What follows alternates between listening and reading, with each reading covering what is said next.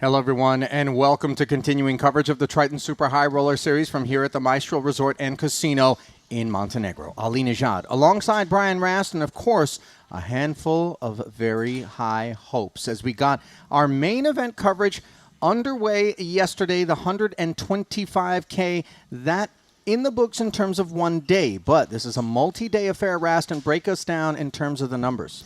Yeah, certainly, Ali. Good to be here. Beautiful day in Montenegro. And on this beautiful day, we have 100 unique entries yesterday that came to a total of 157 after rebuys. And it looks like overnight about 14 more have late entered. And we have 171 total entries that right now take us to a $21,375,000 prize pool that, while we had slightly less entries than the world record-breaking 100K in Jeju, the prize pool, because it's 25K more, is almost the same. So this is a massive, massive pot to play for these guys. Totally staggering. And with that much money, it's taking a second to figure out how we're going to distribute it all for Luca and the gang. So we'll bring you that once it is available, being worked on actively at the moment. What we do know, of course, is going to be given to our champ is the Jacob & Co. Triton Epic X Watch. It's one of those merit badges, something worn with pride by those in the field who have been fortunate enough to pick them up at any given Triton Super High Roller Series and the XL Trophy. So that behind us, before we get into the second day of coverage, let's take a moment to recap the festival thus far, because there have been some really interesting storylines that have developed. Already, we've got 5 first-time winners. The first one that I want to talk about briefly is Chris Moneymaker, because, again, this is a guy who won the World Series of Poker main event in a very seminal moment over 2 decades ago. Really changed the face of poker entirely. Nobody would have expected, all these years since, that he would park his bones here at Triton and pick up the results that he has. No, I mean, I was at that final table, and Chris Moneymaker put on a spectacular performance, took down a Triton title. You know, it's been a long gap between this and when he won the WSOP main event. It just goes to show that you keep plying your trade, you keep after it, poker, and sooner or later the results will come back. So congrats to him. Andy Nee, also a first-time winner here at Triton. Congrats to him. Artyom Lasowski, very emotional victory for him. Yes, first-timer, of course. Igor Yarashevsky, he had so much support on hand because guys kind of run with some crews from, different parts. Yeah, no doubt. Igor, too, I just remember, I think it was 2 final tables here where he was just a short stack for a really long time. One of them slid his way up into third, and then the title that he won, there was no sliding into third in that one. He just, once he took the chip lead right at the end, he ran away with it. So that was special. Also special, of course, was one Alex Kulev picking up his first title. Parents on hand, drove 6.5 hours to watch him get the job done, and girlfriend there as well.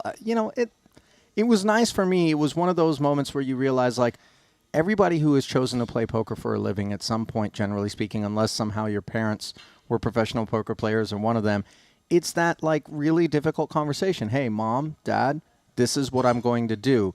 And not everybody is as supportive immediately, understandably. This is not exactly what one envisions typically for their son or daughter. The heartbreak that's going to be associated with it. And yet, they were both so incredibly proud of him, and I think it meant the world. Oh, no doubt. I mean, I can relate to that a little bit with Kulev, myself having dropped out of Stanford. But, I mean, that also was just an epic heads-up battle with him and Thomas Santern. I mean, they were really going at each other. And, Kulev played amazing, a well-deserving Triton title. I think we have a lot more to look forward for Alex Kulev in the future. I don't think this is going to be his only and first, only one. Well, listen, plenty more future still remaining on some of the other guys who have managed to grab a trophy here in Montenegro. I'm talking about Mike Watson, Sir Watts, his 4th title, and with it, the 2nd Triton Trident in history. What do I mean by that? Somebody who's won a title in 2-card, in 4-card, PLO, and in short deck. Easier said than done, and I don't even know that it's that easy in terms of saying it, as I just struggled through. Adrian Mateos, he has taken his 2nd title now, 2 stops in a row. Back in Jeju, finally grabbed one after falling heads up in Monte Carlo to a very stiff Matthias Eibinger. And I think El Conquistador is one of those guys who everybody who's been watching this particular festival is thinking, watch out for that man. Oh, no doubt. I mean, Listen, Adrian Mateos, I think it was his third final table there. I mean, he had 2 other final tables where I believe he lost pair over pair for a huge one, ace-king over ace-queen, queen on the river for a huge one. So just nasty beats to get sent out. And then his third one, no nasty beat, and the guy wins the title. I mean, he's clearly an amazingly talented player. Also just a lot of fun to watch because very aggressive, yet seems not to be punting it away. You know, it's a very difficult line to walk. And so just, in my opinion, Adrian Mateos is one of the no-limit Hold'em poker superstars. Guy's awesome. 4 cashes in 5 events, and consider that he's got 2 sixths and a first. So there's no seams about it. This is just a stone cold black and white. Proof is right there. Let's talk about Player of the Festival and Player of the Year implications. Ivan Liao, Player of the Year, of course. Danny Ting came into this festival as the leader, Daniel DeForest nipping on his heels. However, so far, the gap has been widened courtesy of Danny's performances already here. The only person in terms of Player of the Festival who may be able to have implications in terms of Player of the Year, because you do pick up 100 points if you win the Player of the Festival, is Ding Biao. This is another guy who plays quite nice. But, of course, Danny, 263 points north of DeVores, and desperately envisions, wants, knows, feels that this is his moment to, you know, for his good buddy Ivan, who passed away, just have a poignant sort of career moment, for lack of a better way to put it. You know, I think that you get $200,000 and you get something that you can say for the rest of your life, that for this season of Triton, I was, you know, the best player who had the best results. And so, you know, in a world where there's all these poker tournaments, all these titles, I mean, I think it is something that it's a nice accomplishment that you can keep on the trophy rack, add to the resume, and, you know, that you'll never forget. On the topic of addition, 655 points. That's what you get at a minimum if you take down this main event. That's a late reg and a single bullet. Bonus points awarded if you do register on time, and with each successive bullet, more points included as we move on. So then, let us turn our attention to the landscape in this particular main event, which is what we're going to be picking up coverage of here today. Taking a peek inside the Triton Poker Plus app will allow us to see both our feature table and the overall leader, Samuel Ju of Germany. Second place in the Mystery Bounty, hadn't played an event prior to this one, so took a little bit of time off, popped out of town, I want to say, and then came back, if I'm not mistaken. Masashi Oya of the Japanese delegation also in there. Note the man in third. You talked about him at some length here, Rast Kulev.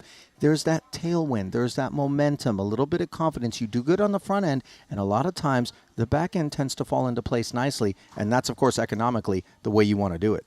Oh, no doubt. I mean, I think sometimes good luck runs in bunches, and, you know, winning begets winning because it comes with added confidence. And when you're already a great player, having the confidence to just pull the trigger, not pull, you know, make the big folds, it can really help. And, you know, that's why I think Kulev's definitely going to be a guy to watch out now that he's won that first title here in the main. Not to be overshadowed, Justin Saliba, who did finish second earlier here in this series with a result.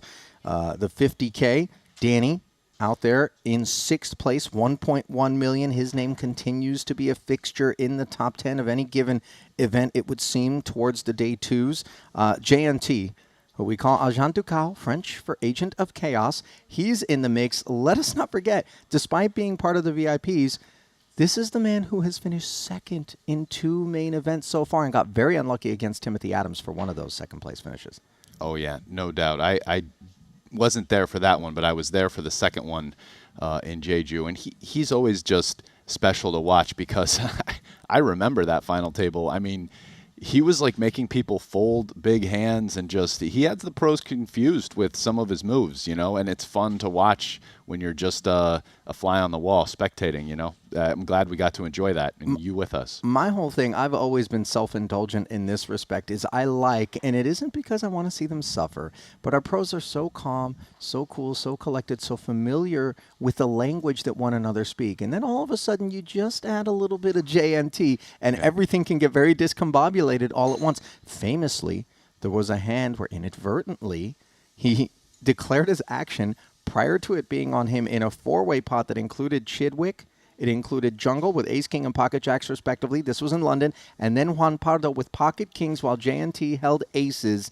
And one of the rare scenarios in which pre-flop you will see those 2 kings hit the bin, and they did so correctly. That was a hand that left us all breathless. Not to be overshadowed, of course, a hand from yesterday, Vyacheslav Buldigin. We were here for it. It actually sent me right off the desk, pocket 5s. That's been the buzz around the room and all the conversations I've had. Buldigin was still talking to himself about an hour removed from that one. So let's hope that he has managed to pull himself together, as there's still plenty of festival left. And here is your look at today's iteration of Set Festival, day 2 of the 125K No Limit Hold'em main event, brought to you by GTO Wizard. This is going to be a long day, 50-minute levels as we grind away.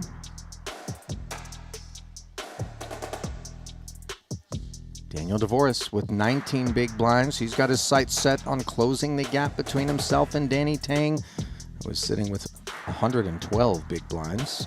There is the aforementioned Jean-Noel Torel, JNT, 89 bigs. Just to the right of Triton co-founder Richard Young there with his back to us, and El Conquistador, Mateos. Oh, interesting. He was on the exact same configuration, like JNT to the right of the dealer, and to the right of him yesterday was Paul Foy, and today we just swapped Paul for Richard. Yep. The two Triton co-founders here. Similar layout. There's Daniel Razai and company. Leon Sturm. Mario Mosbach. Kaihan Mokri. Mosbach. Just 11 bigs. Better than 0, but obviously situation critical, one could safely say, for Mario. There's James Chen, and perhaps a tired Santosh Suvarna. Stanley Choi. Look at Stanley. He's got such rock star vibes, man. Great energy on Stanley. Had a lovely chat with him out on the terrace. Yeah, me too. At the You were there players' for that party. one? Yeah. Okay, there you go. Henrik Eklund. Janissa? Yes it is. 85 bigs deep is the former Triton main event winner. You can just get a glimpse of that Epic X Jacob & Co. watch that he always rocks at the Tritons. Here's Shirzad Chisu, Simbolas, Shaman O'Dwyer, Nikita Kuznetsov.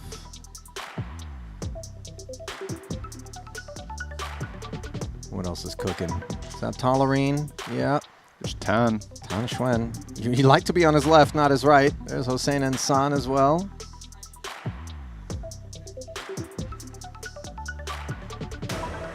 Wasowski in the 8-hole there, I believe. White shirt. Just caught a glimpse of him. There's another man in a white shirt. Patrick Antonius of Finland.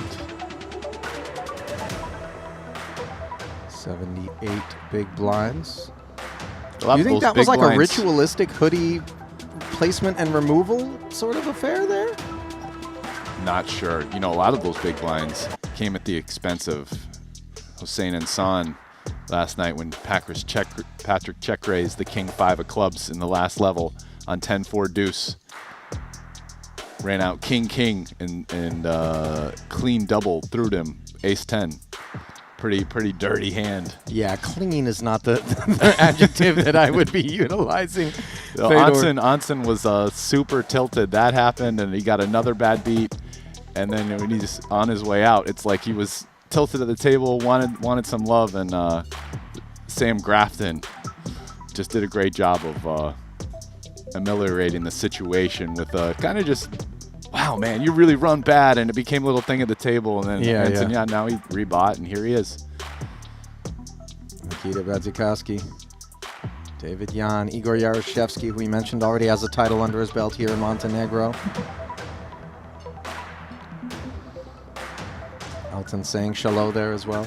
You know, I wonder how many people have a Triton title in all 3 games. I mean, Kuhn? Just 2. Kuhn and him. I believe the only other Trident winner. Is it Jason Kuhn, producer James? Confirmed? Yeah. Obviously a favorite given that he holds 10 titles. Has not picked one up here. There's Andrew Latham. He flopped a 7 high straight and ran into 2 flushes yesterday early on in our coverage. Chidwick also there. Seth Davies. Chris Brewer in the foreground.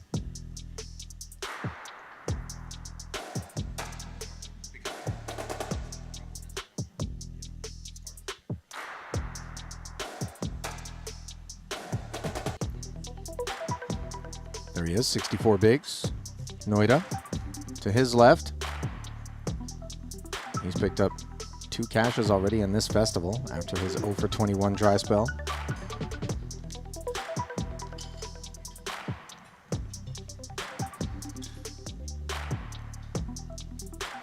James Chen made his way. Saw you guys eating when I briefly walked by to look at my backpack. Yeah, I was wolfing down what looked basically like I should have had a child with me. I believe it was fried shrimp nuggets and fries that I fueled the tank with here today. You are a tank. Just no matter what's going on, when the camera turns on, the lights come on, you know, the broadcast turns on, Ali Najad is ready to go. Prince Ali, Marvelous He. It's like a Pavlovian response to the little red light. BetACR.eu. No amount of fried food will weigh you down, my friend. Ike Axton, 28 bigs.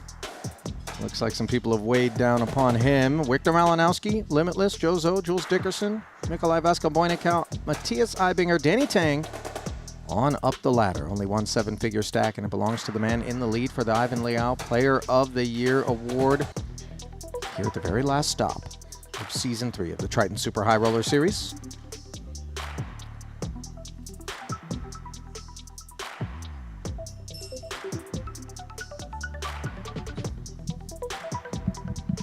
Yeah, look at this feature table. Cool. Oh, we get Danny. Man, Danny Tang's just been running up some chip stacks in these tournaments. It's not an accident, Brass. You know, we've both been around a number of different people throughout the years, and there are those that when the day twos show up, you just expect them to be there toward the top of the leaderboard, and those when they make it to day 2, you do not. And Danny has cemented, established himself as one of those guys that is fighting for every chip, fighting for every pot. Sure. He brings an intensity to his table presence. There's another man who knows a thing or two about that in his day 2 hoodie, by the way, the poker code orange. Eibinger. You know, it's funny you say that because right before you even said that, I had the same thought. I mean, slightly different way of framing it, but it's like I remember Danny from playing with him over the years, doing this in 2022, right? I was in the booth all year. I feel like just the aura and the vibe is slightly different. Like, he's just competing a little bit basically, or one. You know, like a little bit less. Like, Danny's a pretty nice guy. He's very approachable. You can go talk to him away from the table. But I just feel like at the table, a little bit of that has hardened a bit. Like he's ready to go. Like, you know, and I think that's... I won, but it was a deal eventually. Part of his success, it's probably contributed to it. It's also because of that. He kind of is in that competitive vibe a bit more. What do you think? Mean, like the original I agree with you wholeheartedly. Take it as a measurement. It was 3.9. I also think oftentimes when you're earlier on in your career and you're playing in this petting zoo where all the goats are around, right? There can be maybe like a humble, happy to be here deference. You haven't yet proven or established yourself or been welcomed into the ilk. And so you behave in sort of this, I don't want to say subservient because that's too harsh. No, but it's a respectful. Deferent. It's a respectful sort of thing. Yes. Now, I think Danny has come into his own and he recognizes that he is legitimately being considered by his peers as among them. And that allows him to bring this sort of intensity without maybe feeling pretentious about it because he's proven himself. You know what I mean? That's what I would put a finger on as maybe being most responsible for that evolution in Danny. And the King of Spades is what's responsible for the lead on this 10-6 deuce board for Jules Dickerson, who raised it up to 20,000 with this kit from the cutoff. Jozo defending with Queen Deuce. Joe, by the way, gave us some ideas at a final table already here earlier at this festival. Both players checking it. This feels like a hand pretty likely to get to showdown. I don't think either player has too much incentive to bluff. You know, it's kind of funny. I can bring some experience to that idea. Okay, the one that I was talking about with respect to Danny's and early it's like career. I think that attitude as a pure competitor, it's important and maybe a little bit underrated, right? Because even the attitude of, okay, like I'm really here to win and beat these guys, not because I dislike them or want to put them in their place, just because I think that I'm good, I'm here, I'm trying to make money, you know, I'm going to play my very best poker, I'm going to focus on every hand. It's kind of part of that competitor attitude.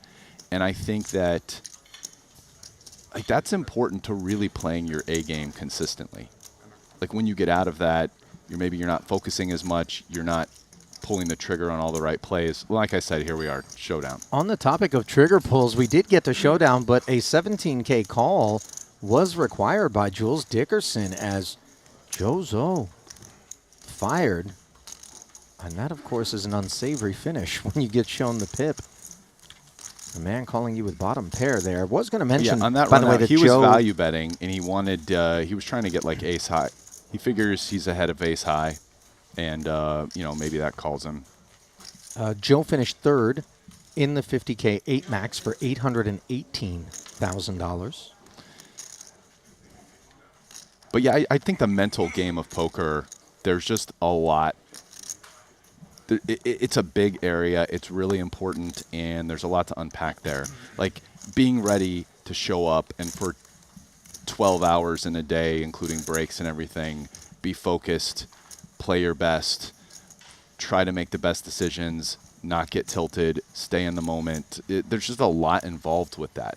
You know, I mean, mentally, I think everybody comes from different places where maybe some people are afraid, you know, maybe some people have problems focusing, have ADHD. Like, you know, everyone brings their own set of challenges as to why they might emotionally not be able to play their best game. Listen, maybe this is really big for you. Maybe this is a negligible stake for you. Maybe you're in makeup. Yeah, maybe, all you know what I kinds mean? 90.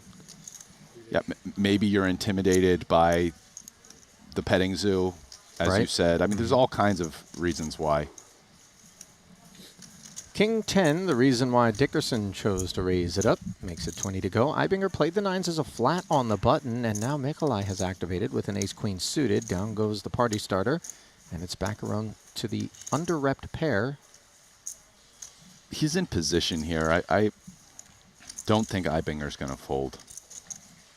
It's another one of those Jacob & Co. Triton Epic X watch holders. I think he's kind of deciding whether to call or just rip it. And he decides to rip. I mean, this has the advantage of when your opponent doesn't have a very good hand, you get folds. I do think that ace-queen suited is obliged to call in this spot. You don't actually see ace-king a ton.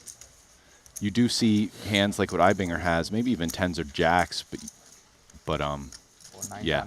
So Matthias did ask for all of Mikolai's chips, and he has obliged. All of a sudden, a seven-figure pot breaks out. That's Kapoinikau, by the way. This is a chunky number of blinds that we find ourselves playing for. Yeah, it's a pretty big pot here. Ooh. And one that leans toward the Belarusian. Second pair. 9 free environment, which stays that way on the turn. And on the river as well. The wrong four-side heart. Not the way Ibinger had С тобой, видишь, у blueprinted меня хорошо. Да, я говорю. this pot, let alone this day two. Моя But очередь. he'll re-rack Не, with у тебя две сразу, 234,000. а потом я. А я не могу тут выкинуть. Да, верни. После шоудауна король 2. His shove is fine. Had he decided to call, he likely doesn't lose very many more chips on the king-queen flop. But it is what it is. That's a results-oriented way of thinking about the hand. Да. Да, высокие карты. And once Mikolai had chosen the 3-bet to 90, then was it obligatory for the ace-queen suited to get the rest in? Oh, after the jam? Yes. Yeah, if you're folding ace-queen suited there, you're just not playing the game. You don't believe me, huh? In this spot. Pre-flop. I got 9s, bro. What do you want me to do? Matthias does not look particularly amused with the post-mortem inquiry there. He's like, just leave the corpse alone, bud. We don't need any autopsies here. Yeah. Corpse is a bit rich. He's still got 9s, 294. 9s benefits more in that spot if you think that the 3-betting range is less by 4-bet jamming, right? If I'm going to break this down. 9s benefits more from a more like linear strong range. So for example, if he's not super polar like aces, kings, queens, jacks, ace, king, and then some like weird like ace-x stuff, 9s is better calling versus that range, right? If his range is more just linear and he'll have like king, queen suited and queen, jack suited and, you know, ace, jack, some of those hands won't call the shove, but they have a lot of equity versus 9s. So if you think your opponent is 3-betting linear there, jamming is pretty good. To clear out all that equity. To clear it out, some of the hands that won't call but still have good equity versus you in the way of overcards. Well, whereas if your opponent's super polar, you'd rather just call in position because keep in the stuff that might even have an undercard like ace-5. You're already kind of toast against the top part of the range, and you can play a little bit better against that range because the cards are more concentrated to aces and kings. Anyways, moving on. A little bit of role reversal potentially as now Nikolai is given 9s and the big suited ace has fallen in the lap of Danny Tang. He 3-bets the 35K open to 118, and you see that intense scowl that Danny's been sporting.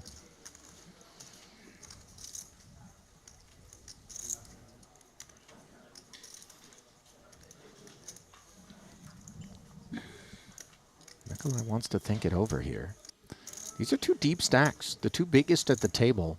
Yeah, there's no folding 9s here, but I do think that 100 bigs deep in the main, it's pretty tricky to just like 4-bet go with this. That feels like a little bit crazy. 18. I think he probably just finds a call here, I would guess.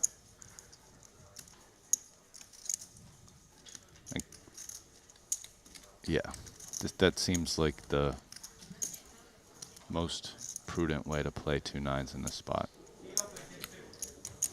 I mean, they both have pretty big hands for a blind versus blind spot, so we just saw this matchup as well. Yep. $250,000 in the middle, roughly. One heart in the window, a second, and a king for dessert. Smash job for Danny. Nikolai checking over. Danny's got an interesting decision here. Specifically, ace-king of hearts is a hand that might want to check back some. You're covering the ace. Betting is obviously fine. We're growing the pot with top pair, top kicker, and the nut flush. So, but it is kind of cool to have. Like, I'd rather check back ace-king of hearts If you than have a hand, king-queen could of be big hearts. on pre-flop. Okay, take it.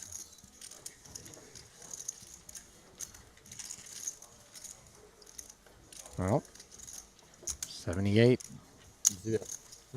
Нормально. ends things. Ну, типа, пушит плохо тут. Ну, типа, или 4 You retain your opponent's ace-x hands. If an ace rolls off on the turn, you get to win a bunch of chips from a hand that folds the flop. 9s, Даня, 9s. Don't play 9s. You play 9s well. Yeah. Almost push. Almost push. 100 BB.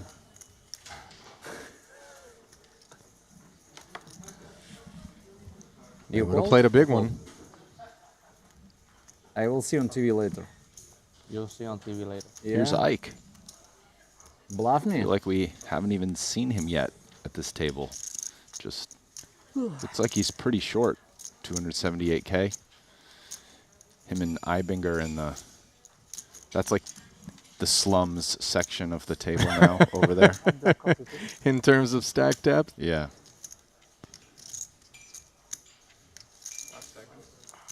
Yeah, 20. the three shortest stacks on the table, Ike, Mateus, and Joe, all over there slumming it up. Ace-9 suited now for Danny. Button open on this occasion from his neighbor. All flat. Now Victor Malinowski, better known as Limitless, just given his online exploits, a real legend, playing under the Polish banner. A little north of 3 million in career Triton earnings, 9 cashes, 2 for 2, 85. already here in Montenegro, and he wants to play for 85 with Jack 4 offsuit. This is squeezy. Yeah, squeeze-tastic. I mean, Jack 8 off pretty much has to fold, but Danny has a pretty good hand here. I mean, it's not comfortable calling OOP, though, here. But, I mean, Malinowski doesn't have that many chips, though. He could even just put him to the test. Yeah. Yeah, wow. Ну чего? Danny sussed out what was going on here. Sure that did. Malinowski's going to have some 3-bet folds with some garbage. And Malinowski just saving face at this point. Malinowski played really well on stream yesterday. Had a pretty awesome hand where he lost the absolute minimum. It was like a queen 10-8 flop, queen turn. He had queen jack versus ace queen. Got ace queen checked it to him. He checked back turn. The river was like a deuce. Ace queen bets like 25% pot, and he just called and just lost the stone minimum. The guy turns over ace queen, and he just mucks his hand, doesn't say anything, and just keeps going. Just a bunch of, I mean, he's even that play. I mean, that play was almost worked, but Danny had just played even better. See what somebody else's Twitter feed looks like. Yeah. I famously recall Where's in jest something that stuck with me in moments like that where the guy shows you the queen jack. It was Anthony Alberto It is fun, yeah. who looked over and said, I feel like I'm getting cheated on the square. Yeah. Now I'm a full-on survivalist algorithm, or Yeah. Pocket queens for Ibinger. Oh, this table was quiet, but I think we just got Jonathan Jaffe. it's my only. I hear some chatting. But Yes, sir. Laughing? clearly, I have a lot of love Wow. for. His voice is loud. His stack is quite faint. Just 12 bigs for Jaffe. They didn't seed him in the slums for nothing. Like reruns, yeah, just when they lose their shit because they They're like, oh, we have just the lot for you. Yeah. This one was good. It was Malinowski with the 5s. He does jam. And the bad news promptly delivered by Matthias. A 488K pot. And might it all be coming undone quickly here for Victor, who's trying to go 3 for 3. On this board, difficult for me to continue. Of course. because those two are similar. Right. I can. King 4-3. Like one street I can, but after I... Backdoor straightiness available. Oh, and no sooner do I mention it than the deuce of spades brings it to fruition. Open ender. So now add 6s and aces to the equation for Victor. He's wearing a smile, but he needs help. And that isn't it. Just 31K left. Thought perhaps Ibinger had him covered, but now Malinowski forced to continue with the nub.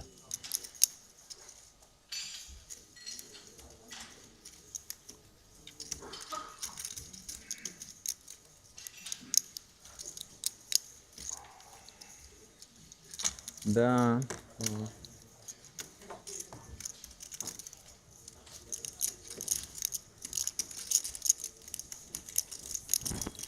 So a little rebate for Ibinger there after having passed a bunch of his stack over to Mikolai in the 9s versus ace-queen altercation.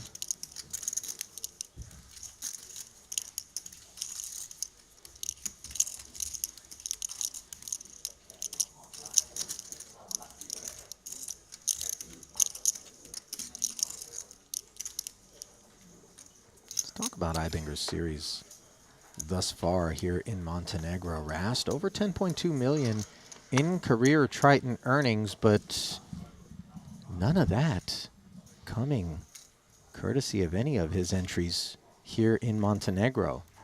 Yeah, I mean, hasn't cashed yet here. sorry. I mean, Jeju just closed it out strong with 3 cashes in a row and a 5th place at the main event there. So, you know, he wouldn't mind maybe riding the ship here with another 5th place. I mean, this main event's even just the same prize pool as we were discussing in the Right. pregame. And, wow, it looks like he won the main event in Monte Carlo last year. That's right. He beat Adrian Mateo, so earned that one, hence the watch on his wrist. Yeah, You see wow. Malinowski piling it in. Piling might be a bit rich, but 28,000. Queen 10 suited. Spin the wheel. So some good results in the main event. You'd love to keep that streak going. Yeah, Ibinger. The man Rast is referring to. Haxton doing math with 9-5 suited. I think the raise isn't reopened. Meaning that Haxton does not have the option, No, that or if he flats, Danny. that Danny doesn't have the Yeah. option to then raise again over the top, even though it's over half of the minimum required, which is usually the threshold in a limit game. I think it has to be 30K or more, I Okay. think. So Danny plunks in the extra 8K, has one Can you bring overcard, me? Like always, yeah. and the lead by 4%. No longer the case, as the 10 in the window puts Malinowski in front. This 81,000 needs to be headed his way if he's going to keep his seat, and it does. Крутим. Ну, So it would appear that 7 even ББ. for Limitless, there are limits to how many pots he's willing to lose Почти как in на succession. профессионалке.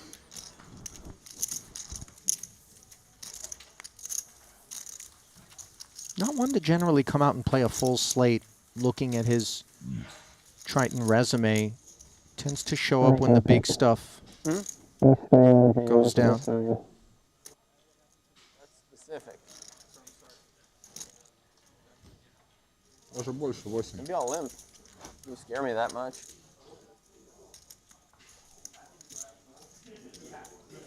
Слушай, девятки там надо 4 бетить? Не, конечно. Слишком глубокая.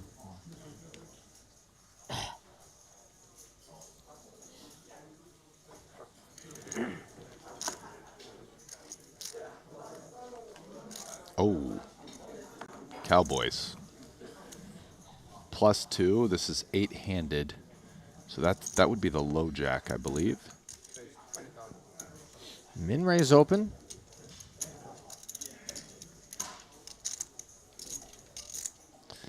Exactly what you want to see after you raise it up with 2 kings. Yeah. Just everybody snap fold. So they can't put their cards in the muck fast enough. Well, Jaffe has only 101,000 behind. 9-5 suited here. And he's actually going to defend. Jaffe is a really, really experienced, great heads-up player. So he's never going to be a guy to pass up EV from the I big got blind in a these heads-up ice Americano. spots. But half ice. Not that it's the exact same thing as heads-up, but it will be the most similar proxy. Note that Nikolai does play the kings as a checkback on the ace-high flop.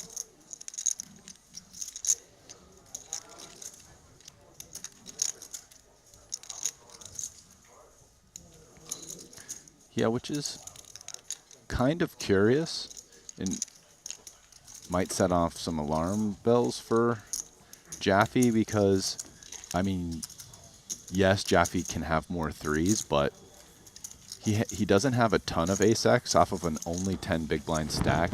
Probably rips a decent amount of his aces, ace-x, definitely is good ace-x. So Сильно. you'd think it's a spot where Nikolai ends up betting most of, probably could range bet small. His bluffs will perform really well in that environment because he has such a massive ace-x advantage. And if you do, you know, have the hand where it's like you have ace jack and your opponent has the queen 3 suited. I mean, you're only doubling them for 10 blinds, so it's not the end of the world. Ace jack for Joe.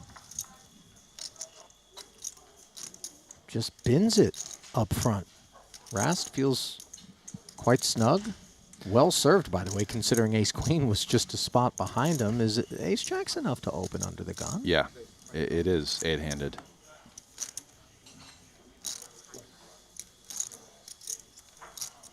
Pocket fives now from Malinowski, fresh off the double, but 81,000, still sub 10 bigs. All in. Jams it. It's only going to be another 61,000 for Mikolai to make the call. This is definitely on the looser side here by Victor. Although he's been showing a propensity to kind of gamble in a lot of these spots pre-flop so far. Today, it looks like he might be in the want to build a stack or take the rest of the day off mode.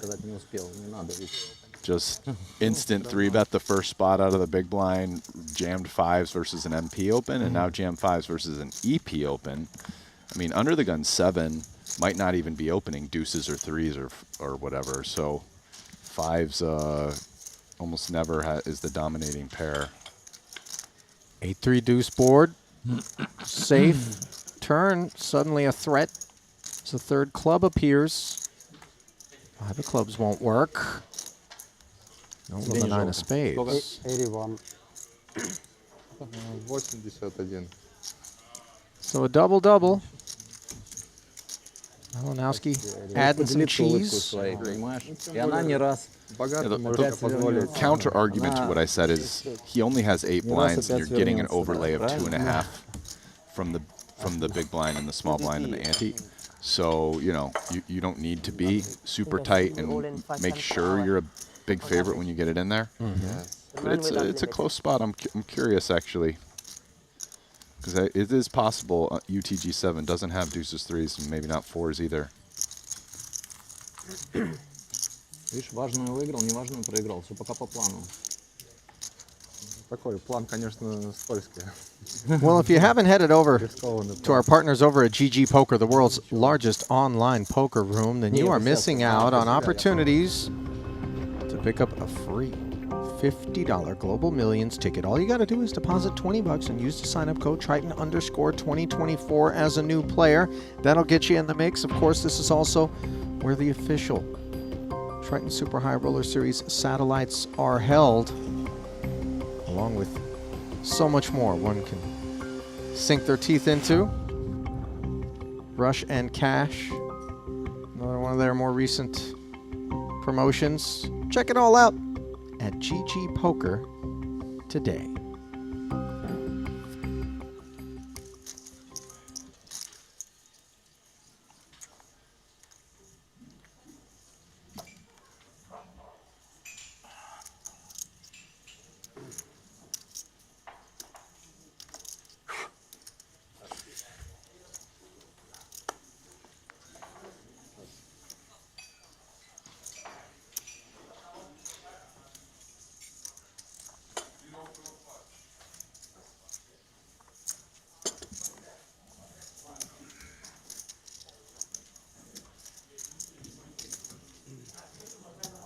Jeffy, button, king 6, lean stack.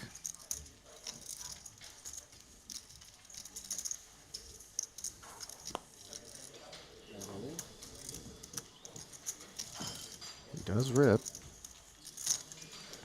10-9 suited for Jozo. One of his considerations is how much Jozo probably calls in the big blind. And you can see this is basically a flip here, 10-9 suited versus king 6 off. So Joe's going to give Jaffe a spin of the wheel.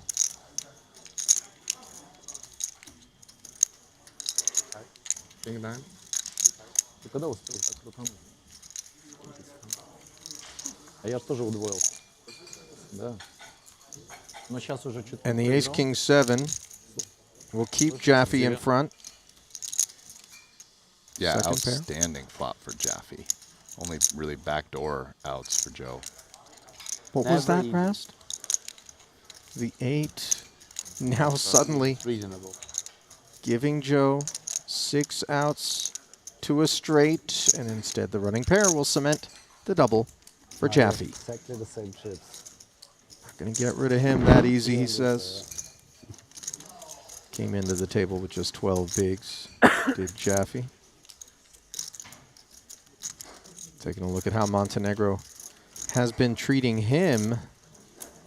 3.4 million in career Triton earnings, 1 title, and 10 cashes. How much of that came courtesy at this particular stop? A 0. Yikes. Jonathan Jaffe, friend of the booth, has not been running very well here in Montenegro. This looks like it's his 8th tournament, though. Он запушил там So. 7 блайндов. You know what I love about that? If we hadn't just looked in the Triton Poker Plus app at that resume, we would have had no idea. That's the same Jaffe if he had cashed every single event Thank you, versus none of the events. Yeah. And I think, you know, worthy of note. He's got sort of the emotional stability to get out here and do his thing with the knowledge that sometimes variance will leave us shut out and sometimes it'll smile upon us.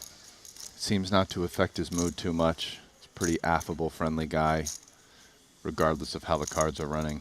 Affable ace-jack from Malinowski, who's doubled twice already, now deep enough to play as an open. Min-raise, Dickerson. Wagging a finger. 3-bet to 53.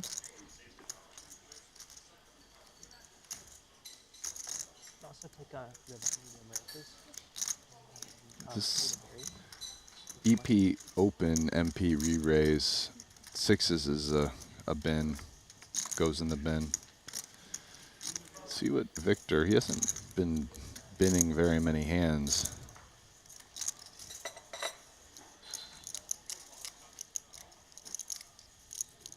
Jules has one of the lighter hands that he's 3-betting and very likely just calling the shove, so if Victor shoves here, he mostly wants to see folds. Let's see. Maybe he's thinking about call as well.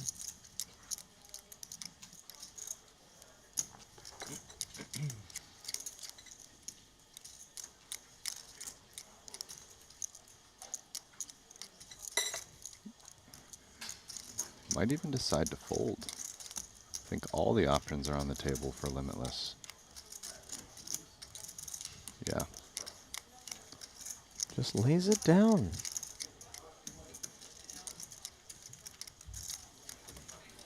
So Jules Dickerson announcing himself, fresh off a shot of what looked like an espresso.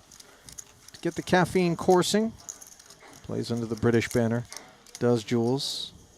$57,000 in career Triton earnings. Did play 3 events in Jeju in 2019. And then rejoins us for the first time since then here in Montenegro, where he's played a fairly full slate. Just 1 cash. That came in the 50K Bounty Quattro. 18th place finish.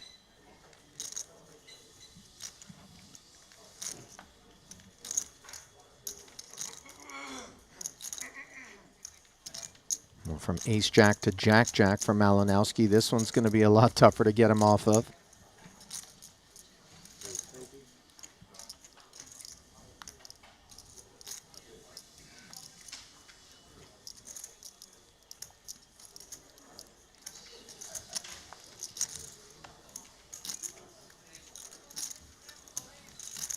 Just begging for ace-jack to 3-bet him this time.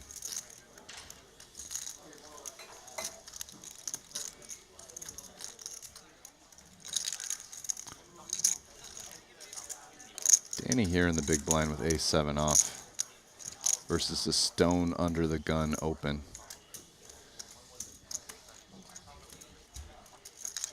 Defends. It's one of these spots where you want an ace, but do you really want the ace? I mean, you do, but sometimes you don't.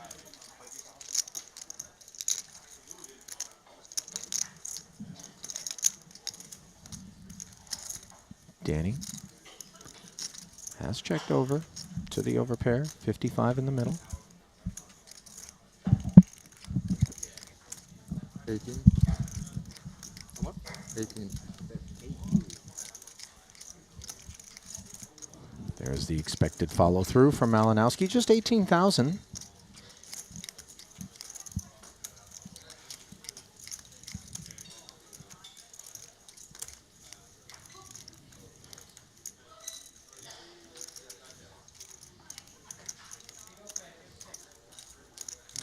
Danny concedes. Limitless.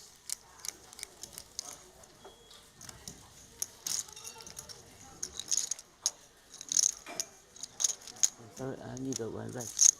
Rest. Thank you. He's like, I had that name before it became synonymous with performance-enhancing drugs. Okay. Hollywood had to mess with my name. Maybe he was the inspiration. Because Bradley Cooper played the lead in that film, right? I don't remember. It's a good one. Also a good one. Ace-8 suited. Teams Haxton. Takes us to 20K.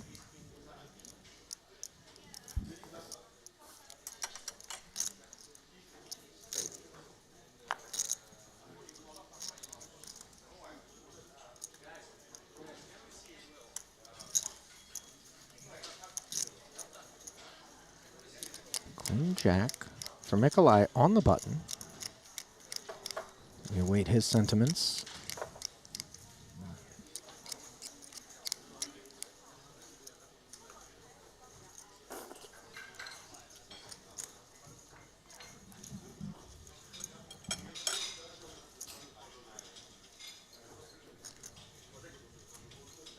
Lays it down. So now Jack-8 suited, mulled over by Danny.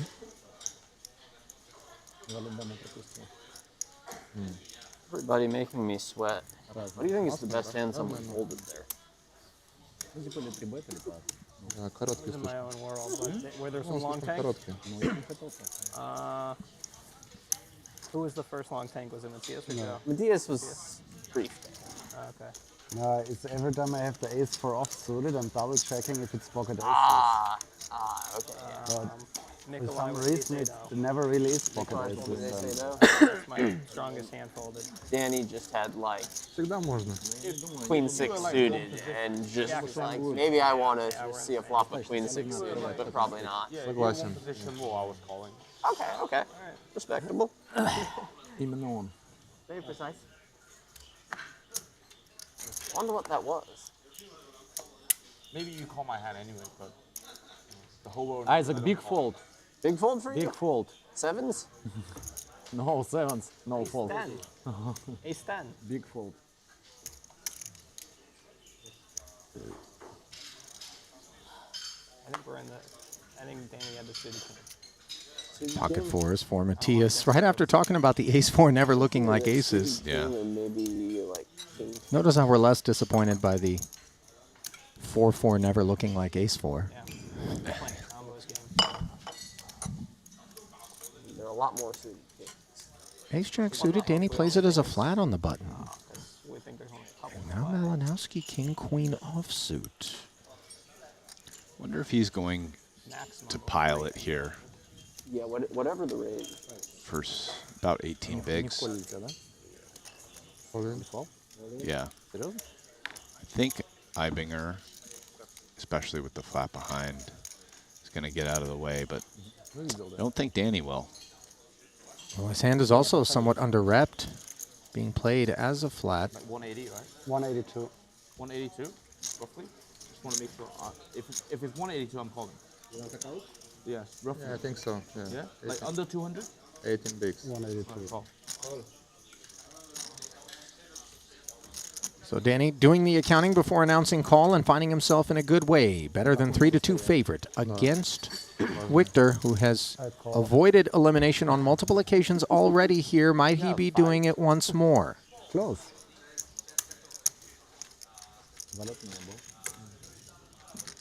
Over 400,000 in the middle. Does feel like King Queen overperforms in this spot. I know what you mean. Yeah, I know it. I mean, And on display, there it is. King, Queen, 3, top 2 for Victor. Danny has the Broadway draw. Bad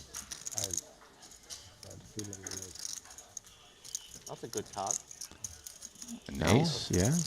That 3 So now I can hit the ace of spades on the river. has 3 outs. Ooh, the wrong four high. River, though, secures a 3rd double for Malinowski here. Yeah, he was on life support, and all of a sudden,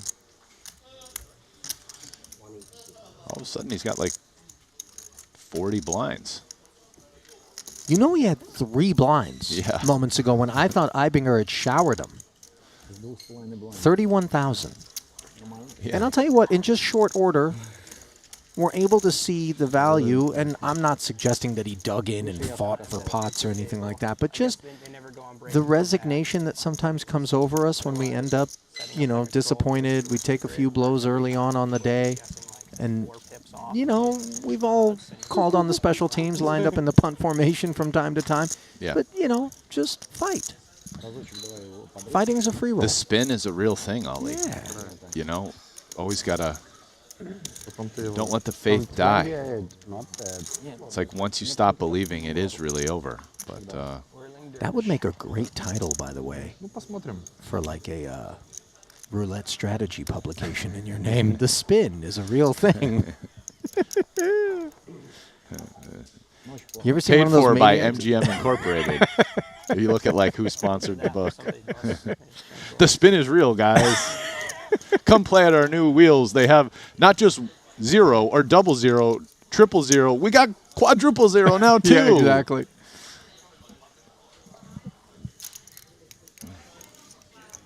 Aces for Jaffe. 20 to go.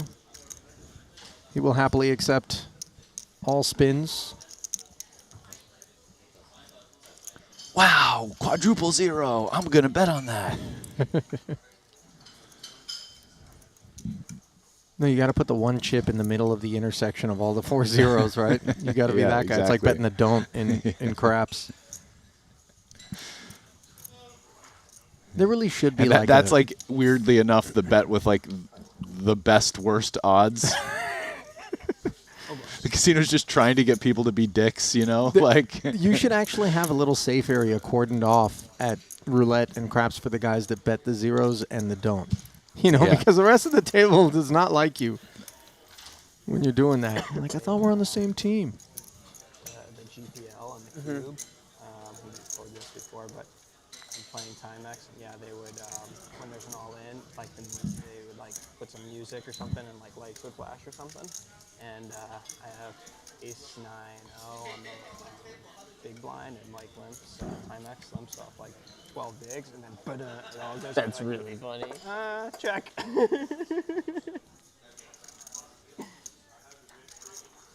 Yeah, 10. In truth, I only like 10% thought about it. Like, that's enough. Fucking nothing.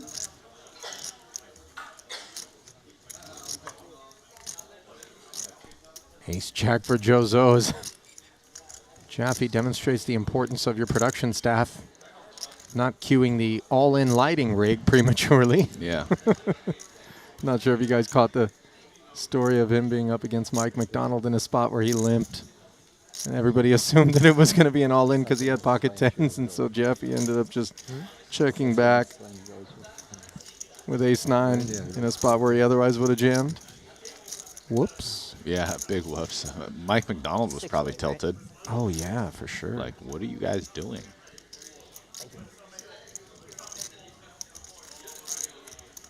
I remember once being set over setted in Poker After Dark, and it was while I was hosting,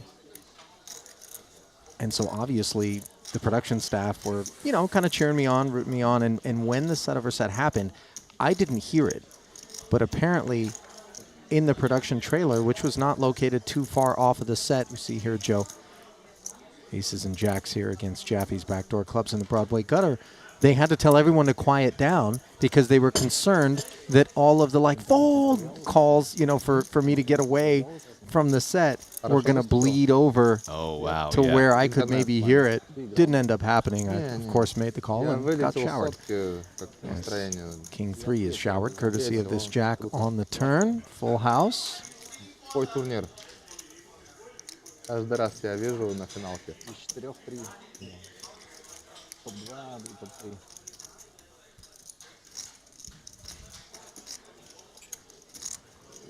Jozo just has this hand on absolute lockdown. Jack's full. Start trying to get some value, and Jaffe's probably out of here. It's just pretty grim here versus early position open, even their check back range, which usually is going to have 3 jacks a lot even. That's good. У тебя? Aces. Я думаю, что выкинуть надо. 20K and take it. Attention players, in the main event, we have just confirmed your prize pool. We have a total of 171 entries, including 69 re-entries, for a total prize pool of $21,375,000. We're going to pay 27 spots, with a 27th play finisher receiving $214,000. And the winner of this main event will take home $4,737,000. Once again, players, thank you so much for your support and best of luck. So it looks like the prize pool has been determined, and a mighty almost $5 million will go to our eventual champion. $4.73 million to be exact. Min cash will be worth $214K.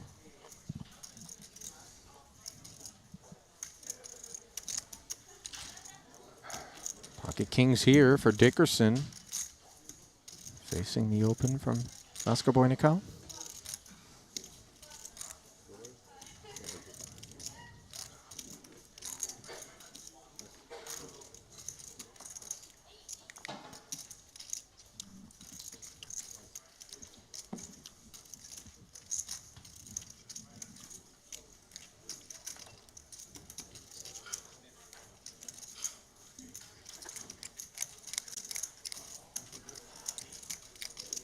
$70,000 back around to Mikolai. A stack deep enough with which to speculate. Yeah. But when the re-raise comes in against our under the gun +1, do we have less desire to fight? I mean, in some ways, it means your hand is really clean. I think one of the issues is they're not really that deep. Can you break this one for me? Like, I think it was only about 45 blinds effective, because Dickerson only had like 450K or so to start that pot, 440K. It's one of the problems. You want to be a little bit deep.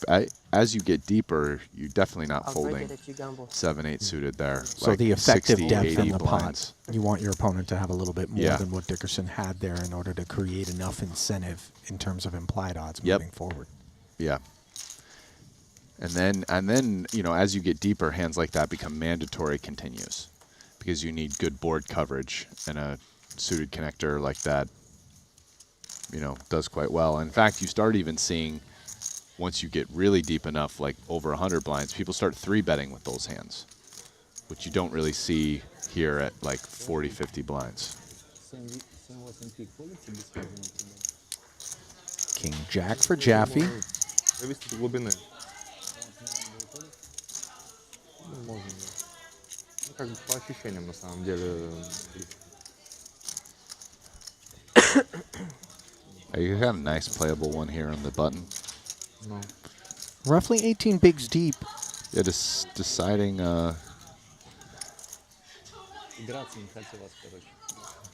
Definitely going to play it. Kind of has a decision between call, min raise, and maybe even like jam.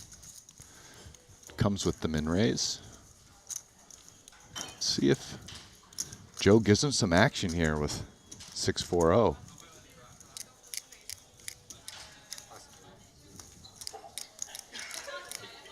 No, sir.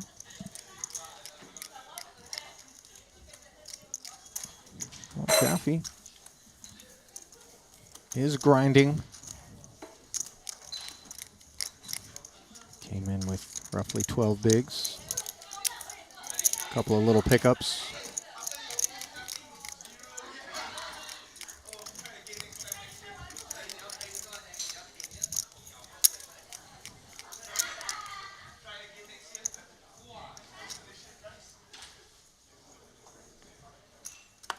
It looks like nearby somebody's celebrating their birthday in here. If you Yeah. guys hear a little chatter.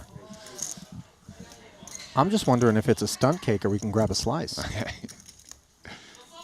These guys aren't going to finish all of this. Okay.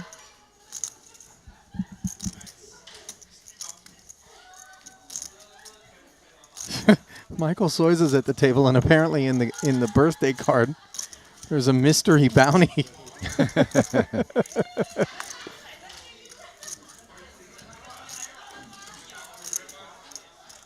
Dickerson 3-betting the king-queen, another ace folded behind. Heibinger with a little mustard on that muck there. I think he's a little bit frustrated. I've not really seen a lot of that kind of heat on his mucks. Maybe I'm making a meal of it, but, you know, things to keep an eye on. Could have just also, yeah, maybe he's likes those suited connectors, the 7-8 suited. Of course. Was going to be real happy to, it's a nice solid plus EV spot, go raise, flat, you overcall on the button. Right. And now versus 3-bet, you just got to fold it, and he's just. But that frustration, that sense of being annoyed, these are the Yeah. little things that if you think we're picking up on here on the booth, others out there might be collecting as well, quietly. And one never knows how that might impact the manner in which they approach us moving forward. Just certainly things to keep an eye on. I know I've often likened it to the analogy of there being blood in the water when you're in a pool full of sharks. They tend to come in with an appetite for that stack. Or when wolves smell maybe a potential meal.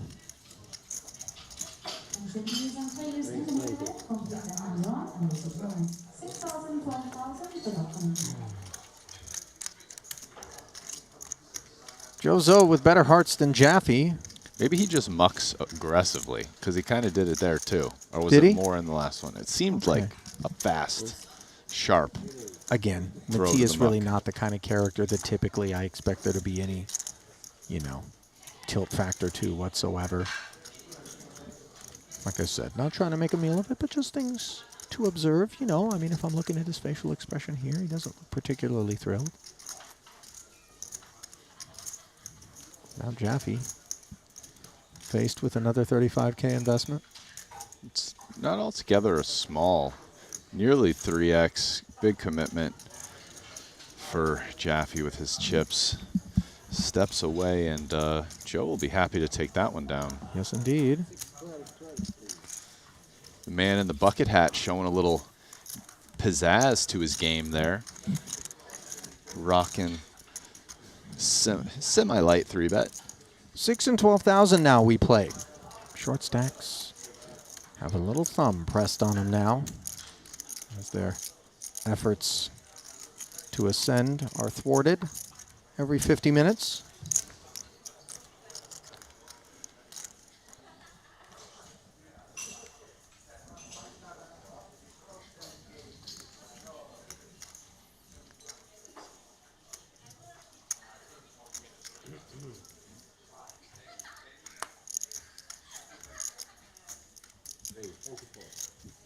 Min raise from Jules. Ace queen suited for Jaffe. Nice spot here. Is he perhaps considering all options in terms of flat or 3-bet? I mean, off of 18 bit or less now, because the blind just went Right. up. I have to think he's just going to ship it. 15 bigs. Yeah. It's just worth so much to pick up the pot. I don't think you flat. This hand is really good, but I think you're really maybe only kind of trapping with aces, and you don't have a ton of calls in general in the spot. Sixes for Joe.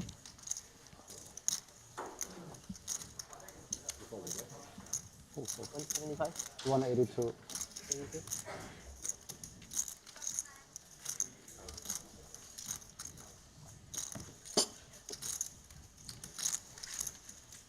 He bins them, as does Dickerson, the opener. I'm waiting for someone to play a hand so I can go to the toilet. All these like Ray 3-bet, Ray Jam, no one called. That was one call. Danny trying to take a little unscheduled break as nature calls, but he just can't find a flop and get deep down the streets enough for him to hustle over. To be fair, he's a man that can afford to maybe take a hand off with over $1 million in front of him. 89 bigs deep on the back end of the blind ascension. Jaffe, 20 bigs after that 3-bet and pickup. Now neck and neck with Haxton as the two Americans bring up the rear of this field. Multinational affair, just like any given table at a Triton Super High Roller Series. People coming from far and wide, and here in Europe, plenty of the Euros have made the shorter than average trip to be with us. Haxton with the shorter than average stack. Pocket threes, no thank you.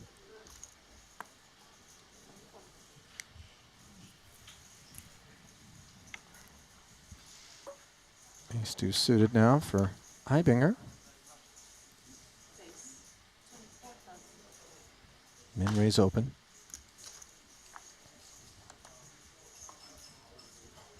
Thank you very much. I'll just stake it. Oh, that's fine. No problem. Thank you. I'll take, yeah, I'll take the stake. I'll just put this down here for the moment. So. Thank you very much.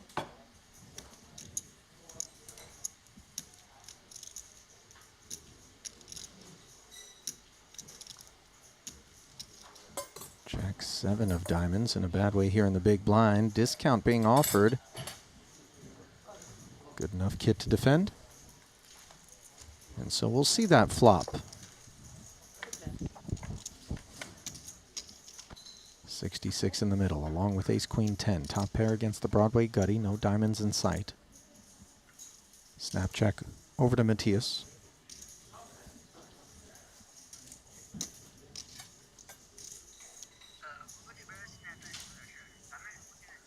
Yeah, Matthias is just smashing this in terms of equity.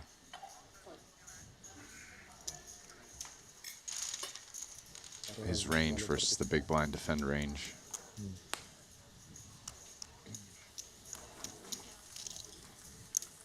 Can I get salt, please?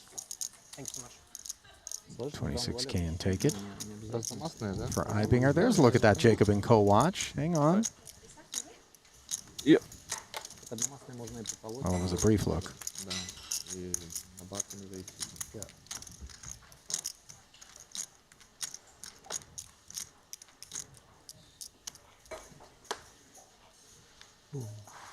Matthias, regarded as one of the more difficult people that you could ever end up playing against late game Thank you in very much. any tournament. FT heads up. Heck, he's tough no matter when you come across him. Yeah, he's a very good player.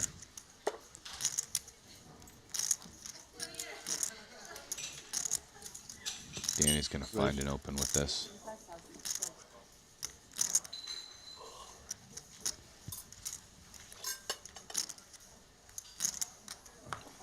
You just focus on eating, John. I do it. You're busy. Thank you.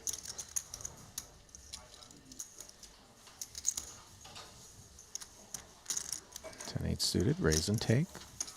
Quick check on what's afoot. Always grinding that Triton Poker Plus app is Danny. Perhaps along with some other updates from elsewhere in the field from his buddies. You find yourself on your phone a lot when you're at any given table, Rast? No. In the downtime in between hands, or you're always looking to kind of pay attention to what's going on? No, I try to not be on my phone when I'm playing serious poker. Like conscious effort to not be on the phone. The white glove treatment continues. Ace-5 suited under the gun from Ibinger.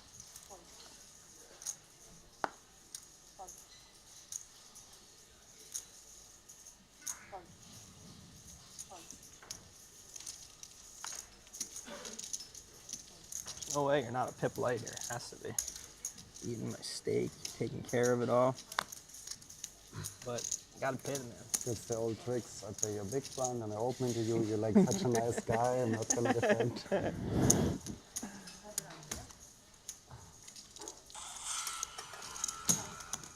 Oh, you kept it? Oh, sorry.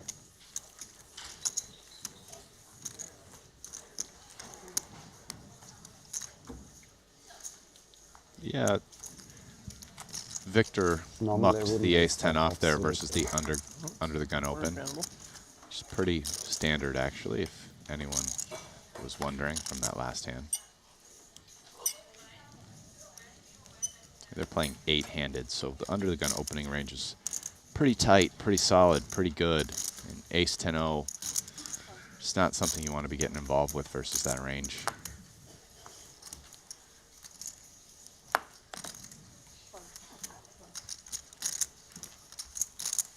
Ace-King now from Malinowski. Min-raise.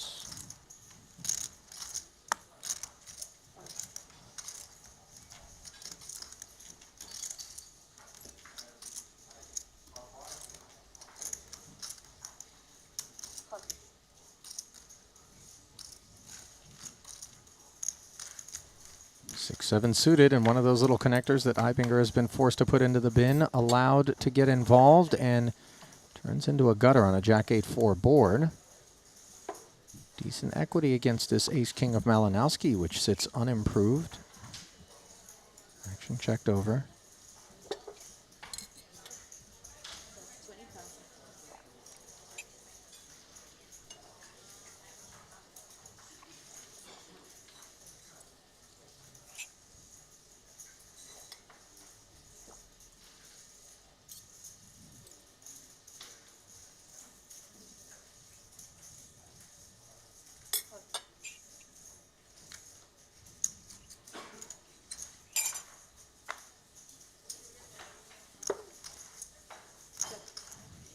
Queen on the turn as Malinowski picks up the Broadway draw on the heels of having fired the 20K C-bet, which was called. He has a hand which could fire a barrel here. Still no pair, but picked up a gutter ball. 82.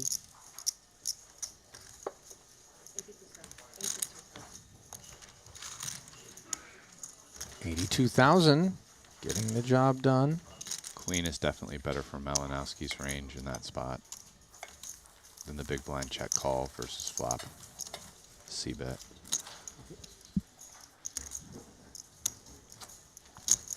Well, this one's a marathon, not a sprint. $125,000 main event here at the Triton Super High Roller Series in Montenegro. Maestral Hotel Resort Casino, playing host on the shores of the Adriatic. Ali Najad alongside Brian Rast.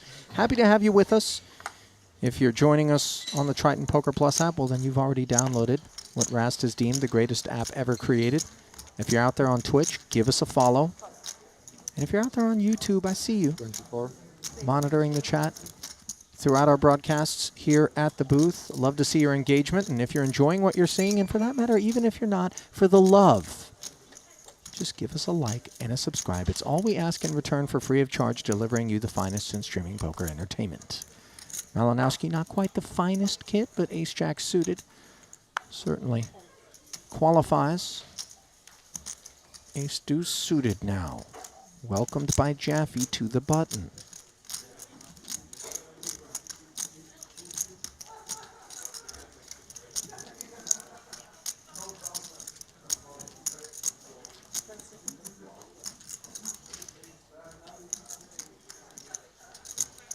Ooh, Jaffe is coming with a light 3-bet here. And he picked a nice combo to do it with. Unfortunately for him, I don't think Malinowski's going to be interested in getting off of ace-jack suited for Like one sub 20 blinds. Yeah, note that he is asking 17 Jaffe for the big count. Jozo been to queen jack of hearts. No, outside. Put outside. But yeah, there. Thank you. All in. And Victor will ask for all of it, which leaves Jaffe folding. Picked a size that he could get away from. Это исполнительный товарищ, да? Было или такую шляпу поставил? Не, нормальная была. Это Well, shout out to Идеально, но Sound1 надо. in the YouTube chat, Rast. He writes, I actually really recommend the Triton app. Not a shill. It's good.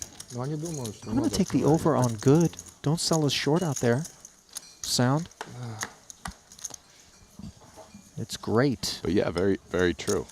And that's exactly what we use here in the booth to keep abreast of all that's happening in the room at any given moment. On the topic of that, Samuel Ju continues to hold the chip lead, 1.9 million in front of him, followed by Masashi Oya. Alex Ponikovs has entered the top three. Ollie V in fourth, Alex Kulev in fifth.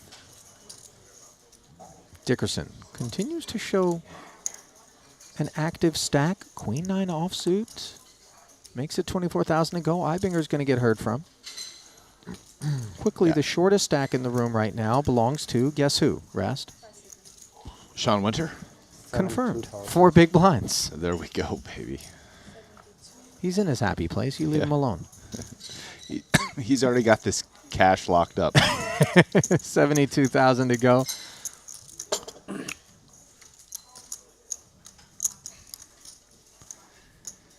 Yeah, listen, guys, you're really not watching this the right way, the best way, if you don't have the app. It just adds to the experience. You know, you want to see the details on the table ranging from stack sizes. You want to look at someone's history, both in this tournament for their chip graph. You want to look at their history in terms of how they've cashed at Triton. You want to look at other tables other than the feature table, Sure. you know, the chip leaders, blinds, how many are left, where the average stack is, all that. It's like so replete with information, kind of. I mean, you could actually kind of track it. Don't do this, guys, but without watching us to a certain extent, just on your app when you're out on the road. But as like a tag team experience of watching with Ali and I, you know, little fam here in the booth with you guys, and then supplementing it with the app. It's really like the most complete poker watching experience that's out there, and that's it. Just no, I don't have a piece of paper in front of me. I didn't read like a little. Okay, Triton says say exactly this. This is exactly how I feel about it, and yeah, it keeps you in the game. Our comp structure is not centered around the number of occasions on which we promote the app, nor do we charge for it as a company. So imagine all of the alibis that we need to convince you that we're being straight up and we're telling you to download the app are present. And so is a 6 on a Queen 10-6 board where Dickerson has the better of the bottom pairs. Neither player with the flush draw, Mikolai. Did flat this one from the small. Checks it over.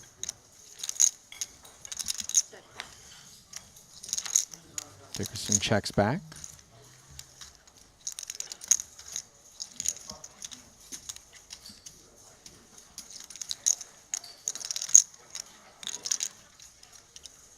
Turn shouldn't really be an issue. Let's see what kind of ideas Mikolai might have here. Asking questions. 35K and take it. So nice little activation there from Vasco Boynikau.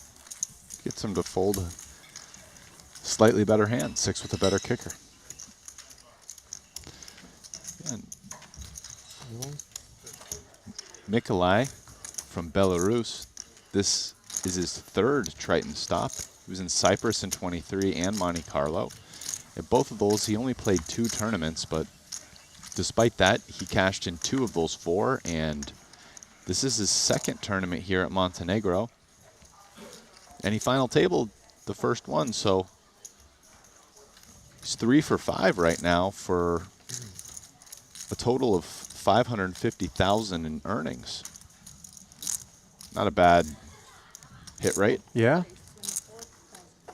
Batting average is high.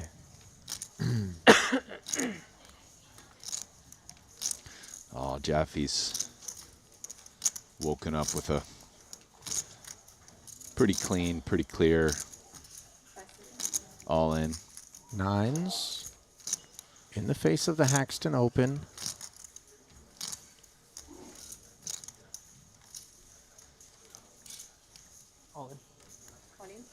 He's going to see the good news if everybody else folds that when it gets back to Ike's just got to bin the king 10 off. So Jaffe pick up 54,000, more than a third of his stack. Туалет попробуй. Туалет. Ну что там Айзек сидит. Ну да. When we are short stacked, those Разномастно? Разные. are welcome and critical pickups. Structure, though, is very kind in these main events. Rast, in contrast to, quite obviously, our turbos, but also the preliminary events, which have a little bit more pace on them. 50 minutes long are each of the levels. 250 big blinds to start. Yeah, I forget exactly who it was, but one of the, at lunch or dinner or just down in the buffet, one of the players remarked that there's a very notable difference between the 40 and 30-minute level tournaments. It was Orpin, that's right. We were there. It was Orpin. And so this is even a little bit longer than the 40-minute structure and deeper to start. So yeah, 25% longer, in fact.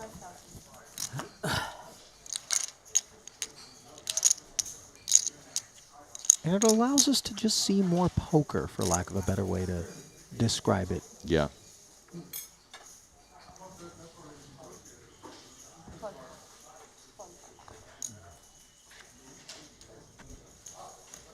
Danny flatting the cutoff open here with Jack-8 suited. Both he and Dickerson dominated as Jules deliberates from the big. Price laid is quite clearly attractive.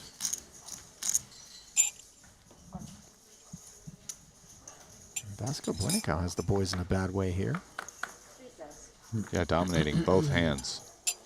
Queen, Jack, Deuce. Danny, inferior second pair. Dickerson does have a gut shot. Yeah, despite having second pair, Danny's got kind of one of the worst ways to have it. The 8 just being a really bad low kicker. He does have a suit, and on a rainbow board, he's the only suit that doesn't have backdoors.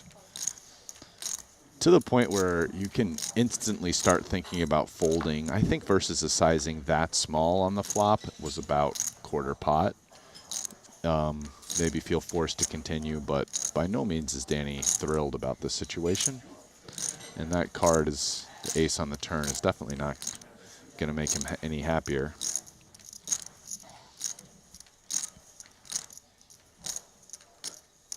Note that it does bring in the royal flush draw for Mikolai.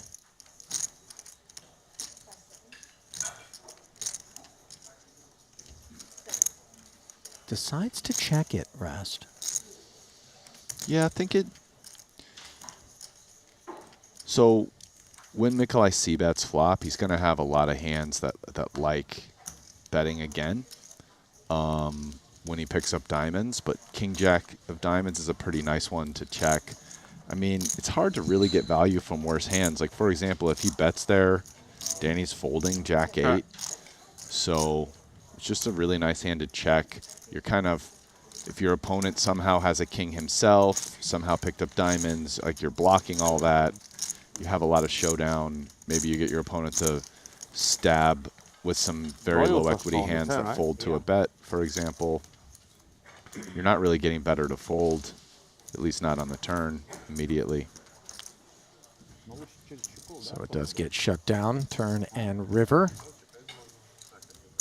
Mikolai happy to collect it. I say River we check can, fold. I say I can do both. I will see now what you had. You see, I have good hand. Raise 25,000. Ace 3.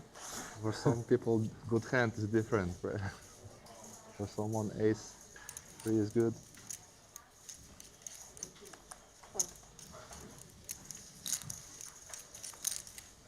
Don't see. Pocket sevens for Don't Jaffe, see, don't see, makes don't it see. 25. Jozo's been very snug.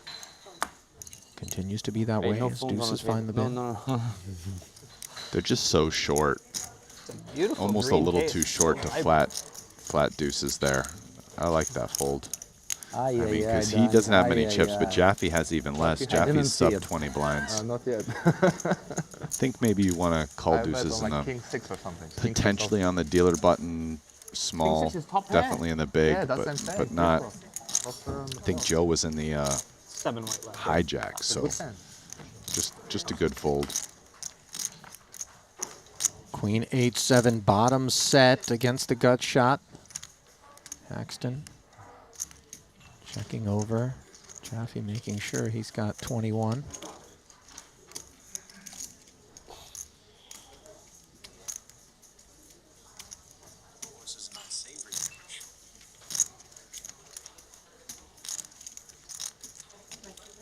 Bottom set. Checking back. Yeah, so I think I mean, again, Jaffe's sub 20 blinds. He really only needs to bet 2 streets to get most of his chips in. I think if he gets any deeper than this, like 30 blinds plus in a single raise pot, bottom set's just a great hand to bet. But I think this short, Jaffe wants to slow play his sets even at a higher frequency, since maybe he won't be stabbing at this board quite as much as if he was deeper as well. But I think on the turn, especially hitting such a good card for Jaffe's range, just checking back doesn't make sense anymore. You do want to win more money when your opponent has something that can call.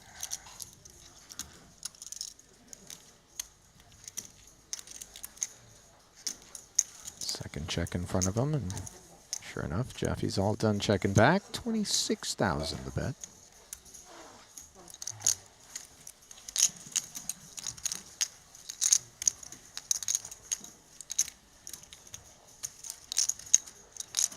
Still on table 1?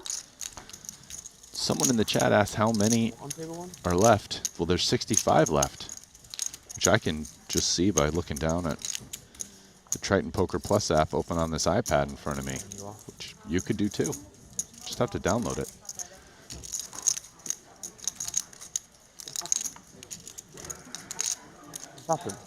You know something kind of cool about it? It's not going to matter to you guys out there, but the players actually have the same app. So I played the first 25K tournament. What happens is there's just a little option in the app where they like flick it from the option where, so we're on a delay, right? So the real world, these guys are like 40 minutes or whatever it is ahead of us. So that it's a little different. A few more hands have been played. Sure. Maybe there's a couple people have busted, etc. There's 2 settings. There's the player setting where you're live in real time that none of you guys have access to.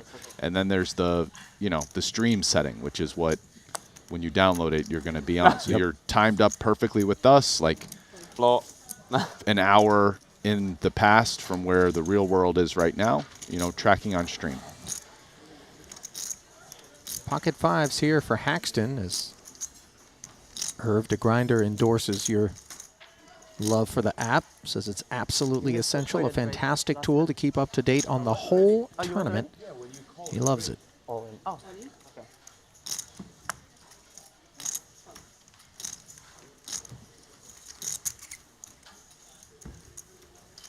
Haxton's jam, hauled right back as Jaffe returns to what seems to be a thick cut of steak. No, maybe that was red. Maybe he has some tomatoes working as well.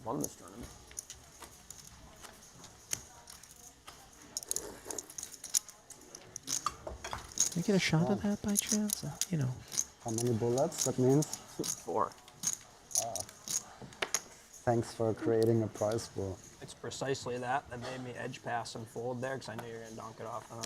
I want That's a more smart. sure thing. Yeah. I mean, we're table 1. You've got position on me. I'm We have going a to gamble with king 10. combined nearly 40 big blinds. We're going to be here all day. Poker is about finding a better spot. Dickerson has been finding a lot of spots to open with, Rast. I would say Were you guys quite saying you clearly guys are the most leaving each other- active keeping each other in? and broad Yeah, that would actually work, wouldn't it? Unless range someone at the comes table. in, which is not easy. You have to have a real hanger. And then You know, if we all just agree to fold every hand and just give the big blind a walk, we'll all cash. no, because like you can raise and then you raise, he No, I three bet know. jams, he stays in. It's strong. All right, And then sorry, I back was to trying to him, hear you with just, this like, give him a conversation. walk and shit. What was the question, Ali? Just talking about Dickerson in terms of the Yeah. broadness of his range and his level of activity, I think stands alone thus far here at this feature table. 10 deuce deuce board. He picked up Eibinger's big, which is checked over. Yeah, I think He Queen cares so 5 much about his suited as a nines, huh? cutoff open, especially like it's not like he has a lot of chips right now. You made a great Definitely fold. on the wide You made side. a phenomenal fold. Me? Yes, phenomenal. If you Phenomenal. you would be out of this already. Bravo.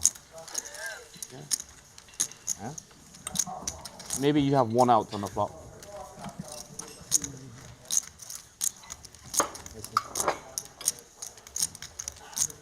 But you see how disciplined. I think it's because we're on TV. If no TV, you all in. No. Yes, but what I can do is 100 BB, you know. You did it exactly the way you should have did it. Nothing more you can do.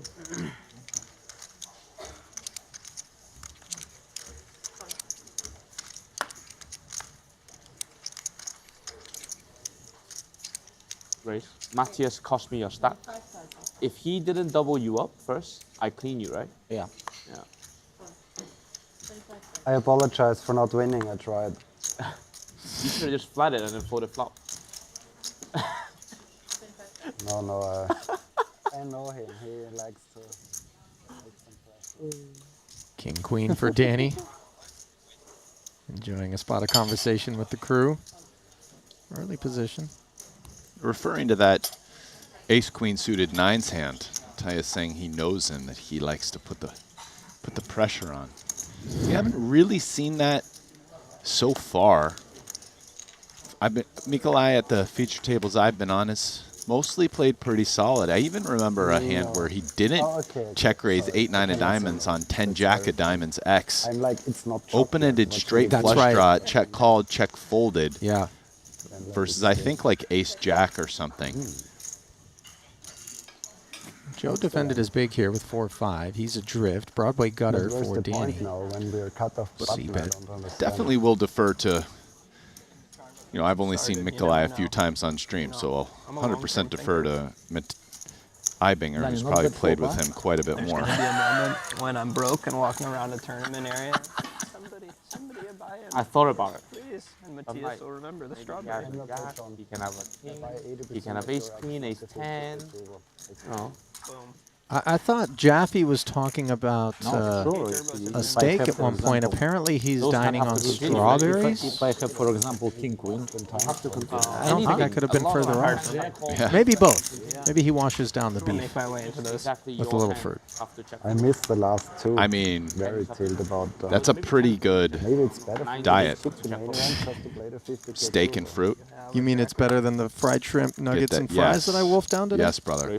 You get some protein, some nutrients through the steak. No, I mean, If it's a healthy piece of meat from a healthy cow, the fat's not bad either. The fruit, you get all kinds of other So many difficult nutrients, options. vitamins, and Many minerals, good. along with a what must be king 9-3. little bit of fiber. Sure. No. And some sugar and fruit's not bad. People have a total misconception Danny about limp. that. I did not limp. Okay. Ace 10 into the bin is Tang. Under the gun, 25. Gets through Jaffe. It's not a call, sorry, guys. It's 25. I was just playing around. Why did you limp, Danny? Why does everyone think I limp? You show me one, I show you one. Okay. Free of The clubs. ace, of course. I had. Is he going to show the 7? Oh. No, no one ever shows the 7. Three of clubs was underneath it. I know. I think I had that.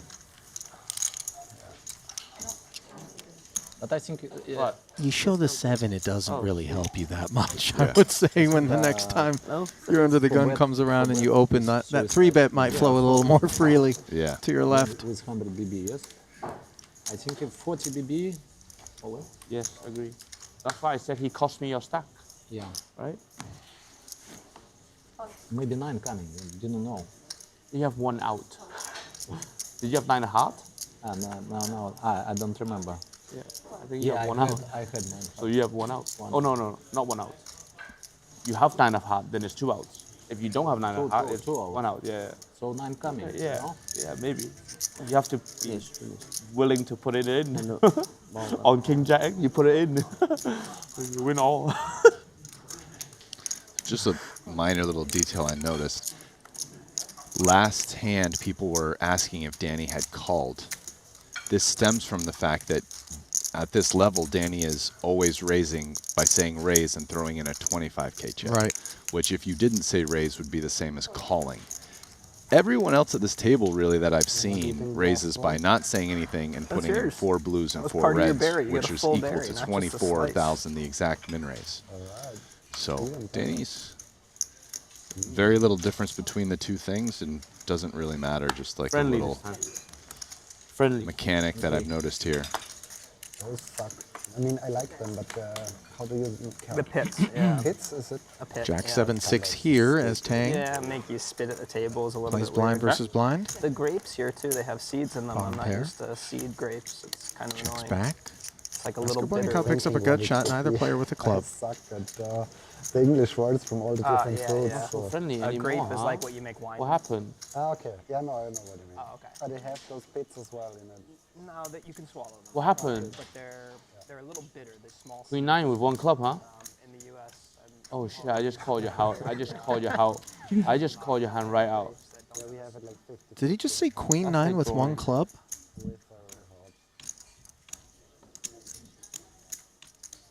I have Queen 9. What you have? It's got like a bitterness that kind of like it makes you 6? feel chalky. Yeah. Then you should continue. Continue. Of course. I have ace high. Mild anxiety every time I'm biting into a grape here. You did have a 6. Queen though. 9, right? No club though. 5. You know everything. You know it's very difficult to play with you. At least now I know. I know what I'm looking at now. You know. Too late. You better buy some sunglasses now. Oh yeah. Yeah. Hey yeah. Now I will make this one, but you know. Nikolai threatening to go into his shell next time he's in a pot against Danny, who did call the hand practically perfectly, except no club was present. And speaking of clubs, join the club over at Pluto TV. Triton Super High Roller Series now finds a home. Our entire catalog and archive is available there in between festivals. Catch up on everything you may have missed or go back and rewatch the best moments from any given stop. It all happens on Pluto TV in the United States specifically. Yeah, see, a little more edge in that than the old Danny. Competitive edge. The next level, though, is when you tell him you have Queen 9, you look at him and you think, wow, maybe this guy really does have Queen 9, then you call. That's the next level. Is super unsettling, especially when they've called your hand, right? Yeah. Because the auto assumption is that they have you beat. Note that Danny did have him beat, but really just lacked kind of direction with the ace-6 and decided no club in hand to just get away.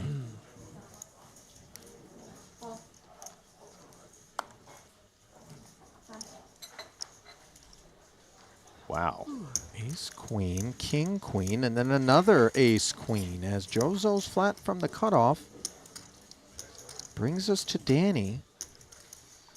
Jaffe, the party 90. starter, 192 90. back. Danny wants to 3-bet. Yeah, Danny is just saying, I guess I'm just going to get it in with these short stacks. They all have sub-20 blinds. I have ace, queen. I'm just going to pound my equity here. Maybe if no one has a hand, I take it All down. you can eat. Uh-oh. Yeah, with Jonathan's not folding, and Joe's going to get away now. Buffet declarations from Jaffe. It's like 250, right? There Yeah, it is. I have ace queen. Oh, fuck. And they have all 4 of the suits.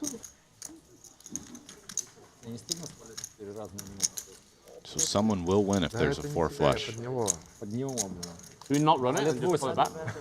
I've got tennis on the other side. I want to run it. 1 chips or none. All right. Run it Chop it until up, somebody boys. makes a flush. Oh, king queen. Yeah. King queen. Yeah, king queen. Oh. Good fold. I folded 6 Bye, you win. Joe would have gotten very lucky against those 2 ace-queens if he found his way in there. Again, I like playing that his already. stack Sounds kind of cool. rather Last conservatively. time- No last time criticism, of that course, of happened, the choice to oh, flat. fuck. I cut ace. But then like true. ace king off is better than ace king suited, no? So I'm all in. I'm like, yeah. Oh, King fuck. off is I better showed than my ace hand. king Oh, suited. fuck. Is that true? That's how it works? One time I jam and guy Dude, it's got to run out of flush before ace king. and it's like how much? He called and he got AA. I'm not sure. Which one The is it? option for 2 different Why would it- colors, right? Yeah, So but the odds of 4 you're diamonds or 4 closer. clubs or 3 spades. I believe that like 4 of 2 colors. I don't is see fine. why it would be any different than in that case ace king O would be a favorite against ace king suited in a normal. Like, is there check that's not we're going crazy. If you No, I ran it think out I'm to a right. winner, does that start helping offsuit cards over suited? Like I would say ace king off is ahead versus ace king suited. Then, It's the same thing. It's just an extended version of the same odds. If ace king suited is more likely to make a flush. Oh, you're right. I see. Okay, because in 5 cards, he's making sense. Yeah. Yeah, because I feel like an idiot. Yeah. hitting 4 of 5 is so much harder than hitting like 4 I don't know of that it's a 7. favorite, but they're really close now. I don't know what the favorite is, but they're definitely much closer. No action for Joe. You've got Yeah. 6 kings and 2 hands. I think it's favorite because like the highest Value. probability by far is like split, and if you separate the split in between this guy winning with a flush or the other guy offsuited winning with a flush, I think it's more towards the offsuit. I think you're right. Offsuit's the favorite. You might actually be right. Yeah.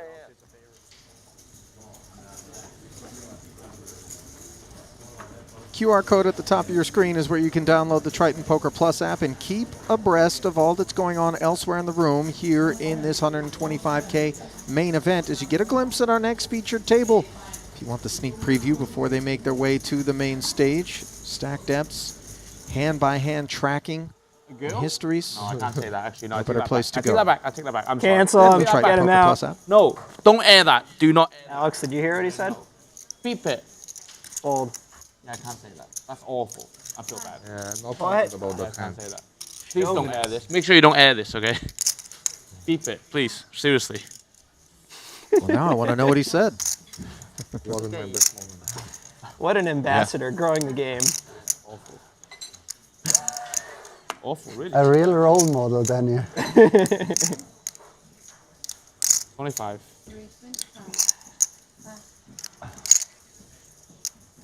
This is best player of the year for a second. He's hot shit. No? Said you're hot shit. What does that mean? Big deal. Impressive man. No, I feel bad. I don't know why that came out like that, you know? It's quite bad. It really is. He's not referring to the King 9 Open Still don't know what he said. from the cutoff. Dickerson, small blind, flat I don't know the context. with the suited connector. Something mild. Ace 9-7 board. Both players with second pair advantage. Danny with the better kicker. But the, Maybe he doesn't know it. Like but the fun starter or how a full much tilt pain aimless. you see in his face. What you say? You see so much pain in his face after he said it. I think like that was the, It's coming with third pot. it's not a good ability of 35,000. Obviously, It's part of the can human rep the condition. ace. If that's always going on.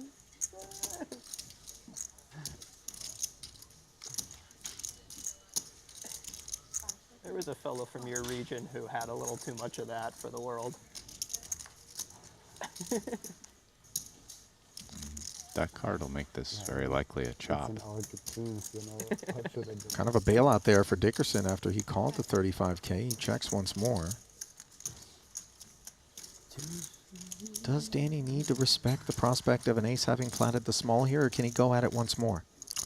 No, I think this gets checked back most of the time. I mean, it's really hard to get value from a worst hand. You do charge draws by betting here, but seems like a 9 is a pretty comfy hand just to check back in position and get to the river.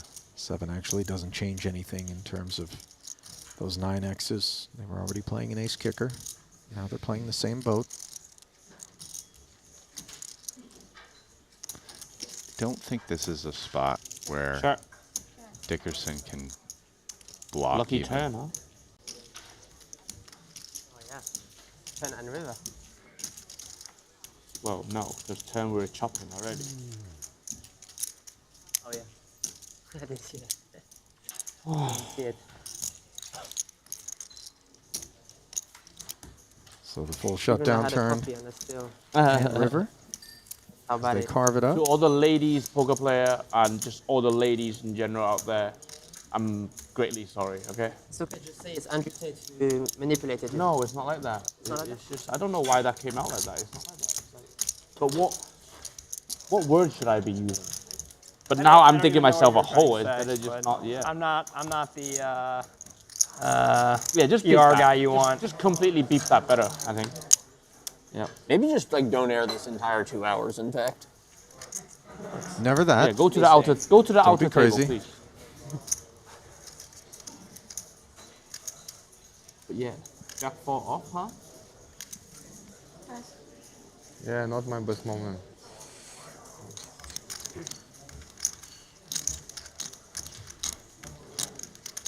Fours for Jozo.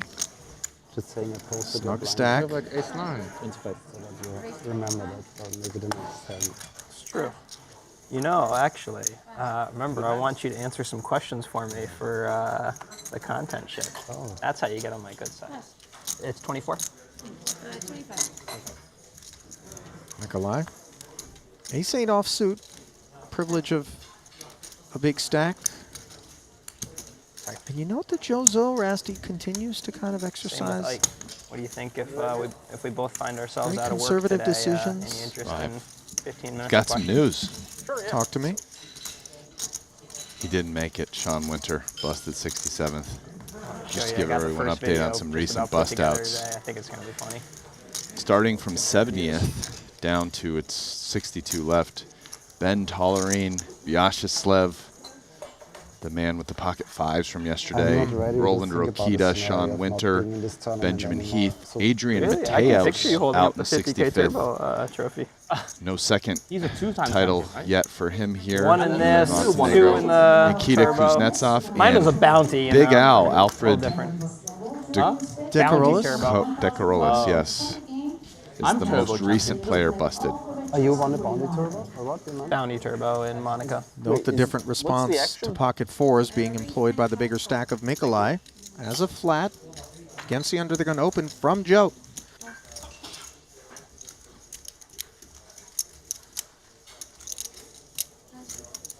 Ace-8.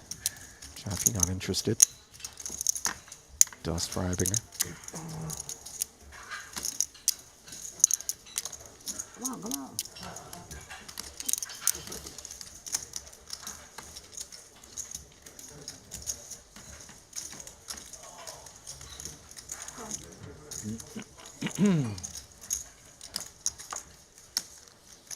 Matthias exploring 5-3. It turns into bottom pair on a Jack-9 high board. Lagging behind both the 7s and the 4s. A round of knuckles to the turn.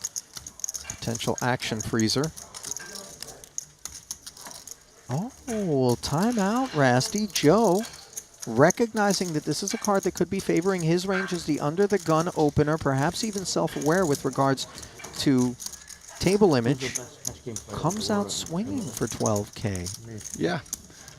Gonna just bet a tiny amount in order to try to win. And wow, 4s is continuing. Yeah, there are some guys that are hard to say. There's Not heads up, just any yeah. heads I think Linus always strong. Many good people. 50 BB. Are you still best in the world? 10 on the river No, 50. I don't think. after Ibinger's concession. And let's see if Joe's ready to turn Now you're very sevens weak. into a bluff. You can see he has the best hand, but if you're Joe here, you probably don't think you have the best hand.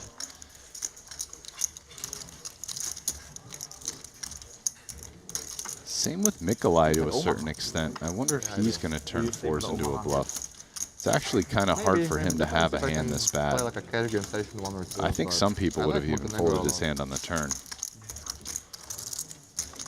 It's nearby for you, right? Yeah. If he bets, now with the connection is you a have bit to think tougher, he's going to but win. This would be a pretty it's tough. difficult call by Joe, to say the least. But he might also think Joe's just giving up with like king high, or it's just not that many. Always Wow. hard with the Okay, rating Joe's going to stuff. win this at Showdown. There's anti, non-anti, too many different. Certainly surprised You're right. that both players would choose to check it in that spot. It doesn't feel like hands that are looking for showdown. Он бы все выкинул. Хоть бы что-то поставил. See that? Вот я Вася. Nevertheless, No problem. Jozo. Probably like slightly more surprised from Mikolai's check back Yeah, than sure. Joe's check first to act. Because once you get called on the turn by Mikolai, who flatted us pre-flop already as an Yeah. under-the-gun type player, you start to maybe think there's some ace-x combos that could be Yeah, and you're afoot. just I wanna out get of some position. content that's called out of context poker clips, and we just get the little 1 second snippet of me looking here and you taking 5 out of my Caught in the act. I bigger Triton main event. Oh, that's a nice one. Scummed.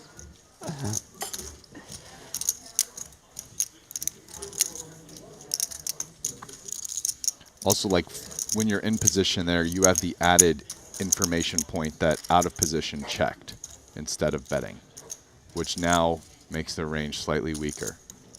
You know, and to be fair, fours is even worse than sevens, losing to 5, 6, 7s, and 8s. One So- case. Jozo waking up with the ladies. One case. Jaffe. A button raise. Doesn't have to be as high up as King Jack. One case. One case. Playing it as a trap. Oh. Ooh. Yeah, he's not worried about queens being no good. He's looking for an opportunity to get more of Jaffe's chips me a into 1K. the middle. He does cover, does Zo. These paired flops a lot of times do lure the C-bet, and on this occasion, no exception. Jaffe fires 12. I would think Joe probably just. Oh, is he clicking? Yeah, he's coming back with a really, really small raise.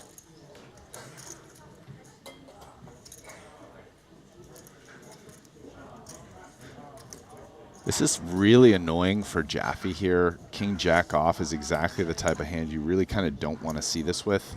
2 big cards. You are ahead of like 8s or 9s or something, or a 5 would be like the most likely hand. Oh, wow, that's... Looks like it's curtains for Jaffe here. A jack on the turn. Well, it should be. Oh my goodness, Joe plays it as a check, so he goes check, small raise on the flop. Jaffe peels, hits a great card. Jaffe And now once might- it gets checked to us, we gotta believe this King Jack has plenty of equity, don't we? No, Jack, he's probably checking this back because the thing is either my opponent is bluffing or maybe he has a 10 and he's slipping me some rope. So let's just get to the river and see what happens in position, protect my tournament life. I like this check back from Jaffe. As you unpack it, it does seem so self-evident, doesn't it? Where's the upside? If they're bluffing, they're getting away anyway, and if they're not, we're in really bad shape. So we get to the turn, and now we see this bet, and we get to decide. 60, laying a price of 3 to 1, half pot sizing. So the thing about Joe for me is once he decides to play it as a check raise on the flop, I kind of like just bet, turn, shove, river. Like you're going broke if your opponent has a 10, right? You're not saving money versus a 10 by checking turn. You are saving money. You're saving your opponent money when you have the best hand. The only reason why I would like check raise check is if you think your opponent's just floating you and then going to stab a bunch with hands that now fold versus a bet.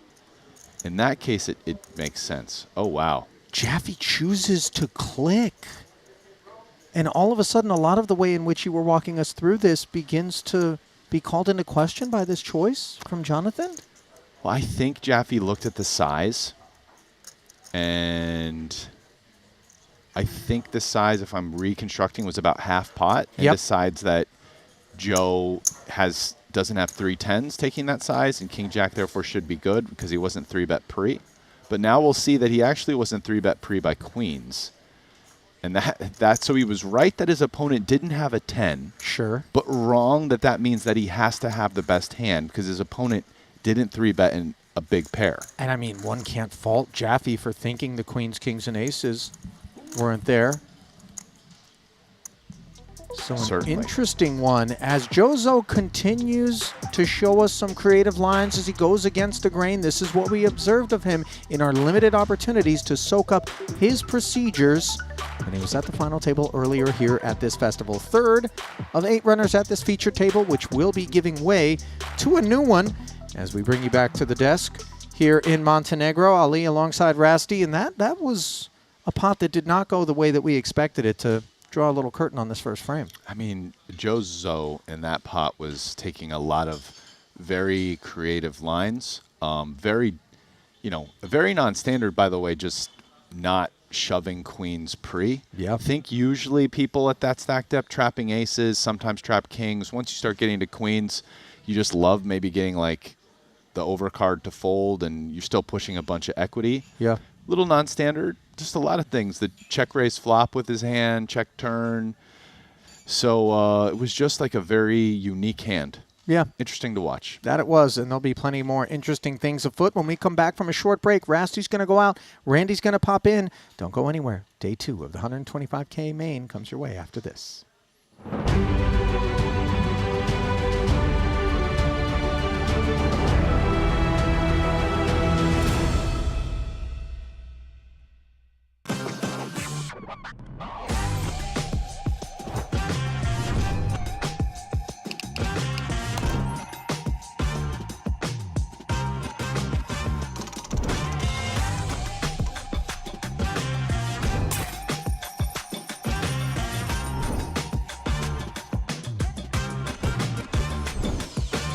Want a $50 Global Millions ticket on top of the full GG Poker welcome bonus?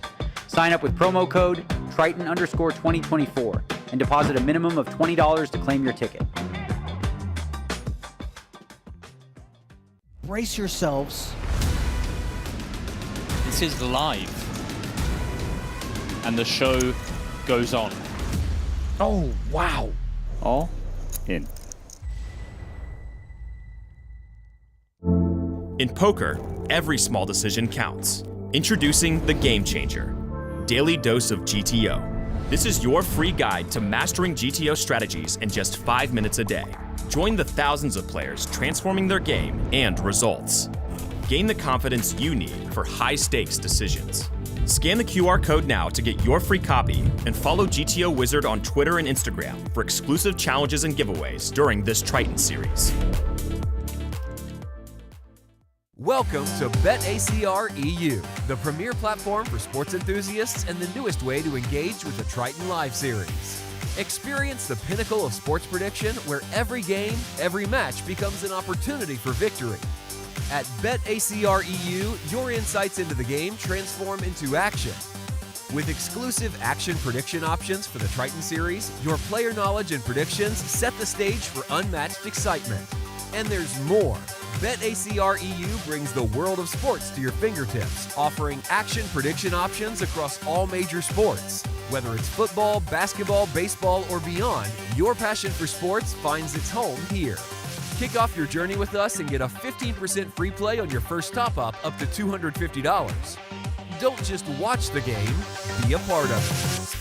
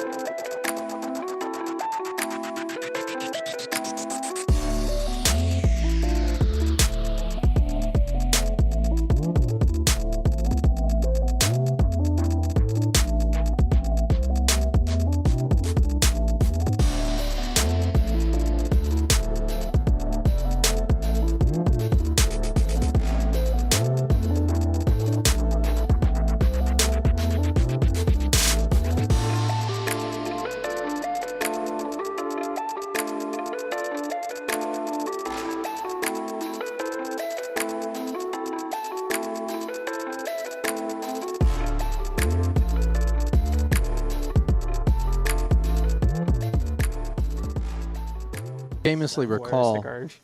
in jest something that stuck with me in moments like that where the guy shows you the Queen Jack. It was Anthony Alberto. It is fun, yeah. Who looked over and said, I feel like I'm getting cheated on the square. Yeah. Now I'm in a full-on survivalist algorithm, or Yeah. Pocket queens for Ibinger. Oh, this table was quiet, but I think we just got Jonathan Jaffe.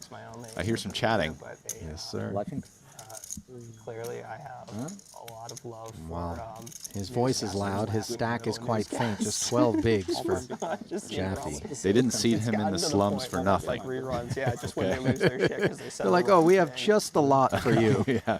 This one was good. Malinowski with the 5s. He does jam. And the bad news promptly delivered by Matthias. A 488K pot. And might it all be coming undone quickly here for Victor, who's trying to go 3 for 3. On this board, difficult for me to continue. Of course. Because those two are similar. Right.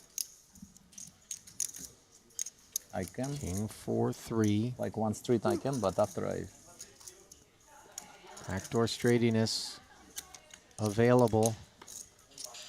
Oh, and no sooner do I mention it than the deuce of spades brings it to fruition. Open ender. So now add 6s and aces to the equation for Victor. He's wearing a smile, but he needs help. And that isn't it. Just 31K left. Thought perhaps Ibinger had him covered, but now none of that coming courtesy of any of his entries here in Montenegro. Yeah, I mean, hasn't cashed yet here. I mean, Jeju just closed it out strong with 3 cashes in a row and a 5th place at the main event there. So, you know, he wouldn't mind maybe riding the ship here with another 5th place. I mean, this main event's even just the same prize pool as we were discussing in the pregame. And, wow, it looks like he won the main event in Monte Carlo last year. That's right. He beat Adrian Mateo, so earned that one, hence the watch on his wrist. Yeah, you see Malinowski piling it in. Piling might be a bit rich, but 28,000. Queen 10 suited. Spin the wheel. So some good results in the main event. You'd love to keep that streak going. Yeah, Ibinger. The man Rast is referring to Haxton doing math with 9-5 suited. I think the raise isn't reopened.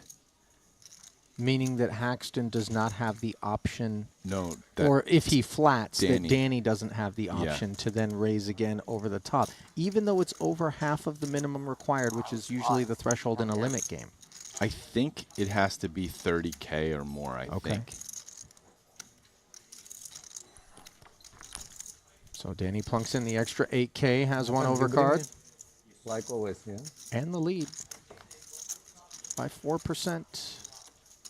No longer the case, as the 10 in the window puts Malinowski in front. This 81,000 needs to be headed his way if he's going to keep his seat, and it does. So it would appear that even for Limitless, there are limits to how many. Have the hand where it's like you have ace-jack and your opponent has the queen 3 suited. I mean, you're only doubling them for 10 blinds, so it's not the end of the world. Ace-jack for Joe. Just bins it up front. Rast feels quite snug. Well served, by the way, considering ace-queen was just a spot behind him. Is ace-jack's enough to open under the gun? Yeah. It is 8-handed.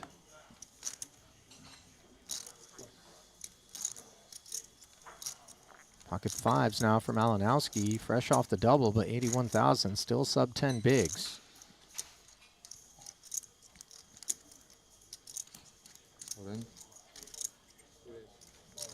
Jams it. It's only going to be another 61,000 for Mikolai to make the call. This is definitely on the looser side here by Victor. Although he's been showing a propensity to kind of gamble in a lot of these spots pre-flop so far today. It looks like he might be in the want to build a stack or take the rest of the day off mode. Just instant 3-bet the first spot out of the big blind, jammed 5s versus an MP open, and now jam 5s versus an EP open. I mean, under the gun 7 might not even be opening deuces or 3s or whatever. So 5s almost never is the dominating pair. 8-3 deuce board. Safe. Turn. Suddenly a threat. So third club appears. 5 of clubs won't work. No, the 9 of spades. 81. So a double-double.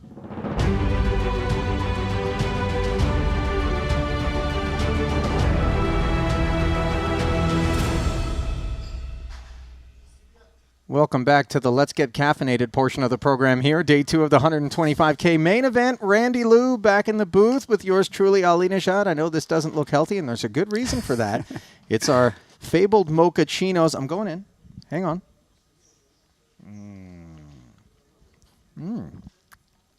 It's actually just Hershey syrup at the bottom, I think. This is quality content, my friend. Yeah, well, not necessarily in terms of the stream, I would imagine, is what everyone's thinking back at home, as we do bring you back for a glimpse at the Triton Poker Plus app, where we find Germany's Samuel Jew. Up at the top of the leaderboard, 2.3 million plus in front of him. Alex Ponikov's has been surging, 2 million in his stack. Masashi Oya there. We do have a new feature table on our hands, getting a peek at them in full. First chance that we're going to get to see China's Elizabeth Chen. 3 events under her belt here, a rare sight in these Tritons. Obviously looking forward to that. Randy, you familiar with her at all, by the way? Look, there was someone who took a photo with me. I'm just not sure if it was her or not earlier. Are you saying you got fans, Randy? I do, and I will be able to confirm it when I see her at the feature table. Ladies, Randy's spoken for, so everybody relax, okay? Not sure how relaxed those who are looking to make the money in this one are going to be. Prize pool did get announced by Luca Vivaldi. $214,000. Payouts, rather, not prize pool. We already knew the prize pool. They were working through the math.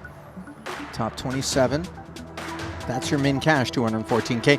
The champ, 4.7 million plus will go their way. Justin Saliba, the mayor here at this featured table, followed by Brewer, as the Americans are bookending things.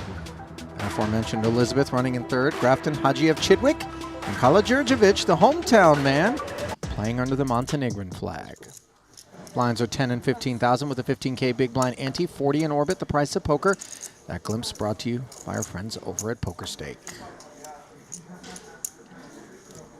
Well, Randy, is that... It is her. I'm pretty sure now. I'm like 9. Yeah, it's her. Why would you put her on blast? She's out here playing 125K main, and you're making her feel like a groupie. What's wrong with you? My bad. She's a player. Yeah, she had a mask on in the photo, so I couldn't tell. Well, that's because, you know, she knows you might be carrying all sorts of weird Australian-born things.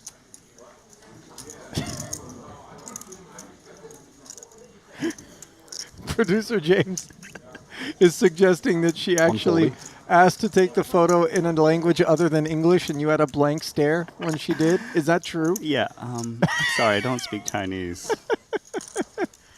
Why would anyone think that you spoke Chinese, Randy? Yeah, I don't know. When clearly you look like you speak Japanese. It is strange. Nano Noko. I remember. I couldn't. It took me multiple festivals to believe you, by the way. That I was what? Chinese. Oh. I was like, no, Randy, stop it. Stop trolling. Yeah. Don't worry. No one knows. Well, let's see whether or not Saliba's made a believer. There's your answer. As Brewer I'm scared, man. It off Not letting me feel. with the 3-bet. I like my hand. I'm a pre-flop player. Wasn't Kings again, right? What? Wasn't Kings again? Wasn't Kings. Could have been, but it wasn't this time. I had a beautiful hand. Brewer's got 7 events under his belt coming into this one. 3 cashes.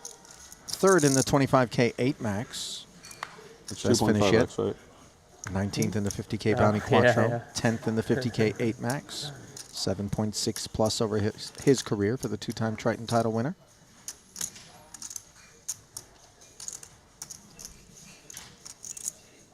Got a 9-7 suited for Elizabeth. Gonna fold. Same story for Saliba.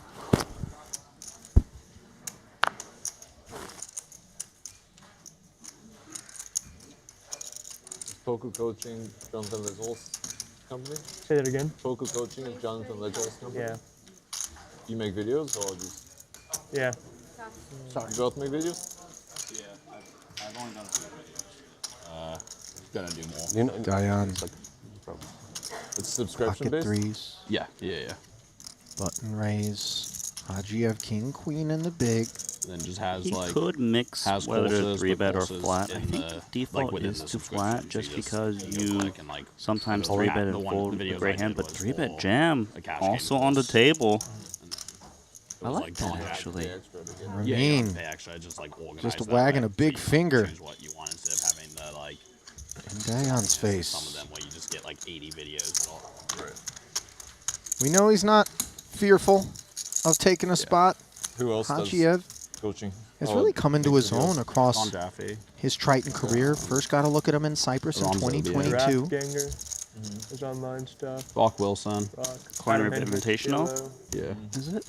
His first bunch ever of others. Triton cash was a win in that Luxon Deep Pay Luxon Invitational. Yeah. Yep. Yeah, Played David Cyprus. Doing a tournament 2023. It's a sad day when 4.1 million. What do you mean? It's a great day. All of them make. Nothing sad about it. No, but it's you expect Deep Peach, you know, he's like the last person, mystery man. You never know. Now, Yeah, I need to watch those videos. now it's It'll be like the key. like It's sad, spend the like night sad at the to club. see. I don't like to see it. I don't mind selling them, but Deep Peach, you know, where the heroes left, you know. The joke is that like he'll never talk poker, but the only way we can record videos with him is if like we're at a club and he's drunk, and it's like, Sure. you know, hey, what do you think about 3-betting this spot? And he just opens up. You know? 380s the entire course, he just has a whiskey in hand. See him at Rhino, just like 3-betting an empty tee Sure. at Rhino. Yeah, yeah. The girls in Rhinos know all the secrets before everyone else. The good poker players came out of there. Some bad poker players came out of there too. First time I ever went to Spielman Rhino. Chidwick defends bottom pair. Just so you know, we're being filmed here. Yeah, it's fine. I'm just This giving isn't- you, this as isn't- your solicitor. This isn't like a bad story. First time you were at Rhinos, carry on. Yeah. This is like before I played big. I was playing like 5-10 cash in Vegas or whatever, so I don't know anyone. I walk in and like somehow someone asked like, oh, what do you do? I was like, oh, I play poker for a living. And they're like, oh, do you know who Jake Schindler is? And I was like, I have no clue who that is. And they're like, yeah, that's my boyfriend. And I was like, oh, okay. And then I looked up after. I was like, oh, interesting. It's pretty good, yeah. It's like one of those ones you always expect it to be like when they say like they know a guy playing poker. Jake Schindler catching strays here on the. yeah. And whatever. Dated a goal. It's not. I mean, I knew who no one was. I played live cash. Yeah. That is usually how it was, though. It's like, oh, I know a poker player. Yeah, My cousin loves to play. The kids like play. Randy, I'd love to say anything, but I'm terrified to miss out on brewer story He time. was at a wedding. Yeah. Someone's like, oh, I think you know. Let it continue. And he's like, oh yeah, I'm sure. I'm like, Phil Hellmuth. Scott's like, yeah, I know him.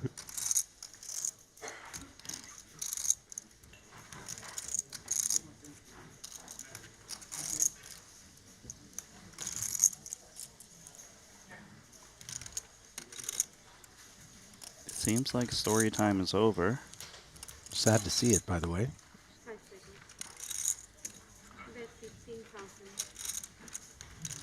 Min bet, blocker, value. Yeah, targeting some ace highs is Chidwick here. Exactly, ace That's high. played.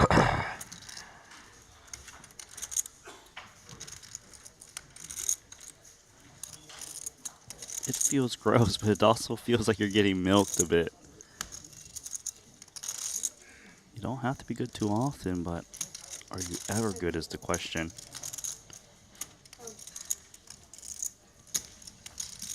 That doesn't feel nice to be value bet by bottom pair. I was just thinking the same thing. Actually, last hero Kim. left is Brian. Brian, you never done a Keeping him training honest. video, right?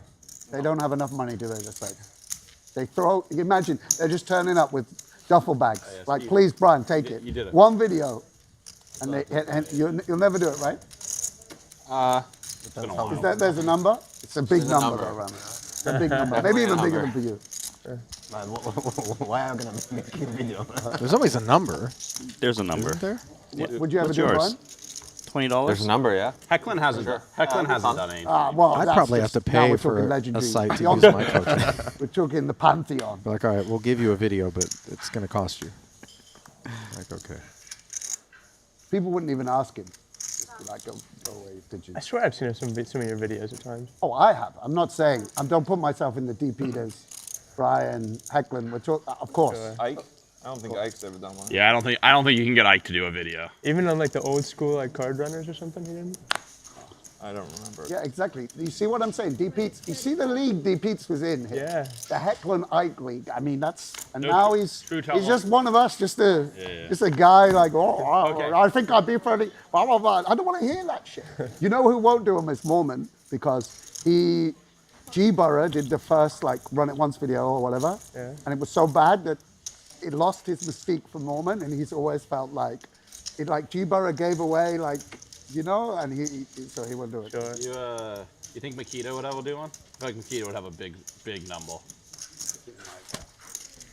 Makita knows the exact number though. That's the thing. You'd ask him, he'd be like, "Oh, this." 30K open from Dion. He's already calculated it. Yeah, big Flats from Haji Evan Chidwick. I mean, Makita's the legend.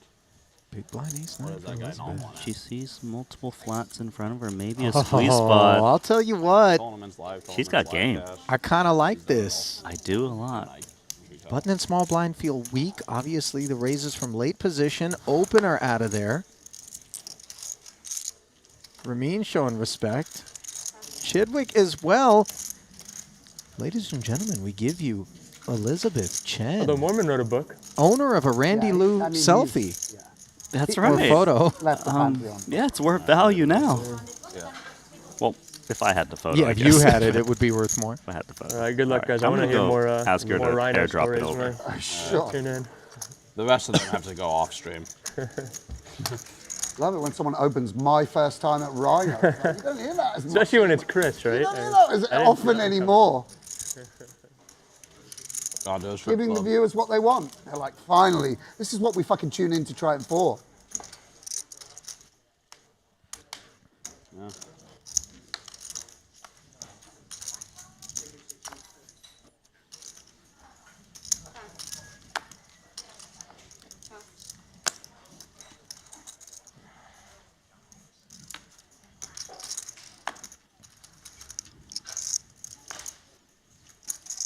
Ace Queen for Grafton. So he takes a break from holding court in terms of conversation.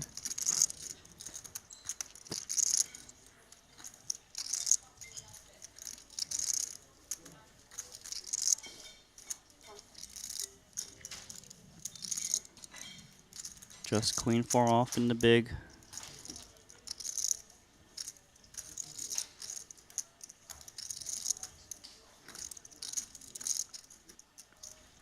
It's weird. It goes like 140. dead silent all of a sudden. Hold on. Queen 4 offsuit is. Picking big little offsuit to push back upon Grafton with out of the big. Why this kit? Well, the idea is that he doesn't expect Grafton to call his 3-bets too much. He knows that, you know, it's okay if this hand just gets killed if he does get played back at. Usually you see it from King X or Ace X, and nice move from Grafton. Was unexpected, Ollie. Out of Brewer, much more so than Grafton, but in any case, Sam certainly didn't have to play it as a jam, but off of 530 in total. That's exactly what he did.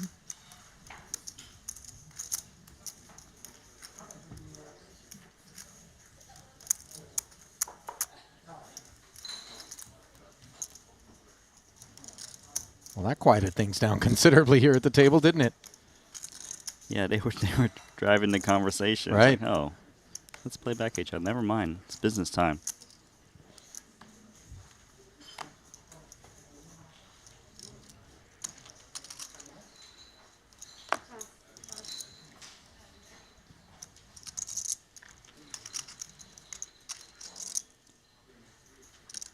You know, Hajia actually had a very rough day one at the end. You weren't in the booth. It was me and Rast, and he had just gotten in so good multiple times and got like 3-outed one card to go. And it was funny because he had a big stack. He lost 2 big all-ins, and he was down to like 70K.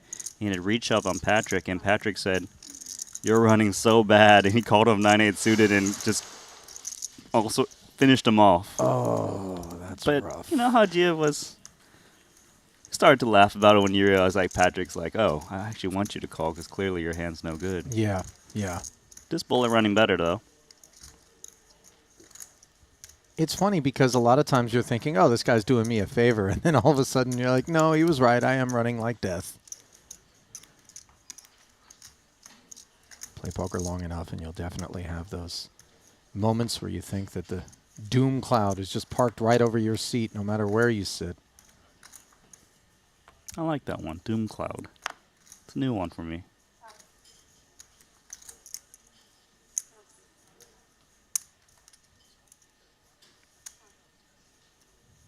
Jack 10 suited for Chen.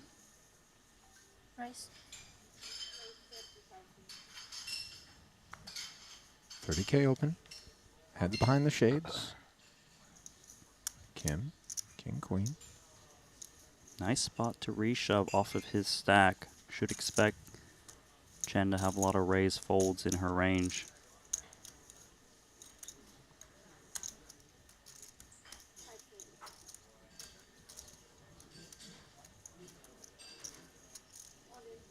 $210 in total, all of it deployed here. How much? Elizabeth asking for a count. 30 invested, another 190 to call. Note how deep she is here. Not sure what kind of appetite she's going to have for Jack High, though, against Brian's jam. Jack 10 suited actually doesn't perform that bad, but if it's a little bit too many chips, then you'll just want to pitch it. It plays a little bit better from the button versus small blind. She does pitch it, though, in the end.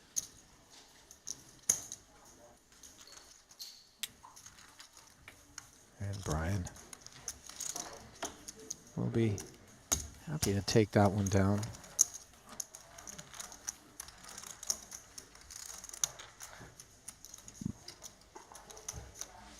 How's Brian doing so far here in Montenegro? We've seen him since the onset. Played a fairly full slate. Brian's been doing great, actually. He actually ran runner-up to Moneymaker. It seemed like he was going to take down that tournament. Did get second place for $609,000 in that. And the last 3 tournaments he's entered before this one, he's actually got a 11th, a 12th, and a 15th. So very close to final tables, but lots of cashes under his belt.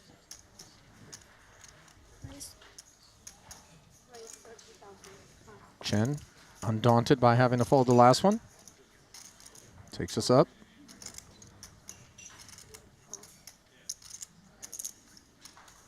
Sam Grafton, King 5 offsuit.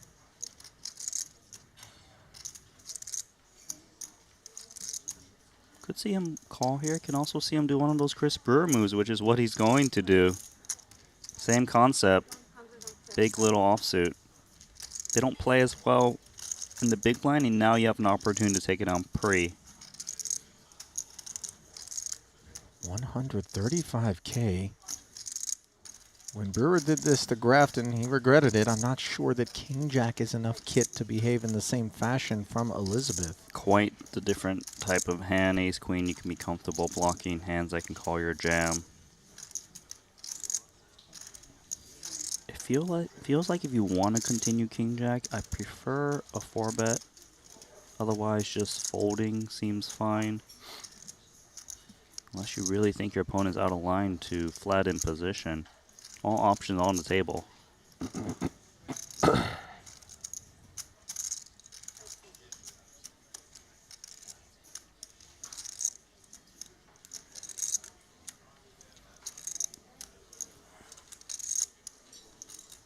Time bank being utilized here from Elizabeth.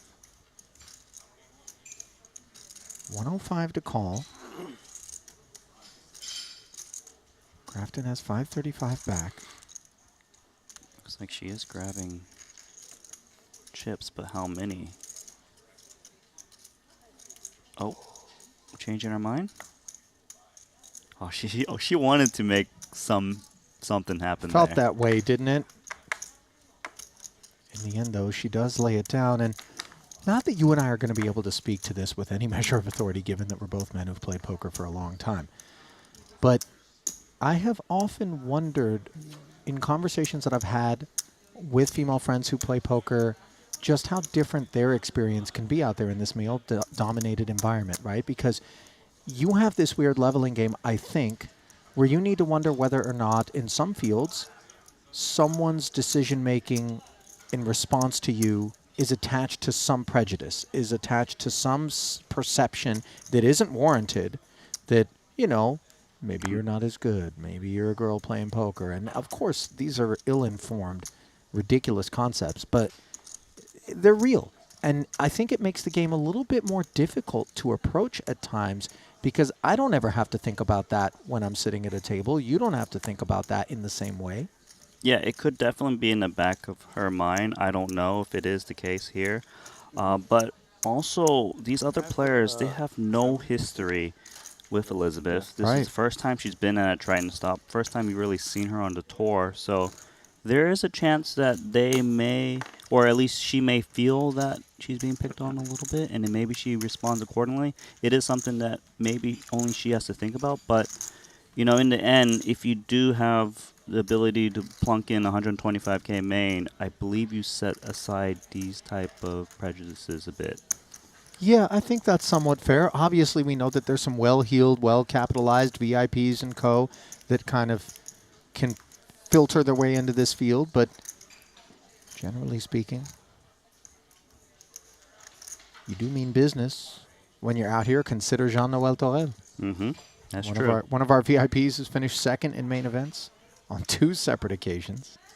Yeah, and I haven't watched her play too much so far, but I can definitely see she's thinking about the plays, and I do really like that ace-9 move she made earlier, where a lot of players just default to call and, you know, check fold lots of flops. As soon as we took the first sneak peek at this being our next feature table, I was absolutely focused upon the prospects of being able to get to know her and her game here at her first ever Triton Festival, and seeing the way in which our regs who aren't at their first festivals, in fact, are very deep into their Triton careers, are going to navigate against her. As we see the way that Hagiev navigates the ace-jack from the small blind, 3-betting over Grafton.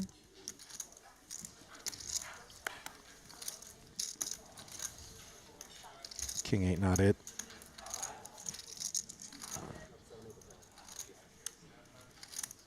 This is actually quite the table when you look at it, right? Sam Grafton, Hagiev both have tremendous results at Triton. Hagiev, sure, he's not like the professional that's grinding the computers and the solvers and things, but he really has a lot of game, and you can tell he's got the right instincts. He's got friends that he can go to and, you know, tighten up his strategy a bit. You know, I think he's very strong. I like watching him play. And you look at the rest of the table, we also got like CRISPR, Chidwick, big names in No Limit Poker, and this is it's going to be good. I'm excited. 10-8 suited. Grafton continues to be active. 35K, and look at Hagiev again, ace-jack. Feels like he's going to attack him once more. It's funny because when you see these spots kind of develop, same guy opens, same guy 3-bets, you start to wonder, is something personal going on? Is there some context that I'm lacking in terms of... And usually we say no, but you never know. There could be a little bit going on. It's very, very true. And then like the second and third time you get 3-bet, you kind of want to peel just a little bit more. So I wouldn't be surprised if 10-8 of clubs tries to take a flop here out of position, especially with the price he's being laid. Yeah, unintrusive sort of holding, right? You don't rate to be dominated, usually 2 live cards. Suitedness, connected. So we shall see 3.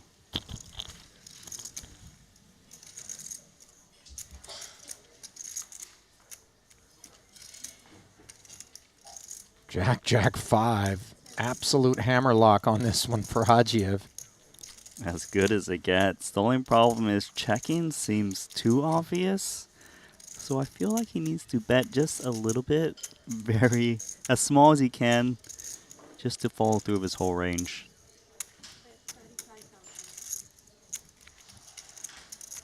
Like this 35K bet. Unfortunate for him is that Grafton really has the absolute no continue hand. Nice pick up there for Ramin. Hajiev with over 5 million in career Triton earnings. We talked about that one title, 7 cashes. And that's the Azerbaijan flag? Yes, it correct? is.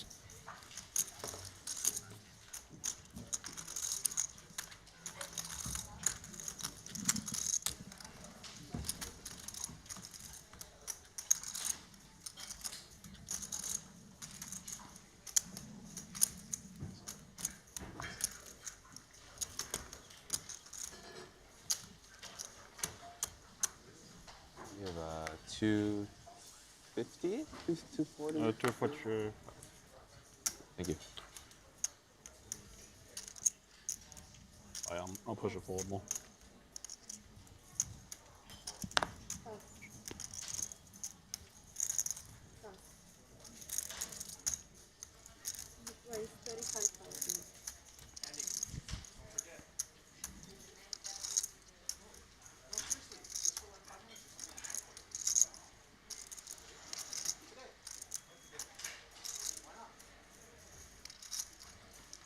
So Hajiev going to race again against Grafton. Is it personal now? It's 3 times in a row. You know what's wild? I heard you pause, and I was thinking the same thing because I looked up at the screen briefly The third time. in the app, and I was like, 35 and 90, Grafton and Hajiev, do we have the right hand? And indeed we do. This time it's 8s against ace 10. So on every occasion, Hajiev's decision to 3-bet has been within reason. Grafton, of course, doesn't know that, and he has been outflopped. With 2 overcards out there, Hajiev's second pair. Sam checks over. Also a type of board where Hajiev is expected to bet on king high, given he's got all the ace kings. Expect him to come in small once again.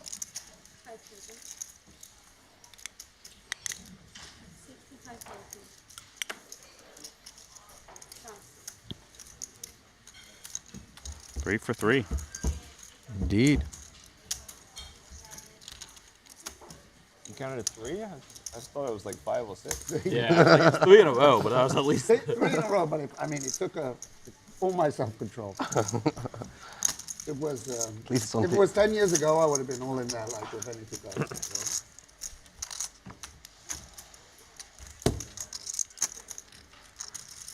The ones before you'll not see, but these ones they're pretty obvious. They're on TV. What's that? The ones happened on that table, they're long gone. You don't want to know what happened on that table.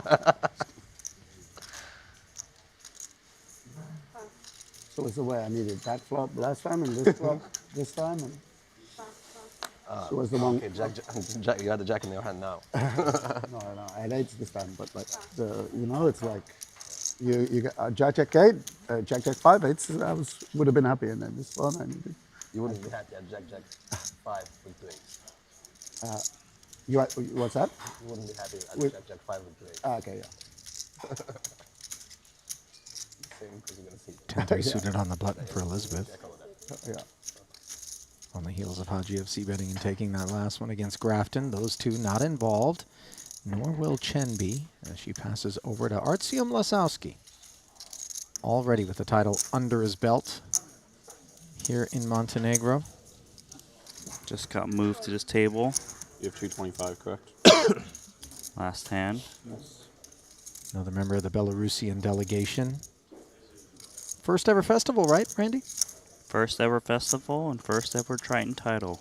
in his third event in the 40K mystery bounty, 669,000. But he also collected around 600 and something thousand in envelopes as well. He had 12 bounties. Day 2, he collected a quarter of the field's bounties. We came in with 47. He picked up 12. Bounty's not in play until day 2 as Brewer's Ace Jack gets in play. And so he pretty much doubled his prize that he won for first. That's bananas.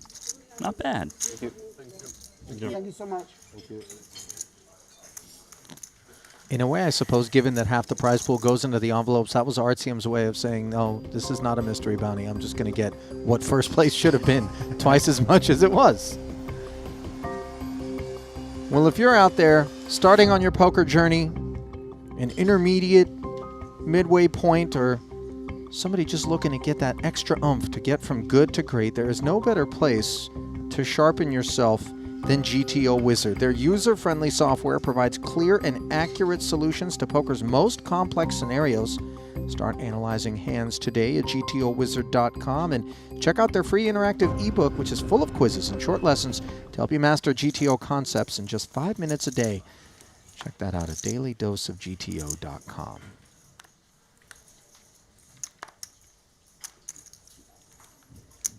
Maybe we should approach the guys over at GTO Wizard and be like, what if just to balance, because balance is an important concept, to balance your daily dose of GTO,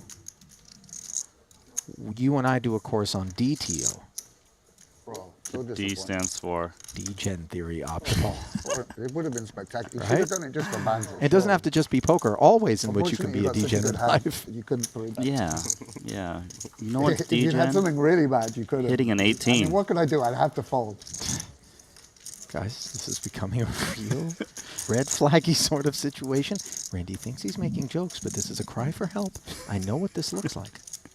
He's got a blackjack problem. Grafton has a 10-8 of clubs problem.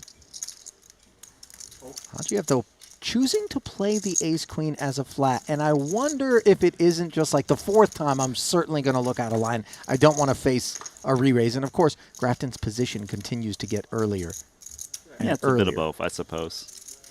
Brian Kim liked the prize from the big blind, won't like this king 8-7 flop, which puts Grafton in front of the field. Second pair and the betting lead. It's interesting how to play this one because he does have a piece that needs a little bit of protection. It also gets tricky if you get flatted.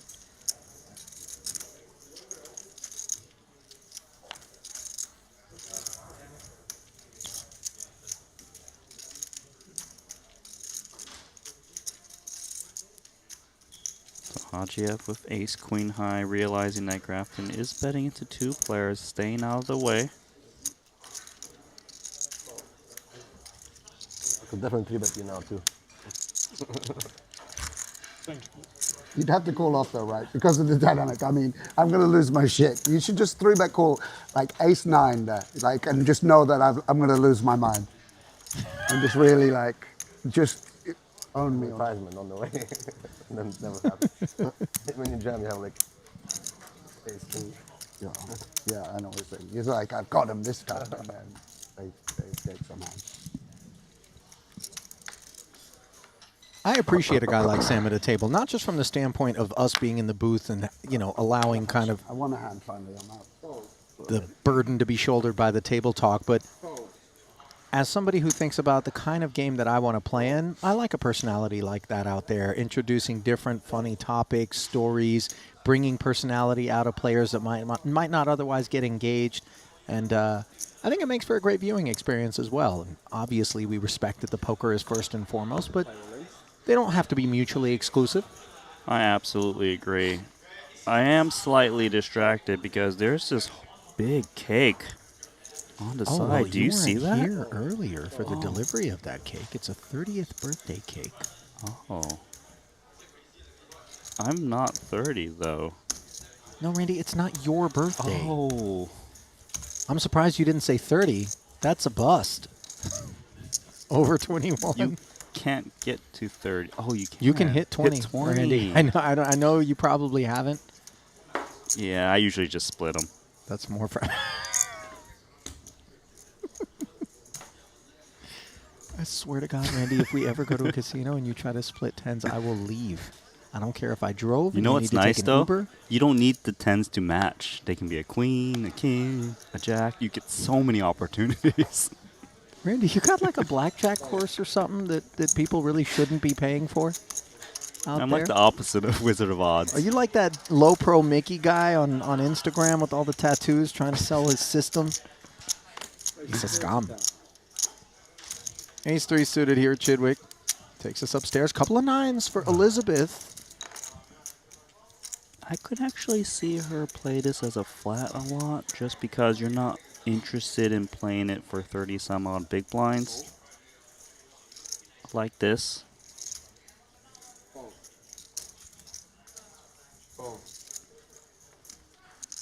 Another pocket pair for Kim. I like this fold. He doesn't have the odds to continue in position. Plus, he's short enough where if he jams, Chen would be priced in the call with medium pockets. That would crush the 2 4s. Good discipline from Brian Kim.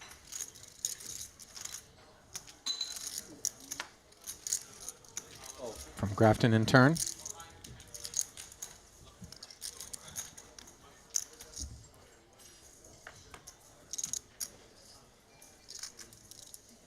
Table for 2. 2 overcards to the 9s. Bottom pair for Chidwick.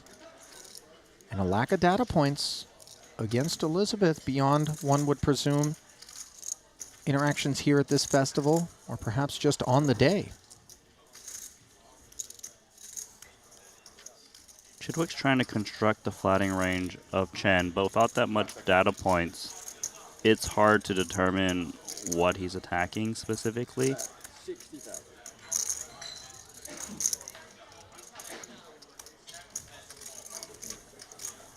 Gets Chen to fold to pocket 9s. Nicely done, Chidwick.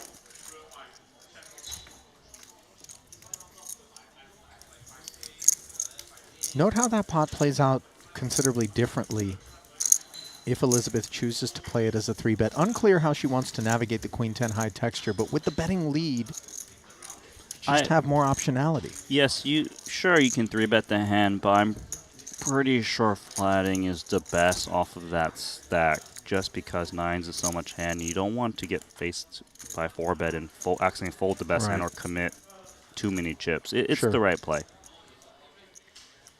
Yeah, it wasn't a critique, I suppose. Not No, suggesting I that understand you she like didn't go to about the right way. explore But other options. Yeah. No, by no means.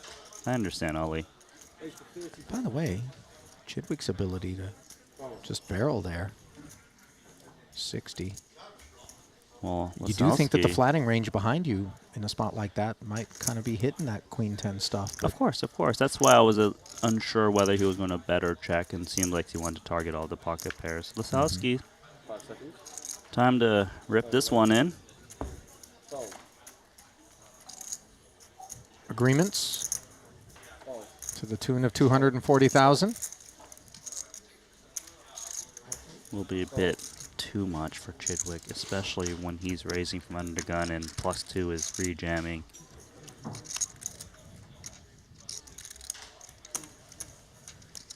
$240,000.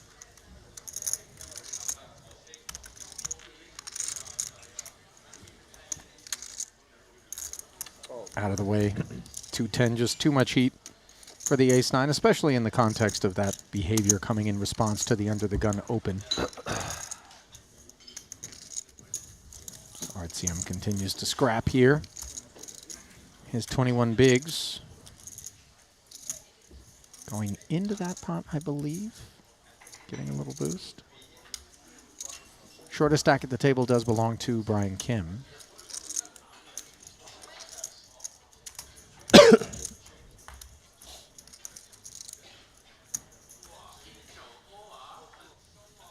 Jurjevic, second shortest stack here at this feature table. Shortest stack overall in the room, where just 54 runners remain, belongs to Orpin Kisachoglu, 12 bigs. Dan Smith down there at the bottom, 13 bigs. Those are the only two shorter than Brian, who looks down at ace-jack in the hijack. Off of 15 big blinds. He's stacking. One tower in.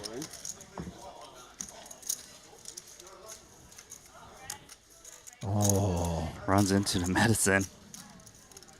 Kala-Djurdjevic, just 20 bigs. He's going to rip over the top. Generally not a good sign for Brian. So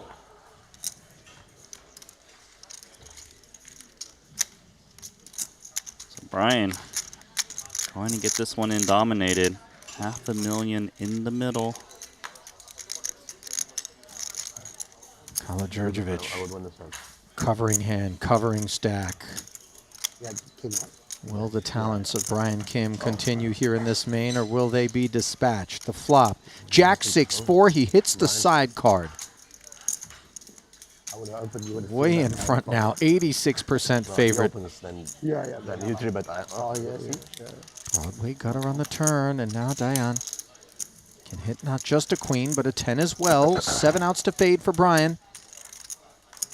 Oh, and the 10 rolls off.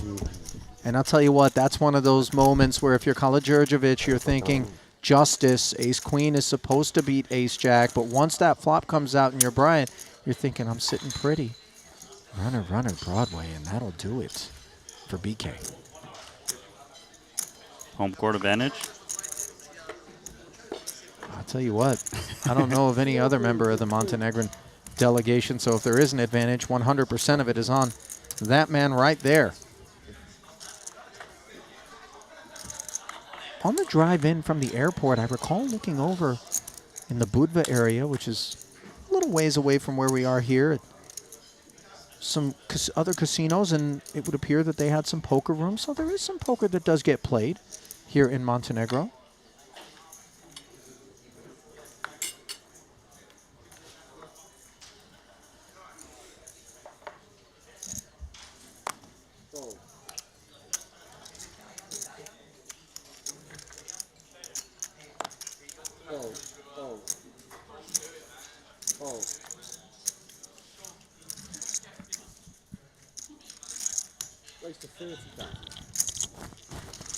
Little suited connector, piquing Ramin's interest.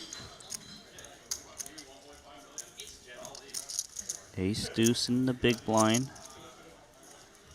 Standard protocol is too flat, given the price and the deep stacks.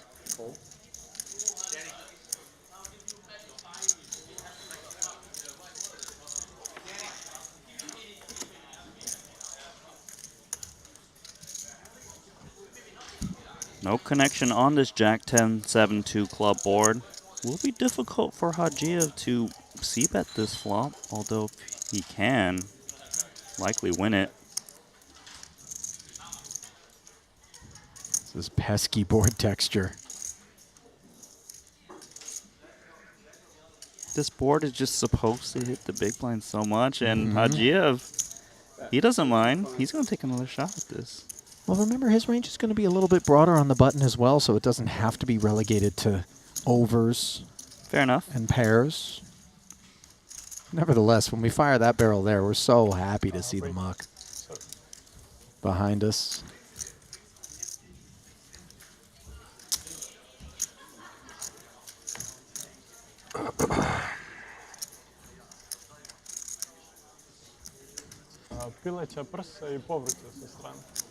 Randy, do I need to remind you of the standing invitation that we have from Ramin?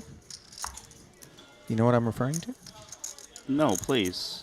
I don't know what you're talking about. Hajiev, involved in the nightlife industry and restaurateur out in Azerbaijan. That's kind of the guy, I think, that if you're going to visit a place for the first time is going to have the right recommendations. He has said, come to Baku, leave the rest to me. So all we got to do is get ourselves to Azerbaijan, and then, you know, Ramin's going to point us in the right direction. I had a trip planned after this, but I guess I'm going to Baku now. Where were you going to go? Oh, you were going to go to Japan after No, this. family, screw that. I'm going to Baku. Let's go.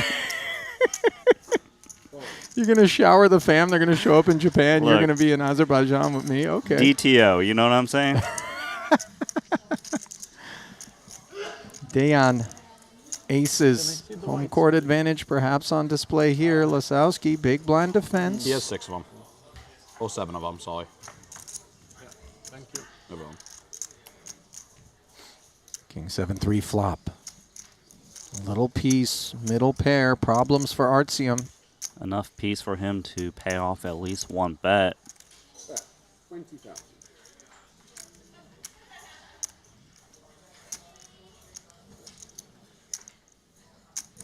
Fold.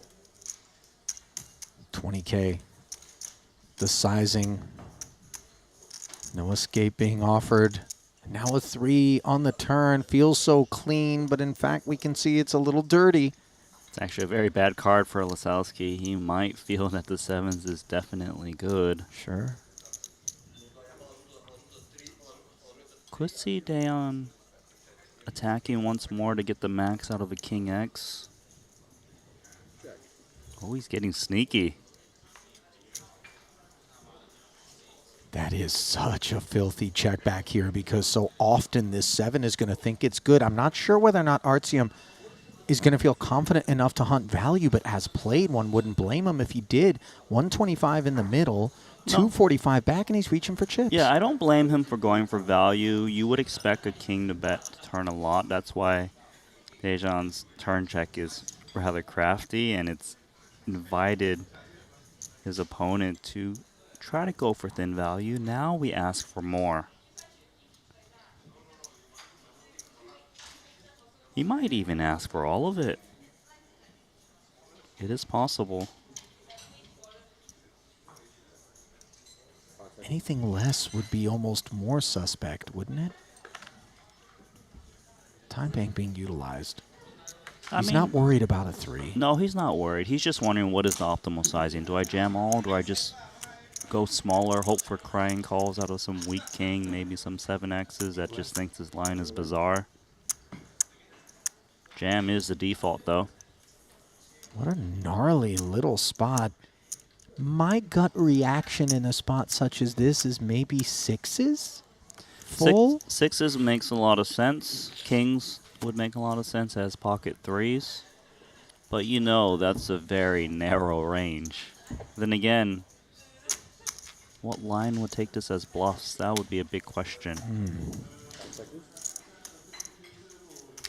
Yeah, even if it was for some reason some of the inside hearts between the 7 and the 3 combos that maybe hit a 6, you would just think they should want to just call. Yeah, why would they? 4 or 5 of hearts. I'm not sure if that actually opens from +1 off of that right. stack.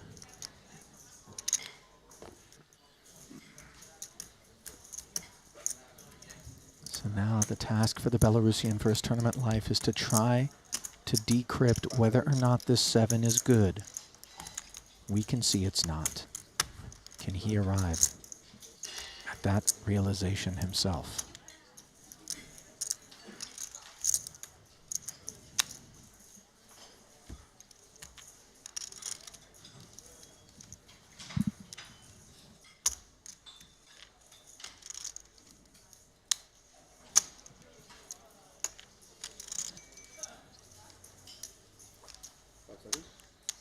He is going to lay it down. Good fold.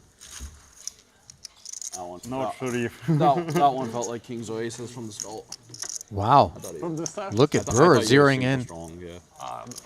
I was The exact holding. Oh, strong. Very strong.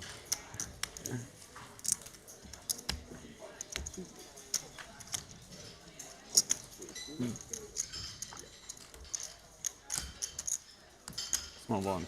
Maybe. Anytime fresh off of the pot being delivered, you get somebody who wasn't even involved in it that paid enough attention to just call your hand, you're always like, oh boy. That It's also going to be a tough outing. gives me that little alarm bell like, wait a second, people are watching these hands even though they're not involved? That means Right. they're really paying attention to things, and I need to make sure I don't give anything away.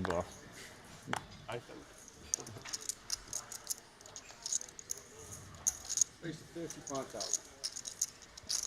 12. 12.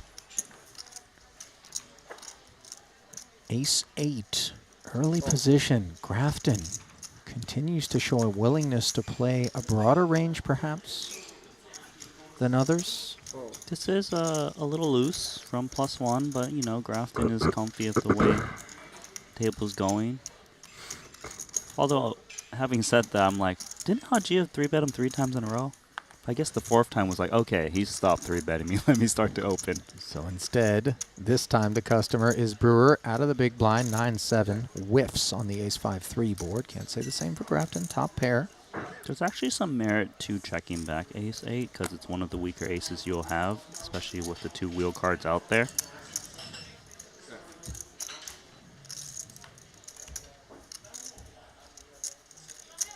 So it does check through. Third club on the turn. And I like this on balance. A lot of these board textures, you'll see the ace check back and then put the barrel in on the turn. Yeah, the things you're trying to balance with are a little bit of air, but also when you're holding pocket pairs lower than an ace, you don't really want to build the pot. So you have some aces so that people can't just barrel away against you, assuming you never have top pair. So we check down to the river. Now there's value to be had for the ace-8, I would imagine, with kicker playing as well. Bet 55,000. Little 55K bet. Relieves Brewer of having to take any more time, and a very uninteresting pot for him.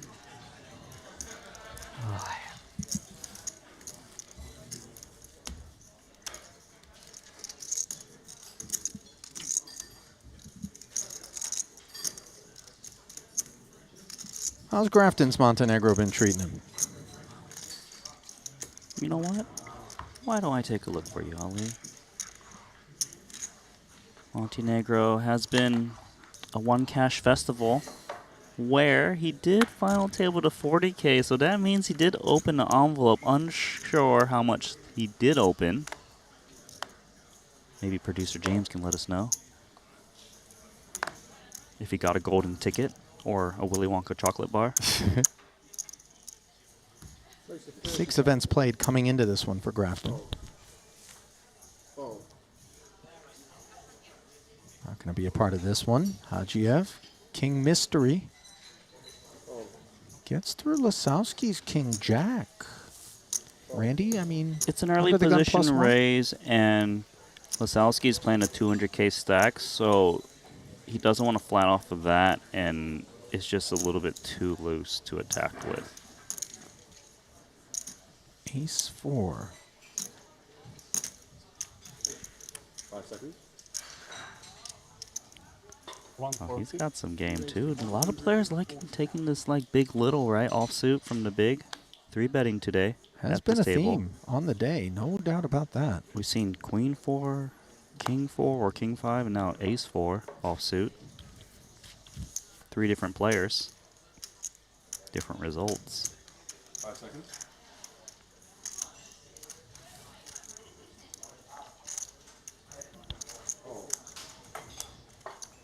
140. Getting the job done. Dion continues to try to work his way into a deeper stack. So far, the efforts have been fruitful here at this featured table. Ali Najad alongside Randy Liu. Happy to have you with us. A quick glimpse at the chip counts brought to you by betacr.eu. Shortest stack at the table. Lasowski was forced to fold a 7 correctly not that long ago. As he'll recenter himself. The 2 Brits running 5-6. Hometown man. Midfield. And then Hajiev Chen on up to Brewer. 50-minute levels here in this $125,000 main event day 2 action from the Maestral Resort and Casino here in Montenegro. If you're out there on YouTube streaming us live, click like, click subscribe. If you're not streaming us live, do the same thing. If you happen to run a bot farm of some sort, put the bots to work.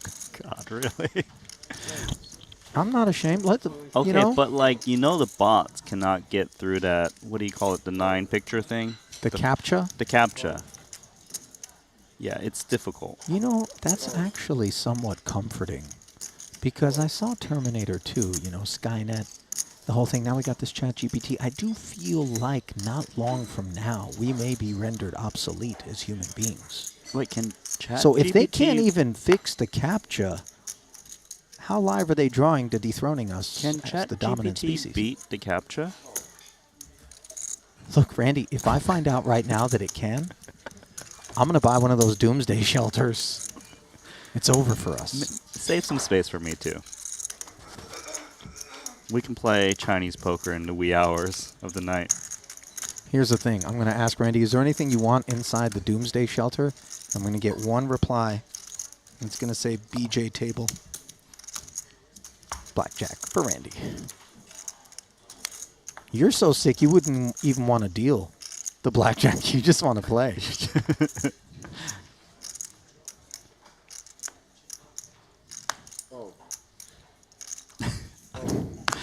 Yeah. I'm just thinking about some fast stuff. Why do we keep sending your checks to the Crown Casino in Melbourne? It's so weird. How big is the marker, Randy, that we're talking about? We've really taken this complete fiction of a story and run with it. You know, it's a semi-fictional story. What can I say? There will be an autobiography one day. Is this a semi-fictional raise, ace-5 offsuit cutoff? No, it tends to be one of the offsuit aces that does come into play. Do have king 6 taking a flop here.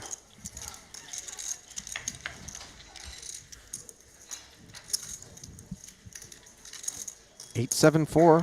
Couple of hearts. Both players with a gutter. And the backdoor Similar heart draw. hand. Yeah. A little bit of interference.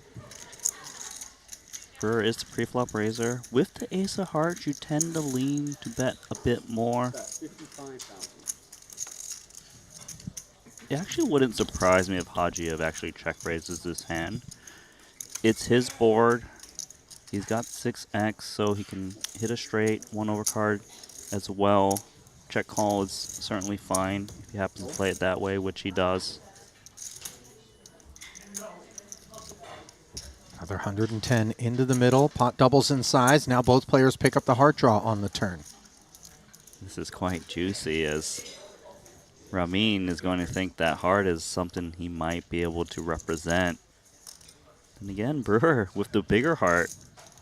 I think he fires once more and bets a lot of rivers. Certainly feels like a ripe spot to maybe try to clear a little bit of equity. He can clear a lot of hands, targeting the 7, the 4. Brings in 90k. The queen actually rates to not hit the big blind check call range too much, so he can really represent a wide variety of holdings.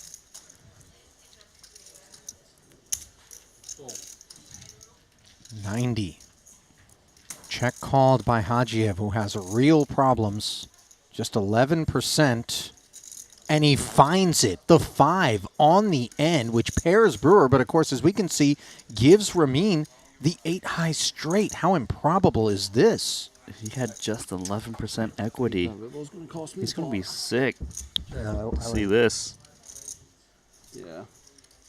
Oh wow, that's also a bad beat. Bad beat in 2 ways. Oh yeah, the ace of Ramin hearts. Yeah. Ace of holds 5. didn't go for it.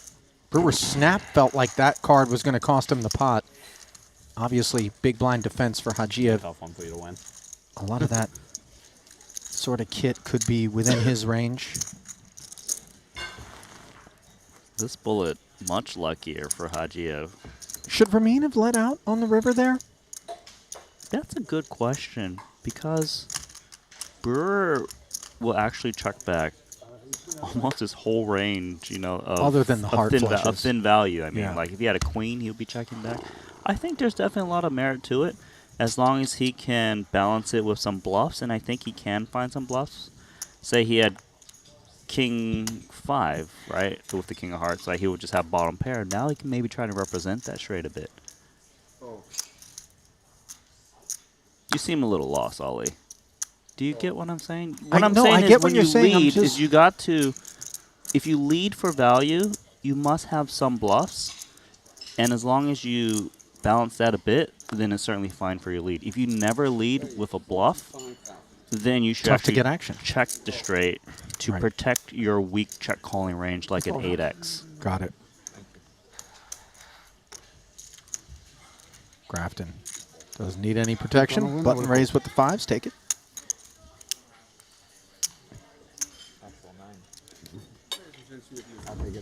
Yeah, I heard someone say natural 9, by the way. Stop Don't know it. if you, seriously, someone did. I know. And you can You don't have bet to on some sports. On that note, we do encourage you to pay a visit to our partners over at betacr.eu, which is the exclusive place to get action down on Triton Super High Roller Series. Prediction options are available, coupled with a 15% free play, up to $250. Why go anywhere else? Elevate your sports engagement experience today over at betacr.eu. I kind of want to bet on something. I'm going to check it out later. Want to come up with a little bet, Randy? Yeah, bet Can we get a ACR. little action in? Get that 50% free play. Oh, you're just trying to bonus hunt? You got to start somewhere. That's didn't not DTO. DTO is where you sign up, no promo code. You don't know affiliate. You don't Google for the You codes. just get in there. Yeah. All right. Give me the best odds. I bet on that horse. The one that's like going backwards, you know? The one whose rider is in the dirt like half the track back. It's just it's just running. No jockey. Do you have to have a jockey, by the way, to win a horse race? I don't know. It's a curious I don't know question. the answer to this question. Is that a DQ if you don't have a human at the end? Because, I mean, no human. I don't know. I know they're kind of little people, you know, that are jockeys, but that's that much less weight that you're carrying through the finish line. I don't know. Is that a handicap or not? Interesting. Queen 10 suited. The button open for Hajiev. He is the second place horse in this race as Elizabeth Chen defended her big blind. Flops top pair. Checks it over. Flop's going to get Hajiev in a little bit of trouble.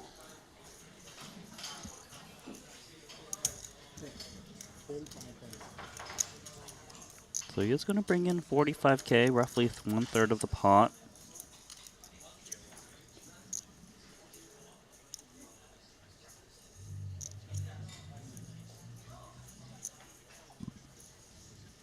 Expected line coming in with this ace-deuce.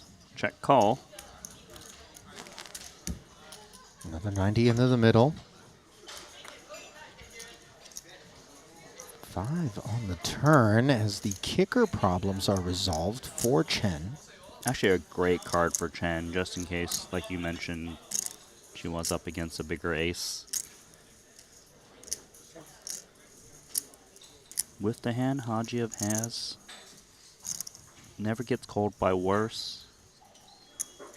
I say check back, decide on the river if you can pick off some busted straight draws or hearts.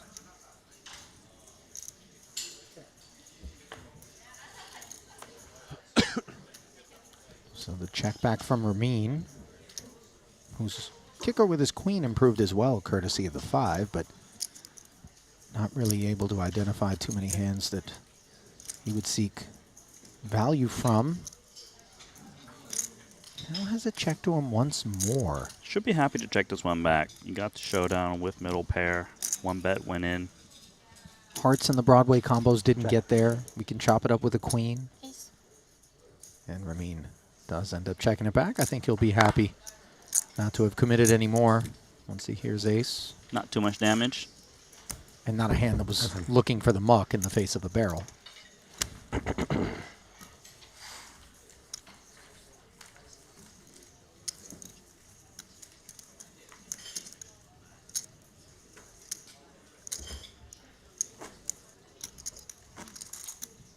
So Chen.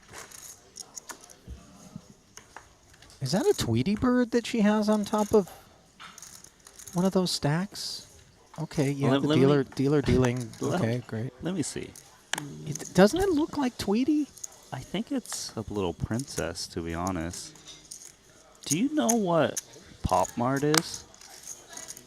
Pop Mart, Randy? Yeah, it's like blind boxes. You know what that is? Blind boxes, Randy? It's like it's a little form of gambling where you buy little toys, but you don't know what you're going to get. I think that's one of those little toys. Like you get a box, it could be this, or this character. Randy. Yeah, I like to play You're that so too. degenerate that you're actually gambling on toy purchases? It's a real thing. It's very popular Yeah, it's in called the Asian culture. a gambling problem, Randy. It's a real thing, and you've got it. And by the way, I've got a real tolerance for gamble. I mean, listen, Well, we play it's only poker. $10 a pop. Famous last words, man. You're going to bust at $10 a pop? Then you're going to be on an episode of Hoarders with a freaking bedroom full of these little trinkets. Guys, send help. It's GoFundMe.com/nano. We're actually going to try to keep them from getting foreclosed on. How'd you have ace-high here? Little c-bet and take against the king 4, which defended. Huh? Последнее забираешь. Жаль, что ты на большом блайнде. Карта вот была такая. Ты эту поездку забрал уже нормально. Давай. Все за столом в минусе. Looking over at the YouTube chat, Jackie Bogus В Минске живешь? wrote, it would be fun to play a poker tournament without looking at hole cards. Well, I've got news for you, Jackie. One Annette Obrestad. Once upon a time, Randy, and you're looking at me nodding like you know this story, did what?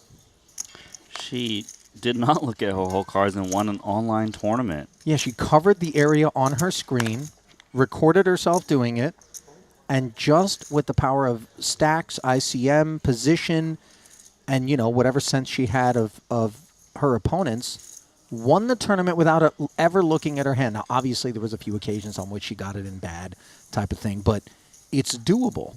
You can also do that today, just that everyone else will be looking at their cards. Well, I'm not suggesting that everybody that was in that tournament she won wasn't looking at their hands. No, They I'm just were, saying but that, you know, you could still try and reenact that, just that that was something else, man. it'd be a bit degen. But it was just designed to illustrate the importance of picking the right spots in which to make a move. Lasowski limping the small blind with these two kings. Brewer has woken up to ace-jack suited. He's going to rip this one in. He gets snapped off so fast from Lasowski. 45. Oh, not jamming. Actually, practically min-raising to invite action. And there's a snap jam. A clicky little raise, and then the jam comes in. You see Brewer rolling his eyes, obviously. Commitments have been made. He does have 33% equity. But we're going to see 5. And also going to see whether or not Artyom can stay in the hunt here. 300K pot. And no ace on board. A little bit of backdoor opportunity in the form of a diamond or 8. What was that about diamonds? There Q it the is. 6 of diamonds. Ace or a diamond would ruin things in the ace of clubs. As Brewer does it the dirty way to Lasowski. Pocket kings played to perfection there. The deck had other ideas for the Belarusian, but you can see he's going to be fine. Still a good trip for him. Oh, yeah. And still a few events left on the trip for him to get involved with. You see Brewer I see him smiling. smiling. You know what? That to me, knowing Chris a bit, is the smile of compassion where it's like, been there, buddy. Know what that feels like. You know? So we lose yet another combatant here on the march to the money bubble, which will burst at 27 players.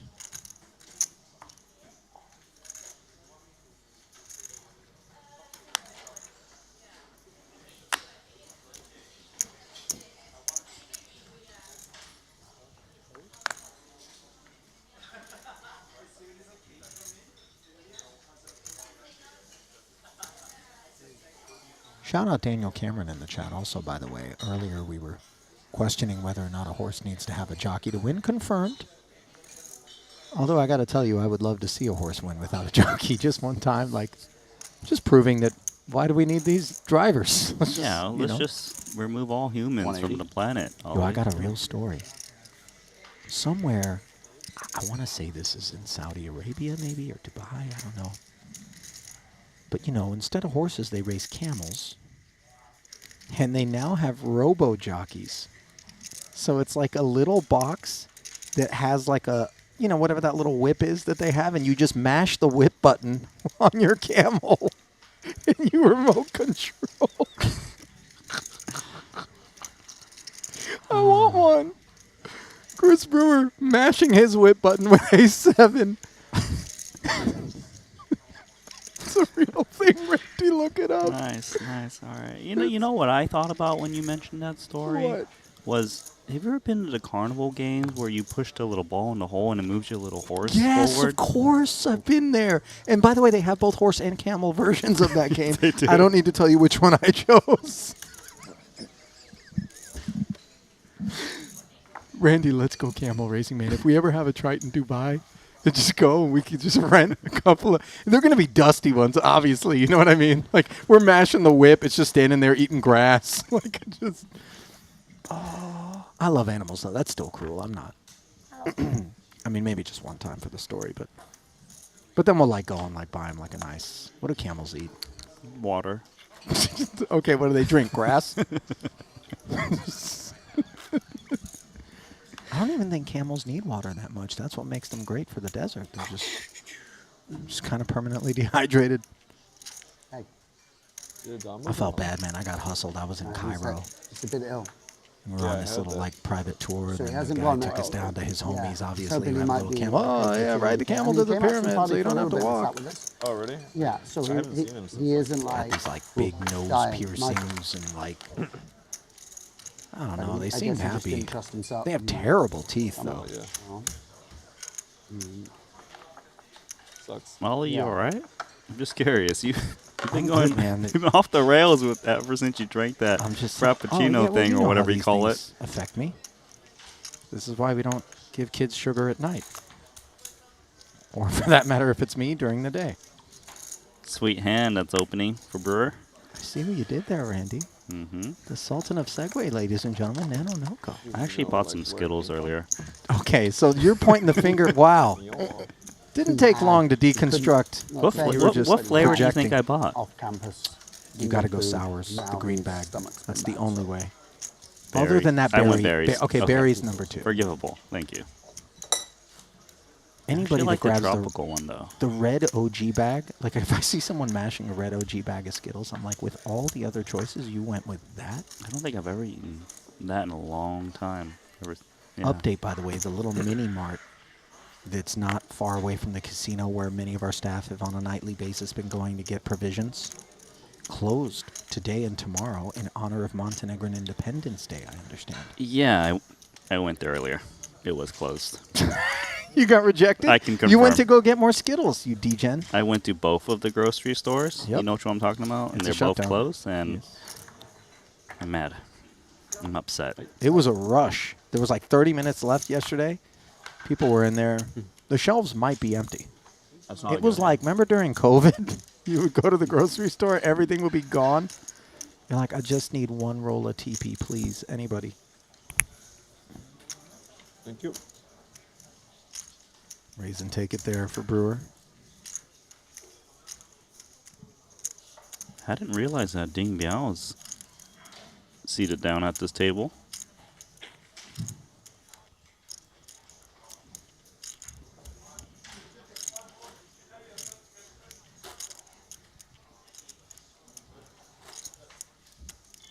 Yeah, where'd he come from? Who's that sitting down in seat 9? Is that Alex Kulev has entered the building to fill the void left behind by Brian Kim? Yes, indeed it is. 52 big, Steve. Heard he's dangerous.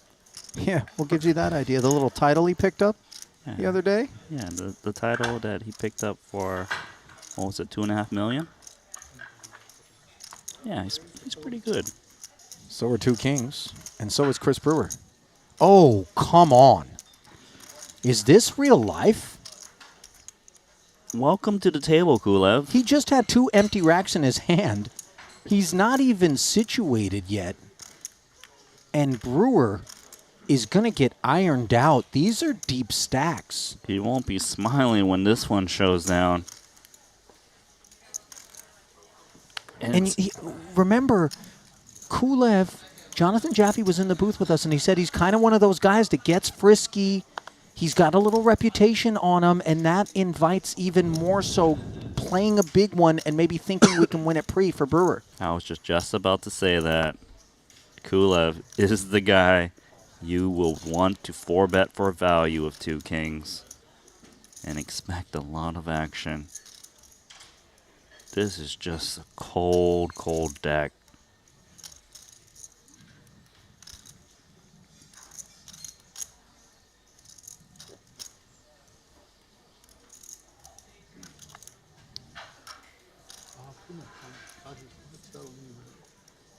$320.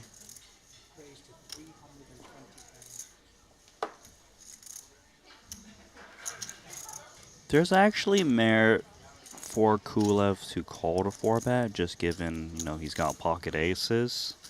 If his opponent is bluffing, he can maybe pick off some chips post-flop. And if his opponent's got kings or queens, if it doesn't come ace high, he's going to stack them anyways. Oh, man. 4-bet to 320. Extra 200 flatted. We know once Kulev is willing to put a third of his newly arrived stack into this pot, it's supposed to have a narrow range. It's definitely not going to be dust, I'll tell you that. Oh my. Oh boy. Kings full for Brewer. This is dreamy. And he goes from being in awful shape to being in wonderful shape. C-betting here. Kulev is just destroyed.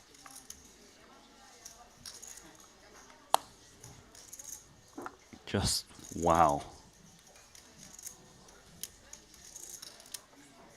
150K of what would otherwise have seemed doomed soldiers from the Brewer platoon now march forward with great confidence. Kulev flatting and picking up the nut flush draw on the turn as well. Look at Brewer with a little look back like the flush draw is relevant. He knows exactly what he's got. Sure. I actually expect him to check a lot here. To not invite hero folds from, like, say, queens or jacks.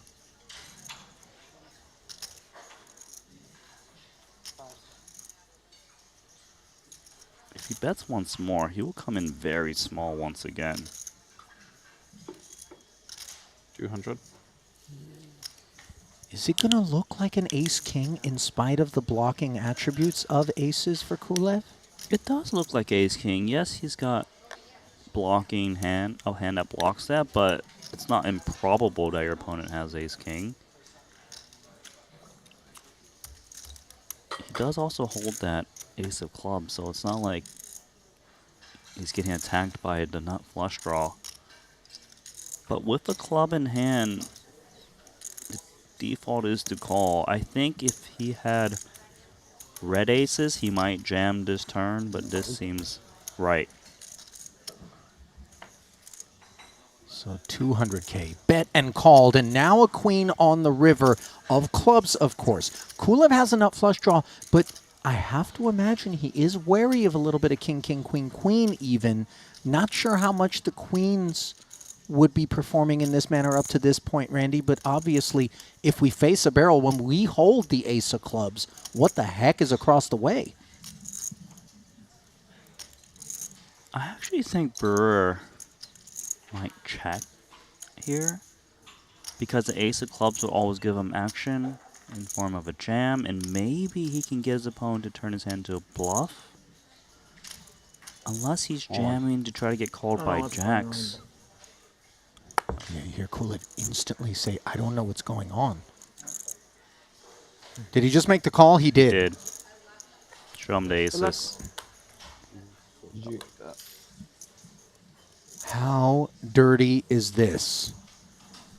Brewer showers the kings of Lasowski and his hopes in the main with an ace-jack suited, then showers aces and Kulev with kings of his I've own. never seen anyone run this good.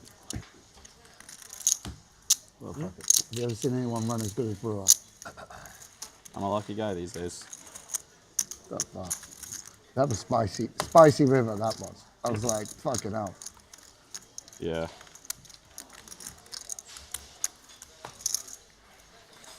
Well, you hear Brewer say I'm a lucky guy these days, and I think it's important for those that might be looking at this and going, the guy sun runs. Let me be very clear. The darkest of all clouds They really in gave Triton him the setup history, hand there, perhaps. Move him in, just give him aces full stand. I thought you both had aces this year.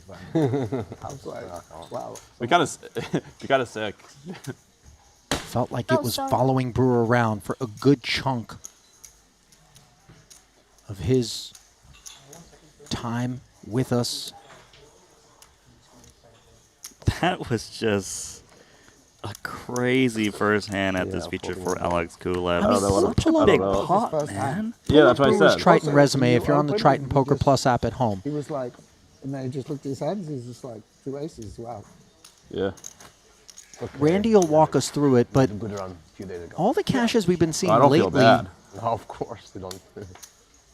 he was I mean, the hand was just... fucking weird though. Like on the river, I was just like, I mean, I don't know. Like, told him to check if I would check that back, but I'm pretty sure he just has that. I just have what I have.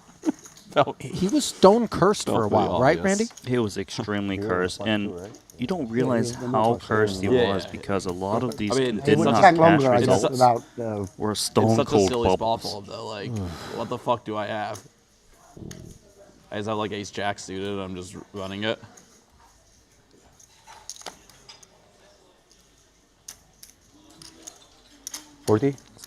These kings again. Does he really? Oh. Okay. Against tens for Brewer, who has opened to 40,000. Surely we're looking at a 10 high flop coming, right? I mean, if history's been any indication. No, the sun. Oh my gosh. Does end at some point, but hold on, 2 queens for Chidwick. And in a way, this might be some run good for Chris because the 3-bet from Hajiev could very well draw Chidwick forward for 420 in total, and now the 10's a much simpler escape, and again, a form of run good there for Chris. I agree. Hajiev, snap calls, and now Chidwick's fate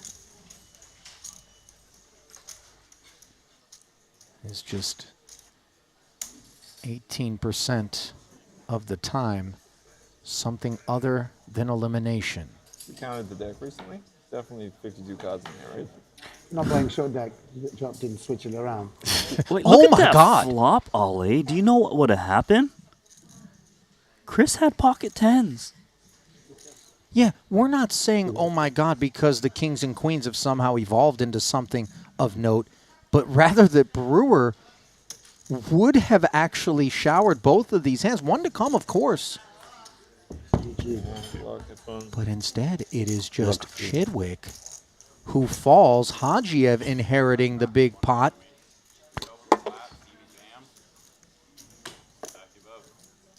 Yep. Or Stevie doesn't Brewer have talked queens about and you bust me. I'm trying to think of a way without changing the shuffle. Okay. Everything stays the same. Oh my god, yeah, look. Imagine you have kings, then somebody else has kings, and you flop set 2 hands in a row. Did you ever have a friend growing up, maybe in like high school, that anytime there was any sort of altercation, he was just like, should we kick this guy's ass? Like his solution was always like, you know, violence? Not me, but maybe you, but go ahead. That's this deck. This deck has been very violent and has been very favorable to Chris Brewer. Oh, it should have been. But that was some heat, those last 2 He would have hands. showered kings and queens. He would have got the whole stack from Hajiev. If you look at the run out, it was 10-3-3 low-low.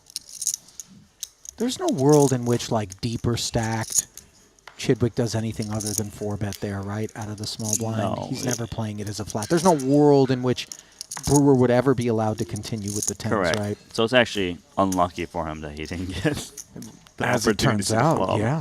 Funny how we look at it. Anyways, though, Brewer is going to open up this ace-3 suited, sitting in 4th currently, not too far behind the chip leader of Paulie V. That's in the overall field? Overall field, that's right. Second and third are? Second and third are Masashi Oya and Santosh Suvarna. Hey, yo. What up, Santosh?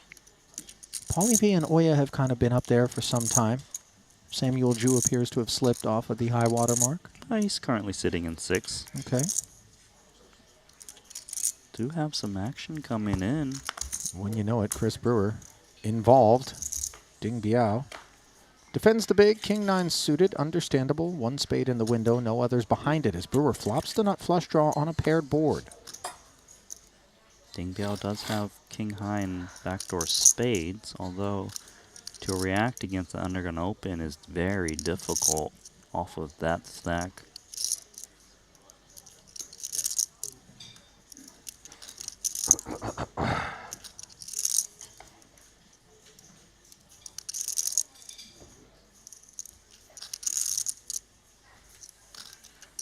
Feels like he wants to continue, but he's just so shallow.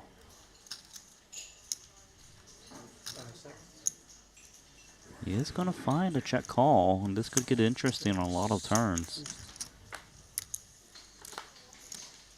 Especially that one as Brewer makes the nut flush against top pair that check called the flop. The dangers of peeling are sometimes we hit what we think is improvement, and instead we draw ever so thin.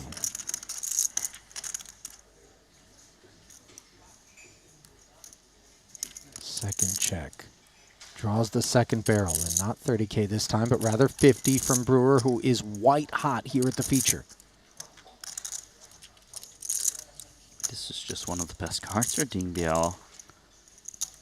He's going to try to make it look like he's got a 7x and just continue to check call it, I imagine. Try to get his opponent to bluff. There is merit to protect against a diamond, I suppose. Oh, he is going to jam, and he's going to get snapped off. Whoops. Ding Biao. Might he be the latest pelt collected by Brewer here, who has been an absolute chainsaw. He's going to take a king to keep him intact, and instead, it's a jack. Goodbye, Ding Biao. And hello, more chips. Well, Brewer keeping the locker room busy here. Hour of Chris. Yeah. Pretty wild. Last 3 hands, I got dealt top full house, nut flush. And you have another big stack on your left now. Strong 5-card Omaha hands. Yeah. Floor staff is probably trying to figure out what's going on. Is there like a bottomless pit of seats at this feature? We can't Luckily seem for to me, keep you it missed one of the top full houses. filled. I think Steve saved you. Oh, you're 1 and 2 in chips, you too. So you can play early. Is that Paulie V? 260 big blind pots. Might be. I'm also going to tell you, Ollie, Chris Brewer confirmed chip leader now with that pot. It would be hard to imagine after he basically scorched his way through multiple pots that he wouldn't be right there. And I believe that is confirmation of Paulie V.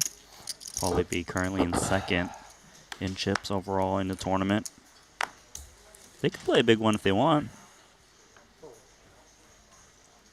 I feel like if I'm Kulev, I'm just going to walk right up and be like, hey, Paulie, listen, man, I exactly where you're at right now. I was second in chips, came over, I took this seat, all right? Showers with aces, so just be mindful. Might be something weird going on. You want me to bring you a different chair? You know? Are you watching? Might need to consult Shaman O'Dwyer. He believes in the chair thing. We heard that story. All right. How hot is Brewer going to run? He's got 9-8 suited. At this point, I think he's going to flop a straight flush. Yeah. This is the ace 5. 160. Oh, he's actually going to attack rather than peel the big blind. Sorry, say that again. This ace 5 off. Expecting Elizabeth to take a flop at least with king, queen, button versus big blind. Someone's got to stop this run. And plays pretty good too. As long as your opponent has some 3-bet bluffs.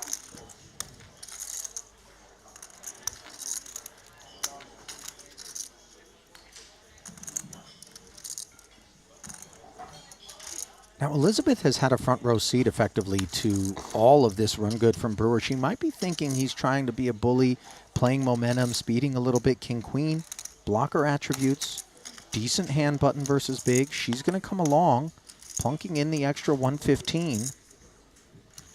Pot grows to 340,000. And Brewer finds himself an 8-high rainbow board. Just top pair. Not too bad, Brewer. Easy game. Now the question is, does he want a continuation bet? Or maybe check a board that's not perceived to hit his 3-bet range? 150. That is 150.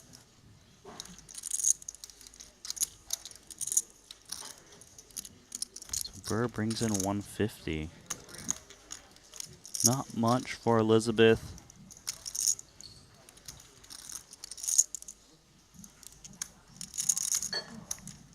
It's just so hard to react to this bet, even if you feel like Brewer just can't always have it.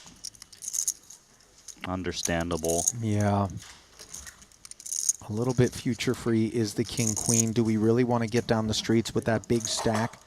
Which does feel like it's got its wheels greased a little bit right now. Good to see you. A lot of chips Meaning on the extra table, barrels just like are you like. perhaps coming at a higher frequency.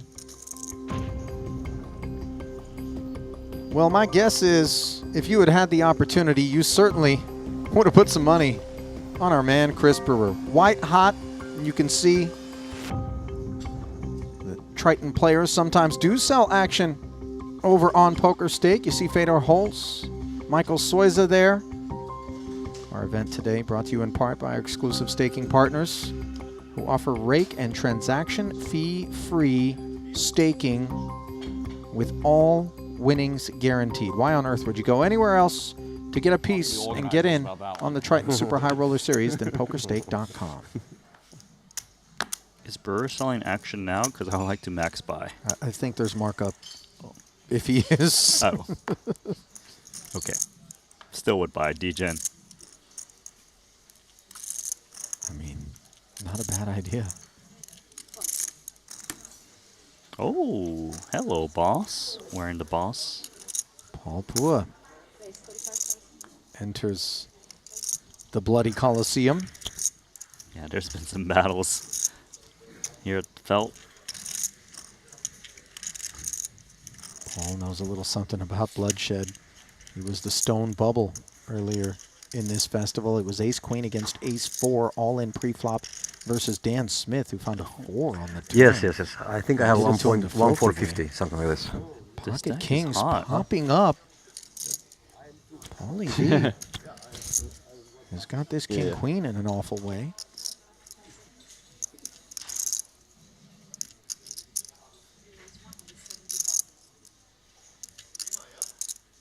This is interesting because this king-queen is playing from the hijack rather than the button.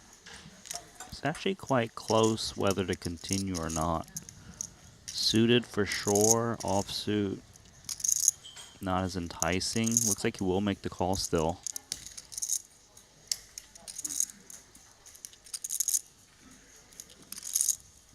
Note that this is a very recent arrival. Unclear how much history Hajiev has with Vaitiekunas. 5-7-8 board, 2 diamonds. Really dusty one for Hajiev.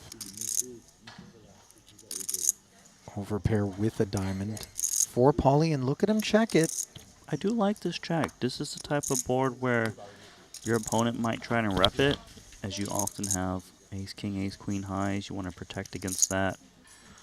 You also have a little bit of that backdoor flush blocker in the form of diamond and club, which stops some of the continues if you do c-bet.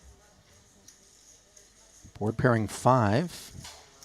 As Hajiev fails to improve, lucky for him. Could be value time now for the 2 kings, trying to attack pot control pocket pair.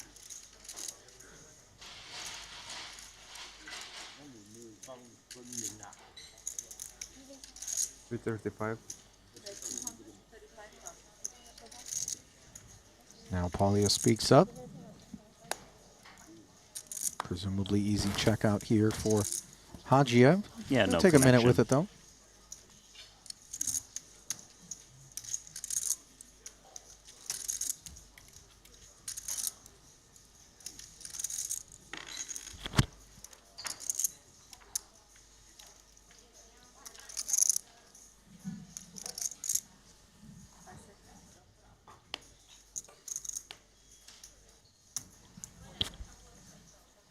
Finally, the fold does come in.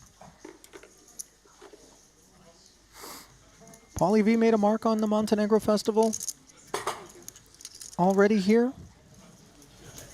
Yeah, Paulie V got a 7th in the 50K, a final table in the Bounty Quattro, as well as a 10th place finish. And a look at our next featured table. Yeah, I see Samuel Ju there in the foreground. Stanley Choi, Waikin Yang, Santosh Suvarna.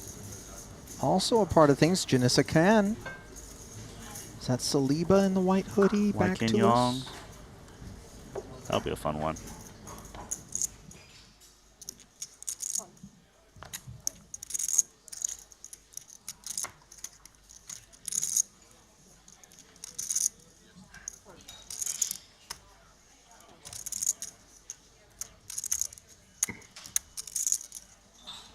Here comes Brewer. Button, King 8, big stack, tailwinds. It's all coming together for an open to 40 with the blinds at 10 and 20.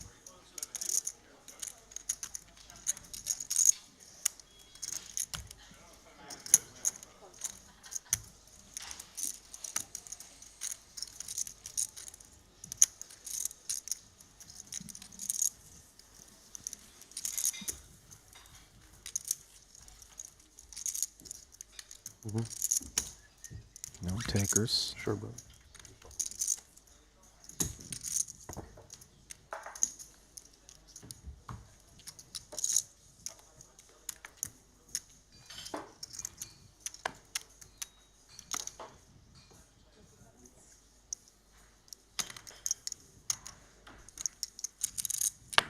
Pocket aces for Hajiev under the gun. 45 to go. The rich part of the deck has been ever present here for the better part of this frame. Surely kings and queens are lurking, right? You asking for blood? I mean, I'm just assuming if history's going to repeat itself, somebody's got to have some trouble. Well, Grafton, he's been sparring with Hajiev. 10-8 offsuit this time. Could certainly see him take a flop here, even against undergun.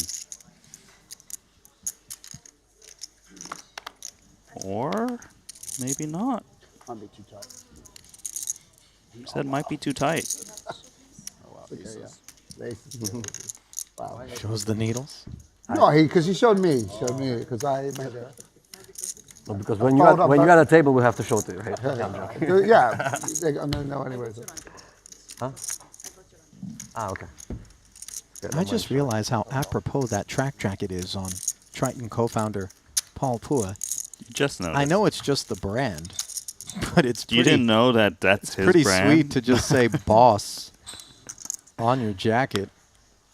That is the term of endearment that many refer to Paul as.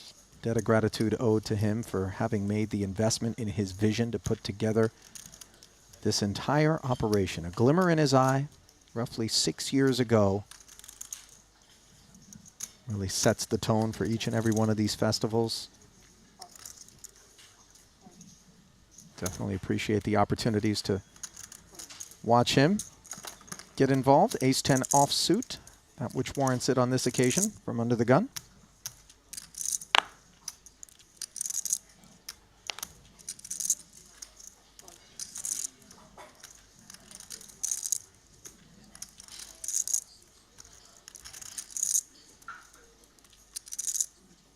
King 4 for Hajiev. Not sure how curious he's going to be with that. 175. Oh my goodness. Again, the big little out of the big blind rising up as a 3-bet. This has been a theme today. It's happened, what, 4 times in this frame? At least. 4 different players. I didn't really expect it out of Hajiev. This is quite advanced. I like it.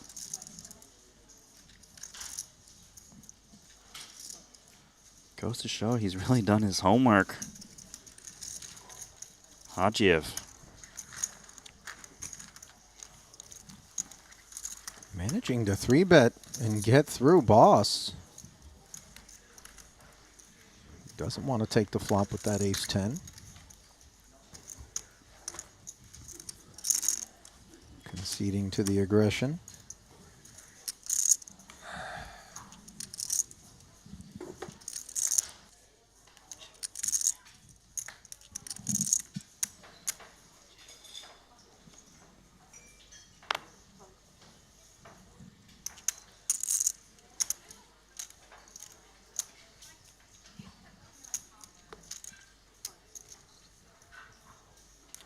Right.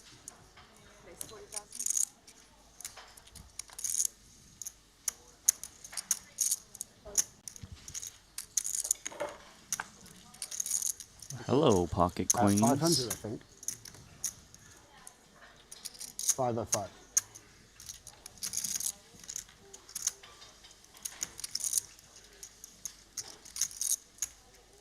Imagine this hand is over once the 3-bet does come in for boss. King 8 not particularly durable as the button open from Grafton.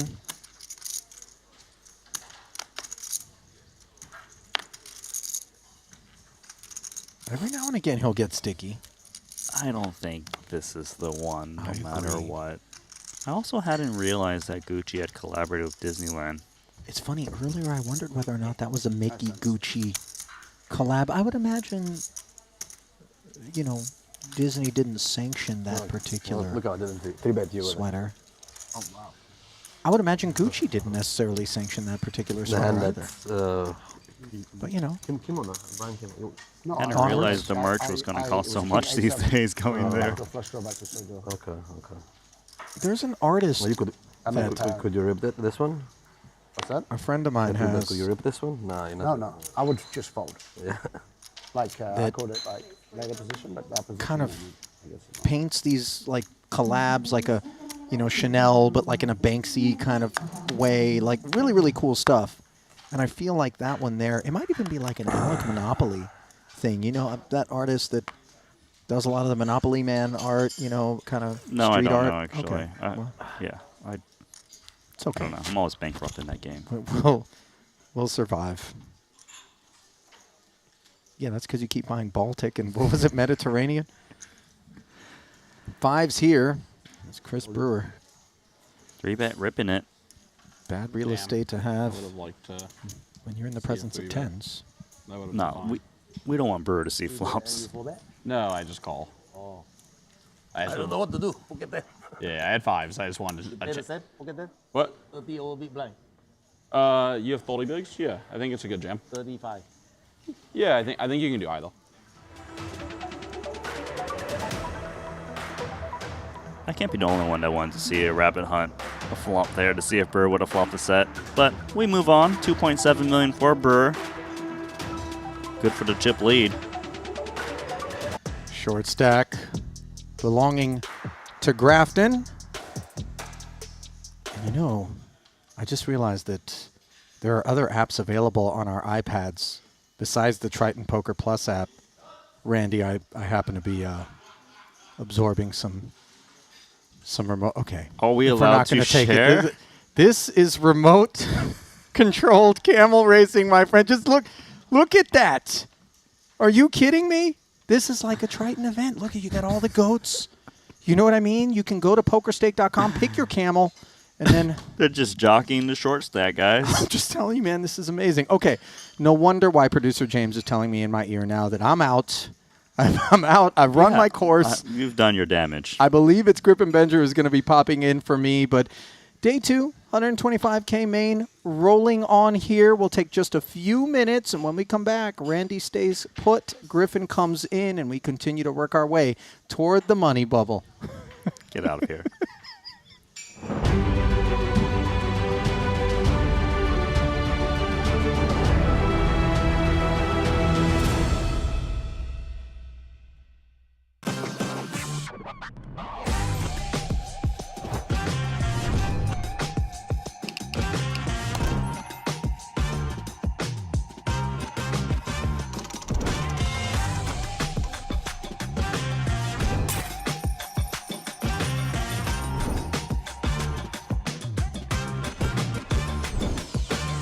Want a $50 Global Millions ticket on top of the full GG Poker welcome bonus? Sign up with promo code Triton_2024 and deposit a minimum of $20 to claim your ticket.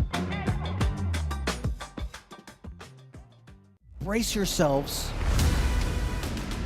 This is live. And the show goes on. Oh, wow. All in. Take your game to the next level with GTO Wizard. Practice against GTO on all your devices. Study any situation using our revolutionary AI-powered solver. Upload your hand histories to uncover your biggest leaks. We have hundreds of hours of coaching from top pros, cutting-edge theory articles, and custom study plans to help guide your poker journey. GTO Wizard, the #1 app for poker players. Welcome to BetACR EU, the premier platform for sports enthusiasts and the newest way to engage with the Triton Live Series. Experience the pinnacle of sports prediction where every game, every match becomes an opportunity for victory. At BetACR EU, your insights into the game transform into action. With exclusive action prediction options for the Triton Series, your player knowledge and predictions set the stage for unmatched excitement. And there's more. BetACR EU brings the world of sports to your fingertips, offering action prediction options across all major sports. Whether it's football, basketball, baseball, or beyond, your passion for sports finds its home here. Kick off your journey with us and get a 15% free play on your first top-up up to $250. Don't just watch the game, be a part of it.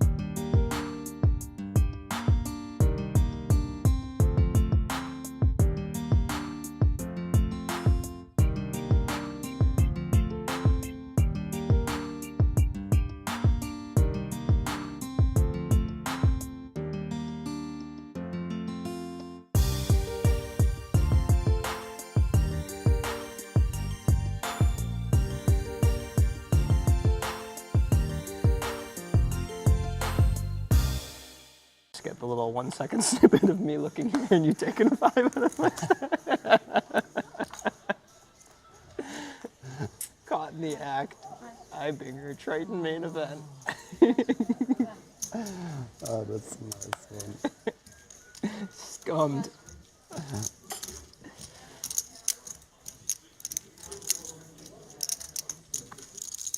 Also, like when you're in position there, you have the added information point that out of position checked instead of betting, which now makes the range slightly weaker. You know, and to be fair, 4s is even worse than 7s, losing to 5, 6, 7s, and 8s. One case. Joe Zoe waking up with the ladies. One case. Jaffe. A button raise. Doesn't have to be as high up as King Jack. One case, one case. Playing it as a trap. Oh. Ooh. Yeah, he's not worried about queens being no good. He's looking for an opportunity to get more of Jaffe's chips into the middle. He does cover, does Zoe. These paired flops a lot of times do lure the C-bet, and on this occasion, no exception. Jaffe fires 12. I would think Joe probably just, oh, is he clicking? Yeah, he's coming back with a really, really small raise.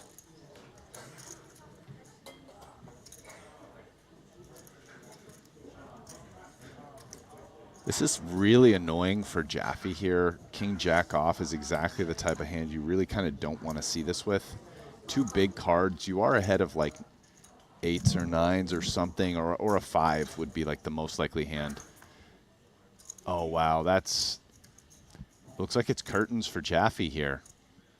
A jack on the turn. Well, it should be.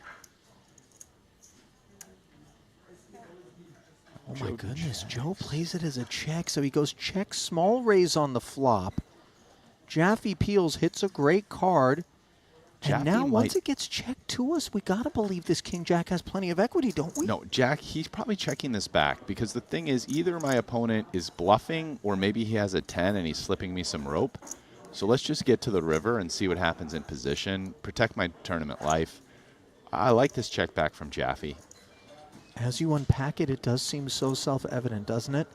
Where's the upside? If they're bluffing, they're getting away anyway, and if they're not, we're in really bad shape. So we get to the turn, and now we see this bet, and we get to decide.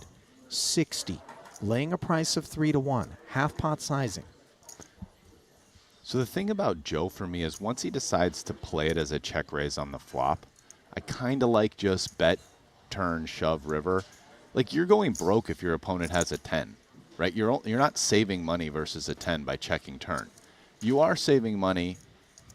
You're saving your opponent money when you have the best hand. The only reason why I would like check raise check is if you think your opponent's just floating you and then going to stab a bunch with hands that now fold versus a bet. In that case, it makes sense. Oh wow, Jaffe chooses to click. And all of a sudden, a lot of the way in which you were walking us through this begins to be called into question by this choice from Jonathan?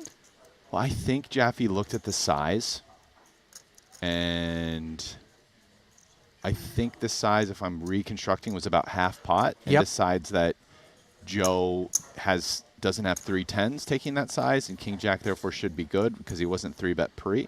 But now we'll see that he actually wasn't 3-bet pre by queens. And that so he was right that his opponent didn't have a 10. Sure. But wrong that means that he has to have the best hand because his Djurdjevic, second shortest stack here at this feature table. Shortest stack overall in the room where just 54 runners remain. Belongs to Orpin Kisicoglu, 12 bigs. Dan Smith down there at the bottom, 13 bigs. Those are the only 2 shorter than Brian, who looks down at ace-jack in the hijack. Off of 15 big blinds.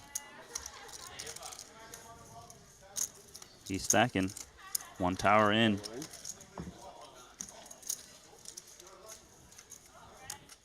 Oh. Runs into the medicine. Djurdjevic, just 20 bigs. He's going to rip over the top. Generally not a good sign for Brian.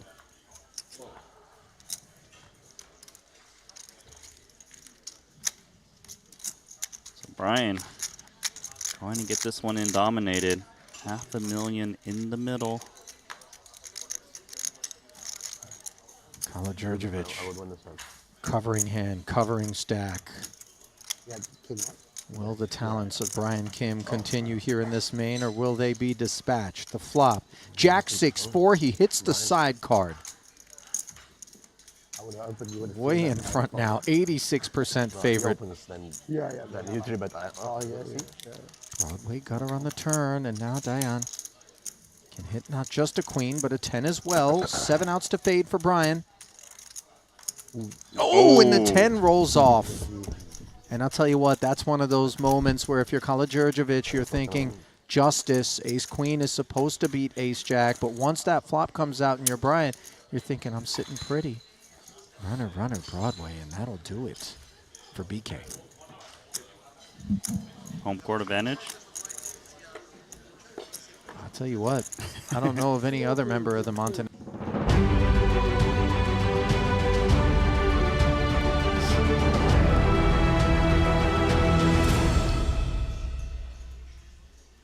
Hello, everyone. Welcome to continuing coverage of the Triton Poker Super High Roller Series. This is day 2 of the main event. I'm Griffin Benger. He's Randy Liu. And very exciting things happening here. Just 41 players remain. I've missed most of the action, I got to say. But Randy, tell me what's been going on. Why have you have you not been keeping up with the action? What have you been up to? It's funny you should ask that. Though. I was keeping up with the action. I was at a nice little seaside restaurant by the beach, and some food came over. I was actually watching the stream, and I was right on the border of where the water is. There's a little rope there, but not much. I think you might be knowing where this is going. I dropped my phone into the sea, which was devastating because I think, as you know, and maybe I mentioned on the stream earlier, I lost my previous phone in Madrid on a roller coaster. So I'm having a bit of a roller coaster of a ride. So the phone was in the sea. I was completely mortified, of course. And it became the big thing of the restaurant. They're like, we got to get this idiot's phone back. So this great kid offered to go in the water with me. So we were looking for the phone. He had the goggles on, all this sort of stuff. The tide was coming in. It was dark. We couldn't find it. So we came back. I'm dripping wet. I have no way to pay for my meal either, by the way, because I'm just using the card on my phone. I'm like, got to be in work in less than an hour. And I'm just like, this is I don't know what to say. What am I going to say to, all the people at Triton? Finally, the owner's son came in, like Aquaman, ripped off his shirt. He had all these tats. He's like, I will go and find it for you.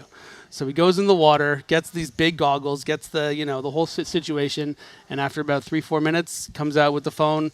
Everyone is screaming. Celebration. Like, yeah! I mean, they're all so invested now. I've completely monopolized their lunch. And now you can pay for the lunch. And now I can pay for the lunch, and I gave him a big fat tip, including a little something extra for Aquaman. And I am back here. My phone, dude, the phone was just working, by the way. Get it out of the water. iPhones are pretty incredible. This is now not advertising for iPhones because it was just fully functional. And I'm here. I'm back at work, and I have my phone with my Ron Burgundy case, suede burgundy. Okay. So we're back. I'm glad Let's do some poker. I'm fine. Everything's good for Everything's you. okay. I am fine. And here we are, continuing coverage. 41 left here. Thanks for indulging me, everyone. Live from the Maestral Resort and Casino here in Montenegro. This is day 2 of the 125K No Limit Hold'em main event. Gonna have a very interesting new feature table. Got the likes of Janissa Khan. We got Justin Saliba. He just finds his way onto these features, deep in these events. Samuel Ju, one-time chip leader, but still up there in the top 5 with 85 big blinds, doing very, very well with over 2 million chips. Savarna, nice to see him doing a little bit better. I feel like a lot of the times we've had coverage on him on features, outers, hasn't had a lot of chips, doing quite well with 1.8 million. There is the aforementioned Saliba. What do you think about this lineup? I mean, what I see is very big stacks. Samuel Ju, Wai Kenyong, Santos, Savarna, who round out the 4th, 6th, and 7th chip counts overall in the tournament. Mixed in from some lesser-known players like Stanley Choi, Janissa Khan. Some great Asian representation on this table as well. You know, they're going to mix it up a bit. Think it's going to be quite fun. You did miss Burr running hot when you were running cold. Nice. So let us go.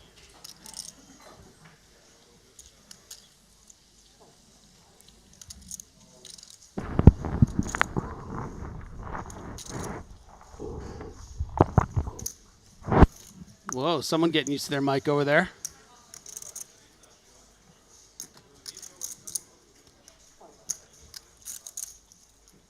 And the first pot goes to Janissa Khan. In the form of a walk, but you'll take it.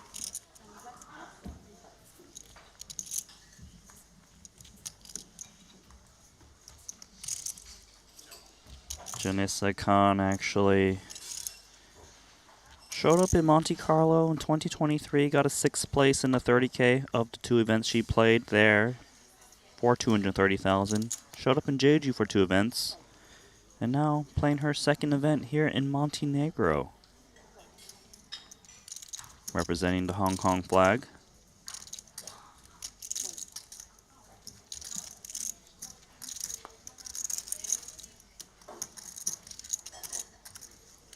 Bit of a snug fold there from Stanley with the ace-8. And now that opens the door for Samuel Ju with the very pretty 10-8 suited. Janissa not quite enough blinds to just shove here. She's going aggressive as she drops in. Does decide to take the aggressive route. 5 whites for 125. Like you said, a little bit too much to 3-bet jam, but felt a little bit too strong to outright fold. Now playing as a 3-bet, but Samuel does have a good price in position with a hand that's rarely dominated. Yeah, and a sizing that is really enticing, right? I think we would, maybe more common sizing we might see is sort of over 3x out of position. She just goes 2.5x. This is action, Griffin. Yes. It's the nut flush draw on this monotone board against top pair. I could easily see Janissa Khan going for multiple barrels in this spot. To which she starts off with 80K.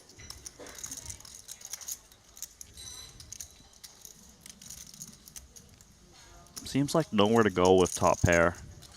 Besides just call. Yeah. Play the turn.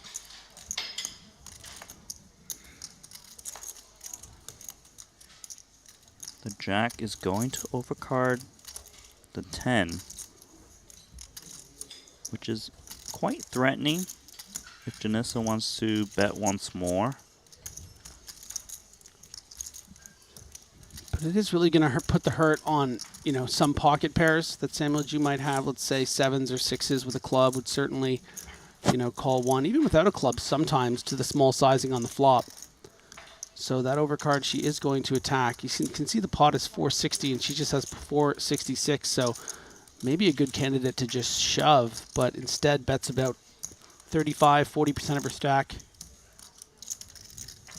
It doesn't feel so nice for Samuel, but the price is good. He's got position.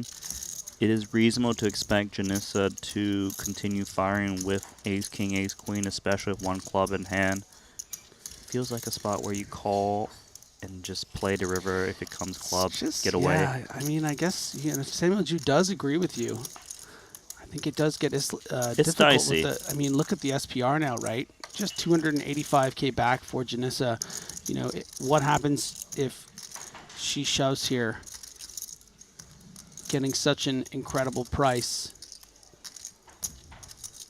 Ideally, you actually don't want to be holding the ace of clubs now as play, just because if you want to bluff, you want your opponent to be holding a hand like ace high with the ace of clubs that would call, fold.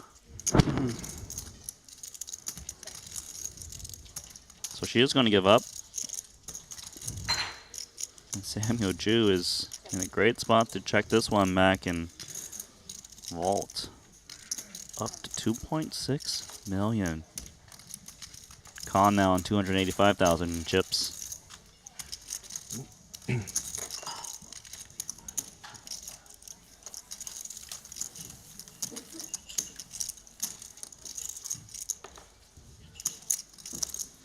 Tough start for Janissa. How about sportsbet.io?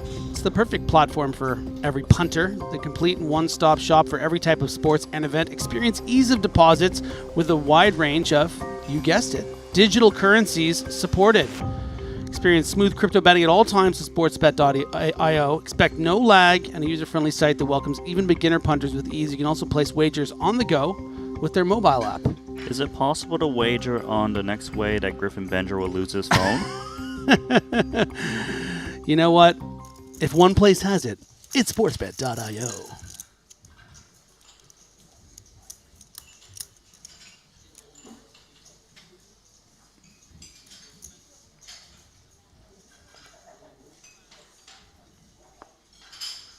Stanley now with the ace-9. We saw the ace-8 off fold at the hijack, which, I remarked was a bit on the tighter side, but pretty reasonable. Ace-9, though, under the gun, he's saying, okay, that's a notch I can deal with. We're only playing 7-handed. Let's see if we can get one through. And so far, so good. Wei King Yong, though, he's a tough out, and he's got a lot of chips. Wei King Yong, the son of Richard Yong. He's going to make the defense in the big blind.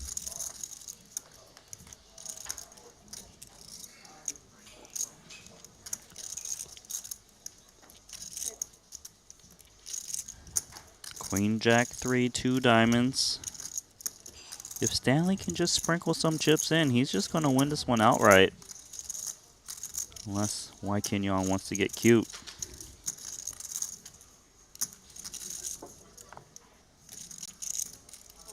Popotnuk going for Wai Kinyon, but things happen pretty good for him at the Triton Series. He does have 4 titles under his belt, 11.5 million in Triton earnings.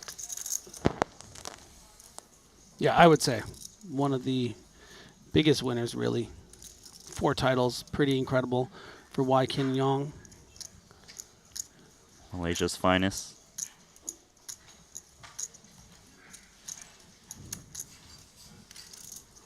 Had a bit of a quiet Jeju, but London was all over the map. First place in the 30K short deck for 350,000.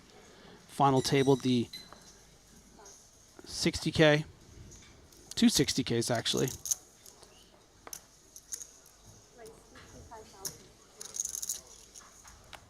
Here comes Samuel Ju, start of day chip leader. Finished second against Lasowski in the mystery bounty, winning $452,000.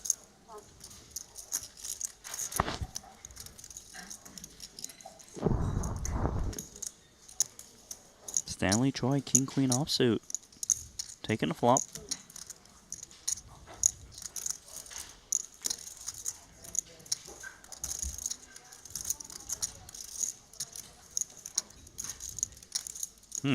What do you think about that, Griffin? Just top trips? Got some good juju right there. 3 of a kind for Samuel. I would like to see him bait with a very small bet to try to get Stanley to float with a hand like this. Yeah, and he agrees with you. That looks to be about 35,000. 45. Wouldn't fault Stanley for taking one off. He is up against early position, which isn't ideal. It feels like if he was up against the button or cutoff open, he certainly would be continuing.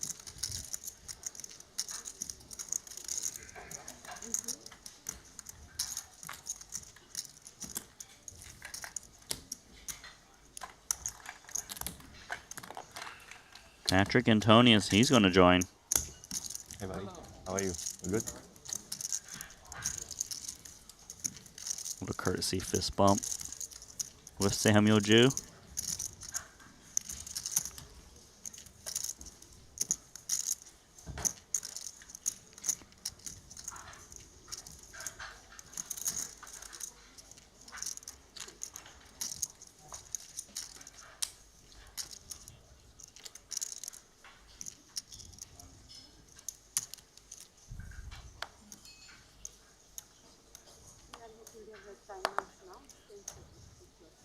Seconds or 15? 10? Okay. So fast action system in play as top 27 do make the money. We're currently 40 remaining.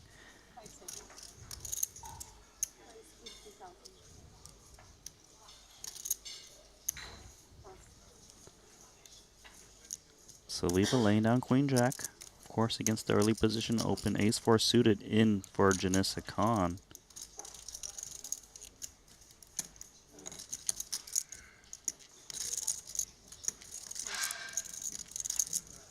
King-4 for Santosh, not interested.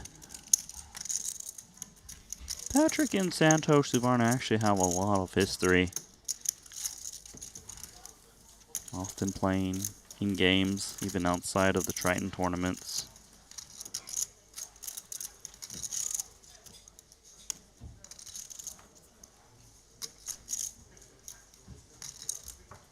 Thank you.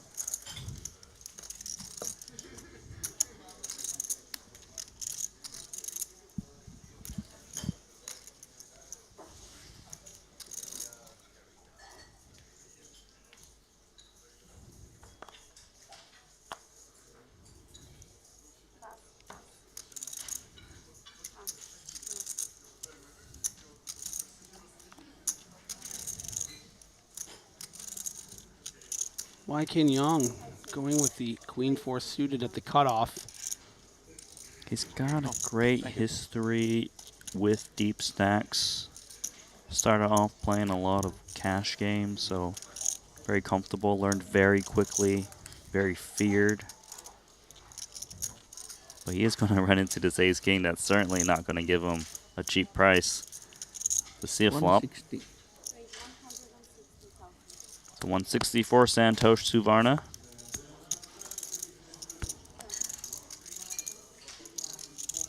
How are you, Patrick? Good?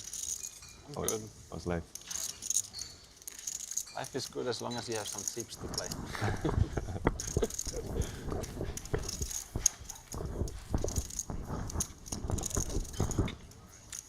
So every day is good.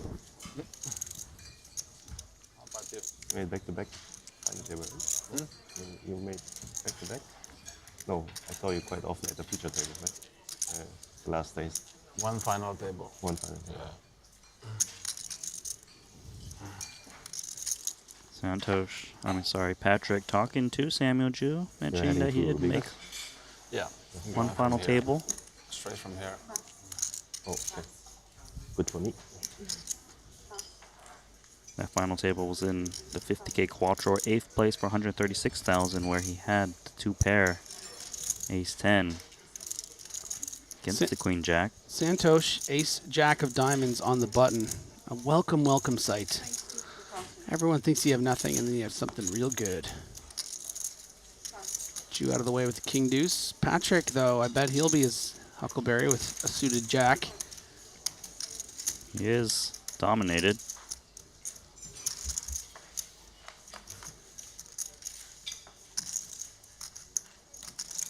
This is quite interesting. As Santosh makes top pair, Antonius has got just enough to continue with that wheel draw backdoor hearts. Could certainly check raise if he wants to. Check call has value as well. Try to find that 5. I would say the trends I've been seeing from Patrick, and I mean, I guess it's going to fluctuate between the players he's against in certain spots, but, you know, from what I've seen, has found himself check raising in similar spots to this. We saw like the big King 5 hand yesterday. In this case, though, he does just check call and thinks he picked up some more equity with the, you know, if he is up against an ace, but it's aces up for Suvarna. So Patrick gonna have every reason to continue thinking that maybe his 4 for a 2-pair is live as well. Yeah, this Jack is going to get him in trouble. He can still pick off turn bluffs by gut shots, but Suvarna does not seek more value, laying the trap. And I wonder if that might get him to not get so much as the club arrives. Yeah, I'm quite surprised by this check back from Suvarna. I appreciate you have such a, you know, nutted hand, and of course Santosh does a lot of things that make him successful, and Block bet incoming from Antonius, puts in 1 big blind. you know, if you are up against 5-6 of clubs or Queen 10 of clubs, you really want to charge those hands. Instead, he does get the block bet from Antonius. And he's just trying to bait him into a call. 3x is the min raise to 3 big blinds. I mean, I think the only thing this is going to do is going to maybe convince Patrick to 4-bet. Because, I mean, it might, but then again, first thing you're thinking doesn't is, have okay, a great hand to do it can I with, yeah. call and ever beat any bluffs? He just calls it, and it's going to be showing the bad news. He Tricky, actually weird little raised hand. what I feel is the perfect size against the hand he was up against somehow with that board run out. Like, had he made it like 125, I don't think he gets looked up. Good stuff, Santosh.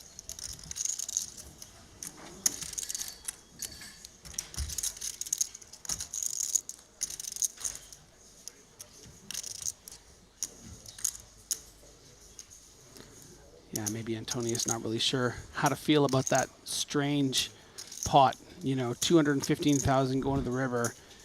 He sort of min bets there, and then gets 3x raised to, you know, effectively.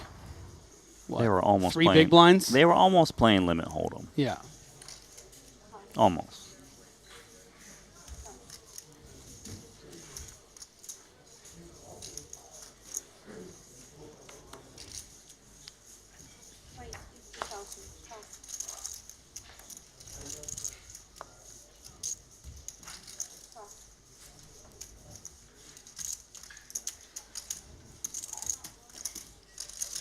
Could see Antonius 3-betting this one. Flatting certainly fine as well. Merits to both. Looks like he is going to come in with flat. King Queen for Saliba. We've got a decision here. Feels like he could squeeze, he could flat. I mean, both players are pretty good. Antonius the flat in the small blind does scream a little bit weak.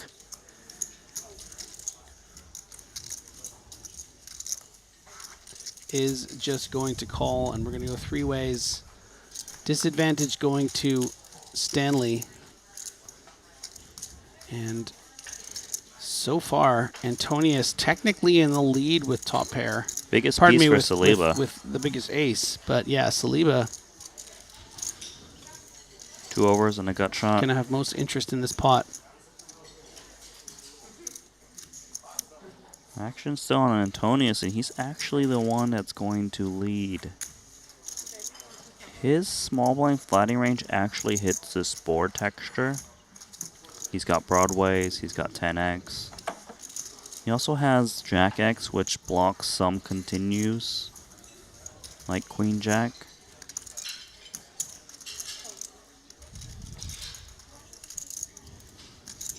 So it's a very small bet from Antonius, a call from Saliba. Troy just ace high.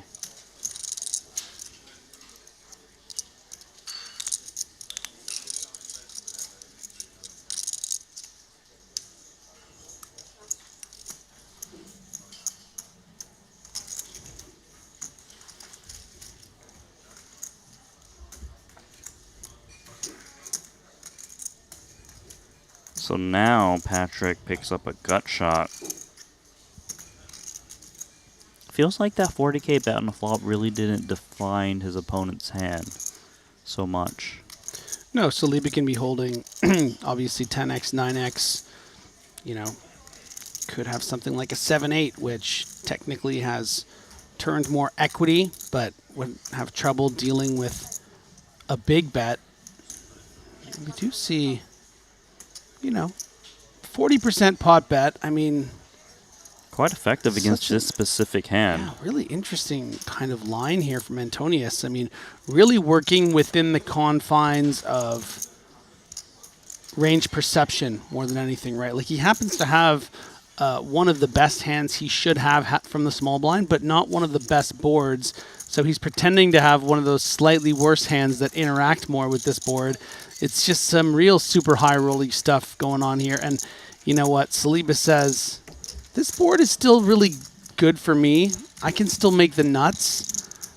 So whatever this is you're doing here, and also I think what's interesting as well, that, you know, might not come into play in the times that he does have them, is that Saliba thinks he could probably be ahead of he beats all King of Jack all and of Queen Jack. Antonius's draws, like Broadway draws, right? The Queen Jack, the King Jack, King Queen is technically dominating those. So, and now check to.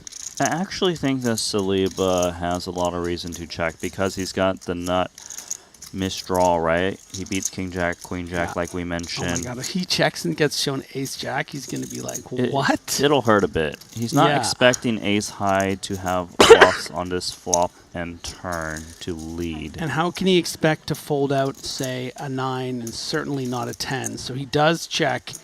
He's going to get shown the ridiculous Ace Jack. Yeah, he's not And the pleased to see that. American He's is like, like, feels like he missed the bet. I don't blame him for checking that one. He's a bit puzzled, as you can see. Yeah. Really wearing it there, and we don't blame him. Like, really, Patrick? You're going to value bet me with Ace Jack high on that turn? Well done.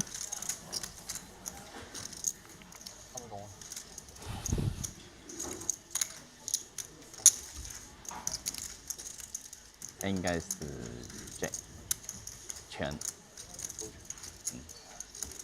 公权是由这手牌吧。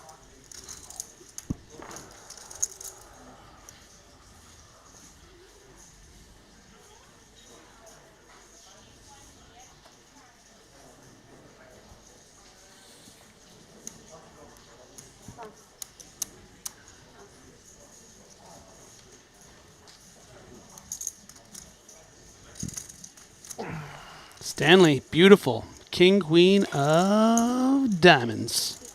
That's king, queen of diamonds. I did not realize that the offsuit for Heidi is king, queen of diamonds. Nice. You know, is that also king, queen of diamonds? I for really Saliba? appreciate it when you keep me in line. You know, you reel me in. Is that Randy. suited? Is that suited as well, buddy? Yeah, king, queen of spades for Justin Saliba. Listen, all right. I just had a very stressful afternoon. Yeah, I know. You went into Might need a the little sea. caffeine or something from that high coming down. So this king, queen is more aggressive, making it 200. I'm not going to make the same mistake I did last time. Flatten the king, queen, and calling and calling. This time I'm 200K'ing it. This is a difficult playback for Choi. It's Yeah. early position. He opened, getting 3-bet from the small scream strength. And I don't know if I would fold suited, though, like that. Yeah, if he had suited, my Was friend. king, queen off. Yeah, Choi making a very reasonable fold.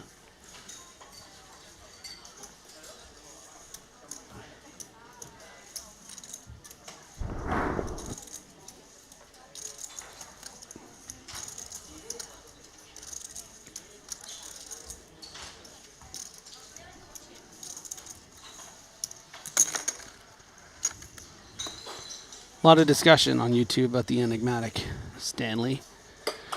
But I think one comment summed it up best to just end it all, which was, Stanley was the first man on Mars. He looked like he just went through the desert with his distressed jacket. That's what I'm saying. Just landed back in his spaceship. He's looking suave with that hair and those bomber sunglasses, though. 10-9 suited in the pitch for Ju. As it folds over to Janissa Khan, who's got 5-4 offsuit and not much time to play with, as she's got, what, 10 big blinds? Mm-hmm. Hoping to get a cheap flop here, and I don't think it's going to happen with Shen. And she quickly folds. Easy jam for Shen Xian Chao.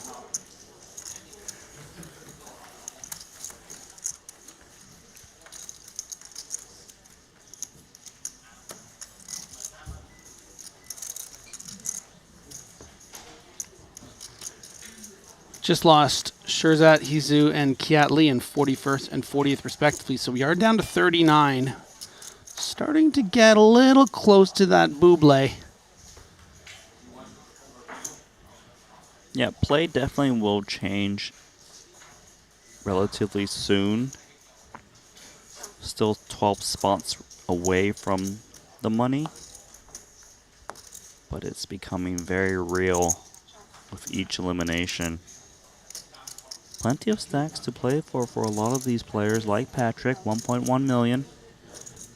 Starting off with 50K, Saliba ace-10. Saliba finishing runner-up to Mateos. I have one goal. Since Patrick played that ace-jack against me. Revenge. Revenge is on tap as he makes it 140K. Not a bad candidate for Patrick to get a bit naughty, but does just quickly fold, yeah. Doesn't want to fight with someone that maybe is a little upset with the way the last hand went. But we have seen some of those, you know, suited king combos. You got the one big blocker. So, you know, it's a better 4-bet than, say, a queen-jack off.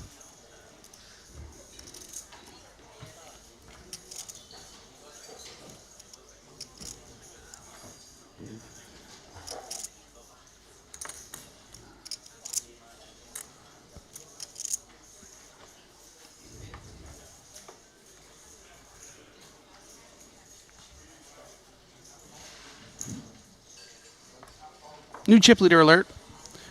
Paulius Vaticunis, 2.6 million, 104 big blinds. Effectively tied with our table captain here on the feature, Samuel Ju. Alexei Ponikovs. Boy, we've been seeing a lot of him as well as Justin Saliba gets dealt pocket 10s. He's also got around 2.6. So it's a three-way tie for the chip lead here. 38 remain. Deposit 2 coins. Janissa Khan could be in trouble. And she does announce all in, and Saliba will be looking her up. One ace busy in Wykin's hand. Folding. Another ace for Stanley Choi. There's 2 aces dead. This is bad. 20咩啊？邊個？好運啊！有隻煙，有隻煙唔使驚，我都有隻煙。 Getting bad news. 唔使驚。 Aces are dead. 4隻煙啊嘛，又唔係3隻煙。 There's still 1 in the deck. Yeah, and the straight outs aren't exactly great because the 10 interacts with them and the board is paired. But a 7 would create... No. There's just 1 out left in the deck. Give it to her. Ace from space? No. And that is going to be the end of Janissa Khan. We've seen her on the feature table a few times, battling with these players. I saw the chip counts earlier today. She had it up to around 800K, but you know the ace-9 hand just didn't really work out for her there. Block the straight, right? Both times, actually. The ace-9, of course, against Samuel Ju. And then again there against Justin Saliba.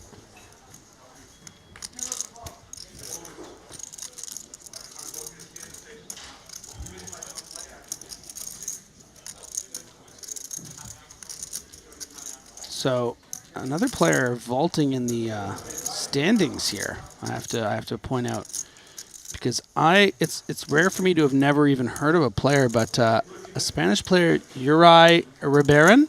Maybe you're familiar. I think he's come maybe to 1 or 2 other stops. Not many scores or anything like that. No, he's only played 3 events prior to this main. One of them being in Montenegro. Did play Jeju 2 events, the 100, 50, and 100. No cashes yet. Yeah, well on his way to a cashier in the main. Save the best for last. Ju, King, Queen suited. Suvarna with Ace Jack. We'll be taking a flop.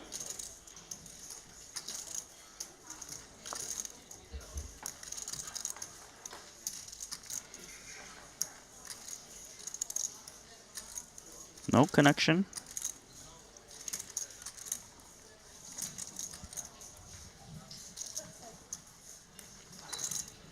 Samuel probably recognizes this isn't his type of board to raise under the gun.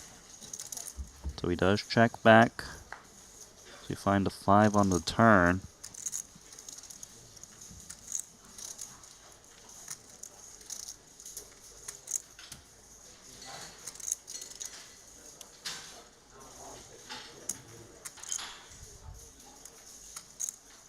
King Queen does often play as the best hand. Perhaps just check down for showdown. Ace is great for Santosh. Trying to induce a bet from Samuel. There's the ace from space you were looking for. 1 hand too late. Yeah, not a lot of reason for Samuel to bet here, so I'm surprised to see him reaching. Well, he knows he's supposed to be able to rep it. Unfortunate for him is those 55,000 chips are going to go over to the man from India. Ayah. I said. Ayah.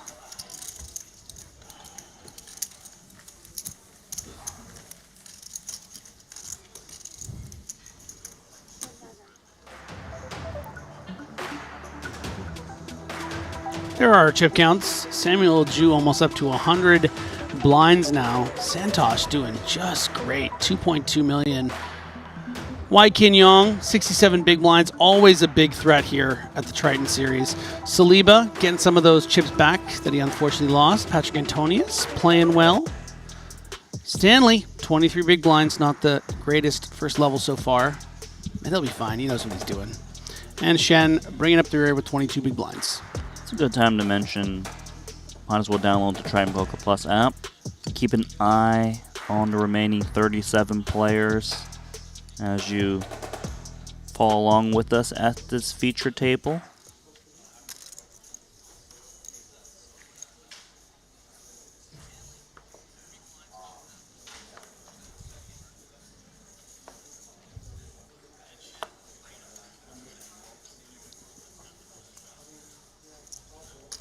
Xian Chao going to raise ace queen suited.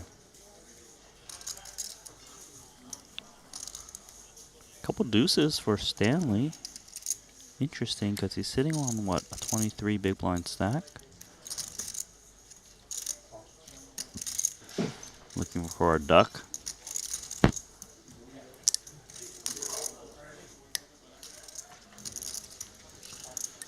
Yeah, Santosh is in there. Let's see if Samuel Ju can give us one of those rare four-way pots. I think he might be able to. Just got to flick in 30,000, dude. You got so many chips. 7-1. He agrees.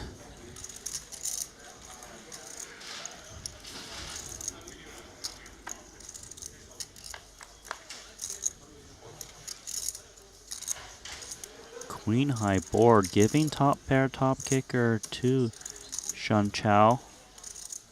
Santosh does have that gut shot backdoor hearts that might get interested, but hearts are covered. I'd like to see Shen kind of clear the field a bit, four ways. Yeah, as much as you like your hand here, there's a lot of turn cards that complicate things for you. So gonna fire out some protection to the tune of 80,000. I like that. Roughly 1/3 of the pot.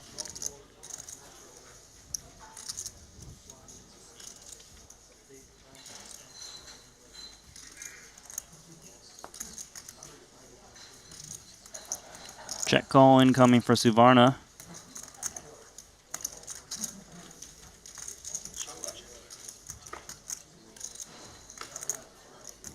Four of hearts.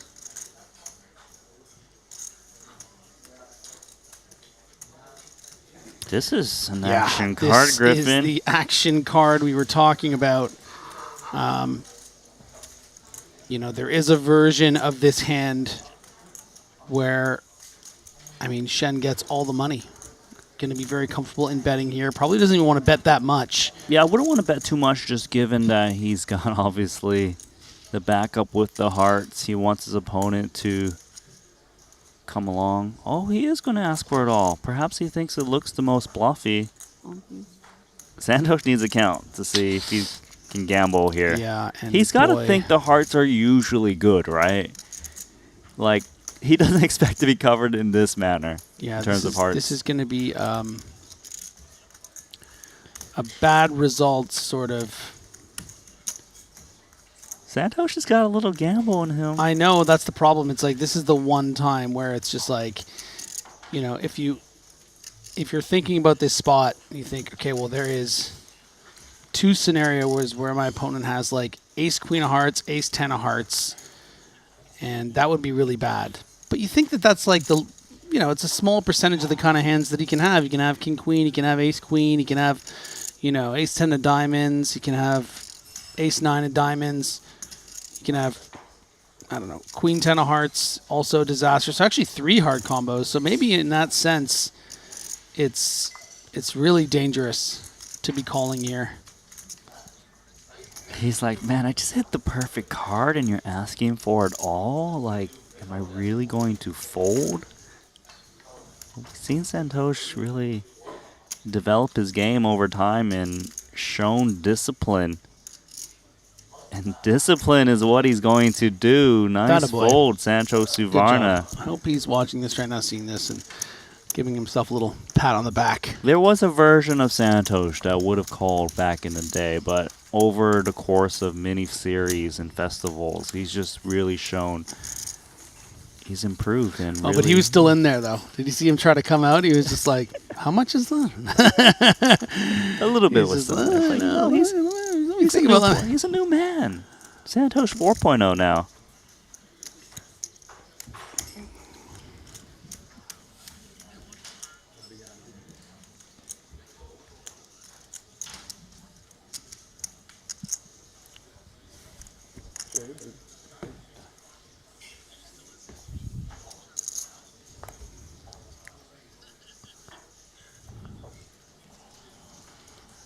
Thank you.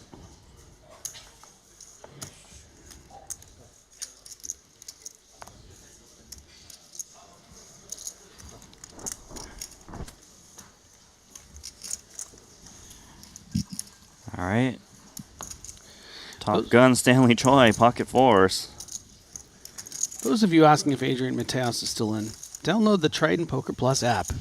Because once you get it up, you can check. You can just click on the tournament, check the leaders, and you will see that. You know what? I'm not going to spoil it. Actually, it's a nice you know little what's in, surprise Griffin? for you. Queen Jack of Clubs is in position. Damn right. Santos getting another reason to be involved. And this is 2 hands in a row now where Stanley Choi is finding himself with these small pairs on this sort of like sub 30 big blind stack. And this time it's looking a lot better. Yeah, we're gonna play Bella good flop for Choi. Actually, not at the publish room, looks like. We have some kind of other private room. But mostly mixed game, right? That's what they were able to offer us for, like, privacy. Yeah. So it's kind of hidden, I guess, where we play. I've never been. I just saw the video where what they made about it. That we're gonna play here. Nice bet and take it there. Kind of a nice result. I mean, you don't want to get called when you got 2 fours there because you don't want to face another bet unimproved at some point. Mm-hmm. What's your favorite game in the mix? In the mix? I don't have favorite. Tyler James wants to know if the list says a player has 20 big blinds, don't they technically have 10 big blinds because of the ante? No. Thank you for your question. It means they have 20 big blinds. Maybe stud high. Yeah, people seem to really be liking Badugi. Seems to be in every. There's no silly questions, what they told me. Happy that to one was just answer interesting. some So questions. Limit deuce to 7 is nice. Okay. Sounds like a fun game. I appreciate you just taking your time to read that question for us, though. You're looking out for everyone in the chat. Yeah, I've been more active than I thought I would be on the YouTube chat. We've had a pretty, on average, pretty respectful YouTube chat. So I'm happy to engage with you guys. If you have any questions or comments, or if you think you're funny, say something funny. If I think it's funny too, maybe I'll say it on air. Samuel Ju attacking ace-10 suited against Wai Kin Yong. I like this gear, Samuel.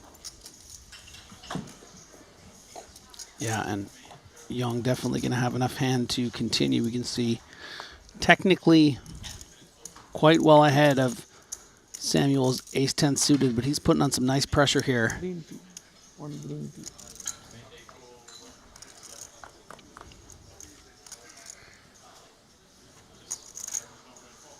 And this hand might become a good example of the effectiveness of position and 3-betting. Yeah, pre-flop initiative, clearly important. You have an uncapped range of ace-king, whereas your opponent more likely to 4-bet those hands. You can just attack relentlessly on king-high.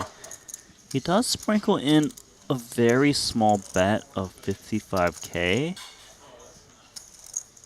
And normally you would expect to shake out ace-queen high, but against this price, with the nut no pair. Yeah, and you've said some pretty glowing things about Wai Kin Yong's game, and I think he's going to be quite prepared here. You know, sometimes your opponent just has jacks, and you can hit an ace or a queen. Not in this case. Yeah, Samuel Ju picking up and opening a straight draw. But then again, the check call range on a flop often continues for another bet on this card, so it's difficult to bet once more. Although if it does come in, he really can apply a lot of pressure against a hand like ace-queen.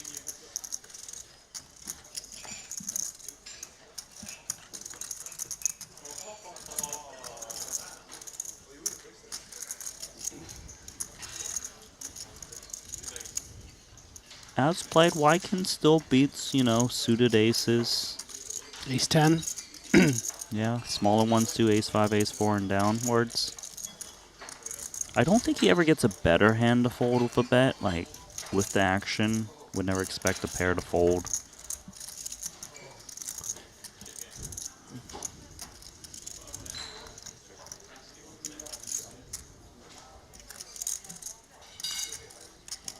Ace, queen, king, king, jack. Kicker plays. Yeah. Got to count it out sometimes.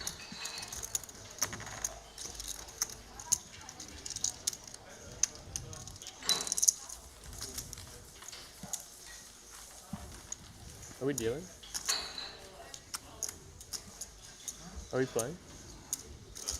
I wonder where the flush falls.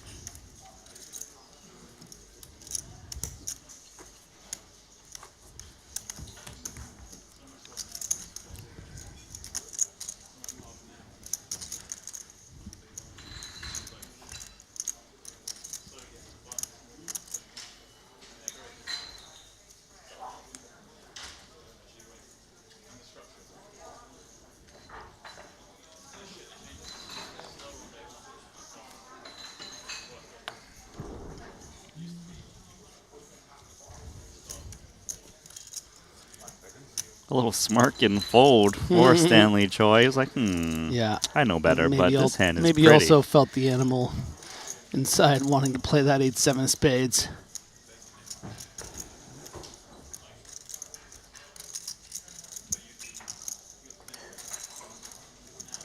BVB spot here for Saliba. Going to raise as we approach the money, 10 away right now into the medium stack of Shen Shan Chao, who's not going to be able to continue with Jack 6 offsuit. Take that quarter.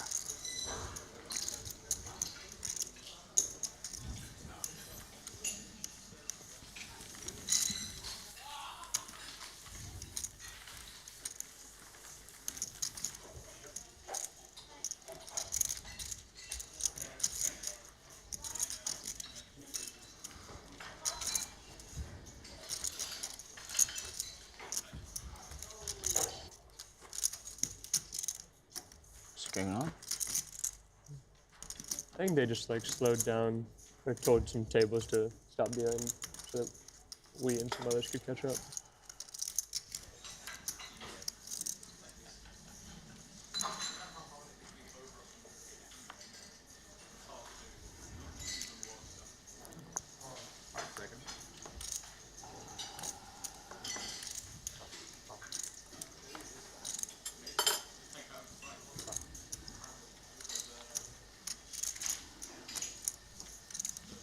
Antonius ready to party.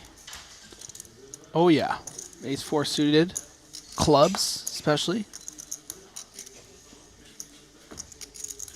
Oh, how about these aces? Ruh-roh.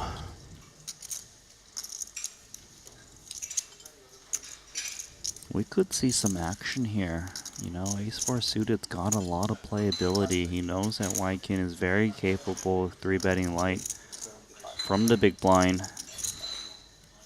It really could go in many different directions. Yeah, I feel like certainly Antonius could explore a 4-bet. The problem is that you start playing with like 35–40% of your stack. He decides, you know what, these 3-bets are going to be split between big nut hands like kings, queens, maybe aces, but I block that. Ace, king, ace, queen. Surely I do poorly against those, but all the same, you know, sometimes the players just have king 5 off here, right? A pair of 4s could get Antonius in some trouble against a flop bet. Yeah, Especially if he comes in small, which he does. Only outflopped the one of the value hands, which is ace king.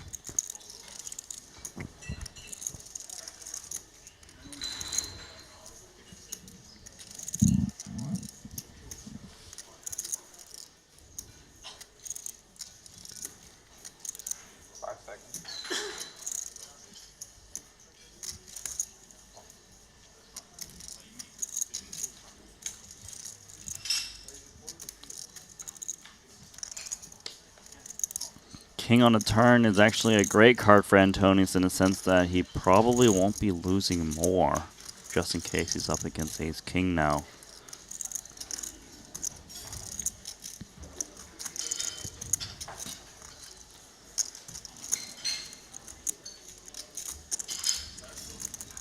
King could go for more value against a queen or a king that would have a straight draw coupled with it.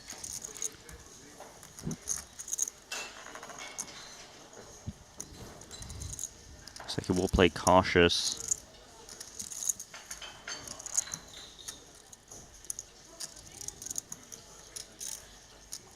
It's tricky because the 4 is rarely good here now on this board run out. But then again, turning it into a bluff and blasting away is, I mean, if you it's find quite yourself dangerous. at the bottom of your range, you know, you might want to consider it. But Antonius is not going to like put, you know, these are a decent amount of chips here that he has behind. He has almost 30 big blinds. We're talking about, you know, close to the money bubble. That's why I was a bit surprised that he decided to make the call. But all things considered, he's only lost 3 more big blinds in this pot, right? After flopping a 4 against the aces, so. We like to see aces value bet here. A queen will often just check this one back, and you don't want some tighter checkbacks from like a king 10, king jack.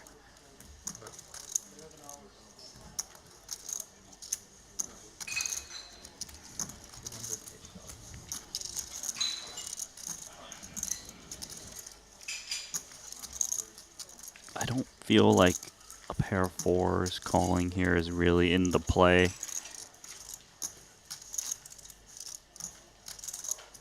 Seems like a fold or jam spot. Theory-wise, he does have more 9x's in his range, but it'll be very courageous at this stage of the tournament. I think you just have to respect your opponent.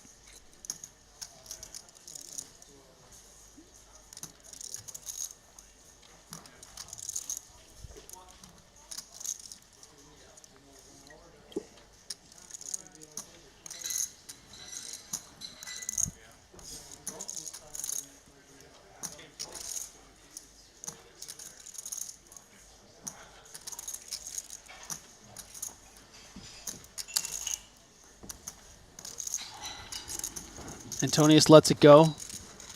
Probably wise. And a nice little pot dragged by Y Kin Yong. Up to 88 big blinds now. Doing very, very, very well here in this main event. And if you're one of those people who likes betting, how about sportsbet.io? It's fun. It's fast. It's fair. And if you're a punter that wants to jump on there, you got a little digital currency. You want to throw it around. This is the place to go. It's your ultimate sports prediction destination, and we're very happy about it here at Triton. So please check out sportsbet.io, and they got a lot of excellent offers over there. Wide range of sports events and markets. Place your wagers on.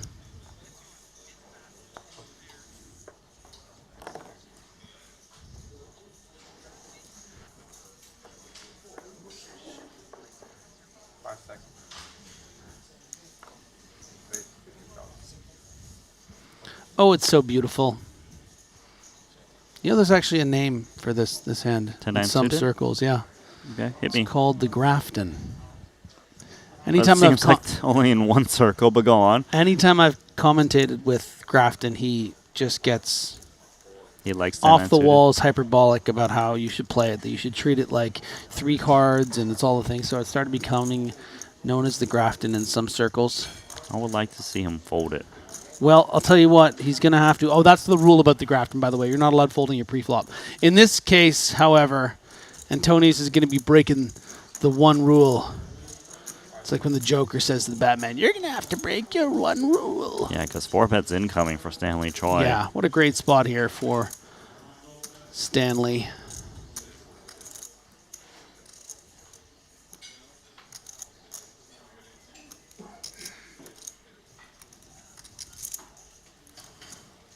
Counting down his stack, Stanley Choi started the hand with 26 big blinds, is already raising a 3-bet in front of him.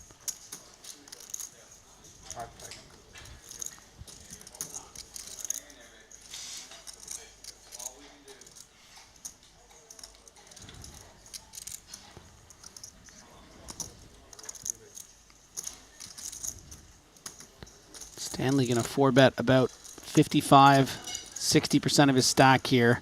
Going to look megalodon strong. To me, yeah. Yeah, it's going to be hard for Sean Chow to react to this because the opponent's put in most of his stack, as you said. It's unlikely they're looking to 4-bet and fold cold.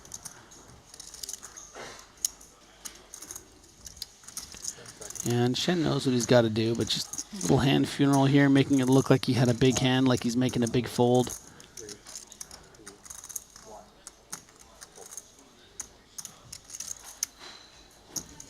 And Stanley takes it down.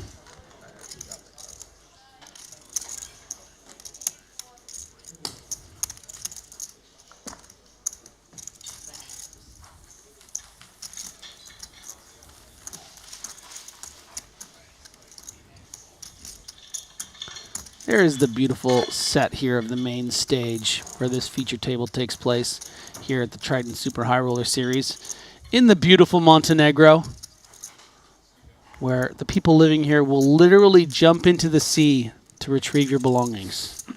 I highly recommend checking out Montenegro. Let me go check that out. So I just have to drop my phone in the sea and it'll happen again? Can you tell me which restaurant so I can go do it? If you're ever in Montenegro, check out Il Brodetto. It's right beside the Maestral here. And they actually told me that they're going to have some music there tonight and some live singing and beautiful dinner, little party, something. Might as well drop all our phones. I think I might just go drop my phone off there. Do it again. Yeah. I had a lovely little chat with the owner, and he said, "You come back, you get free dinner." I'm like, so, gotta go back. Wai Kin Yong taking that King 8 and saying, "Let's play." Gets it through.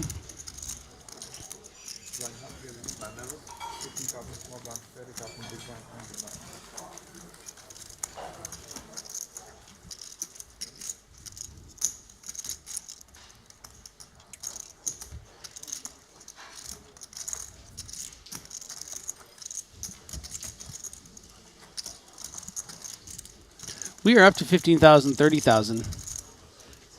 You know what that means? Everyone's blinds are getting eaten. It's like Fortnite or something. It's all closing in on them. The walls are closing in? Yeah, the walls are closing in.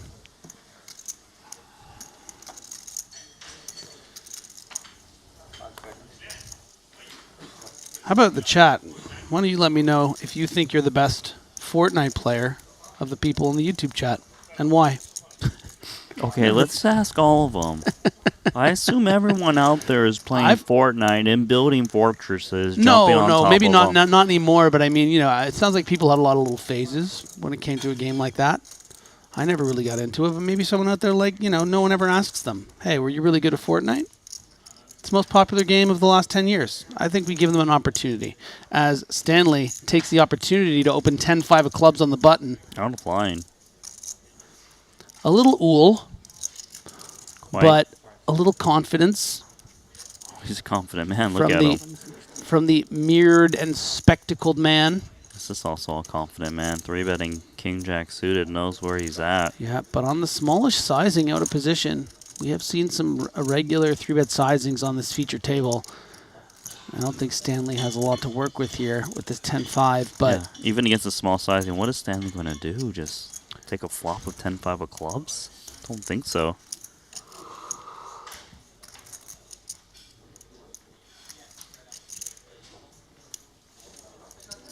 Soiza mentioned in the chat if he's still playing, as is Paul. And what do you like to say?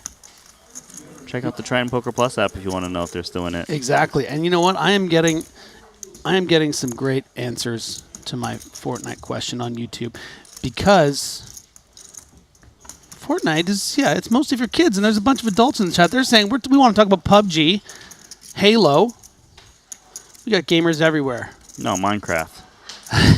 Also for little kids.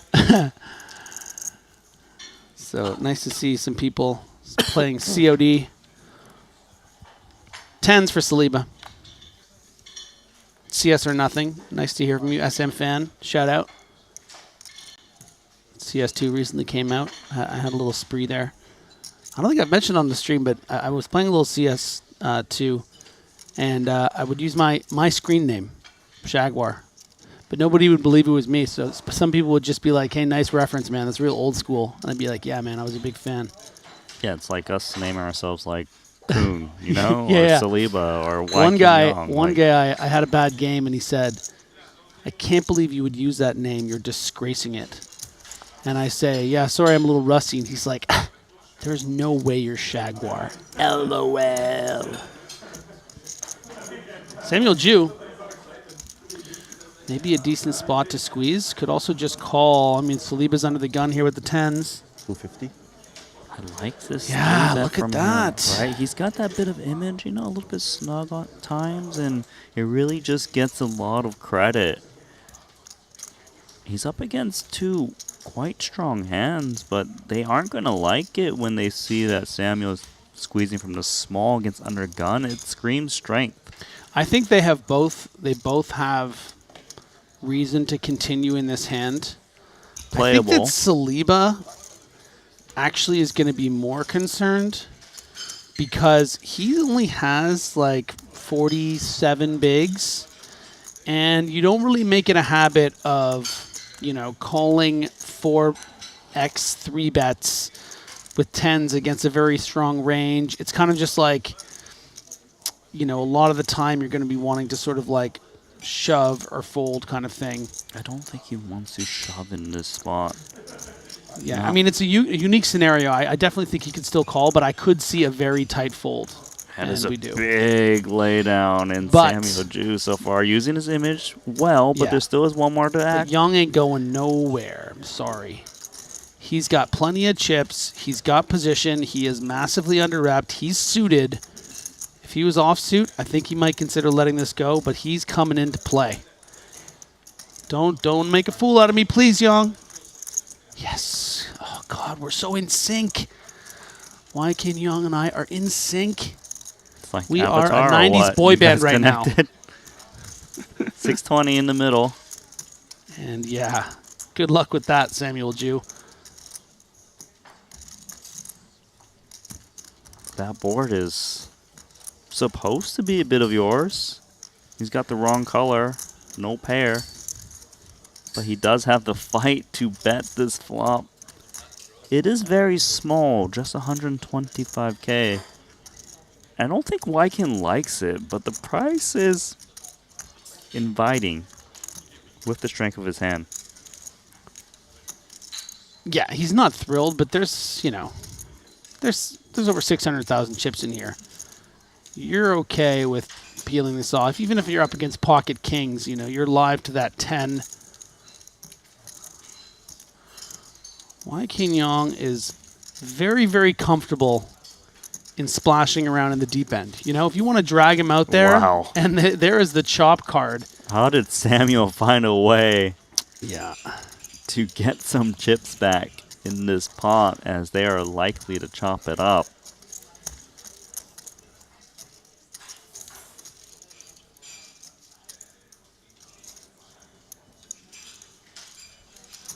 $350. And no slowdown from Samuel Jew. Yeah, he wants to protect against two pairs, sets, lone diamond. Don't blame him. Only loses to a flop flush. Hard to get that. Yeah, flop flush is often actually a Woyle flush or a straight flush. So yeah, safe to say that's not a big part of Wykin's range.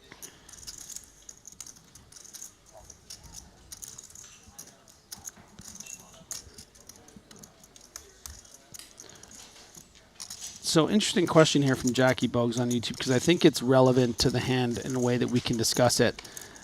Jackie asks, why doesn't Young believe Jew has a big hand? Well, I think that he definitely could have believed he had a big hand, but the thing was like being in a position and having such a strong suited hand like ace queen and being so deep stacked was comfortable enough to play this, you know, as a call more than the tens who had to worry about Young behind and all these other, you know, factors. Then why does he call on king jack queen? Why doesn't he believe it's a big hand? Well, the bet was 125K after it was 250 pre-flop. So it's about price, right? Even if you think your opponent has something like 2 kings or in a situation like that, knowing you're live to the 10, you got to call again. So I don't think Young's really been out of line in how he's played any of this. I think he should get out of line now and jam, to be honest. I would never see a world where Samuel Ju ever has a flush as played, and he can give himself that free roll to blow off the same hand.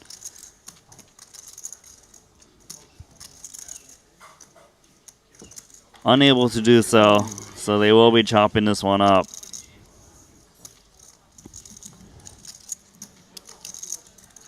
And there will be eyeballs as they see Samuel Ju squeezing ace-5 suited, and I'm going to tell you, Saliba's going to think, damn. Yeah, and did fold what was effectively bottom set. Still would have lost, you know, probably more chips. I mean, definitely. As we check the chip counts here, evening out a little bit. Why Kin Young with 77 big blinds playing quite well. Samuel Ju getting away with one there, staying above that 2 million mark. Santosh, 2 million as well. Saliba making that tight fold with 10s, really tough spot. Stanley Choi in there with the 26 blinds. Shen been a bit quiet with 20. Antonius as well. We are, of course, nearing the bubble, so maybe some more cagey play from the likes of the Finn, Patrick Antonius, and from Shen. 27 are going to pay. Looks to be like we have 35 players left. Sam Grafton just being limited in 36th. Michael Watson in 37th. So we're getting down to both the nitty and the gritty.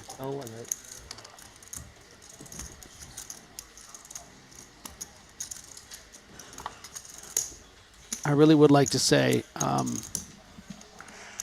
I know the Fortnite thing didn't get much traction, but there is one comment that I would like to close it with that someone made that really made my day. You ready for this? On YouTube, Key Dog Comeback Tour says, I work 40-hour weeks so my kids can buy clothes for their characters.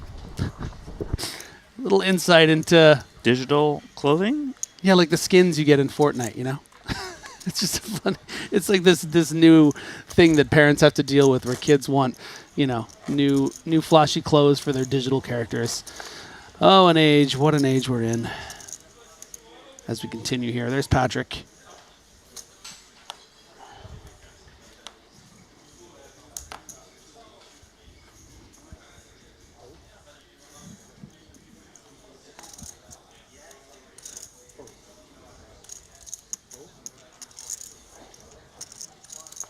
Fold around to Santosh. No interest in the 5-3, naturally.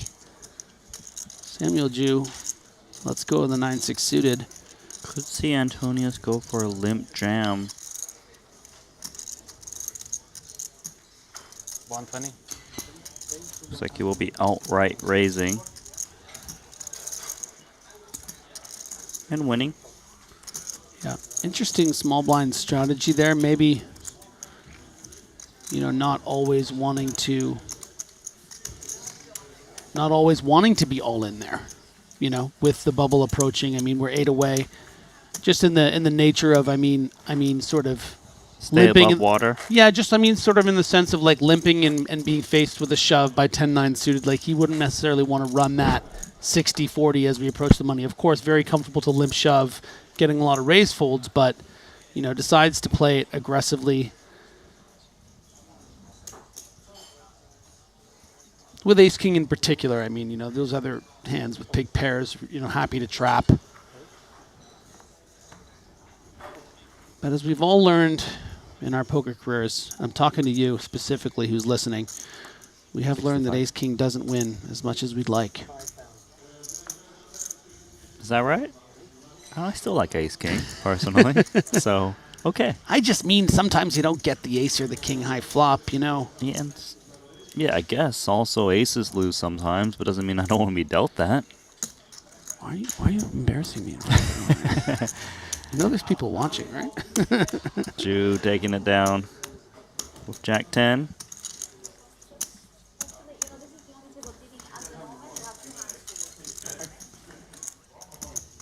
I thought we were faster than the other ones. Thought we are faster than the other ones. Okay.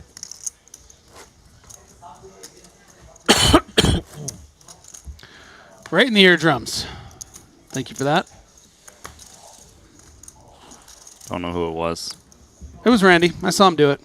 No, it He did it on purpose. I saw him turn on his mic to do it. All right. Okay. So it's war you want. Yeah, go to war. Stanley, Queen 4 suited under the gun. That's going to go in the muck. Santosh, don't you even think about it, dude. Barely thought about it. Folds it. Round to Saliba. Looks kind of interested, and that is why. He's got the suited tennis shoes, the kicks. Suited tennis shoes. King the 6. Kicks. The kicks. Because the K and the 6, and Yeah. you just put it together? Okay. Well, what about this hand? You got a name for it? Yeah, I call them the soda pops. I call it pocket aces. So let us 3-bet. Poor Saliba. Oh, tricky. This is interesting. Yeah. So I would say, Randy, that on average you usually start to get into these big blind, flat, trappy aces moments on stacks of like, you know, anywhere between 10 and maybe even up to like 25, 30 bigs. A bit strange to see it with 40, but you can see here and in so many other situations, Saliba's just going to be folding. So this is this shows a great deal, I think, of confidence and wanting to be a little outside of the box, try to get max value from your hand. Wycan is thinking about the bigger picture where it's unlikely Saliba ever just gets it in pre against him unless it's an ultimate cooler, but now he's retained hands to fire away against them. You know, Wycan's looking to win like a medium smaller pot, right? Yeah, and that by the tends way, to happen more when you flat. Has induced quite a sizable bet, you know, 100 into 185, and now you can see the big boy chips coming out.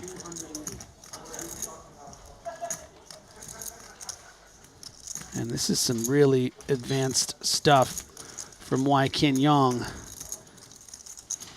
Earned himself an additional 100,000 in chips. Yeah. With that slow play.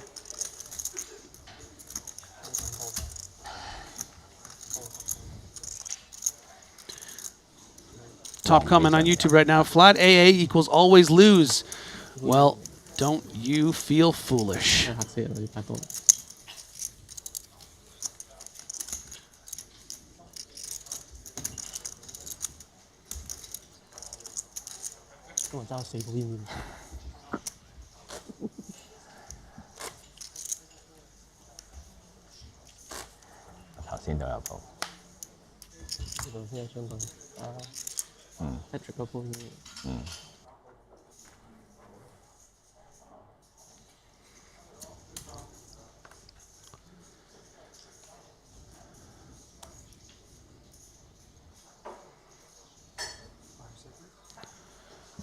Suvarna surveying the situation.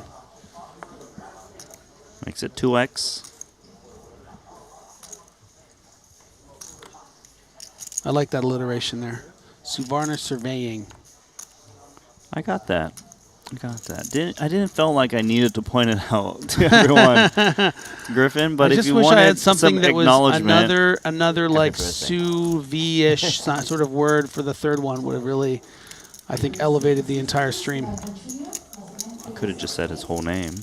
Santosh Suvarna Din, surveying. Santosh Suvarna surveyed the... Yeah. I'm going to work on it. What are you writing, a haiku? Yeah, I'm trying. Yeah. Alliteration? Okay. Yeah, tôi cảm ơn đạo thầy.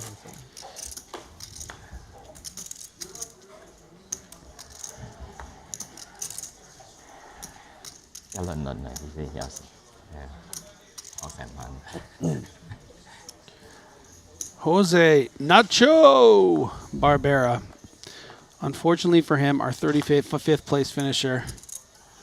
Always animated, always fun to have on the feature. Always wearing his heart in his sleeve.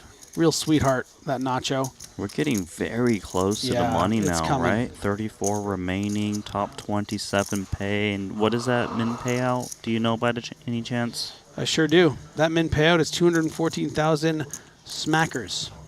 So the biggest min cash to date at this series so far. Of course, everyone eyeballing that top prize of 4.7 million plus that limited edition Jacob & Co. watch for the eventual main event champion.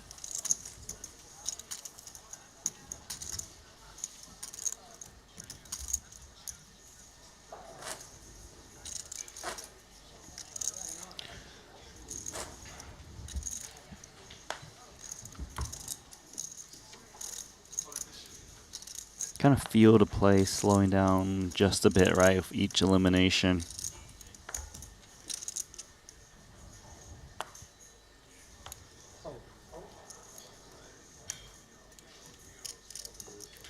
Shen Qian Chao, pocket nines.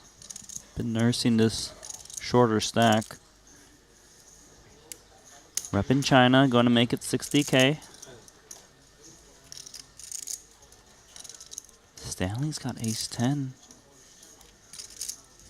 He's always just smiling when he's playing. I like this guy. Comes in with flat. Oh, and Santos Suvarna, we could have quite the collision here. I'm expecting Santos to want to just attack these short stacks. Playing 20 big blind stacks. But he just flats. Gives them an opportunity. Yeah. I too would have just shoved, I think, in this. Well, maybe not seat. just open shove, of course, because Samuel Jew's got the covering stack of 2.2. Yes, but here, yes. squeeze, so you mean? Yeah. So the 250K to call off 600 max. But also, you know, having said that, these ranges, as we approach the money bubble, are going to be pretty strong. And you can see in Shen's case with the nines, and this flopped really beautifully here. Flat has really worked out for Suvarna because he's allowed Samuel Jew to come in with the dominating queen on this very safe queen high board texture. Even Shen Xian Chao might think his 2 nines are good for a little c-bet to clear the field a bit. He's debating. You can see him going back and forth. Is going to drop in what appears to be another white chip added to that stack, which is 90K. This pot is looking quite good for Santos Suvarna. Top pair, top kicker.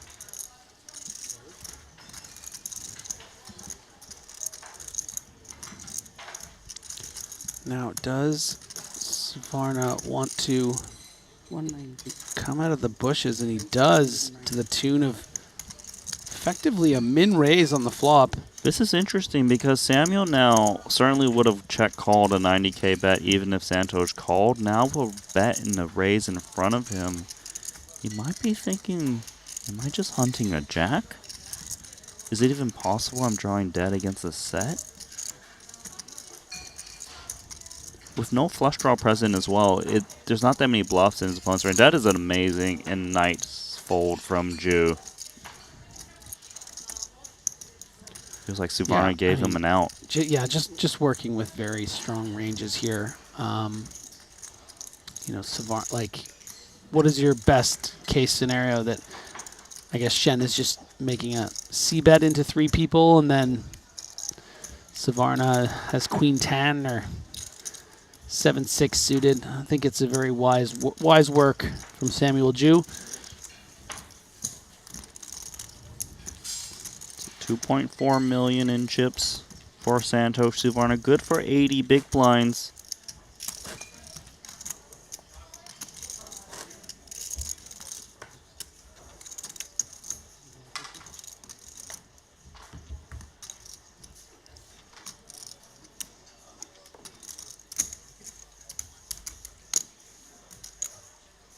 You have queen?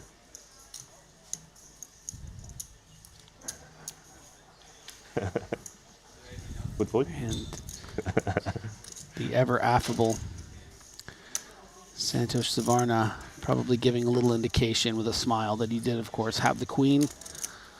Always such a great presence on the table, always very friendly. I mean, that's always the #1 question you ask when you fold top pair for Samuel.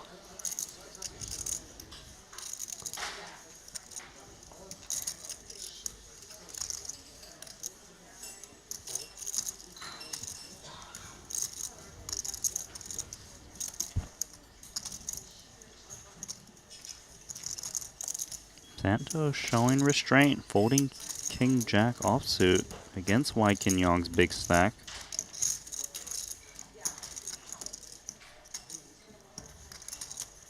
Min raise for Patrick. Brings in one more big blind, bringing this pot to 165K.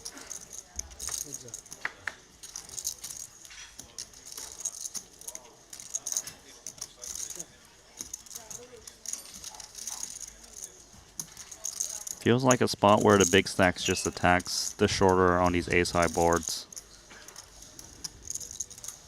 Oh, yeah.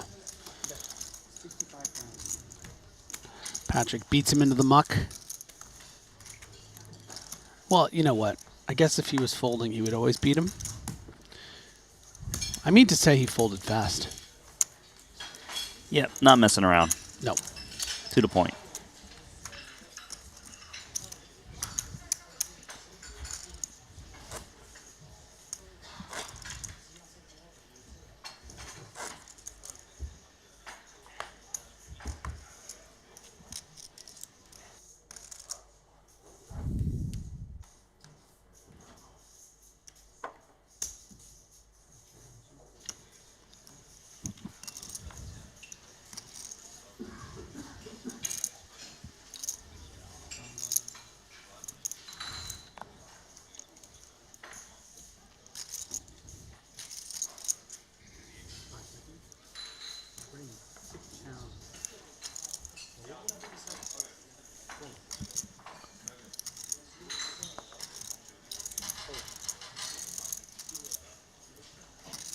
Oh, the Grafton? Is that right? That's right. Any suit. 10-9 suited, the Grafton. You said it's a must play? Yeah, must play, must see a flop. Must play 6 from the money in the 125K main in the small. Well, apparently he knows what's up. Antonius agrees. Oh, is this the Grafton as well? That's a double Grafton. Oh my God, it's so rare to see a double Grafton. It's like a double rainbow. When you see it, you got to take photos. If you're at home right now, please take some screenshots and Just send them to me Grafton. on Twitter. Please, at Griffin Benger. I want to see the screenshot of the double Grafton, and I will send it to Grafton. One Grafton is better as it flops a flush draw, top pair, 4 Wai Kin Yong, ace of hearts in hand. You know, apparently having the Grafton is like having 3 cards, direct quote from Sam. But sometimes it's like having 4. It is like having 4. Yeah, going to be very comfortable in betting here. Wai Kin Yong with the best of it. Saliba hoping to turn that heart or maybe get a queen or an 8. More reason to continue.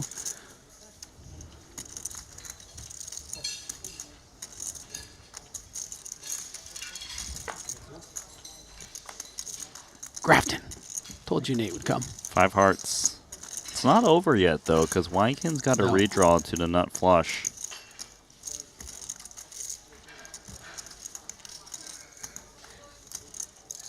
Could see Wai Kin just checking this one back. Yeah. And the river is the dry queen, and Justin with an embarrassment of riches when it comes to this board. He's got a straight, he's got a flush, and underneath that tough demeanor, he's got a smile. I don't see the smile. No, it's in there. It's under. It's really buried. He's happy, right? He's like, how much can I get? He has the effective nuts on the feature table. Maybe he's got some friends and family watching. Maybe some investors. The queen's So actually a really big good card moment. from. The queen is a type of card that improves Wykin quite a bit. He actually goes block, and this is kind of cute because if his opponent hit a random 2-pair, he might just raise it up for more and maybe even try to rep something big. It does kind of usually looks like an ace-X trying to show it down. Yeah, it won't get a raise from this combo, I don't think. Missed value against this hand, but you can see where he's kind of coming from. Yeah, I mean, if Wykin Yang, yeah, it does just call. A little nod, like, all right. Happy to just Thanks pay for letting 45K. me off the hook. But it's ironic because had Saliba bet much more, maybe ace 10 would just fold. The flushes come in, queen jacks come in. True. Không có nhìn tân phải vẫn gọi We are still at the 15K, 30K level, but we've been here for a while, so when blinds go up, the amount of chips people have will go down. Do you think anyone took a photo of that and actually sent it to you? Let's see. I mean, I don't know if people are going to be that quick. I have 2 notifications. Oh, here we go. You did? You Yeah. got a Grafton Yeah, in there? Adam Toole sent it to me. Can you? Why don't you tag Grafton? Oh, while I'm you're going at to. it? He's going to be like, what's going on? Yeah. Is Grafton still in the tournament? Because I think you said he was eliminated. He Oh was yeah, in you know what? 36. I'm not No, tagging. I think you should. No. Yeah, let's just see if you guys Yeah, are still I'm friends gonna after tag. that. I'm gonna tag my dear friend in some sort of freaking hand meme. 20 minutes after he's busted the 125K main event, 10 from the money. You don't have to Not do it. today, pal. You don't have to do it. Not but today. The chat can do it. Maybe tomorrow. The chat will do it for Adam you. Toole, thank you very much. No, Adam, why don't you just tag Grafton while you're at No, it? don't do it. Don't do it. Don't be that guy. Come on. Leave the guy alone. Let him read his book. He's reading on some, Mediterranean patio right now. Probably might lose his phone in the water. We got a couple pocket pairs here. Choi and Ju.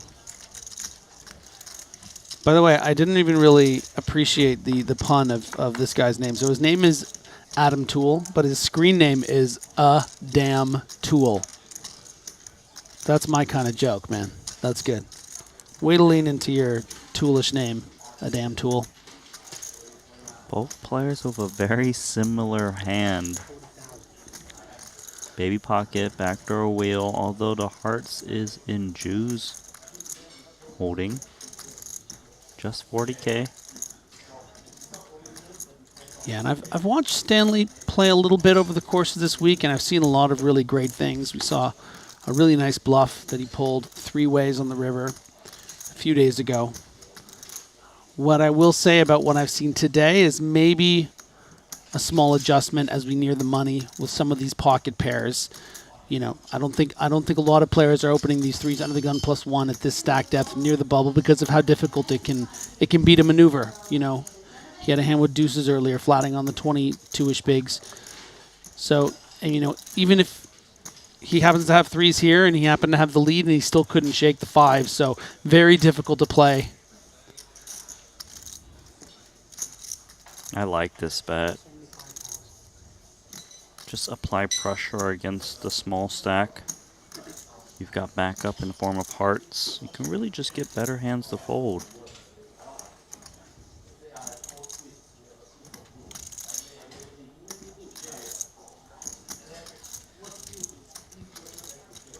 Samuel Ju just grinding away. Healthy on 2.3 million in chips.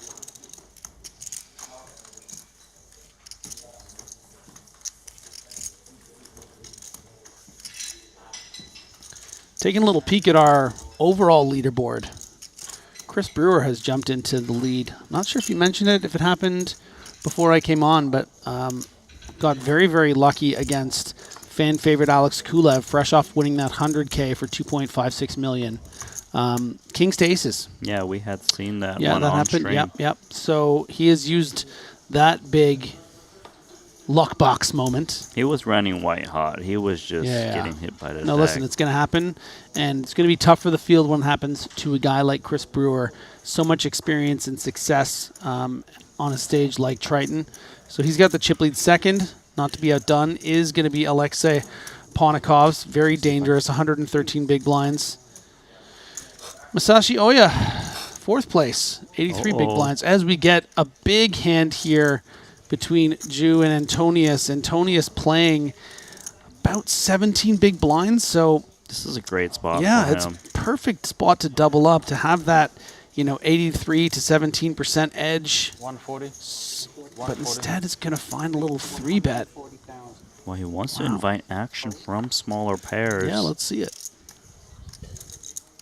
Makes it 140 with 370 back. Juno. Kind of a bit of a decision. This does scream a bit of strength to 3-bet off of this stack. 6 away from the money.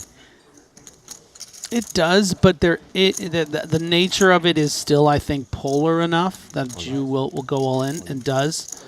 If Pincher Cantonius does want to just like bluff with ace-10 or something like that, so it does go in, and Samuel Ju is going to need a 10. Spades and diamonds both live, though, Randy. True. Which very relevant to have 2 live suits. You can see how that increases the percentage all the way up to 19. Usually we see something like 17, 18. That does matter. Not relevant here. Not relevant here, exactly. Going to need a 10 or running straight cards that include Patrick's Jack. Nope. Still got 1 shot. 1 shot. 1 opportunity to capture everything you ever wanted. Not this today. time. Yeah, so speaking of fan favorites, the Finn, the Shark Finn, Patrick Antonius. Nice clean double up to $1 million. He's going to really need those chips as we approach the in-money portion coming up pretty soon. Just 33 remaining with the elimination of Wai Leong Chan in 34th. If you're curious about some of the players that you might be familiar with hanging on, trying to get into that $214,000 pay ladder, the likes, well, first of all, download the Triton Poker Plus app, I have to say. I shouldn't have to do this all the time, Like, do I have to do the laundry all the time? Can you do it for once, hon? We got Thomas Santern, 32nd place, fresh off that 2nd place finish to Alex Kulev in the 100K. He has 12 big blinds. We have Mikita Badziakovsky with 16 big blinds. He's in a little bit of the danger zone, but I have a feeling he'll maneuver. Phil Ivey in 26th place, 19 big blinds. Dan Smith sort of having an up and down series. He has 19 big blinds. Paul Pua, 650K. So a lot of guys there that are hoping to just lock up that nice near $250,000 and then try to go all the way up to the first prize, the incredible 4.737 000. That's million. Top prize. I've done my rant. You can talk now, Randy. That was my bubble rant. No worries. Stanley Choi, King Jack suited in the big. I like that he's going for call because his tournament life is very important. Normally you would want to rejam, but your strategy does shift by a few pips at this moment. Great point. This is dicey. Flops middle pair. Open-ended for Saliba. Yeah, and if I can take your point about it being dicey, is that on certain runouts, Saliba's going to put on that max pressure against a perceived Jack X type hand. If he bets here and the turn's a 7 and the river's a 4, if he goes all in all the way, will Stanley be able to make the call with just a Jack? But, the texture of the board is going to change. We can't predict how it's going to go. Saliba doesn't have a club in hand, so it's going to be difficult to bluff on, say, the 8 of clubs, right? Can predict that Stanley Choi will be check calling with middle pair, though. Mm-hmm.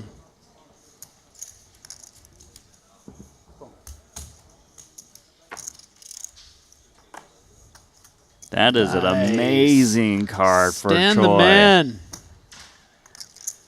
I actually kind of like him leading this turn. It's rare for Saliba to hold the jack. It's often going to check back like a queen. Some draws. They often don't multi, but I do like him leading. It is rather small. It's very small. Min bet. Yeah, that is as small as he could possibly make it. Not even 10% of the pot.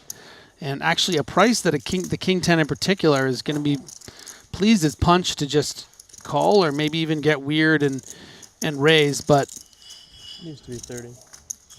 Min bet is actually it needs 30K. to be 30, yeah. But still the min bet does stand. This is the leader. Okay, sorry.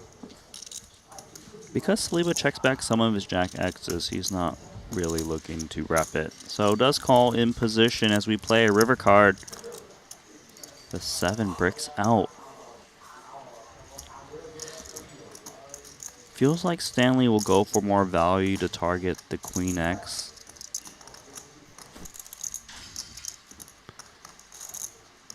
Yeah, and clubs have missed. The backdoor spades have missed. All the straight draws have missed. So Stanley can certainly represent with a sizable bet on the river, you know, a missed hand here where a queen would feel inclined to call, matching up all the combos of those draws with the value sort of Jack X, you know, more draw combos than Jack X combos. In this case, of course, we can see Saliba does have one of those draws, so won't be inclined to call. I really like this sizing from Stanley Choi. You know, against a queen, I think it's going to get called a very large percentage of the time. But the American simply doesn't have what he needs.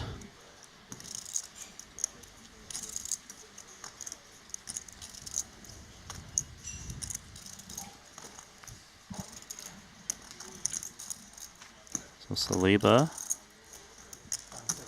does kind of have a little bit of showdown value, hence why he's thinking about it. He doesn't really expect better busted draws to bluff. For example, Ace X of clubs, Ace X of spades. He's really thinking about making a call here. Beating 10-9. Yeah. Of course, to consider maybe King 9 of spades, King 9 of clubs. Be interesting. We have a really pretty crazy pipping. And then all, of course, the low combos of clubs. You know, 5-8 of clubs, something of that nature. So there are some bluffs there, so I think that makes sense for Saliba to take some consideration. So if you're sitting there at home and you're thinking, you know what, Griffin, money doesn't really interest me. It doesn't impress me. The 4.7 million for first. Well, what if I told you? What if you're a watch guy? Because Jacob & Co. has given out one of these beauties for the main event winner. One of them has a roulette wheel in there. You got like chips. You can't shuffle the chips. You can just look at them because they're inside the watch. But these watches are pretty incredible. They are the official timekeeper for us here at the Triton Poker Series. And I just love looking at them bounce around here, all 6 of these things. So very exciting for the winner. Definitely a watch you can wear, and then when you're at the table, really remind these other guys at all these Triton stops. Look at this. Look what I won. Yeah, I won the main event. Exclusive to winning the main. Yeah. Couldn't have been that big of a hand.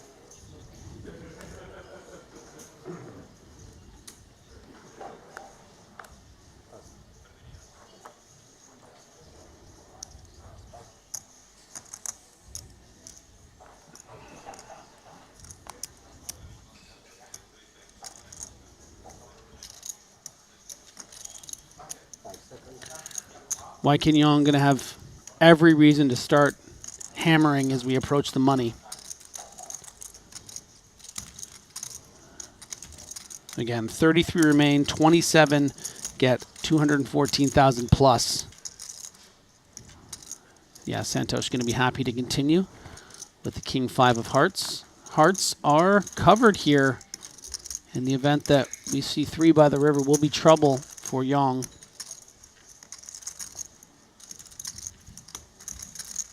As dry as it gets. Or deuce, deuce, rainbow.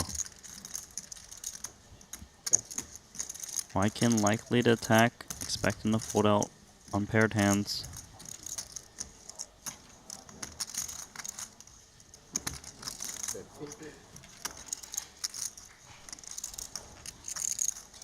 It is 50K and doesn't interest Santosh. Yeah, a bit snug, but I think also a sign of deep respect for Young's game. Doesn't really want to mess around with him, start sort of with the bottom of what he might call with. I think it's justified if it's a bit tight.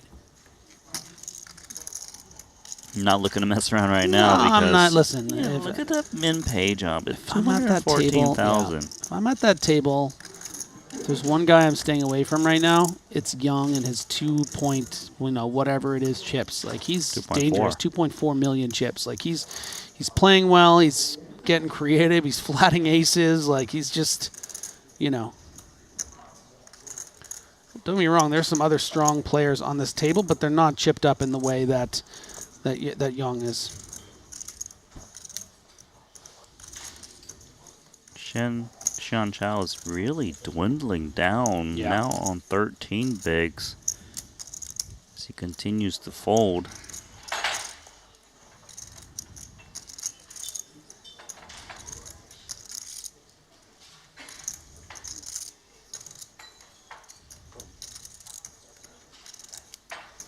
Santosh hoping for a free flop.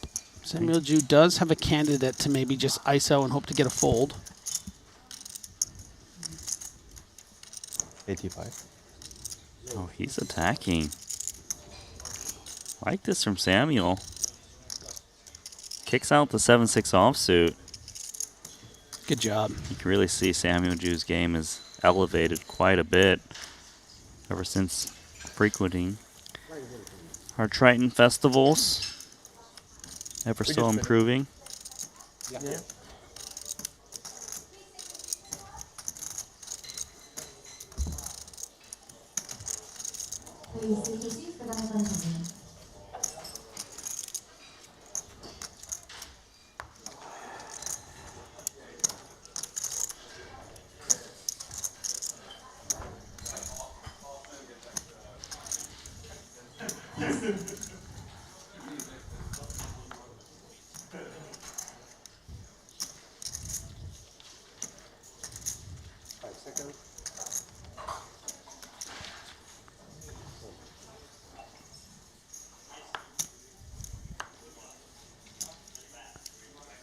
King Jack suited. Oh, yeah, Jinx. Jinx.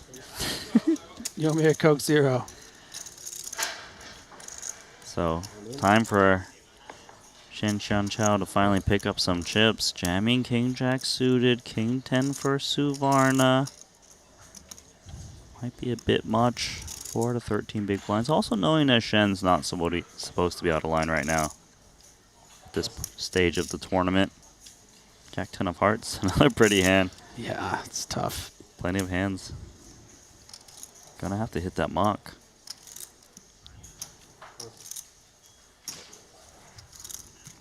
A little bit of life. Yeah, and a bit of a sigh of relief. A very light one, but it's nicer when it's just take it down. Don't have to sweat this close to that big money bubble. So today's event is brought to you by PokerStake, the official staking partner of Triton. PokerStake is the ultimate platform for staking and professional poker players around the globe. No fees on any purchase. It's a go-to platform for anyone looking to support their favorite player's journey and celebrate the rewards of big victories. Again, all purchases are free. There's no rake, no transaction fees, and all winnings are guaranteed by PokerStake. Why don't you go check it out, see which some of your favorite players might be selling some action to these events, and really elevate, I think, your experience in watching. Just buy a little piece. Maybe they get on the feature table, run it up. They're in a big flip, running a big bluff. Get the blood pumping.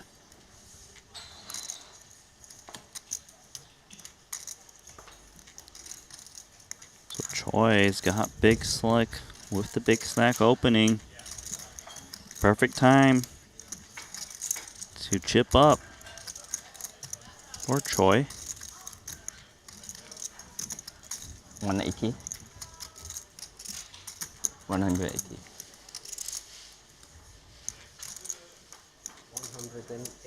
Santosh folding 2 6s with the 3-bet in front of him cold.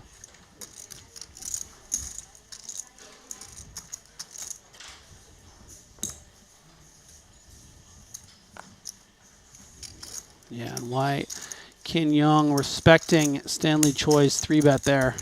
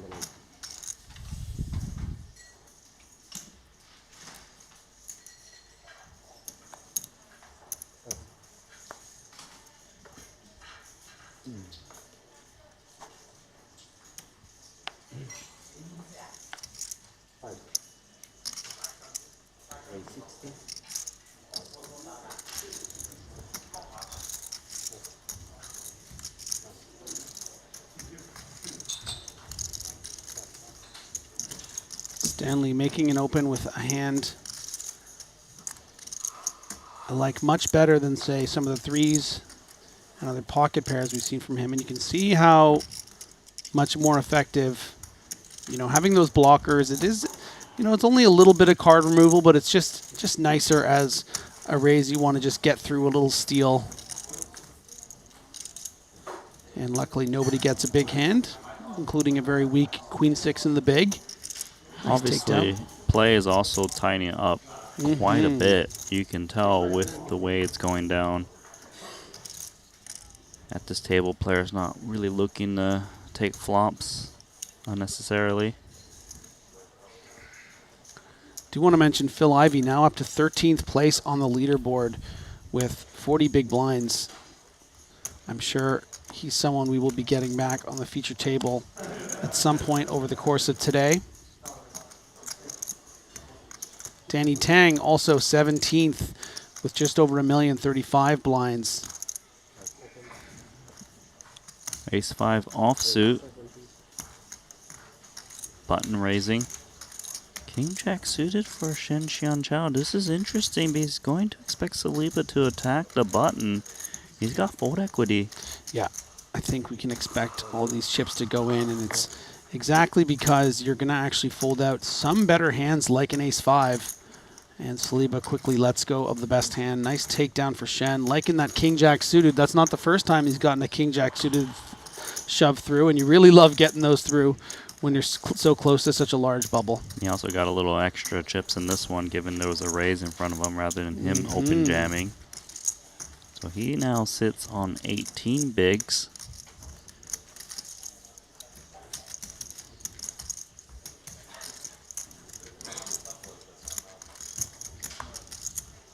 A lot of chance of Ivy. Ivy, we want Ivy. I'm sure producer James and the team is hearing that, and if they can get him on a feature table, they will for you. I'm on your side, man. But I don't make the rules.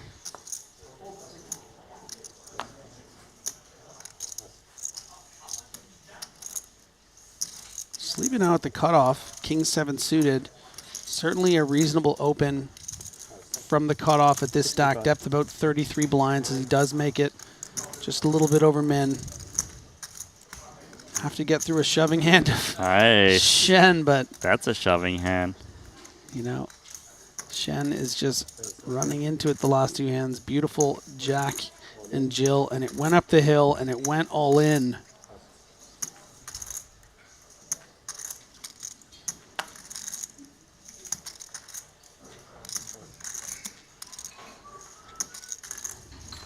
Saliba now thinking, man. Hey, give me a break, guys. Is Come he on, just waking up with it? I'm getting decent hands here. I'm getting nice blockers, and some of them suited. Like, why are you salting my game? You know?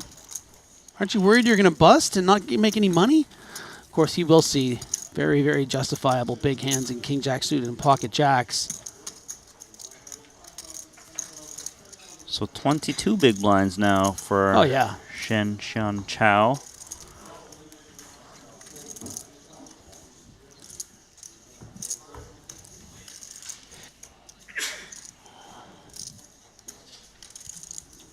a bit of perspective on YouTube here from Justice Moeller. Everyone wants Ivy. Nobody ever asks Ivy what Ivy wants.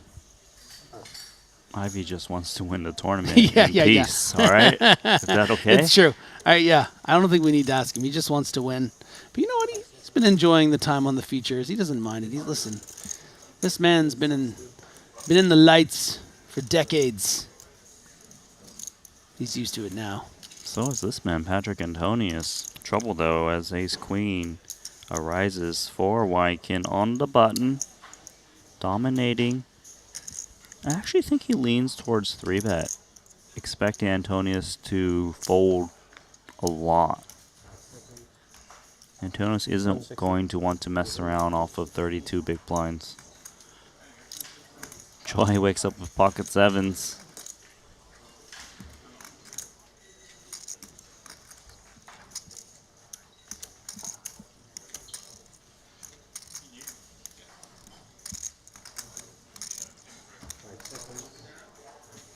Bit too much action in front of him for him to want to continue, so 2 sevens bins it. And Wykin back to 2.4 million in chips.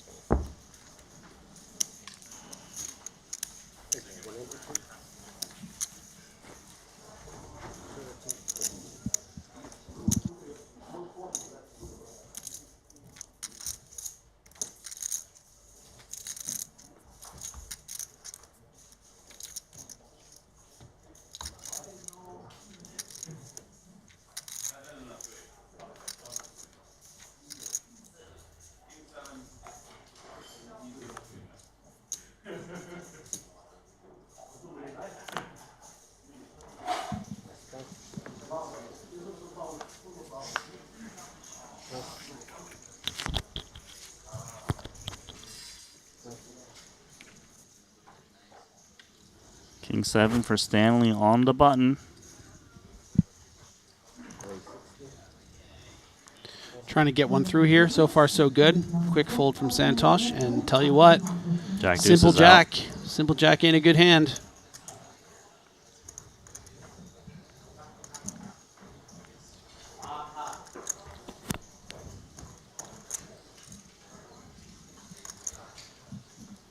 $160. Oh, what did you say? Because he says 160, my friend. That was actually you who said that stuff. It just we sound really similar. That's gangsta, isn't it? To Yeah, this 3-bet is, this hand. I mean, he's right on the money. King 7 is not putting another chip in this pot. Wow. Let's go. I'm loving this Samuel Sammy Ju. boy. This is a new Samuel I like Ju the for me. side of you, Sammy. Yeah, that's aggressive. And that looks to be the end of that level of play. And we look at the chip counts. Going to 20K, 40K. Wykin Yong playing great, up to 61 big blinds. Savarna has just been kind of chilling a little bit with 55. Jew with 48, nice little jack deuce. Final hand, sneak it in. Antonius, Saliba. But I assume we're going to get a new feature table. Of course, we switch it up every single moment. Yes, I keep it yes, balanced. of course. Yeah, we're almost near the money here of this 125K main event. Been really fun stuff. I really liked seeing, that was the first time I had the pleasure of commentating on the likes of Wykin Yong, and really impressed with his play. He was getting really creative with the pocket aces, for instance, against Saliba when Saliba had the King 6. You know, in general, was playing just really, really well, and he's someone I expect, obviously, to make the money and really work his way up. Yeah, we just have, 6 away, 2 to money, where things are going to get a little more tight. CRISPR is going to take the top of the chip counts and try to cruise his way to that final right table. right there. You can see this all on the app. Masashi Oya also in third place. So, but I'm going to tag you out. Rasti's going to come on in, which is great. And we'll see you, I guess, maybe later tonight, maybe food. tomorrow. I'll be back get later. Some food? Okay, great. So yeah, check in with us. We'll come right back. We'll be here. I'll be here with Rasty. We'll get it going.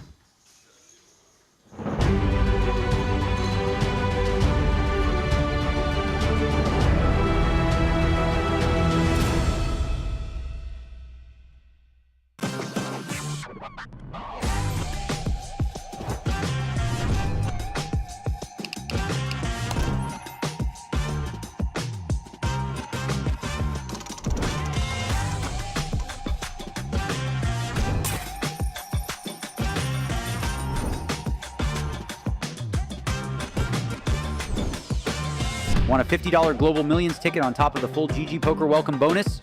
Sign up with promo code Triton_2024 and deposit a minimum of $20 to claim your ticket. Brace yourselves. This is live. And the show goes on. Oh, wow. All in. In poker, every small decision counts. Introducing the Game Changer, Daily Dose of GTO. This is your free guide to mastering GTO strategies in just 5 minutes a day. Join the thousands of players transforming their game and results. Gain the confidence you need for high-stakes decisions. Scan the QR code now to get your free copy and follow GTO Wizard on Twitter and Instagram for exclusive challenges and giveaways during this Triton series. Welcome to BetACR EU, the premier platform for sports enthusiasts and the newest way to engage with the Triton Live Series. Experience the pinnacle of sports prediction where every game, every match becomes an opportunity for victory. At BetACR EU, your insights into the game transform into action. With exclusive action prediction options for the Triton Series, your player knowledge and predictions set the stage for unmatched excitement. And there's more. BetACR EU brings the world of sports to your fingertips, offering action prediction options across all major sports. Whether it's football, basketball, baseball, or beyond, your passion for sports finds its home here. Kick off your journey with us and get a 15% free play on your first top-up up to $250. Don't just watch the game, be a part of it.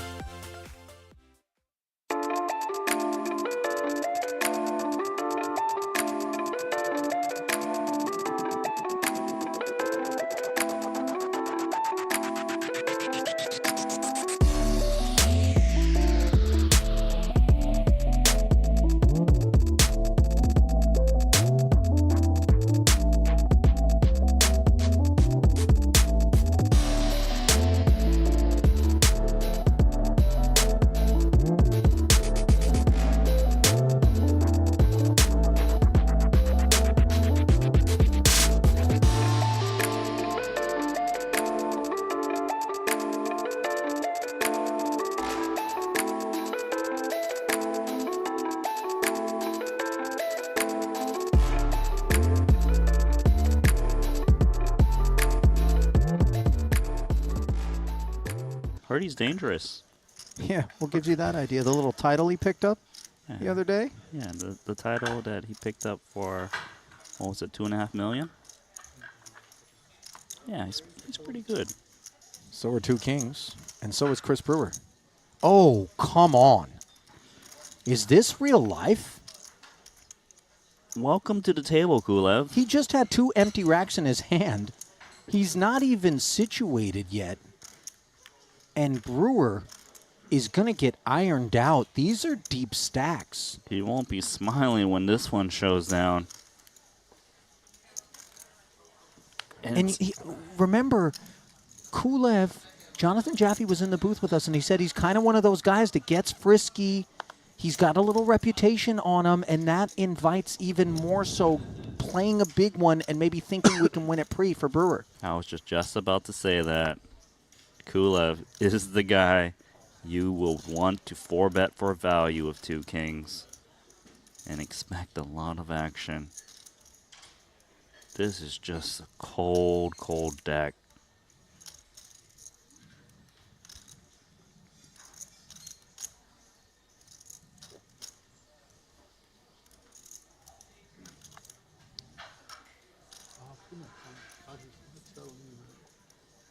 $320.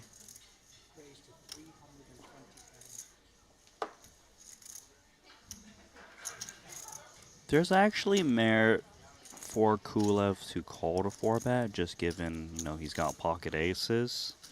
If his opponent is bluffing, he can maybe pick off some chips post-flop. And if his opponent's got kings or queens, if it doesn't come ace high, he's going to stack them anyways. Call. 4-bet to 320, extra 200 flatted. We know once Kulev is willing to put a third of his newly arrived stack into this pot, it's supposed to have a narrow range. It's definitely not going to be dust, I'll tell you that. Oh my. Oh boy. Kings full for Brewer. This is dreamy. And he goes from being in awful shape to being in wonderful shape. C-betting here. Kulev is just destroyed.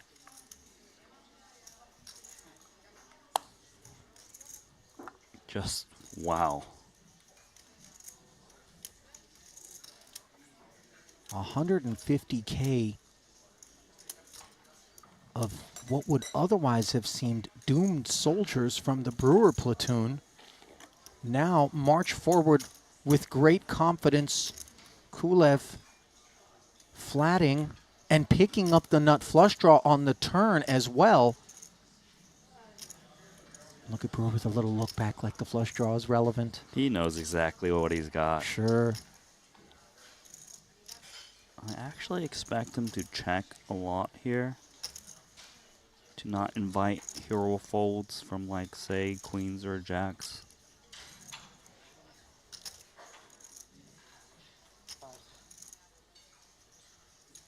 If he bets once more, he will come in very small once again.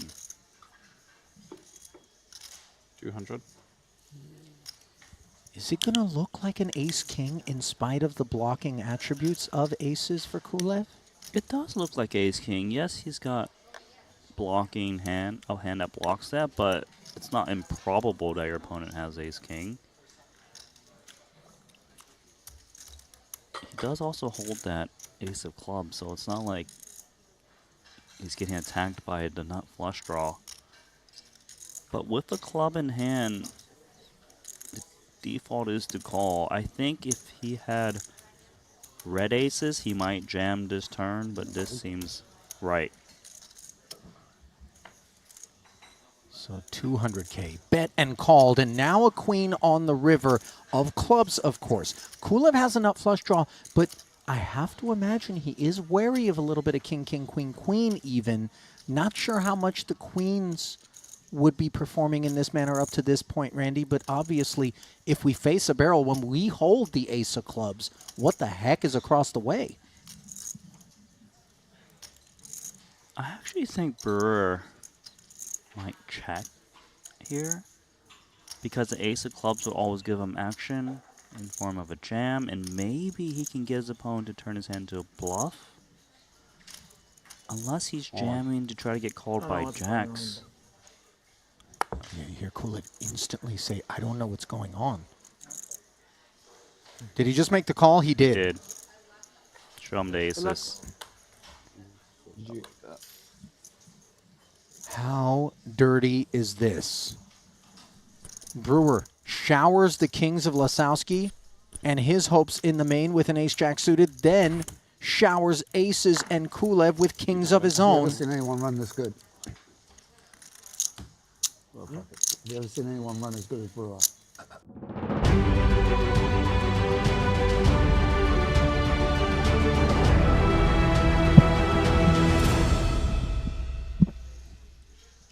Hey guys, and welcome back to the Triton Super High Roller series here. I'm Griffin Benger.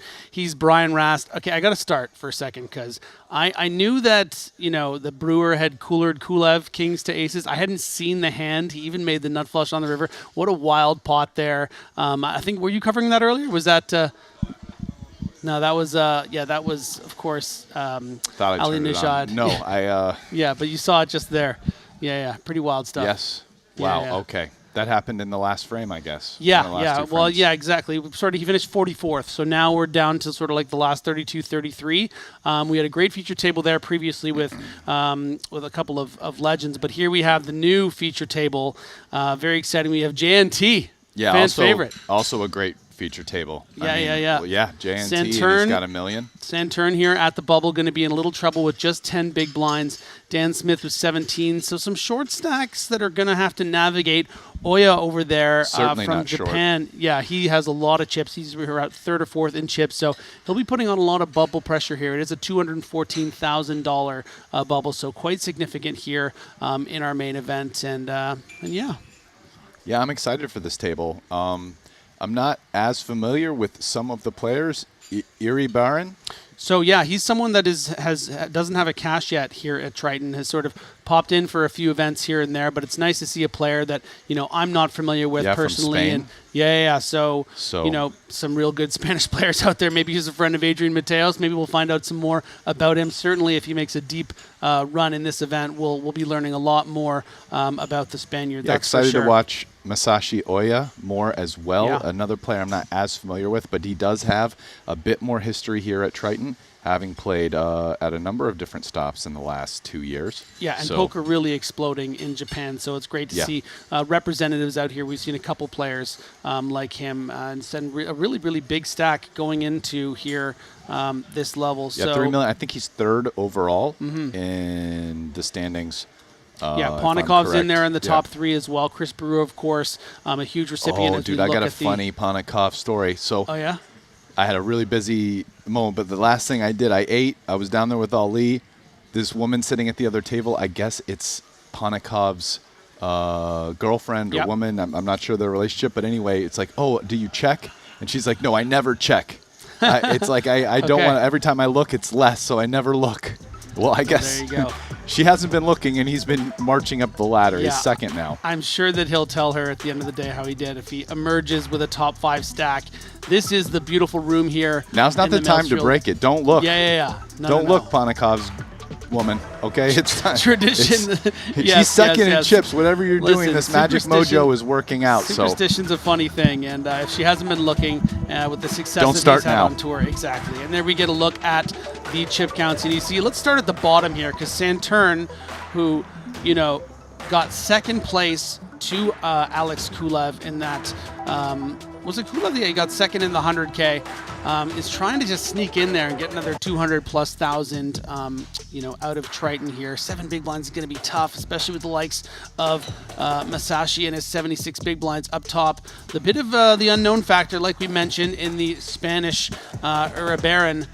JNT, always fun to watch, always unpredictable, which will be interesting. Salazar, not a lot of experience over here in what I've seen from him. Dan Smith trying to also sneak into the money. So those short stacks are going to be playing very, very cagey. We could see them sort of bleed out a little bit as we get closer and closer to the money, just trying to sneak in. But they're also no stranger in needing to take some spots, especially someone with the experience of the American Dan Smith.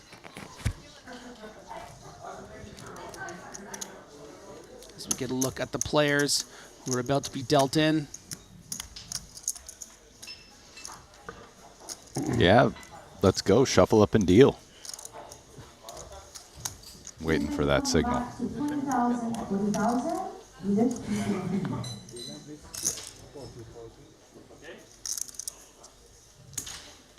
That must be Iri Barin.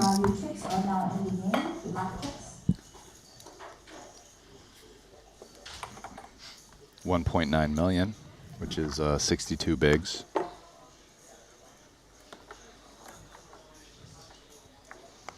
Oh, JNT here with a nice hand. We count.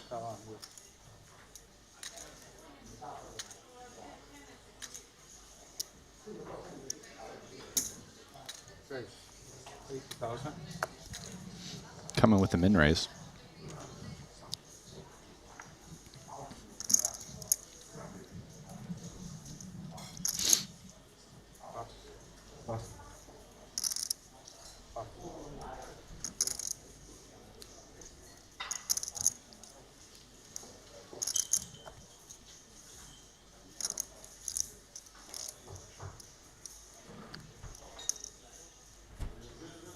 Salazar going to let go of the ace-6. Air Baron with that 1.8 million. You know, a bit of a loose peel, but I think it's fine given the opponent and the stack sizes. Yeah. But really behind here. Well, normally right on the bubble, a much bigger stack can peel slightly wider in spots like this in the big blind in order to leverage ICM pressure on stacks that it covers. I think you realize a bit more those stacks don't want to play huge pots, right? Now that said, not sure JNT is the guy you get to leverage that pressure with. Yeah. But also understandable if maybe in a spot where you get heads up, even though you can't leverage the pressure, maybe you still want to play the pot. You show the 10? 10. He shows the 10. Friendly start. Top pair, let's show it. Right. JNT is a dangerous player, but not a poker professional. Yeah, and I think that's going to also, you know, be a factor when you're considering making calls with sort of looser hands. You know, JNT very, very capable, but there are going to be tougher players you're going to have to play out of position against if you play something like 5-4. So Masashi, and a little indication right here of what he's prepared to do on this bubble. Clearly acutely aware of the pressure that can be put on, opening up the 4-3 off. No, suited. Oh, pardon me. Yeah, you're right. Salazar, today. he definitely can't flat this, in my opinion. He could make a somewhat loose jam, but it's kind of just a fold on the bubble, I think. Yeah. Maybe if you think Oya's opening super wide, okay. So I think he's deciding Oya's opening really wide here, so I'm going to attack that. And he's not wrong, as we can see. I mean, Oya had 4 high, it was suited, but nice little find. Yeah, good spot selection there, but more than the selection, just great result. You know, that Masashi happened to not have anything in the blinds, didn't wake up. There is some risk involved. It's not just like your opponent's always going to have 4-3 and, you know, no one's going to wake up behind. But Salazar clearly not worried about just sneaking into the money. I think a lot of players, and like you said, it might even be correct to just fold the deuces there. But he says, you know what? I think I can acquire I would here. guess it probably is if Oya's opening like a standard cutoff range, but probably it's a correct shove if Oya's opening basically adds 10, 20% of hands there and then just folds all those to a shove, right? So now he's folding a lot more versus a shove. Yeah, and you can see, again, just an indication of how big a chip lead Oya Masashi has here, the Japanese native with 74 big blinds. Second, next closest has, you know, almost half that in Yuri Iribarren. JNT on 26 bigs, you know, not a lot of chips to work with, really. So we got 4 stacks that are kind of like a bit concerning as we get closer to the bubble. More so, I'd say, though, the bottom 2. Dan Smith, going to have to find some spots maybe to shove. But Santurn, not going to be able to blind out here. You know, 6 people are not making the money, right? So there's still like a little bit of ways to go. There is a lot of ICM pressure. One of the ways that this plays out is that these shorter stacks, and Salazar think about it, Salazar just picked up 4.5 blinds, so he had about Dan Smith's stack before that, right? One of the ways that you survive, the way you're supposed to play, is you don't play contested pots, really, especially not with big stacks, because it's just very hard for you to realize. They can put a lot of pressure on you. You find reshove spots like that. Now, yes, when they have it, you're in trouble. I mean, generally you're supposed to have pretty good hands, but that way you kind of maximize your chance to win the pot with no showdown, because that's really what you want. Yeah. You want to reshove there, you want your opponent to fold, and you pick up the pot and you move on and you keep playing tight. And I think it's important to note, I mean, obviously we are going to highlight the fact that we are 6 from the money, but this isn't a tournament that had... Though. Exactly. That's not like, this isn't a tournament you can't that just had, fold your way there. you know, 2,000 players, and now the bubble is, you know, it's coming. People are just going to get knocked out a bunch. Like, it's going to take a while with 33 as we go out to the outer feature table here. Looks like a pot between Danny Tang And a big amount of chips being put all in by the man in yellow.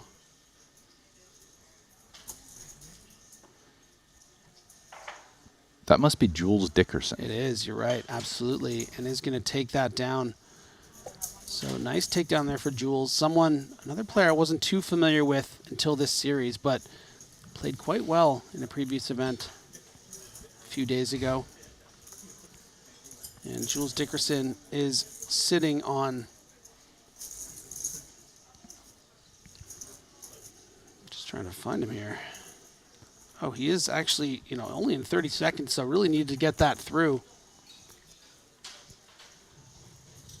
Finished 18th place in the seven-handed bounty Quattro earlier this week, hailing from the UK.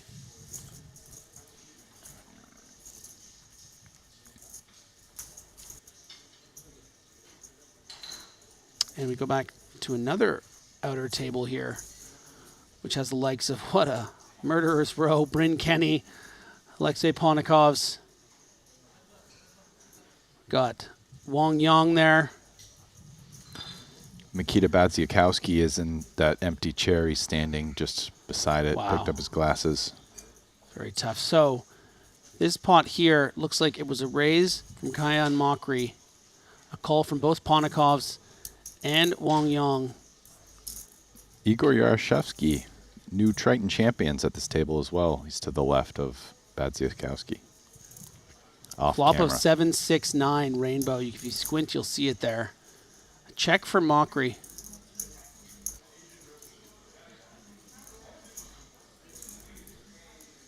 It's actually ace-10 deuce. So did get the wrong information there on a different hand that we'll be featuring, I'm sure. And it looks to be a bet of about 220 and a call from Bryn Kenny. So on the ace-10 deuce, we're going to come to a turn. And the jack filling king-queen.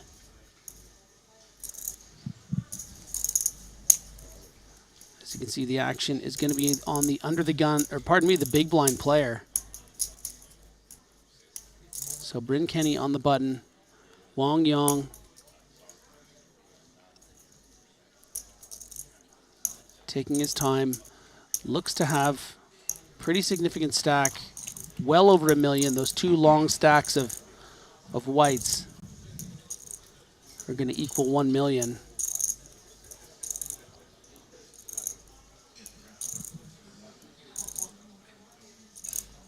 All right. 325 from Wang Yang here on that jack of spades turn. Ponikov's folding. So it was actually, pardon me, it was Wang Yang against Ponikov's blind on blind. And the very stiff bet maybe folded out something like a 10 from Ponikov's.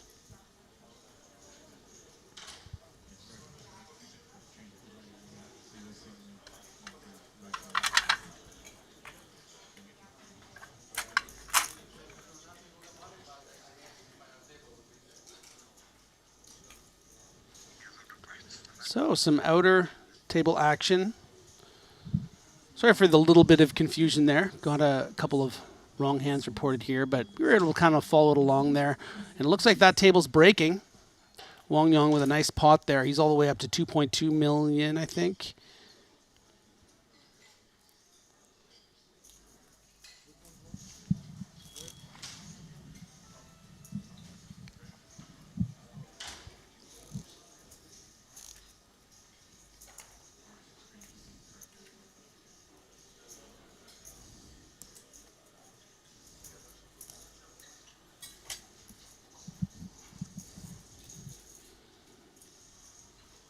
We aren't bagging and tagging, but we are bagging and moving.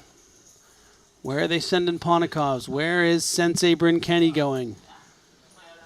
Where's Mikita going?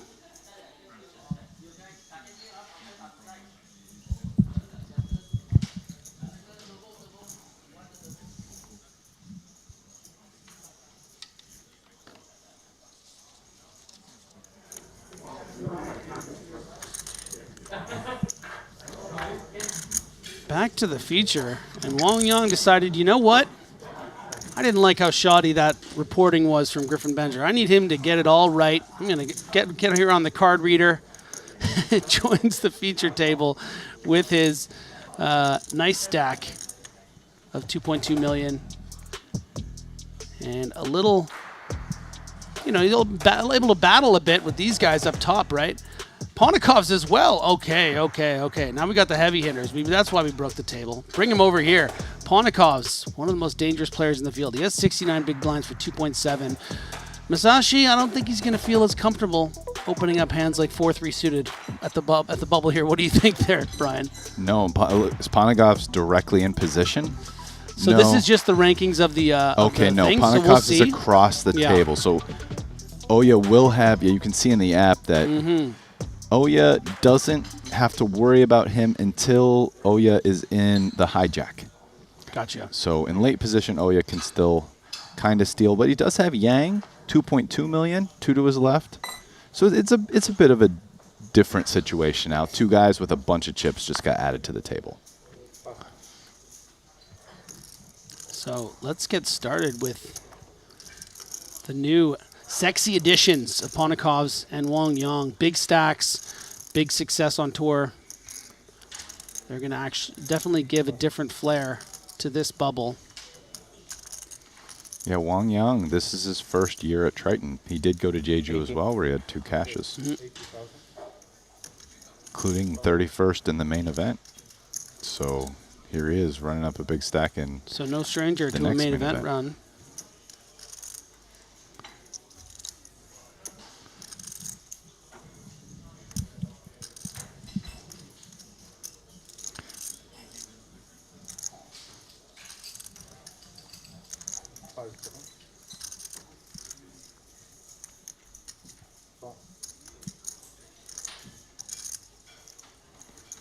So Saturn, this is a very interesting hand right now, Brian. I need your thoughts on it. Completing in the big blind, starting with 7 bigs with the 5 deuce off. This is just a utility of kind of trying to flop some equity with any 2 at this very, very, very shallow stack. You know, I am not really sure. I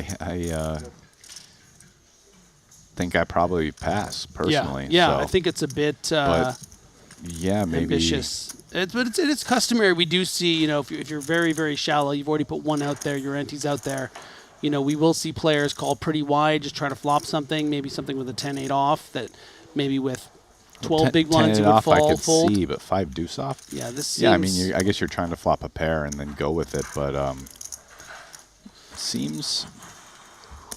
I would just save that 40K. Yeah, I guess he just feels at this stage now he doesn't really have fold equity. You know, were he to shove in a different spot. Yeah. And here we are, guys. It's GG Poker. You can see the emojis at the bottom. Elkie pointing up. Daniel can't even believe it. Why can't he believe it? Because you can sign up at GG Poker, get $50 Global Million ticket with only a deposit of $20. This is an offer to new players only. Use the promo code and/or promo link. The minimum $20 deposit. Receive full welcome bonus for the $50 Global Millions ticket. I mean, what more are you looking for if you want to go gamble, play some poker online? Elkie and Daniel give their stamp of approval with hilarious emoji faces that you can maybe send at your opponents when you beat them in pots. Anyways, back to the poker. You know what, guys? JNT had 2 big blinds at 5:15 p.m., which was about 3 hours ago. So at 1530K blinds, JNT had 65,000. And just look at him now. You know, I went on a date with Elkie once. We had dinner together in Malta. I was there doing the Global Poker League. He was in town. I said, hey, you want to go for dinner? We had a nice little dinner. Real interesting guy. Haven't seen him in years. Cool. Yeah. Sounds like it was an enjoyable evening. Danny boy. No good. Wow, look at these glasses. Yeah. Those are we were talking about purely them yesterday. reflective. You could actually probably see his cards if he's like the angle's right because they're so reflective. Gotta be careful.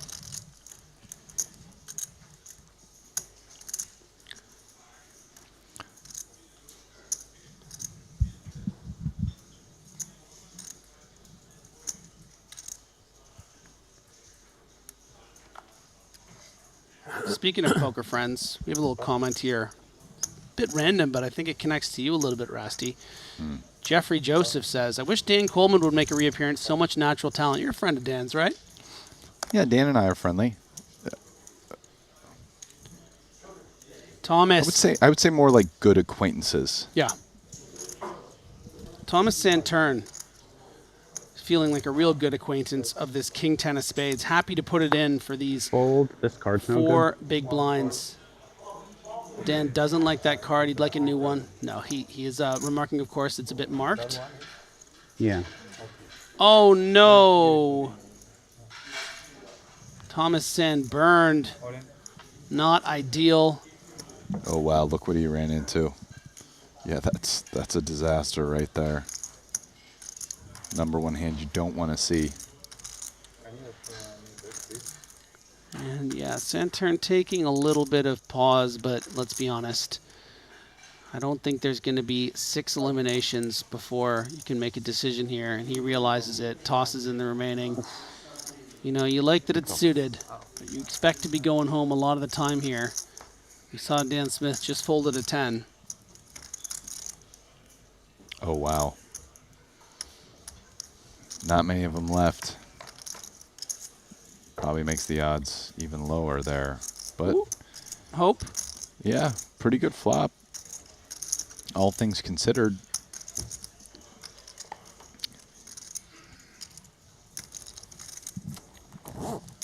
Takes away one of the jacks. Jack of diamonds, yeah. no good. Yeah, and Santern, obviously a bit deflating to bust. You know, had he folded that 5 deuce, still would have had the amount of chips to shove there on the button. Nothing you can do. Gonna have to settle, I think, for his second place in that 100K, which is good for $1.735 million. So he has received probably the second biggest prize of the series so far. So I think that I think he'll be okay. Yeah. As we take a look at our chip counts, Dan Smith now slipping to 10 big blinds after going through those blinds. Mauricio Salazar has 17. GNT just chilling with 25. And then we get to the big boys. Ira Barron, 47 big blinds. Wong Yong, 57 with those mirrored glasses. Alexei Ponikovs with the girlfriend that won't watch and doesn't want to know. He's doing great, 2.76 million. And Oya Masashi now all the way up to over 3 million chips after winning with those kings. Yeah, I mean, Oya's second overall in chips. Panikov is 4th. Wang Yang is 6th. So 3 really big stacks in the tournament right now. I think there's 4 total tables.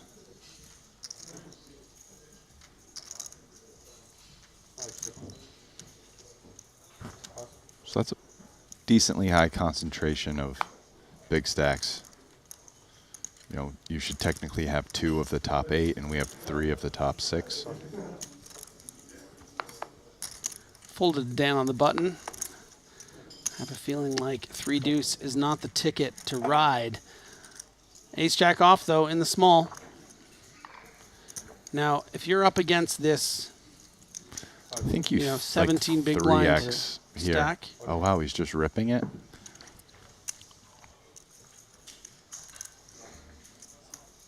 Now we did see Salazar make a pretty, you know, loose, strong loose, I should say, shove with those pocket 2s.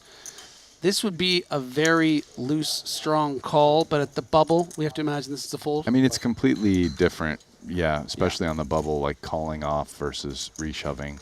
When you call, you just have to win. Yes.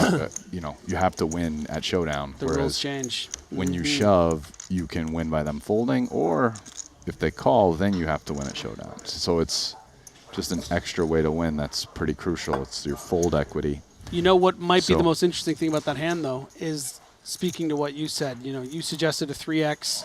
Had he 3x'd or limped, maybe all the money does get in there. Yeah, maybe if he limp calls. Rejam. Yeah. That's why I was thinking it's like you actually probably kind of happy raise calling there, even close to the bubble. Yeah. Versus Salazar. I mean, especially if he knew that like Salazar rejammed on him with 2s and so was going to be attacking him as the kind of one of the chip leaders pretty wide, thinking I like that play even more, Definitely possible. Oya's not privy to that information at this point. But it's nice when we get the instant sort of like, okay, this is why we take the other path. Because clearly, just open shoving, maybe not the best thing there. No, maybe it's lost like a little fine value. for chips. You're kind of like with 17 blinds. I mean, you're like small to at some point small mid pairs, offsuit ace-x stuff. Like all loves just open jam. Yeah. So I'm sure if you looked at a solver pre-flop chart for 17.5 blinds, it's probably fine. But I think since you're going to be raising that spot a lot, right? Even way more than a solver would, specifically right on the bubble, leveraging your big stack, you probably want to throw even more of your kind of like good hands in there to be able to raise call. Yeah. Because you are going to raise fold a lot there, for sure, right? I mean, you throw in like the queen 4-0 and all that kind of garbage. I mean, maybe even 10 do so. Like it's just we're at the bubble here. You have the chips. Yeah. Yeah. Wang Yang here, though. Big advantage against the Japanese player.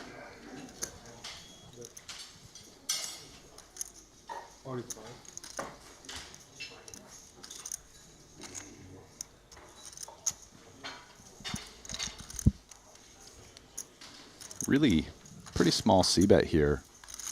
It looks like it's like under 20%. Wonder if Wang Yang just calls with top pair. Could actually start seeing top pair raise bets that small, but not mandatory. Just ideas. Now with the 3, a card that Yang does have more of, some leading an option, but he checks. Also seems totally reasonable.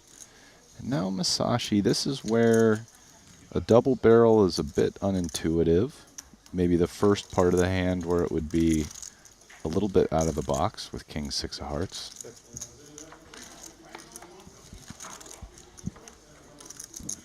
Wang Yang basically has the effective nuts at this point. I mean, there are some really weird branches where you could say Masashi like raised min bet and checked back like aces, but I don't think they ever play that way. I mean, 65. 165. most likely hand that maybe would have been beating you was a 10, and he just hit the 9. Yeah, and there's versions of this Wang Yang river value bet where, Masashi is able to make some light calls. Obviously something like a that might not 6-4, be the hand. 6-7. Yeah, King 6 blocking those straight draws definitely not going to be the ticket. And I mean, he bets so small on the flop though that he can also have stuff like Queen Jack. Yeah, especially any backdoor flush draws, that's kind of thing. Yeah, backdoor flush draw hands, because I mean he's basically getting over 6-1 at the big blind after a 45K flop bet.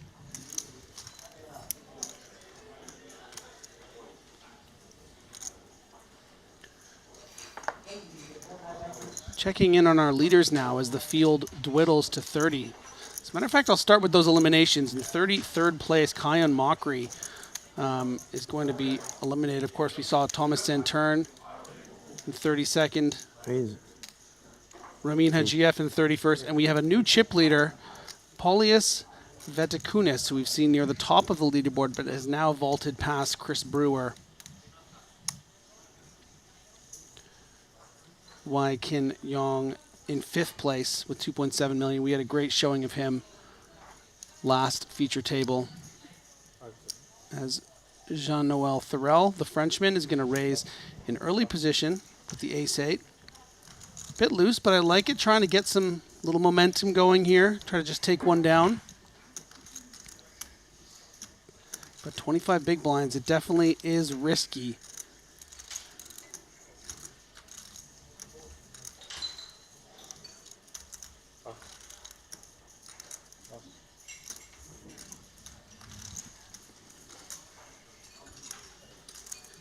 We saw Ira Baron, I guess we can call him the unknown Spaniard with 0 cashes in Triton. Always fun to see players we aren't familiar with. We saw him call with the 5-4 off in the last rotation, so 6-4, why not? One more time. All right. This pot might be a little more interesting because now both have a pair. Nice little setup at the moment for JNT. So how would you find yourself reacting to, this sub 35% bet? Is this just an automatic call here with the backdoor clubs too? And the yeah, I mean the 4 is a real clean 2-pair out as well. Now it's just a check fold, I think. Yeah. Oh, check back. I mean, I wonder if he's going to bluff this combo because it's kind of the worst hand he can have. Like any straight draw hit a pair, like any 7-8 fill and gutter, any of the paint filled in, the flush draw got there. Yeah, this just seems like a good bluff to me. Would be disastrous to lose to say a pocket 7s or 8s here, or even a hand like a queen 10. But of course, JNT's sneaky JNT check. looks ready to call here. Oh yeah. He's not folding an ace, so he takes it down, and yeah, just mucks. Imagine he called him with queen high, like he misread his hand, and then he folded the winner. Like, you can never be too sure, Everyone's going to see your hand anyway in 30 minutes, but no, obviously your Baron recognizing that call means no good. Nice hand by JNT. Got the max. Check back, a scary card came. His opponent had a nice bluff now, and he just picked it off. I mean, well played hand by all parties, in my opinion. I mean, the 6-4 after defending pre-flop, I think everything else was just super standard there. Yeah, important. You could argue about the pre-flop defense, potentially, but I'm sort of okay with that for a bunch of reasons. Yeah, I agree as well. And, just so many hands that JNT could have there. I mean, if he has pocket jacks, for instance, might be folding when the clubs come in, the ace and the king on board. So, yeah, 7s, getting a lot of folds. 8s, 9-8, 10x. just a bunch of weird hands that he might not snap. He called that pretty confidently, pretty quickly. Might be a different reaction on the river, but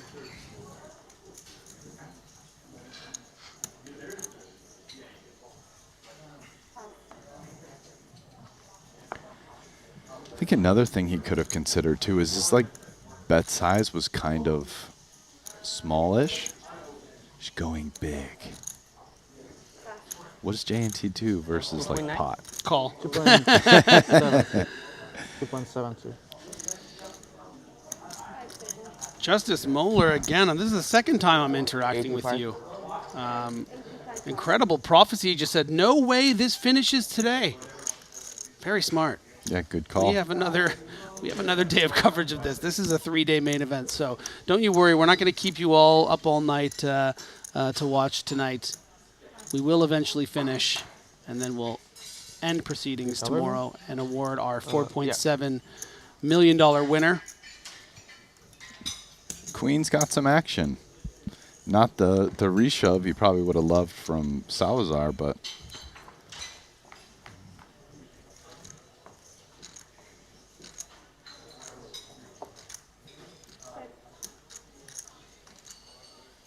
really ugly flop for 2 queens. It's hard to win any more money if you have the best hand. And it's hard to win the pot if you don't have the best hand.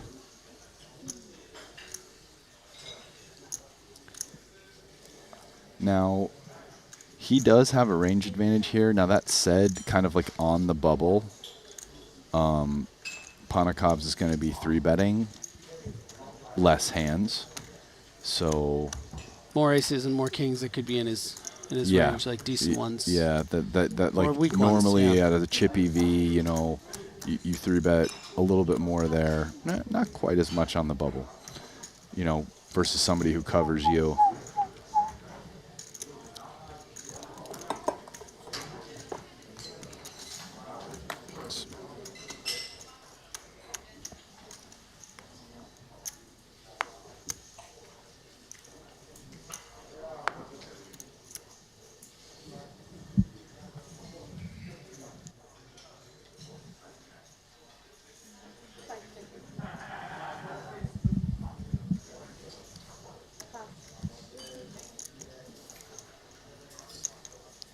Ooh, Dan Smith just passed the 10-9 suited. I'm sure that hurt him a little bit. Yeah, we were having fun with 10-9 suited. Actually, last level, Randy and I, some circles call it the Grafton. He has a rule that you should never fold it, that it's like having 3 cards. Oya Masashi going to open up with the King Jack of Diamonds. Folded around to Thorell in the big. Looking like he just wants to let go of the 8-7.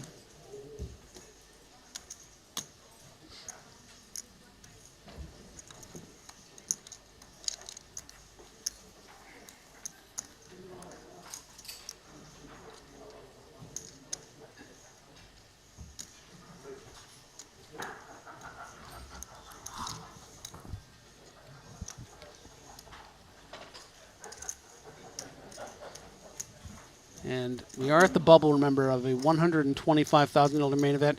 And yet in the background, you hear lots of laughter. It sounds like just friends hanging out. In a lot of ways, that's, you know, how this can feel sometimes, as serious it is and how deadly serious the money is. You know, these players have been playing against each other for the better part of 2 weeks. And, you know, little laughter never hurt anyone. As we head out to the outer table, appears as though we see a hand. That is Malinowski. And that is Danny Tang. Danny looking like he's getting a deep massage and in deep thought. That is going to be everything from Malinowski. And the decision is on the Malaysian superstar. Gonna pass. Malinowski been a presence on a bunch of our streams. There's Phil Ivey throwing in the big blind. We'll get him on the feature table eventually. Maybe going into the next break. See what I can do. I think this table was the one when I opened the day that was on the feature. Yeah. Because it had Danny. Yeah, it had it had Joe there. This was it, but Phil Ivey got moved to this table. If you were watching the stream at the beginning of the day and you're still with us, this was the table right here. So, yeah, we're staying to this table, and I do want to make a correction. That's actually pardon me, I can't even say his name right now. Hossein Ensani opened there. It looks like an early to 80K. Vasquez Boynicao, pardon me. I confused him with Malinowski. But now we do have a hand that Hossein Ensan is going to be involved in. Phil Ivey defends his big. So single raise pot, going to the flop.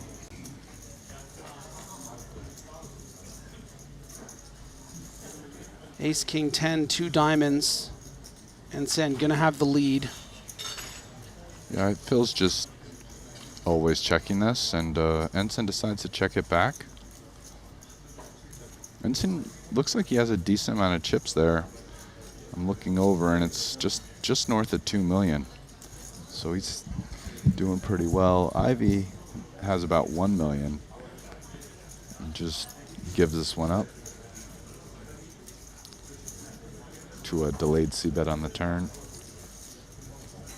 I mean, an ace king 10 actually with a flush draw, it is a board where even an early position raise versus big blind defend, you really don't need to c-bet 100% of the time. It's totally fine to check that back with some of your range.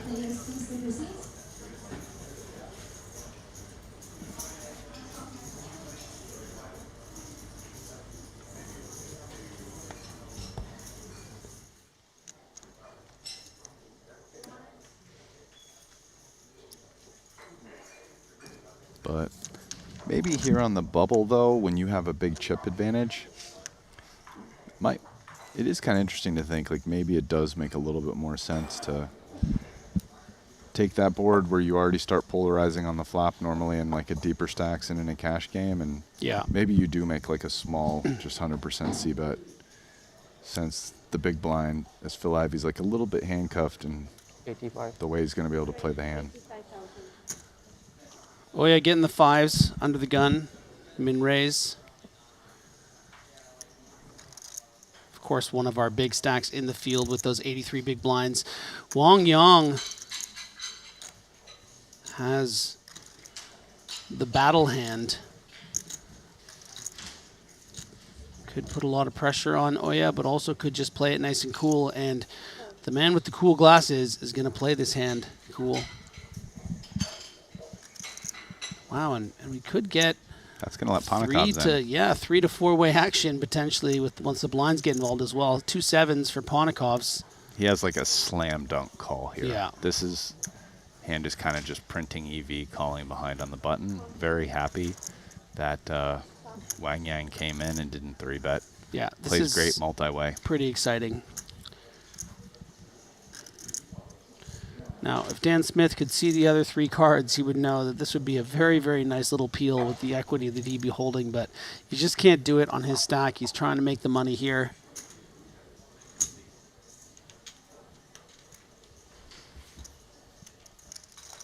Yeah, his Jack and 8 are both overcards to the pairs. Just so happened that his hand wasn't smoked in that spot, but yeah, seems like a pretty easy fold actually.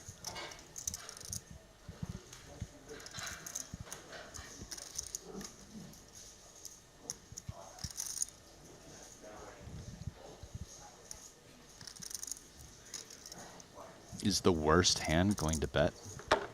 It is. Yeah, it's interesting. It's like, you know, in a lot of ways, Wang Yang's range is, would you agree, is kind of the strongest once Oya checks?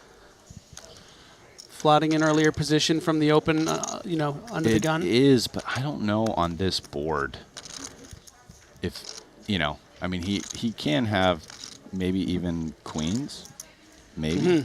Definitely like jacks, right? Yeah.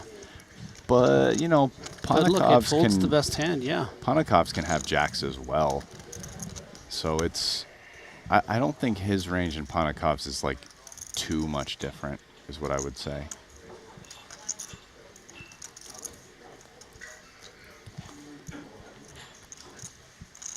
And now Oya with the best hand, going to be concerned about sort of what we were talking about, but is going to call. And you can see how Wang Yang reacted a little bit to yeah, that. I think Ponikov's fold is quite interesting because it just shows how much he is respecting those perceived ranges of not just Wang Yang, but Oya could be certainly checking, you know, a better hand than him and just staying out of this, you know, tough little pot, even if he technically had the best hand. Yeah, the difficult thing for Ponikovs is he doesn't close the action. The pre-flop razor is still the act behind him, whereas Masashi, if he calls, closes the action there and we go to the turn. So now Wang Yang doesn't seemingly have the most natural hand in terms of equity, but he does have a clear bluff, and it's good instincts because it's going to work. Beautiful work from Wang Yang. Much lesser players might have just checked back on the turn there, feeling like, okay, well, maybe I'm not doing so great. Finds the bet, takes it down, and confidently smacks those chips together all the way up to 70 big blinds, 2.8 million, really putting himself in great position. It's kind of an interesting hand, especially on a rainbow 10 where there's no flush draw, right? Right.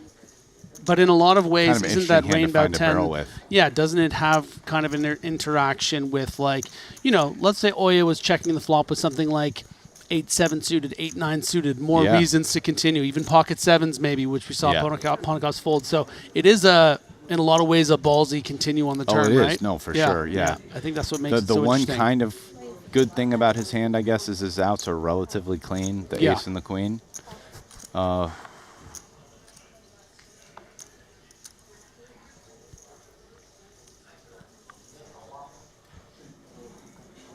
probably clears out ace-king on the turn as well. I don't think ace-king is check calling that 280K, so.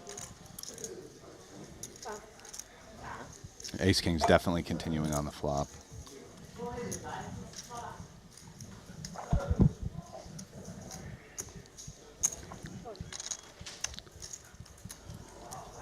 Oh yeah, hoping for a little revenge here with the ace-3, but isn't going to like the fact his opponent has the ace-king, especially on the king-jack-4.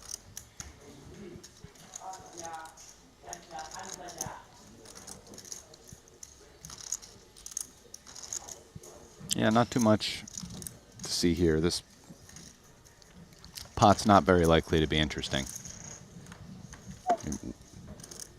Assuming Wang Yang c-bets and Masashi can't continue.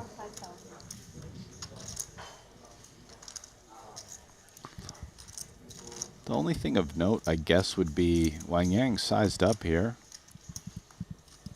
It's not a small c-bet. He went 40% or something.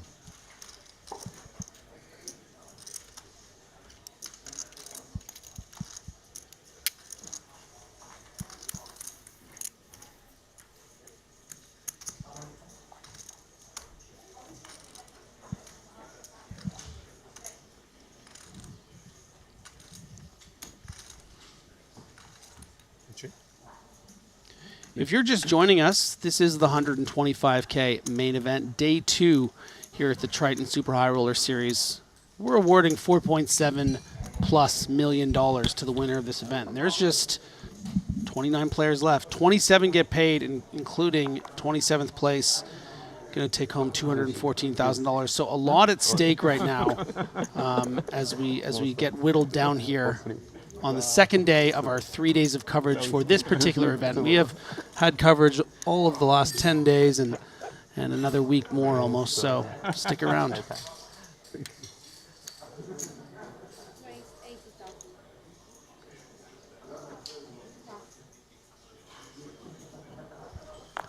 Thorell going to open it up with the ace-8 from the cutoff. Going to get through a couple big stacks, but has to deal with Mauricio Salazar in the big. Only playing those 12 big blinds Rast. You're seeing it continue probably in the form of a call? Definitely. Wow. He says no. The power of the bubble, you know? That's how different was that? Yeah. King 7 suited just passed there, and 5 deuce off called a little bit earlier. I would have played King 7 suited here, even on 2 off the money. But I understand why he folded, and who knows? Definitely, I could be wrong. I mean, let's look at the chip stacks. Yeah, Salazar is in 24th. There's 2 sub-10 big blind stacks, so maybe he's just. I mean, he's just like, I'm gonna fold unless I Yeah. get something really good and just move all in and.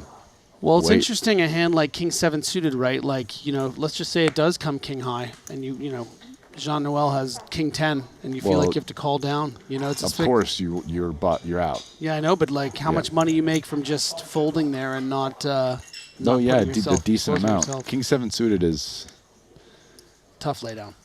a good hand though. Good hand, yeah, it is a good hand.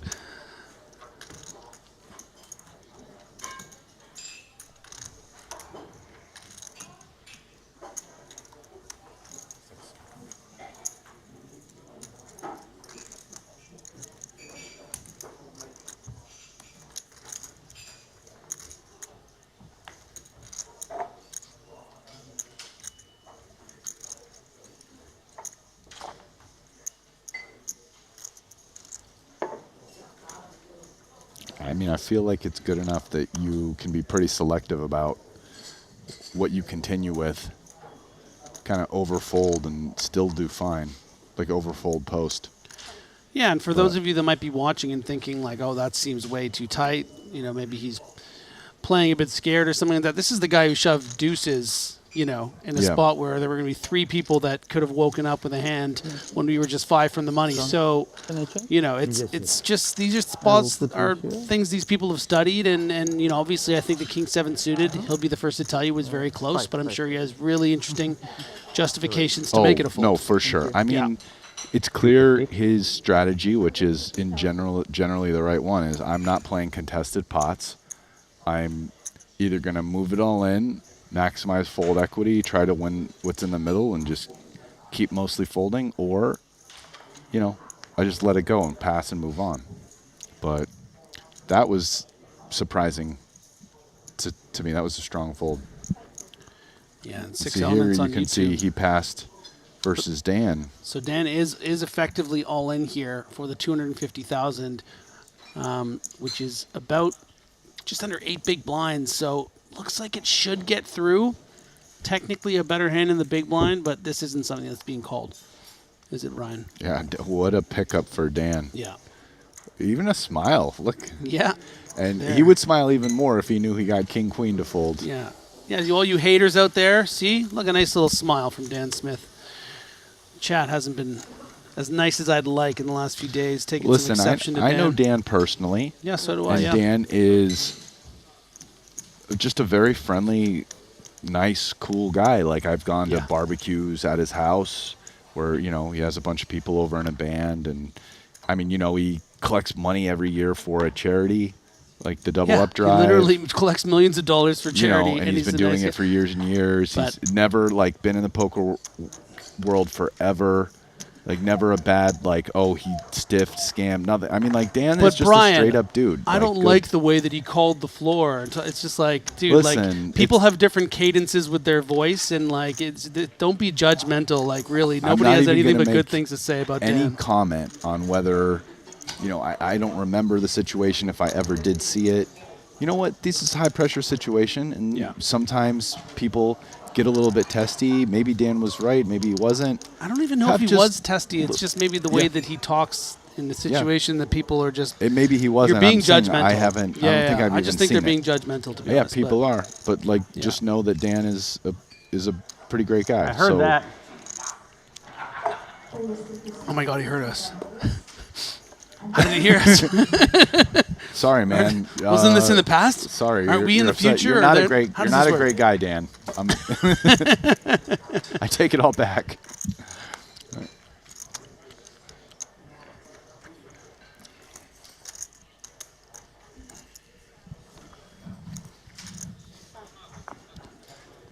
On to Dan. He's also not all business too. Listen, I had a beer with him at the players' party, and you know, had drinks with him before. You know, he's showing up to these tournaments playing for millions of dollars. Yeah, maybe a little bit more business-like, but you know, he knows how to kick back and have a good time.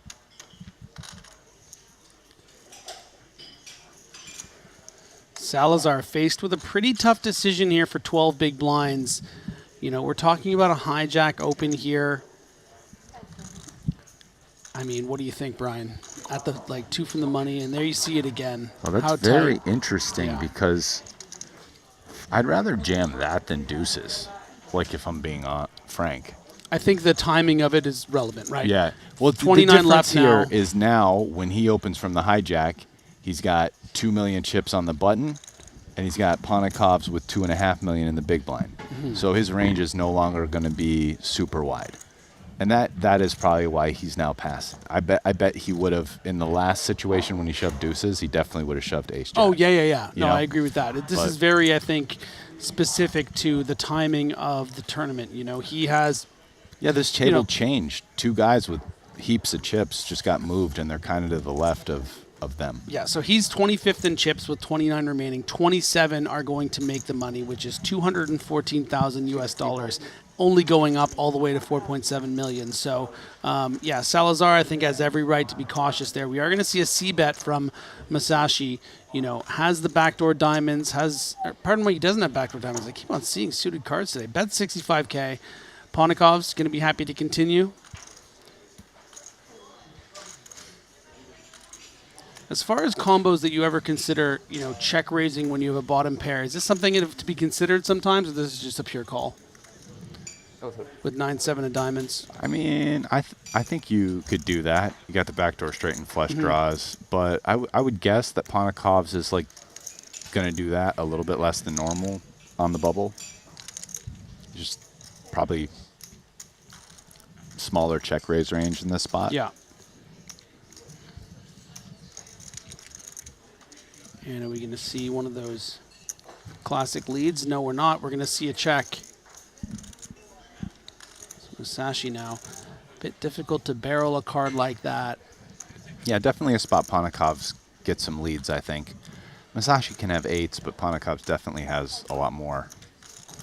8x. Oh, 80. 1-8.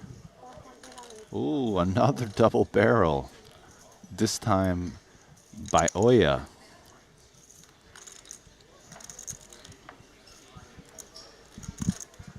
So I have a question for you about this hand. So is this a function also of just, you know, you obviously don't expect your opponent to fold an 8 or a queen here.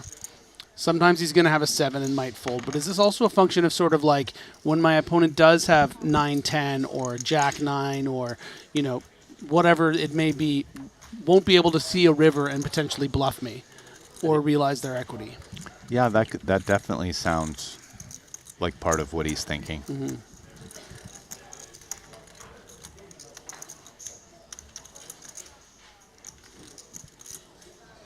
I get 7s and draws to fold, and you know, maybe not the hand you'd normally expected him to do it with. Yeah. But the logic behind everything you said makes a lot of sense.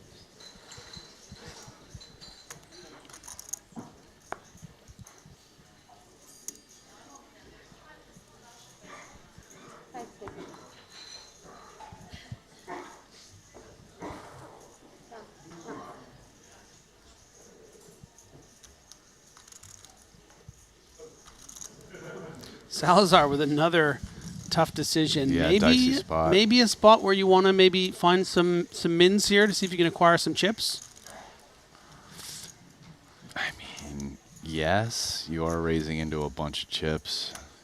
Difficult to do with, say, 9 to 10 big blinds. Does this 12 big blinds give you a bit of opportunity? Yeah, he passes. I don't really blame him. Oh, Wow. and wow. Rewarded right away. So difficult to acquire chips on that stack size at a bubble. I mean, you're minning, and then you're getting through 3 guys who all cover you. All 4 cover you. Yeah. J&T in the big blind. Like, I'm not even sure how much more I love minning than, like, a larger size, you know? But, yeah, fold seems perfectly reasonable, too.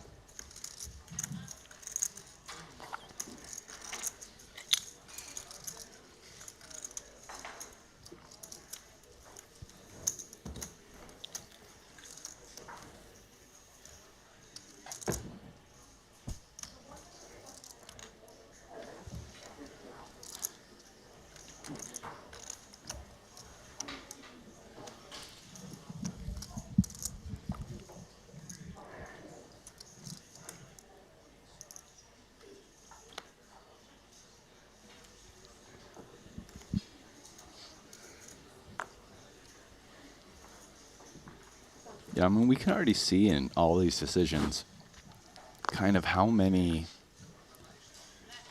much Salazar is adjusting his strategy, right?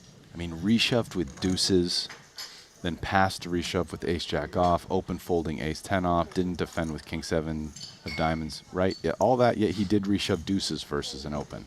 So it's shows like a really complex, well-thought-out strategy by him. By the way, I got to say, the use of sort of the fast shot clock and all this stuff, real game changer for It's my nice, right, for experience watching. as a commentator, and I'm sure the players, people at home watching, you know, the fact that we're seeing these people 2 from the money not really be able to take an unreasonable amount of time for their pre-flop decision, you know, and it's even playing field, right? So really great stuff. As Dan Smith, though, has a very interesting decision, Brian, with this ace-10 suited, and is going to put it all in. And Wang Yang just says, you know what, why not? It's 8 big blinds. How bad could I be in shape? And he is pretty badly I thought we wait. notched. Yeah, you know what? Dan Smith is going to be happy to see ace 9 off after a he snap. got snap called. Yeah. See? He's even. It almost looks like he's praying even. He's like, he probably didn't really love it. Wang called so fast. Like, no, how much is it? Like that's what you want to see when you have ace 10. Great start for Dan Smith, and someone that got so unlucky to finish in 8th place in a previous tournament earlier this week. Just needs to dodge a rogue red 9. Only 2 in the deck. Nope. Dodges it. And he's clearly very, very happy. Someone who is one of the most successful players of all time, not just on the Or tour, at but least 5th in the all-time money list, right? One of the most successful tournament players of all time. Yeah, but yes. absolutely. Almost $20 million in Triton cashes. Earlier this week, I was sort of had a little conversation with him, and he said that he had put 5 bullets in one of the 50Ks, and he was having a bit of a rough start to the week. Then he had that nice final table. Now a really good chance to make a run, or at least cash in this main event. And Dan too, like I can tell you, because I've been playing high stakes for a really long time. Dan is one of the guys still playing at the top that really has been doing it for a long time. Like if you look at, like he was doing it, guys at the top like Bonomo, even like Kuhn. Dan was playing bigger than them faster. Like he was playing, I think, like I'm not sure either of those guys played the first 1 drop when I played it in like 2012, right? I think Dan was in it, right? Yeah. So, Dan has just been playing the biggest tournaments as long as anyone, really. Yeah, as we get a look at what our chip counts look like, you can see Masashi at the top, 80 big blinds. King Dan. King Dan, they call him, yeah. This is online screen name back in the day. Maybe even still today, I have no idea. I don't really play online much, but I hope that really pisses off the haters out there. They called himself King Dan? What do you think, he's the king? Salazar probably thinking this one's a bit too good to pass for 12 big blinds. Yeah. But we've seen some tight folds. Have to imagine. I mean, I think you just rip it. Yeah. Yeah. I like this. I think on the bubble, this is not good. Oh my gosh. This is not good enough to like raise induce. No, we're not inducing. I mean, so we're like doing the same he's ace, super king, tight and, here. Yeah, everything. Yeah, you maybe want like aces, kings, a few dicey hands. So what's interesting is this hand for Ira Baron probably on average breaking even with Salazar's range, then you'd say?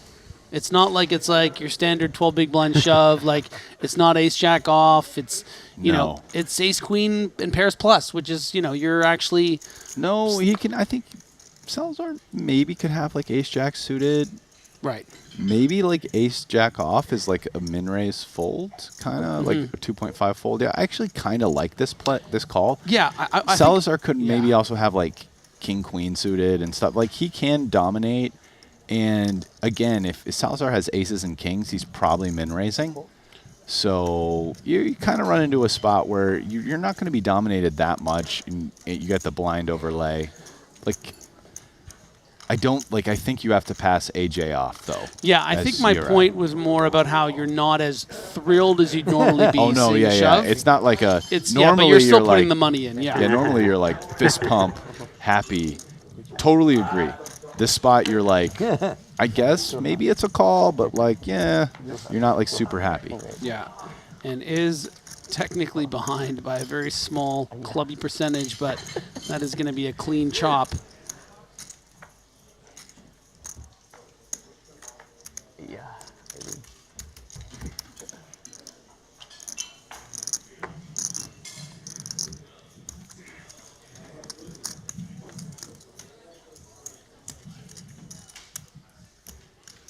Half the chips go this way, half the chips go that way. Before.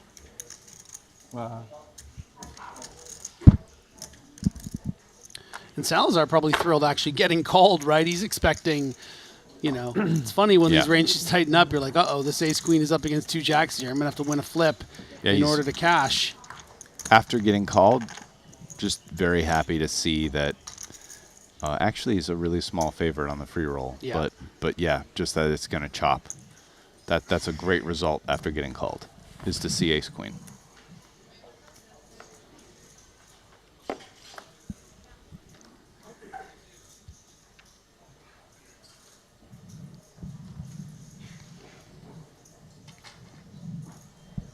Pocket fours for Iribarren. On 35 big blinds, under the gun +1, 7-handed. Trying to get one through. So far, so good. All the way to the big blind, who is Salazar, who's still, going to be playing pretty snug. We saw the king 7 of diamonds fold against a later position open against JNT. How does 6-5 suited enter into his establishment of his ranges? Well, I mean, he passed king 7 suited in a very similar spot with similar stack size, so I can't, I mean, I can't imagine him calling 6-5 suited after passing king 7 suited, right? I mean, listen, 6-5 suited is a great hand when you're like 250 big blinds deep, but, 12 big blinds, you have a 6 and a 5, so yeah, it's just like. What was interesting too is I was thinking, as Iribarren raised there with fours, I was like, I don't know about this. But then I thought about the actual seat he's in and how Wang Yong's already folded, and it's against Salazar's big blind, who's going to be folding a lot of hands that have great equity against fours, like a king 7 suited, a 6-5 suited.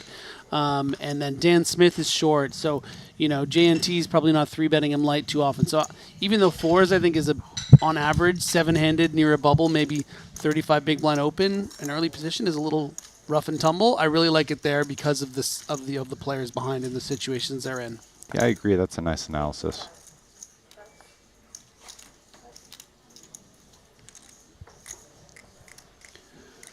Yeah, I mean, speaking of JNT, just in general, in these spots on the bubble where a number of the other players at the table will have to play tighter, the big stacks who don't get to open more hands. So like the fringe ones where it's like, oh, normally you open 5s here. Well, yeah, maybe you can open any pair, But even better than that, because you kind of, maybe you open the pairs. The problem is, like, when you have 3s, like, those are cards you want your opponents to have when you open. Like, it's even better, like, if you normally, the cutoff is, like, king 7 suited, you just open any king X suited. Yeah. Right, because you still got that king blocker. If normally the cutoff is, like, ace 9 off, maybe you open a bunch more ace X offsuits because it's just so huge having that ace. And it's like a spot where 3 of these short stacks, they're like never calling you. No. Right? They're either reshoving or folding. And so like blocking an ace, which is a huge part of their reshoving range, like them having ace jack suited, ace 10 suited, ace queen, that's just huge. So it kind of shifts things where you sometimes see the big stacks in these spots open more, but like the extra hands they're opening are really weighted towards just having a big card in them because it's the blocker effects from the ICM handcuffed opponents, like their ability to respond to your open. Yeah, and I think that's why I was impressed by that particular hand selection and because he wasn't exactly a big stack, just on the 35 big blinds, I think big stacks can raise really, really wide in these situations. But, seeing those players who were around, realizing maybe the only big stack he had to worry about was Masashi Oya and getting it through. Well, Oya's certainly playing this. And yeah, see these flatted a lot in position. Retaining the hands you dominate. Kind of part of a linear 3-bet range, but not a polar one. Now 10s. But he's pretty deep here. 35 big blinds. It's quite a lot to just got to be a pure call, rip right? it. So yeah, pure call. In actual like 40 big blind poker, it could be in chip EV. It could actually be a jam for 35 blinds. I actually think it probably is versus raise call, but like, but yeah. Wow. No. So you're a Baron with the completely under-repped set of 10s in the big blind. Masashi, not doing somersaults, but pretty thrilled with top 2 pair on ace jack 10. Of course, king queen would be the nuts. Ponikov's with that king blocker, peering over at his Japanese counterpart, deciding whether he wants to fire. 95. Wow. And the worst hand, putting in money here on a flop where two guys flopped huge hands. Yeah. You know, if you're counting down from the nuts, you know, king, queen, then aces, jacks, tens, fourth best hand possible. Ace jack is the fifth best hand possible. Yeah. So well put. They're pretty big hands. 375. Oh my goodness. So your Baron's got to be sitting there on his 1.4 million being like, well, you know, if Masashi does raise king queen here, I might be going home, you know, if the board doesn't pair in 29th place. Well, he also has to be worried about jacks. Yeah. Because jacks is and a aces. hand that's, no, Ponikov, not aces. No, Ponikov's still betting. Well, sure. No, I mean Right? what Masashi has. At this point, you're a lot more concerned. Wow, he gets tens to fold. That is sick. Yeah. Oh gosh. What I mean, you don't blame him, right? It's such a very, very specific, and I'm sure the chat is going nuts about this hand. But in that scenario, you know, at the bubble, I really feel for Iribaran. Wow. Wow, that's a huge laydown. You just said his hand. Ace jack. Nothing. Yeah, nothing. But Nothing. no, not the big one. Iribaran doesn't even care. I mean, I'm loving the energy from the Spaniard. It's like, whatever, this situation, he has, a little eyebrow raise. You see that? He's a little eyebrow raise. And we can see, wow, what a fascinating hand of poker. Well, ace jack was definitely not a standard raise there, I would say. That's another dude, problem, he found the way to win that pot. Raise the flop. If he calls, he loses, unless he hits an ace or a jack, basically. And as you can see, players are remaining now, 28 of 171. And you know what that means? Stone bubble here at the 125K main event in Montenegro, the Triton Super High Roller Series. If you're just joining us, please like and subscribe on YouTube. We need you. We need your love and your like. And here are the chip counts on our feature table. Masashi up to 68 big blinds, getting a set to fold on the flop. Very, very peculiar hand, which I'm sure we'll be discussing more later. Wang Yang, 51 big blinds, playing real solid with those and cool with those mirrored glasses.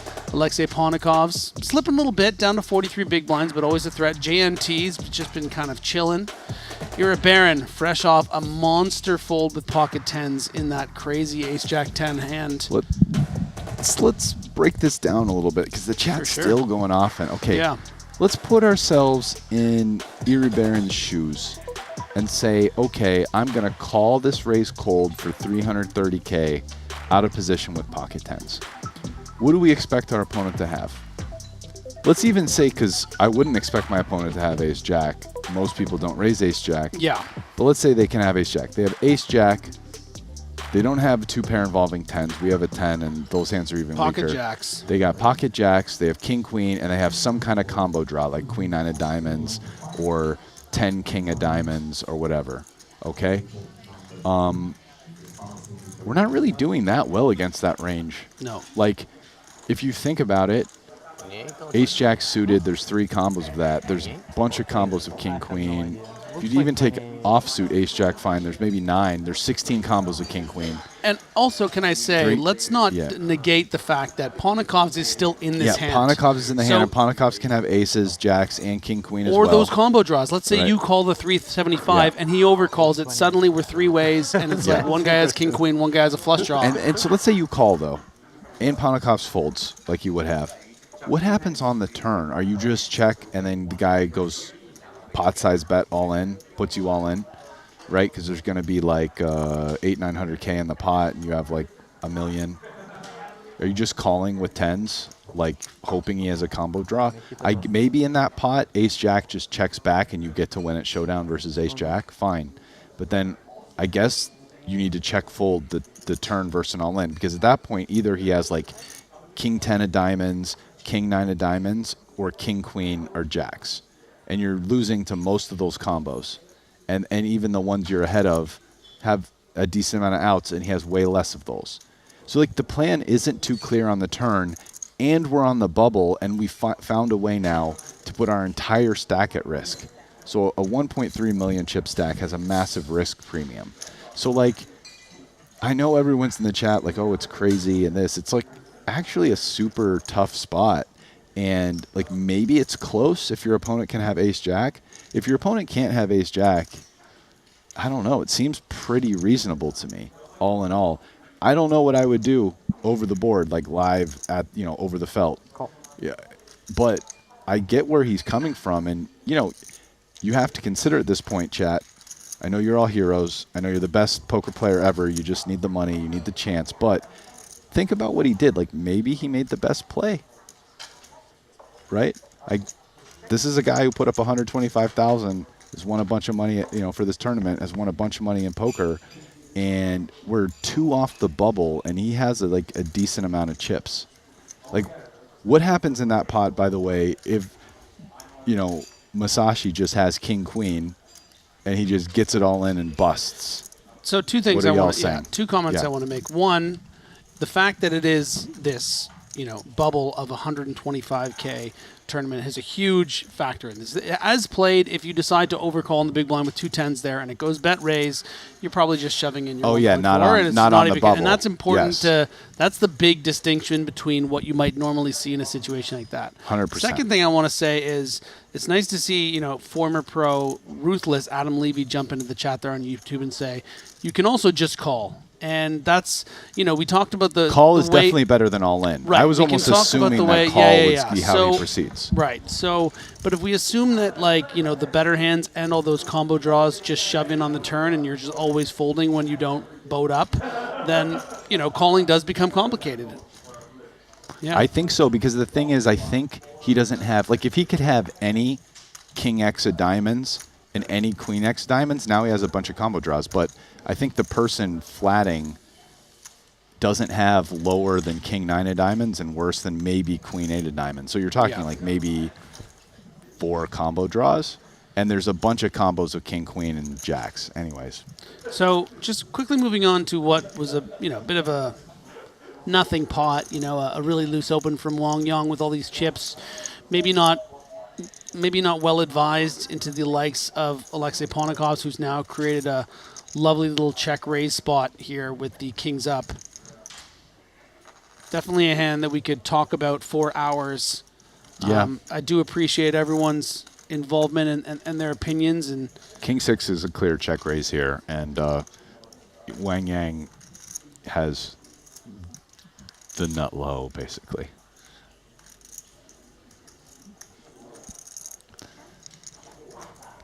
$525.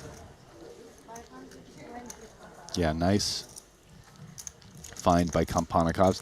You're never comfortable doing this on the bubble, you know, getting that extra value, but I do actually like that he did it here. But, yeah, nothing more to see. I don't have. Especially versus that sizing. You're right. Yeah. Against that sizing, it's I mean, not something we're up. used to seeing. It went 95K, 375. No, I'm talking about this hand that just played. Okay, yeah, sorry, I'm still when of course my brain is still on that 125, I mean, that's like under a quarter pot. Yeah, I just like, I know you're on the bubble, but I think you got to get that extra value with kings up. Yeah, and he went for it, 525. Yeah, I like that. Ponikovs is a boss. That guy ain't afraid of no ghosts, as they say in the Ghostbusters. Who you gonna call? Ponikov's Busters. Dun, dun. I think needs a little work, but I like where your head's at, you know? That's good.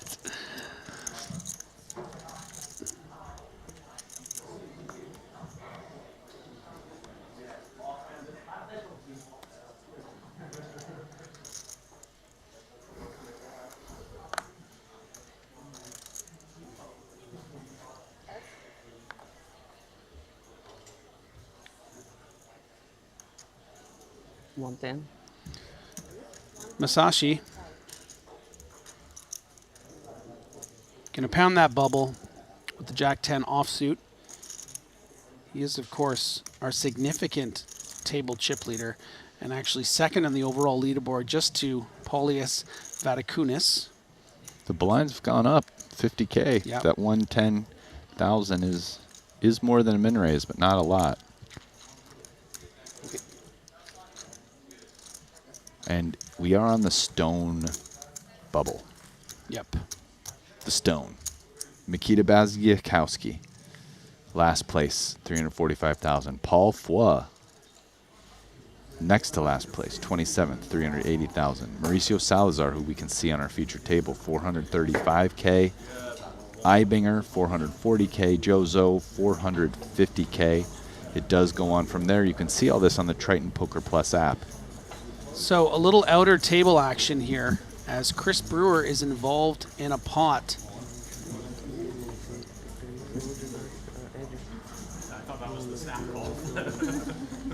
And Dijon Kalađurjević, 3-bet on the button to 240K after the min from Chris Brewer to 80K.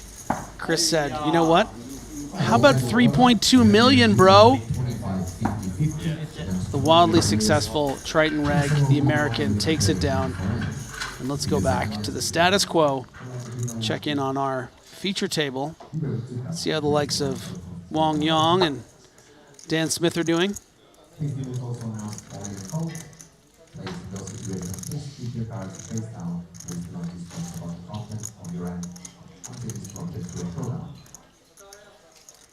Yeah, I mean, on the bubble, I think the app goes up in value even more, right? Yeah. It's like, you know, there's 4 tables. You want to see what's going on, who has the lowest chips, what's changing down there. And, yeah, I mean, we can't just tell you every minute. It would be pretty annoying for everybody. So check it out on the app. Triton Poker Plus.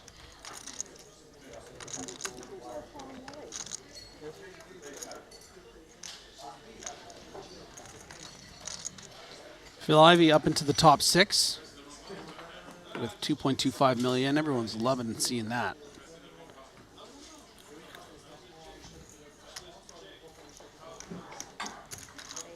Elizabeth Chen, our last remaining female in the field, 9th in chips for about 2.1 million. And that's really great to see. Yeah. Haven't had the pleasure of seeing her play yet, but hopefully it's on the final table. Wow, we just saw Wang Yang pass the ace-jack. You know, another thing too, guys, about this, which like, I know we throw these words around, ICM and risk premium and like, you know, yada, yada, yada. Guys, it's like this. Like, let's say the 1.4 million chip or 1.3 million that it was Erie Baron, right? Has, yep. I mean, you know, I could calculate this if I had my computer and whatever, but I'm going to wing it. Okay, guys, like, let's say his stack is worth 500,000 right now, okay? That 1.3 is worth 500K, approximately, whatever, we're winging it, guys. If he doubles and gets 2.6 million, his stack's not worth 1 million. His stack will be worth, like, 750K. So in other words, him losing all in or something is worth 500,000. Him doubling up is worth, like, half that much more. That's what the risk premium means. Thank you, Brian. The boss is all in, though. Paul Pua is all in here with the pocket sixes against Vaticunis, our second in chips. Pardon me, our chip leader with ace-6 of hearts. As you can see, all the cameras and Luca excited to record it. Paul is going to have to dodge hearts and an ace. Here we go. Five of hearts. King or 7. No 5. No 5 of. You can see it. 5 of clubs. I'll let Luca call it for me, actually. Why not? Do it, Luca. Is another spade. Just has to dodge the Barry Greenstein, the ace on the river. And Paul doubles up at the stone bubble. There is a jack of hearts. Double up. Nikita, sorry. All smiles. That's a happy gambler right there. With those Didn't bubble. astronaut glasses on his chest. Big smile. And it's almost like the chip leader, Paulius, isn't even that mad about it. He's like, you know what? Yeah. Double up the boss. I got plenty of chips. Just to finalize that point. So imagine that. You lose your stack, you're losing 500,000 worth of value. If you go all in and win there and you gain your stack plus maybe like a smidgen more from the blinds and antes or whatever, you gain maybe 300,000 or something like that. It's like worth drastically less, and it's actually going to be very pronounced for a stack that big. A stack that big, the risk premium is going to be insane on an actual, like, this is all your chips, you're out, versus doubling up. So you would kind of be surprised what it means. Like, I'm not saying he was right to fold, but he probably is. He might be. Yeah. Like, it's not you guys, listen, what you don't know is going to scare you. Yeah. And that's a really good point at the end there, Brian, is that, you know, as much as we appreciate the opinions and the comments and the snap reactions, that this is important to us. We want to know what you think. These are the best players in the world, and It's they're a making learning these decisions. opportunity. Yeah, they're making these decisions for a reason. This isn't a guy who's like, I'm scared, I have 3 of a kind. You know, this is like really calculated shit here. I mean, you know, it's so. Yeah, And 28 listen, left. even these guys make mistakes, and that's part of what, like, me especially, but us are in the booth to talk about, you know, me as the color guy. But, you know, and sometimes, guys, I actually do.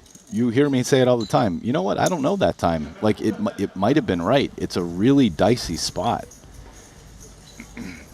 As we go back out to the outer table, a little more outer table action. Oh, And here we are. Yeah, speaking of the boss, another boss, an end boss, Phil Ivey, has put in a large amount of money against Matthias Eibinger. And it looks to be about everything for Eibinger to call or not.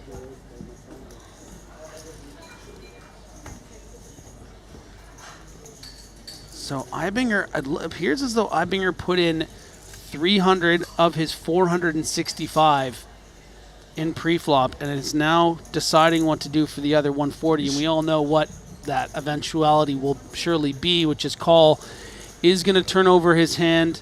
Ivy shows the ace-king, ace of clubs, king of spades. And you know what, Luca? You got the big mic. You go for it, buddy. King-queen from Eibinger. Ace-king. Ace of clubs, king of spades. Wow, so he's dominated ace-king to king-queen. Yeah. King-queen at risk here. Ivy an opportunity to knock out and end the bubble. Ace, king, 10, 2 hearts. Eibinger's going to need a jack without Phil Ivey boating up. Yeah. King of hearts in hand for Eibinger, so backdoor hearts in play. Turn is a 5 of diamond. And the room. Only a jack will save Eibinger. Oh, and a brutal feeling. Stone bubbling. Lose Matthias Eibinger in 28th place.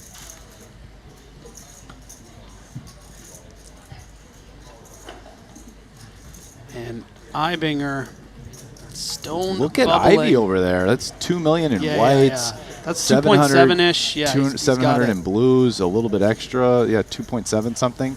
Ivy's chipped up. He had like $1 million like an hour ago when we cut over to this Okay, we table. have 27 players remaining. Just No more smashing the players, bubble. You're all in the money.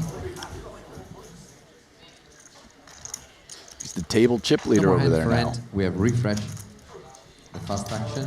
So fast action will now be in play once again. We have Man, I always get the Jones to play when I'm doing the main event.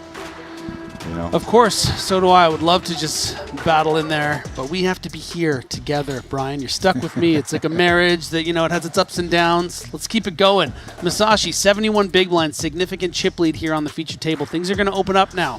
We're going to see these short stacks be more willing to go all in. Someone like Maurizio Salazar and his 9 big blinds. Someone like Dan Smith and his 13 bigs. Oh, yeah. Now I mean, the listen, action's going there's to pick up. not even a pay jump for No, 4 we're spots. balls to the wall now. We're going to get down Yeah. real quick. This is it. There's really no ICM at this point in the tournament. You were just trying to make the best play to win chips now for a little while, and it starts creeping back. So worth mentioning, I don't know how this got by us, but 29th place finisher, Danny Tang. Oh, wow, yeah. So he was amongst the top 10 in chip leaders. He was, I think, third, second, you know, in the sort of mid. Oh, you know what? He was at Ivy's table. Yeah, so I didn't look it up, but what the Ivy great has thing a about lot this, of chips now. So the great I bet thing about it was this app that. is we can see, you know, how he lost all these chips, and you know, was up to 1.2 million.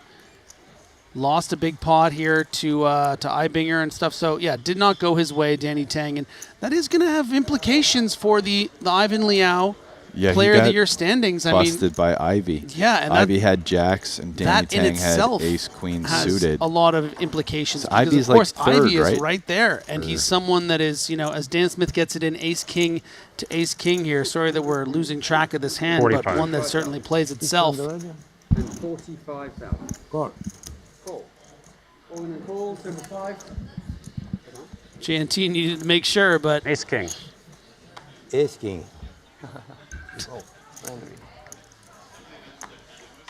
Yeah, let's go,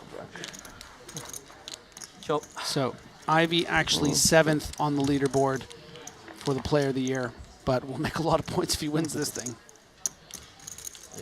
And Chop it up. it's a chop. We're about to go to 3 tables. Already Jozo's out in 27th, and 2 more players will bust relatively quickly, guys. And then they're gonna probably a full redraw, I would guess, but I'm not sure. I'm sure we'll tell you in a few minutes when it happens. So the full redraw, hypothetically, or probably will be at 24 then if it's an 8-handed event. Yeah. Yeah. So Dan, probably a little like, really? You just chopped? I mean, maybe we get Ivy at the featured table. I think he's due. Producer I think, James. yeah, James, what's going on here? Are we getting Ivy at the featured Phil table Ivy next? Here? What? Blackmare. Yeah.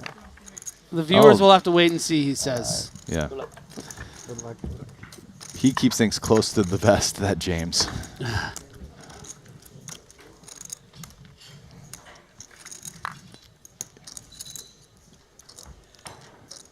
Ivy's 5th in chips now.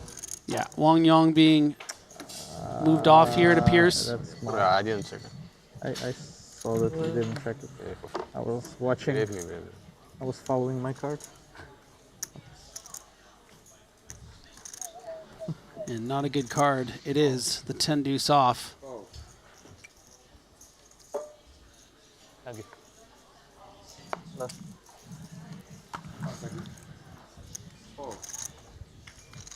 Oya Masashi.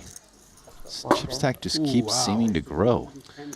Raises up the queens on the button. Yeah, if Salazar gets anything here, and now he, listen, made some really tight, disciplined folds at the bubble to get himself in the position of getting this min cash, and now is absolutely hit with the sledgehammer of a cooler. I mean, To this is queens. like a massive spot, like 10s for 7 bigs as a small blind versus a button open. Versus the suited who's The opening button. 4-3 suited at the cutoff. Like the guy who's going to be opening a lot. The guy's, what he's opening 40% of hands or whatever a normal button range is at this point. Because, I mean, there's no ICM anymore.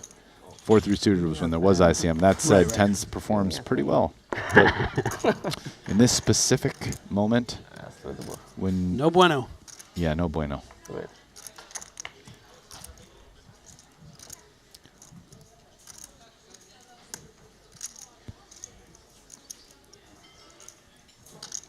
Not a 10. Some backdoor straight opportunities. Now a jack or a 6. Yeah, of what course a big that card 10. for Look him. at all those outs. It gives him... Oh, there it is. Wow. And a big smile. And why wouldn't you? Went from 2 outs to 10 outs to a winner. The Colombian finding gin on the river. 5 cards in a row. 6, 7, 8, 9, 10. No DC. Huge double up.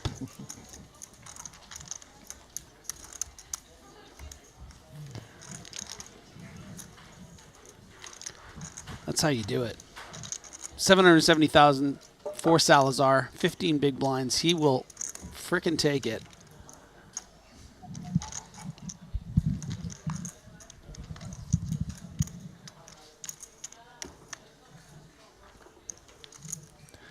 And Matt Makita busted 26, so now just one more person to bust.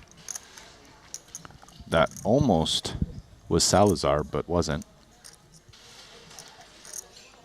Wow, J&T getting frisky here under the gun, 10-9 off.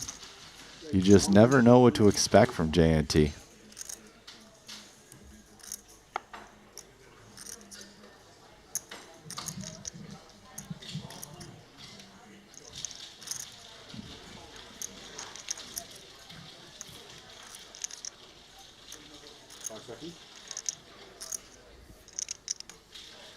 Fold.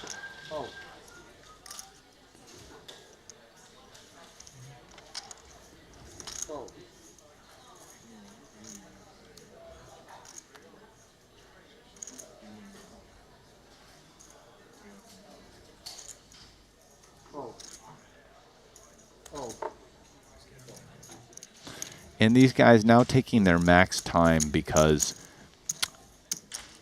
Dan wants to avoid taking the big blind before they break this table, right? So not worth a time bank, but definitely worth using your 20 seconds pre-flop. Because here it is, the next hand, it'll be Dan Smith in the big blind. So I would expect Dan to take his full 20 seconds here. Again, you can even see Salazar paused a little bit for the exact same reason, with a very easy, obvious fold. So, 5 seconds. Yeah, when you have 15 blinds, putting in 2 of them is a big commitment. So this now a spot that's worth the remaining red chips, red plaques for Dan, or one of them at least.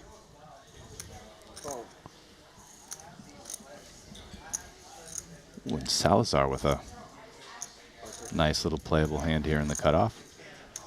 Curious here, 15 blinds, how he's going to decide to play it. Min raise or limp, or even I think a shove jam. is going to happen here a fair bit, but does go for the min raise. Yeah, just 17 blinds or whatever is a lot in the cutoff, but I think you can shove it for definitely. So it's like 15 and a half. 17 I think is a lot, but isn't it 15 and a half, is that right? 15 would be 750. 75, right? 750 would be 15, yeah, and he has 770. Okay, yeah, so 15 and a half. Nice flop, and gets the dominated 10-4 of diamonds to come in, so great result here on the min raise. Maybe the playability against Thorell out in position is also part of it. Yeah, I think so. That's, yeah. So I'm curious what he's going to decide to do here. Tricky spot. I mean, when you're deep, it's a pretty clear bet. Yeah, probably just he still quite likes small, betting, and I right? don't blame him. I think I like betting here anyways. Yeah, and making it as small as possible, so more maneuverability across the streets. You know, would maybe even be able to call a reasonably small check raise. Yeah, if it came. If it was small enough, yeah. Yeah, especially with that one spade on board.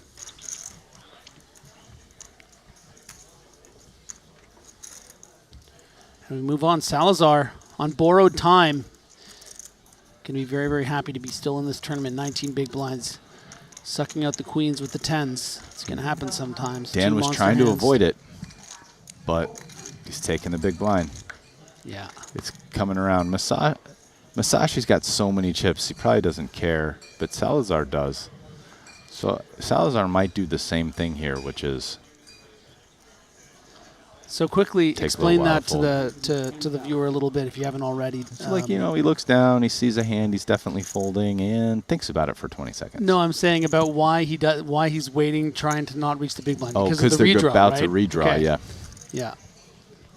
This is part of the reason why they have the shorter shot clock for pre-flop and the red time banks and all this, so that there's a limit. But the good thing is now within the limit, it's kind of like generally accepted and okay if you're going to take your 15 seconds. Yes. What the problem is, before they had these limits, it's like guys would take a minute and a half in this spot, which is just like outrageous, which then makes it miserable for everyone else at the table. So 3 very playable hands. We've got ace-queen offsuit for Masashi, the Grafton for Ponika's, very reasonable button flat. And then Dan Smith, going to see a flop with the Jack-9 of diamonds. So pretty nice little spread of hands here. Don't fault any of them. And look at that. Danny boy flopping the trip jacks, but is going to have to try not to get run down by Ponikov's, the absolute beast, flopping a flush draw. And you've seen this story a million times before. Will Sometimes the that worst spade hand just comes bet? in, yeah. The worst hand bets. This time, the worst hand is not going to win this pot.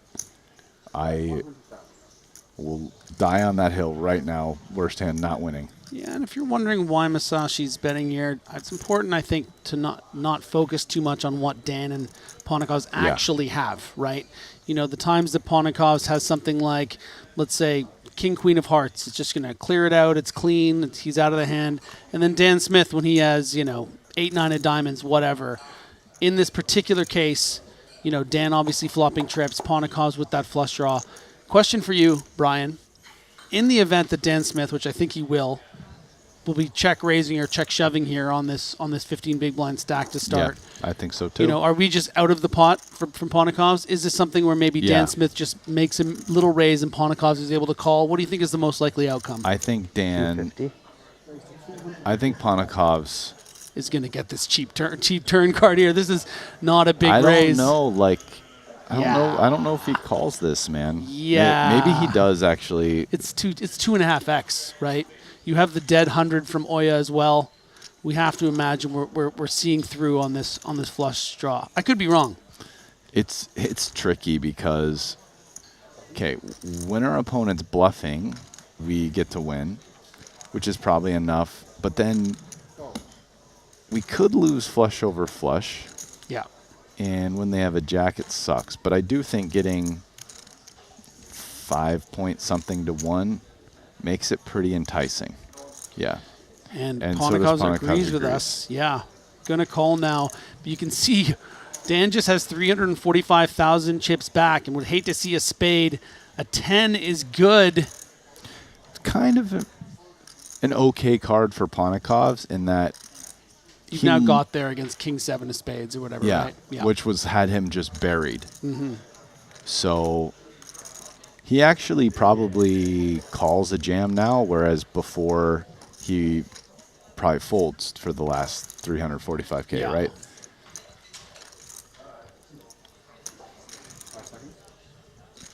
Especially, yeah, there it is. How much is that? Yeah, Ponikov's wants a count. Yeah, and he's ahead of any hand with 2 spades in it now. Ace X, King X, Queen X of spades.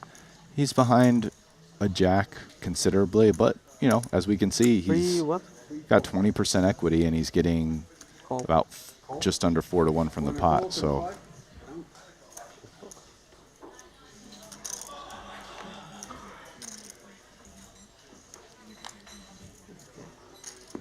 Dan just needs to fade a spade here. A spade and only a spade that isn't... Oh, and there it is. Dan Smith crushing defeat. Very, very unlucky for the 5th most successful tournament poker player of all time with the amount of cashes he's had and incredible success here on the tour. But sometimes Lady Luck is not on your side. Was able to slip into the money, though. Very Ryan. classy table tap and walkout by Dan. Yeah. No spite on that at all. It's the name of the game, right? Great competitor, amazing poker player, all-around solid guy. Chat stopped giving him a hard time. Dan Smith, good run. You know what? Has to be sort of happy with cashing. He was really, really short and found his way to cash. That was his chance. Big favorite to double up and make a run at this tournament. Just didn't work out. But yeah, hasn't been his series so far, but that looks like, 2 cashes now, little momentum, clearly playing well. Just, luck's not on his side right now. Nothing. Tens. Huh? Tens.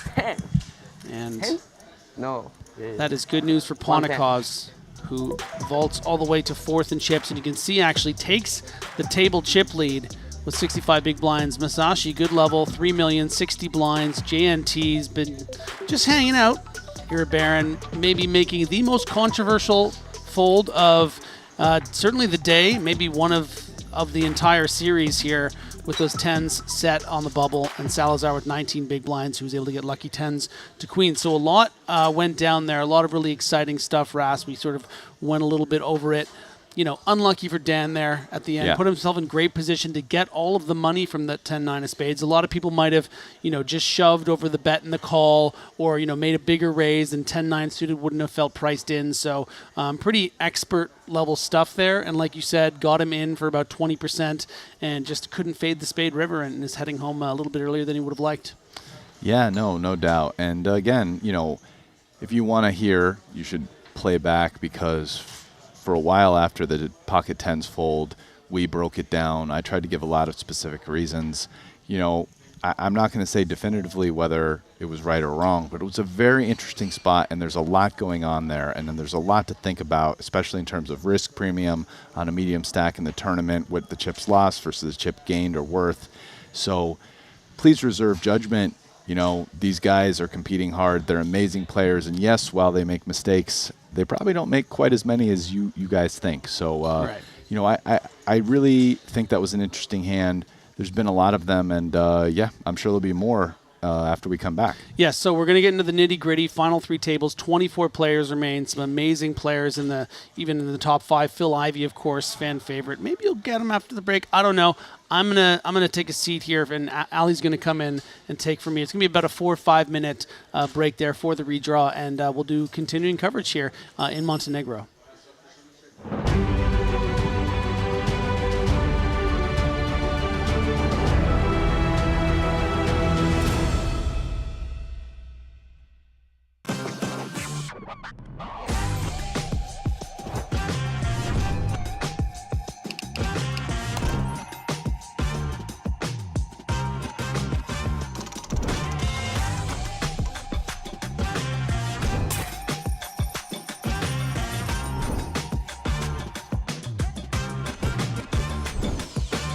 Want a $50 Global Millions ticket on top of the full GG Poker welcome bonus?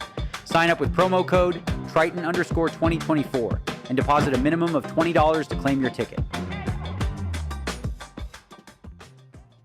Brace yourselves. This is live. And the show goes on. Oh, wow. All in.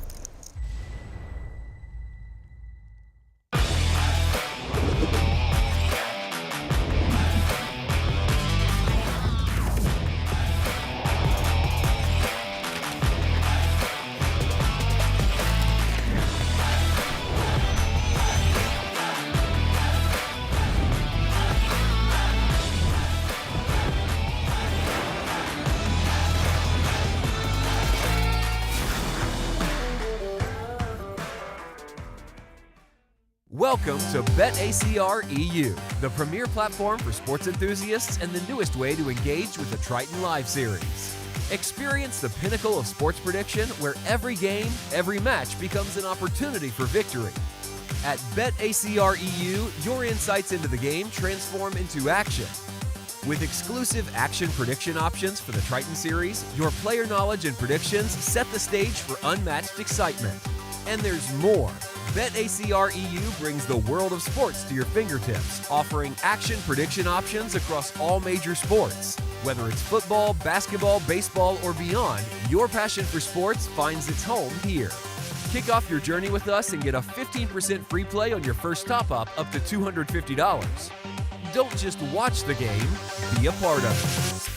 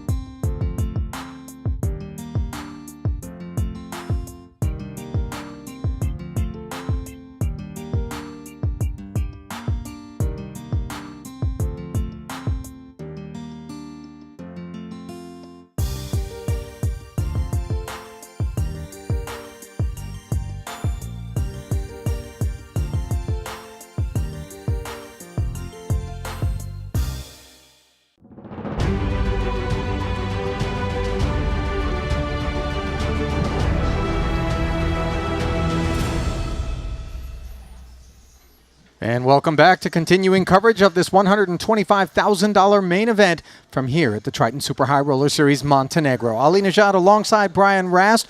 Money bubble has burst under the stewardship of Benjer and Lou. And now you and I are going to chew our way through some of the rest of this field, Rast, and taking a look. Let us masticate. Let us masticate, yes, indeed. Taking a look up top, we see the Lithuanian Paulius Vaitiekunas, 3.8 million, 76 big blinds deep. And it isn't like there's any breakaways as you work your way down that list, which is only 24 players long. On-tap payout right now is $214,000. That's still a min cash. There is a money ladder, a pay ladder rather, of $21,000 if you can get up to 23, and then that's the next band, which is $235,000. At the bottom of the chip counts, we find Michalai Mere schmeckles. Vaska Boynikau, yes, very few shekels, if you will, behind Matas Simbolas. So the Lithuanian sort of bookending the field right now. I know you and I were kind of keeping an eye on the proceedings. Was there a name that emerged for you that made your eyebrows raise and go, okay, let's keep an eye on someone? I mean, listen, he didn't have very many chips like an hour ago. Then all of a sudden, I guess he actually busted Danny Tang. And now Philip Ivey is fifth in chips with just north of 3 million, fam. So, you know, I mean, that caught my eye. Keep your eyes tuned because Ivy and company could make their way to the feature table right now. He is second in Camp Alex Ponikov's. Feature table will include our chip leader. It's actually the one on the far left there. Blinds at 25, 50, and 50. That glimpse brought to you by GTO Wizard.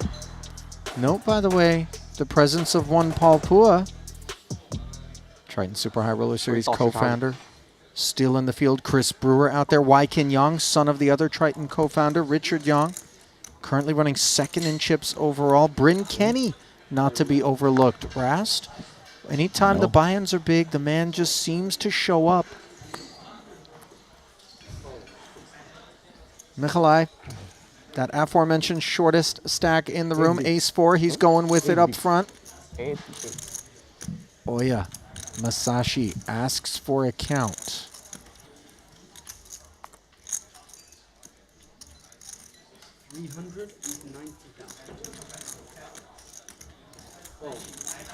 Ultimately bins the King-8 suited. Who can overlook Santosh Suvarna? He's north of the average stack of 1.8 million and 36 bigs.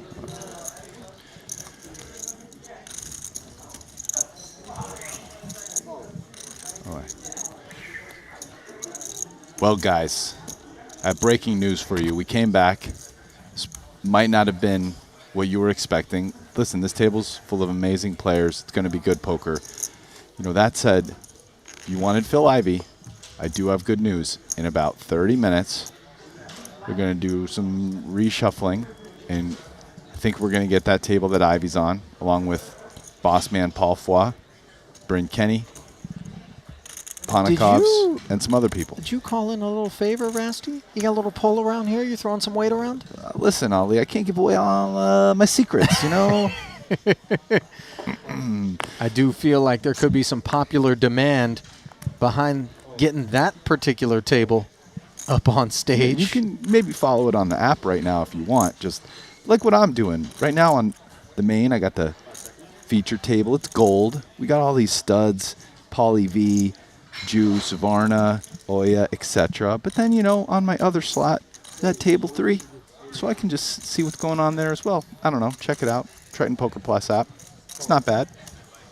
I had a conversation with Hossein and San whilst away from the booth, and he mentioned that he's on bullet 3.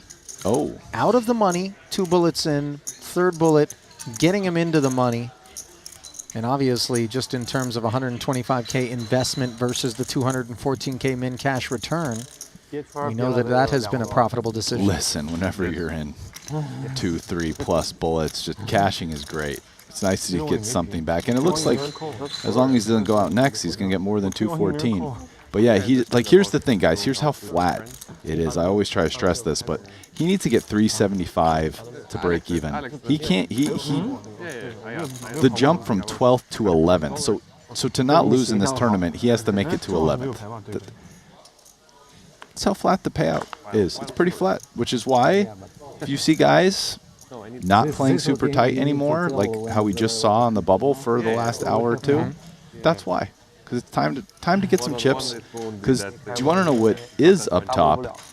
Is $4,737,000. Boom. Okay. Right. And you know what? If you don't get the Triton title, the Jacob & Co. watch, the 3-prong trophy, then in your runner-up, you do get $3,196,000. That's not bad. You know, it's not bad. It's beyond not bad. When you hear the numbers, you know, we can admittedly get a little bit desensitized from time to time with respect to these sums because they're thrown around with greater frequency at a Triton than anywhere else. That you and I might find ourselves doing some commentary, but still need to remind yourself just how staggering a payout such as that would be. 10-9 suited for Pauly V, chip leader, being hunted by the Queen Jack of Oya Masashi. Both parties perilous, other than the threes on board.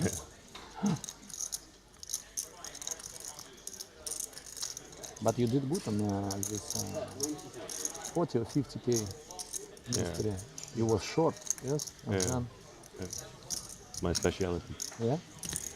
I mean, 10-9 of spades isn't in the muck yet, but I'm always strong. I'm not really sure what Pauly V is thinking, how he's going to get frisky there. It's a pretty dusty hand on that board. You had a good run in the merit name, right?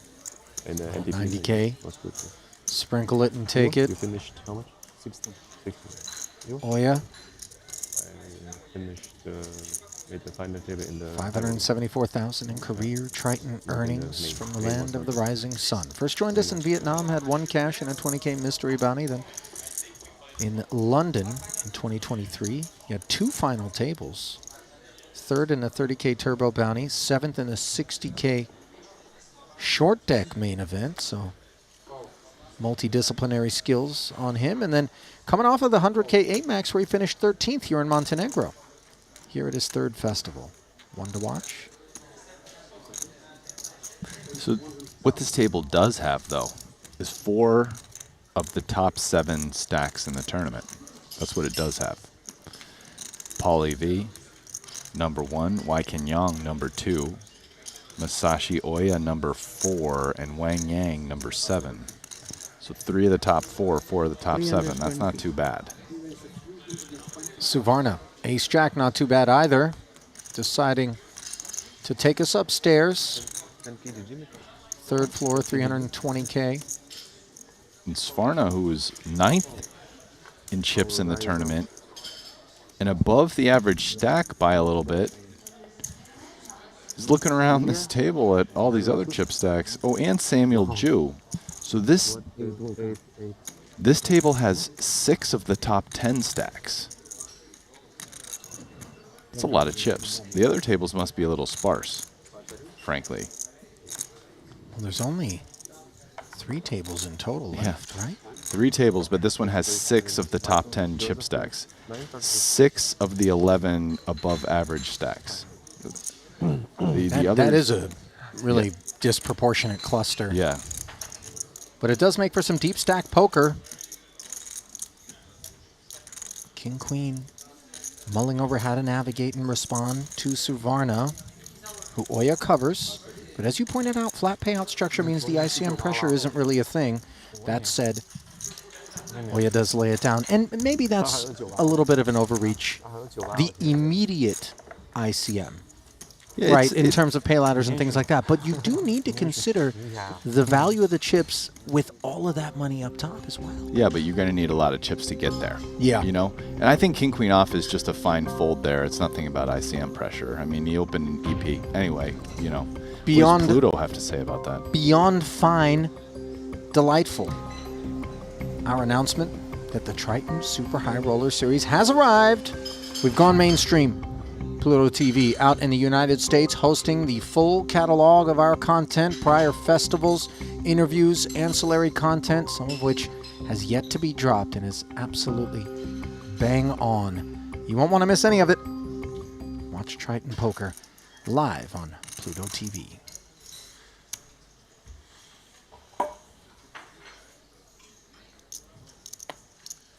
Shan Chao Shen, King 9. Sits this one out. Pocket 3s, Oya. No thanks, he says. 1-3 was busy anyway.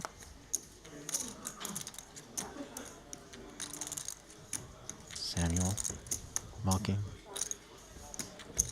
Nikolai says no thanks. Pocket 10s on the button when a chip leader ends up actually with real kit in these high-frequency opening spots. Blinds can get themselves in a little bit of trouble with liberal pushback. Wang Yang pocket 7s. This is just so good most of the time against a chip leading button open. Oh wow, is he gonna come with a 3-bet?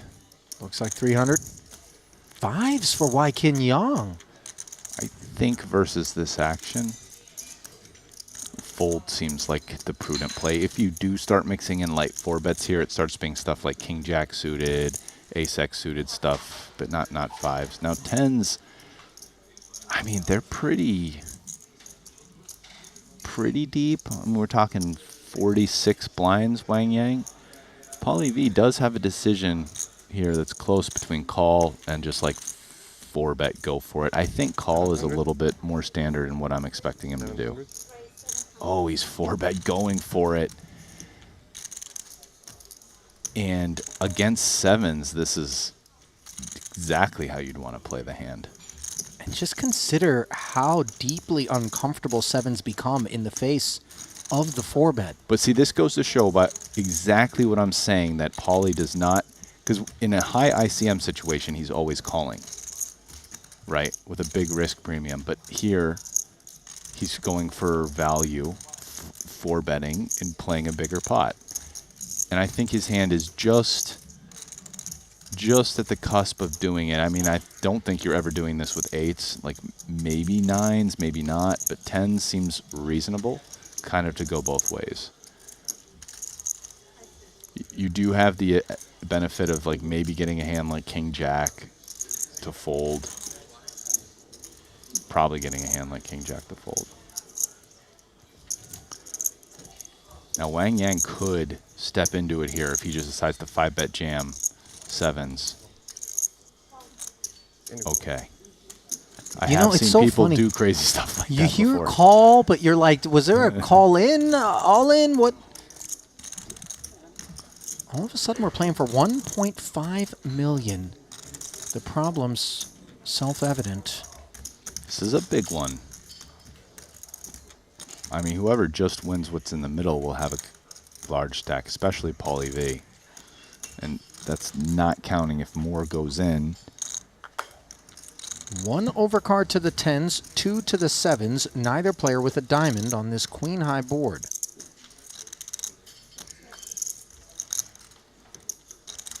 Tricky board to play as Pauly V here. Wang Yang could have hands like Ace-Queen, maybe King-Queen suited.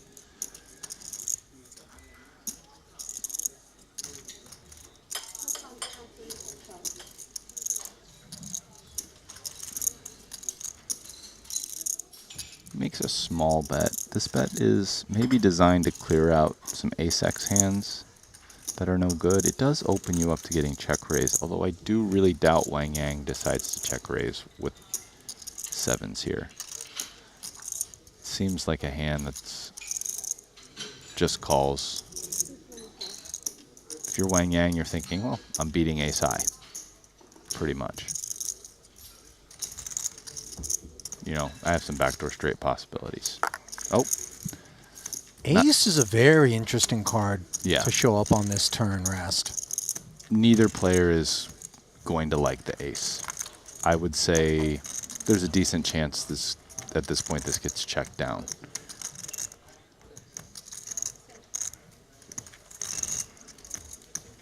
I mean, who knows? Even like maybe the question is after Pauly V checks back, which it seems like he probably does. Does Wang Yang? I mean, both players can have an ace here. But Pauly V has more ace-x. Like, he has ace-king, ace-queen, a little bit more. Yeah, so he's going to bet it just because it's a better card for his range. I think he thinks now he's not getting check-raised very much. And he's also setting the price. If he bets here, gets called, he just checks back river with tens. Draws will continue. But that's okay because let's say a draw, he goes check, check. And a hand like Jack-10 misses. Now all of a sudden Jack-10 wants to bluff. Yeah. That's a million, right? This now is preventing that outcome Yeah. in a way. It's an obligatory bet to protect us from facing that shell. And I think he also thinks I get to do this because of the ace. I'm the one who has ace-king here. We can both have, maybe both have ace-queen, but I also have some like ace-5 suiteds and other stuff. Right. So it's a better card for me. So I get to bet it. I don't get raised very much. And these are all the benefits of his particular hand betting it that we already enumerated. Well, there's a glimpse of just some of what's been a part of the equation in terms of Paulius Vaitiekunas being anointed the chip leader here now. 4.7 million, 93 bigs deep.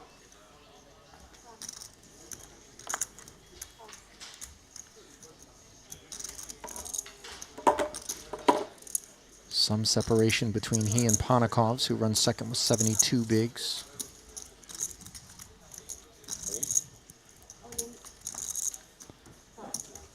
And that pot created a little of the separation that you were saying didn't exist. Right, Ollie? Pauly V now has a little over 1 million more than Panakovs. Thank you.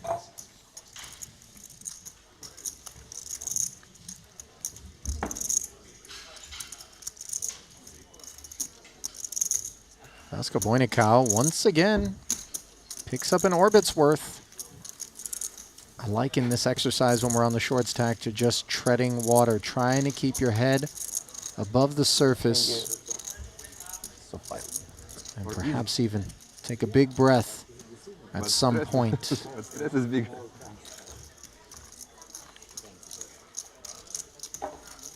Suvarna, by the way, this performance here is impressive in particular when you consider that we know he plays late into the evening after the tournaments are done. He's playing cash. Who knows how much sleep he is or he isn't getting, but you just can't keep him away. He genuinely loves the game. And it's kind of rejuvenating, I guess, to be around the energy that he has, because some of us can grow a little bit jaded and apathetic throughout the years when we're, you know, playing. And you remember, like, the joy of discovery, which is kind of the phase that he's in. And by the way, he has figured some things out quite nicely. Each and every festival we touch on the improvements that so many of our players demonstrate. And Yeah. Suvarna qualifies as one for sure. All amazing points and well put. Jack-10 suited here for Shan Xiao Shen. Small blind facing the Wai Kin Yang open.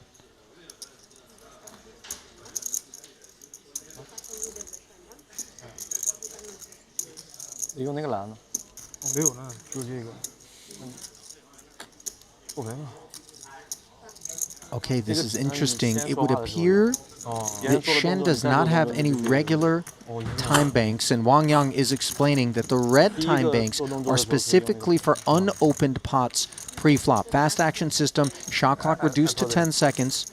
If you need extra time pre-flop beyond those 10 seconds, those are the time banks you turn to. Once a pot is opened, however, be it pre-flop or anywhere else, we go to the standard blue time banks. And it didn't appear that he had any left.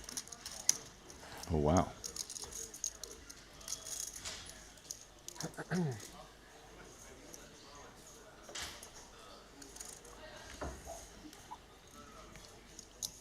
Here at the feature, we do still use the cubes. But I have noticed that at the outer tables, we now have the LED light bar, which kind of starts fully illuminated and then the lights shut out as time ticks away. I wonder in any what the given players spot. like more. I mean, the cube is so nice, but the light bar is just right in the middle of the table as well. I mean, you can't miss it. It kind of gives you a visual representation beyond just the actual seconds. Yeah. Perhaps not as precise in that respect, but you still get it. Paulius raise and take with the threes. Looking at Vaitiakonis's Montenegro thus far, Rasty has been playing a full schedule. Yeah, no surprise. I mean, he did the same thing at Jeju, which wasn't his first stop. His first stop was Monte Carlo 2023, which Paulie V would likely rather forget about as he didn't cash anything. But that changed in Jeju, where he cashed 3 times, including his first win, over $1 million in the 25K silver main. And now here in Montenegro, he has a 10th and a 7th, and another cash here in the main event, and more than just a cash. I mean, he's chip leading now with like, what, 24 players left? But he's chip leading with $4.7 million available up top. That's, for me, the lead. As we see nines for Mikolai, is he going to pick up another helping of biscuits? Yes. No, I have good one. Did Samuel Mucken say, I make you rich? Yeah, I still make you rich. Yeah. Even from DB, maybe I won't call, you know? Yeah. Suited king, but very low kicker.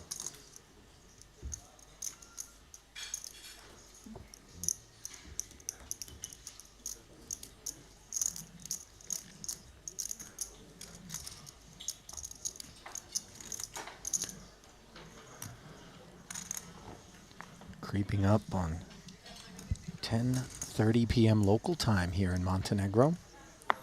It's been a long day of poker thus far, with still a good bit of runway remaining. Will be a fluid situation in terms of just how far into the evening these guys go. Luca and the team always trying to work to ensure that we play deep enough to not end up in a situation where we're not able to conclude the tournament on day 3.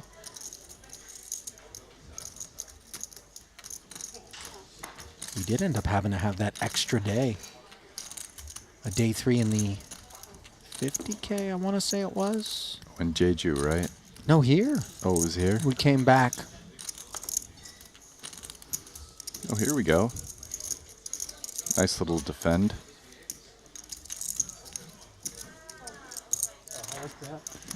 Unfortunately for Mikolai, his hand is dominated, but King Queen just trashing this King 8. Ooh, 1 diamond, 2 diamonds, 3 diamonds. What was that I said about one hand trashing the other?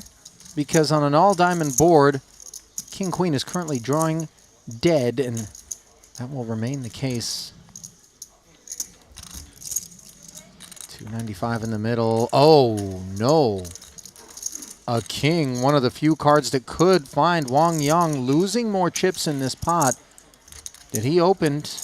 Did not see bet. Mikolai, happy to check once more. Oh, and Young checking back. Listen, it makes a lot of sense to check the king there as king 8 because you want your opponent to hit the king, but you're blocking it. So, and you know, he has a flush, but you want your opponent to make something that you can make money off of, and a king would qualify. But in terms of Wang's check back, having made top pair on the turn. Yeah, I feel like maybe Wang, he could bet. So it was an interesting decision to check back, and we'll see if it saves him money. It might. I mean, I think he just calls here. Kind of a easy call. Yeah. So he didn't lose 2 streets because of the check back.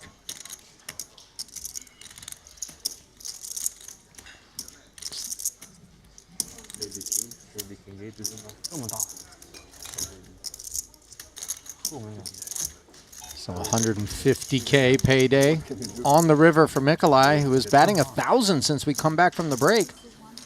Like on the turn, if you're not going to bet some flushes, not betting a king high flush makes a lot of sense on a king.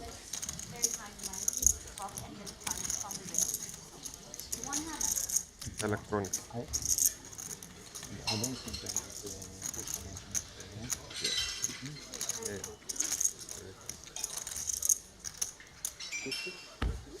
after this point we... No, after the break we move to the out, not to the teacher table.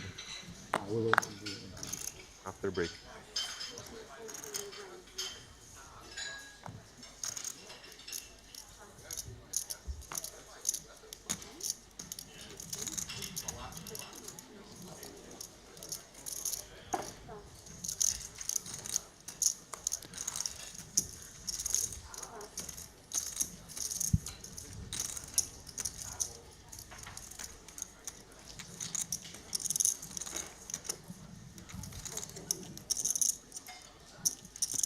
A little blind on blind violence right here.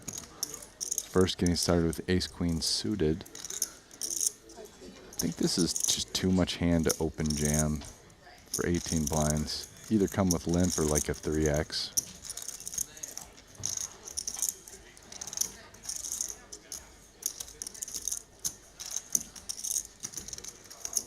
This really has been Mikolai's table. In spite of being such the short stack, he has been the focal point. Jams. He disagrees with me, but this time I'm not changing my mind.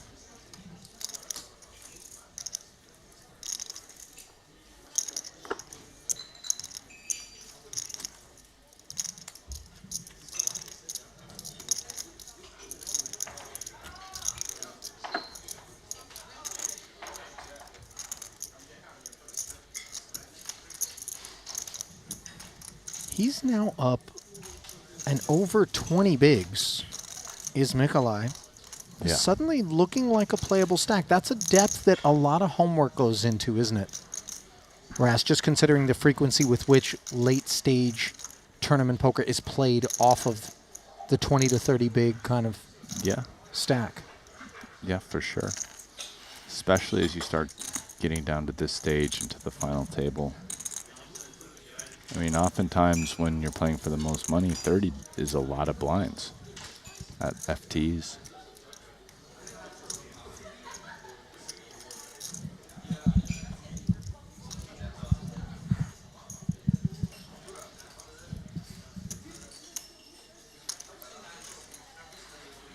Looks like Hossein and San doing a little bit of stretching. What do we got going on here? A little outer table action.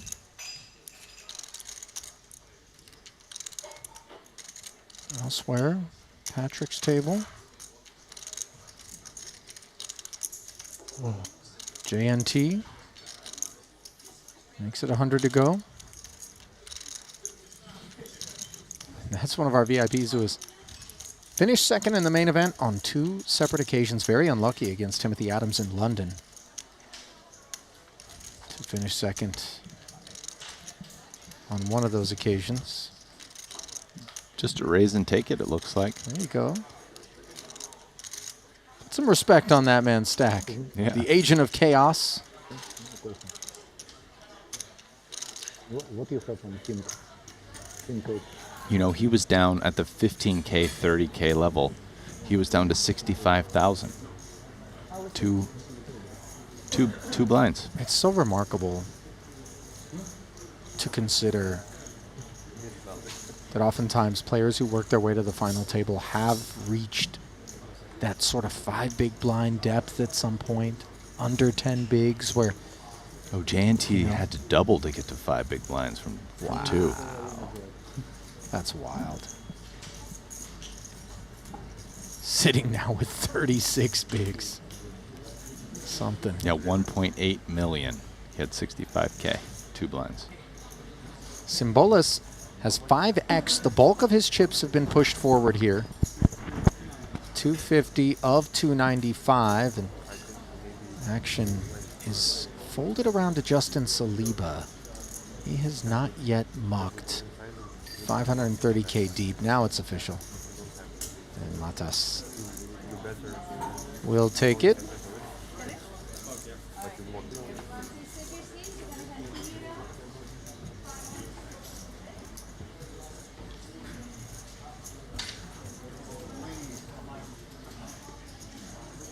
Patrick there at that table as well.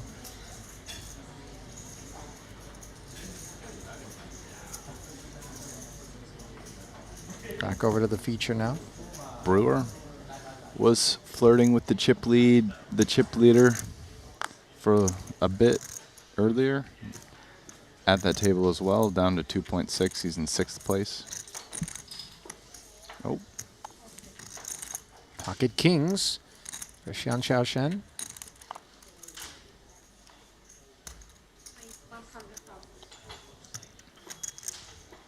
Off of 11 bigs. He brings forward a couple.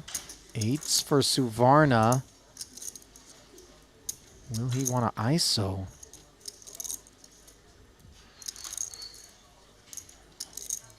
A willingness to min-raise open off of 11 big blinds skews us to a perception that the hand is strong, Rast, or the hand has urgency with regard to trying to win blinds and antes. You know, it does imply the hand is a bit stronger. If you're at a depth and a position where you're going to split your range up into shoves and then min raises, it's just polarized. So it could be a weaker hand or could be one of your stronger hands. It's unclear to me, UTG +1, so in other words, 7-handed under the gun. Is he jamming anything? Some players have no jams for 11 blinds that early position. It's hard to say. Well, the jam did take place, but it was on the back end of a 3-bet from Suvarna with the 8s. He does make the call. KK all in. Shen on his feet. Rail getting the update. Lucky 8. Lucky 8. Better than a 4-1 favorite.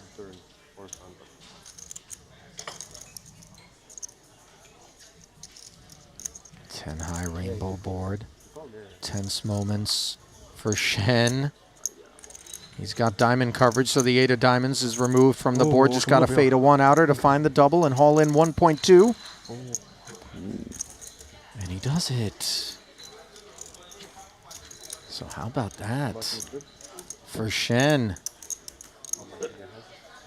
Here at his first ever Triton Super High Roller Series, he is 2 for 4 coming into this one, 3 for 5 now, batting 600.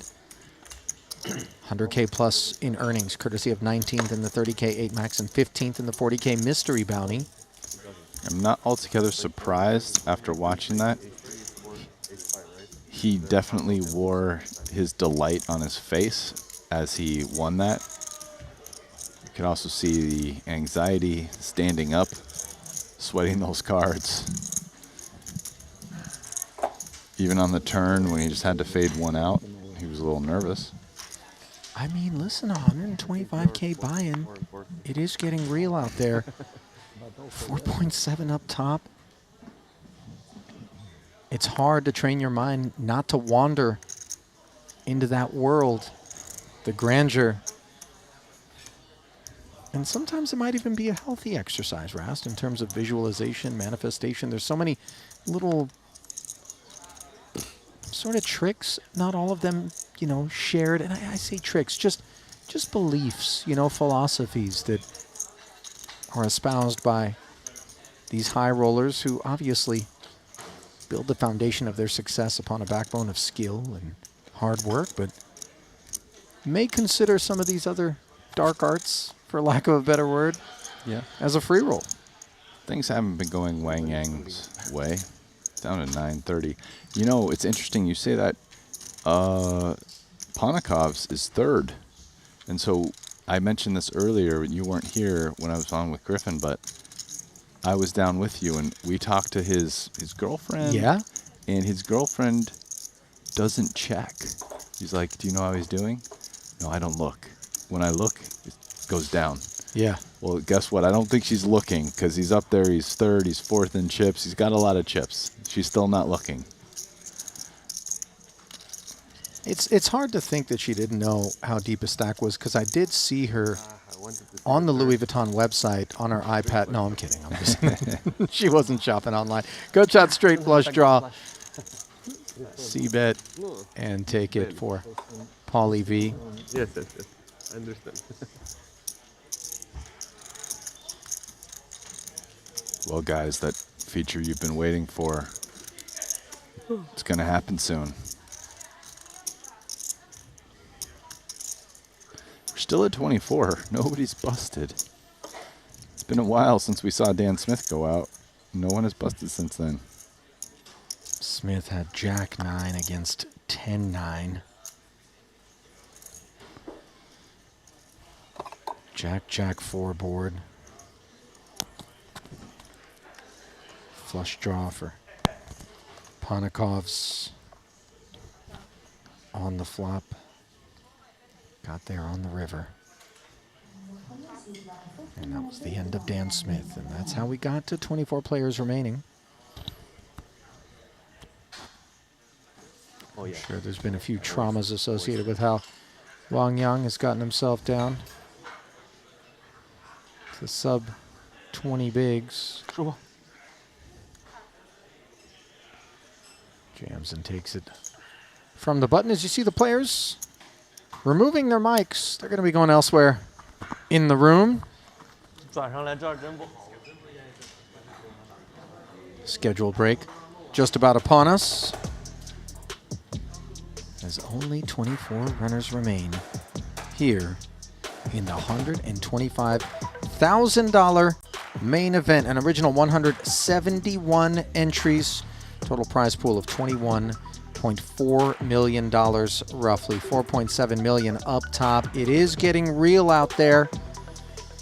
Lines will be going up. Back to the desk here. Ali and Rasty with you. And look, I'd love to maybe get a little debrief on that table, but I feel like the better thing to do is talk about the new crew that's coming in. But let's buy ourselves some time to do that after the break. Grab a snack, do what you got to do. Rasty and I are going to come back with a new collection of heads, one of just 3 tables remaining here in the main in just a few minutes. See you then.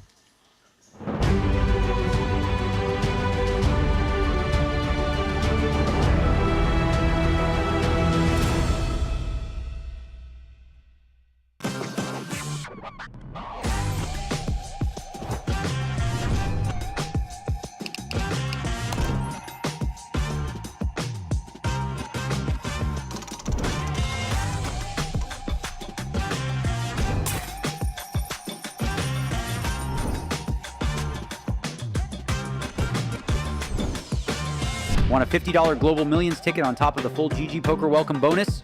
Sign up with promo code Triton_2024 and deposit a minimum of $20 to claim your ticket. Brace yourselves. This is live. And the show goes on.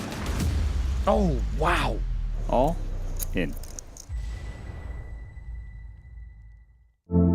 In poker, every small decision counts. Introducing the Game Changer, Daily Dose of GTO. This is your free guide to mastering GTO strategies in just 5 minutes a day. Join the thousands of players transforming their game and results. Gain the confidence you need for high-stakes decisions. Scan the QR code now to get your free copy and follow GTO Wizard on Twitter and Instagram for exclusive challenges and giveaways during this Triton series. Welcome to BetACR EU, the premier platform for sports enthusiasts and the newest way to engage with the Triton Live series. Experience the pinnacle of sports prediction where every game, every match becomes an opportunity for victory. At BetACR EU, your insights into the game transform into action. With exclusive action prediction options for the Triton series, your player knowledge and predictions set the stage for unmatched excitement. And there's more. BetACR EU brings the world of sports to your fingertips, offering action prediction options across all major sports. Whether it's football, basketball, baseball, or beyond, your passion for sports finds its home here. Kick off your journey with us and get a 15% free play on your first top-up up to $250. Don't just watch the game, be a part of it.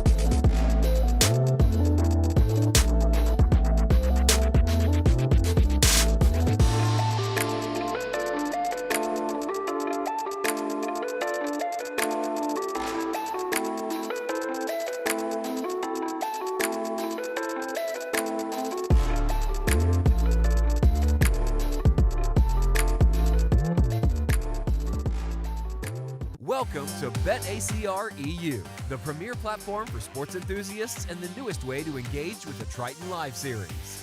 Experience the pinnacle of sports prediction where every game, every match becomes an opportunity for victory. At BetACR EU, your insights into the game transform into action. With exclusive action prediction options for the Triton Series, your player knowledge and predictions set the stage for unmatched excitement. And there's more. BetACR EU brings the world of sports to your fingertips, offering action prediction options across all major sports. Whether it's football, basketball, baseball, or beyond, your passion for sports finds its home here. Kick off your journey with us and get a 15% free play on your first top-up up to $250. Don't just watch the game, be a part of it. He just has that. I just have what I have. He was stone cursed for a while, right, Randy? He was extremely cursed, and you don't realize how cursed he was because a lot of these did not cash results were stone It's such a cold silly spot bubbles. for him, though. Like, what the fuck do I have? I just have like ace jack suited. I'm just running it.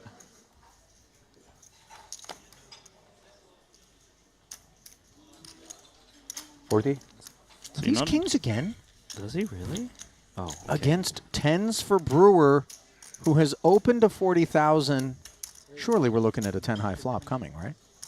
I mean, if history's been any indication. No, the sun Oh my gosh. does end at some point, but hold on. 2 queens for Chidwick. And in a way, this might be some run good for Chris because the 3-bet from Hajiev could very well draw Chidwick forward for 420 in total, and now the 10's a much simpler escape. And again, a form of run good there for Chris. I agree. Hajiev, snap calls, and now Chidwick's fate is just 18% of the time something other than elimination. You counted the deck recently? Definitely 52 cards in there, right? Not playing short deck. Drop didn't switch it around. Wait, Oh look my at that God. flop, Ollie. Do you know what would have happened? Chris had pocket 10s. Yeah, we're not saying, oh my God, because the kings and queens have somehow evolved into something of note, but rather that Brewer would have actually showered both of these hands. One to come, of course. But instead, it is just Chidwick who falls. Hajiev inheriting the big pot.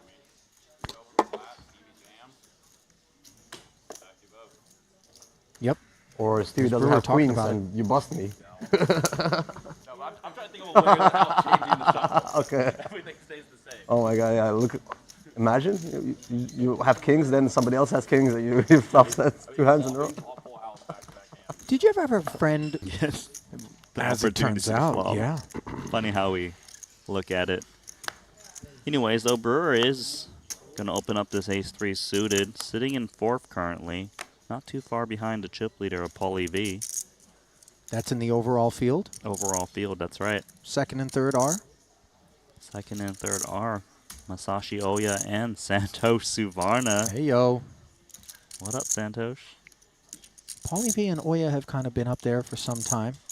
Samuel Ju appears to have slipped off of the high water mark. He's currently sitting in 6. Okay. Do have some action coming in. When you know it, Chris Brewer involved. Ding Biao. Defends the big, king 9 suited, understandable. 1 spade in the window, no others behind it as Brewer flops the nut flush draw on a paired board.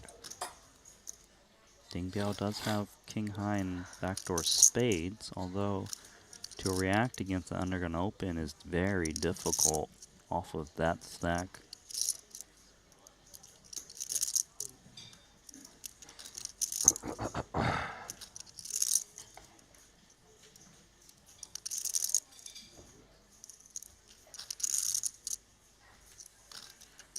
Feels like he wants to continue, but he's just so shallow.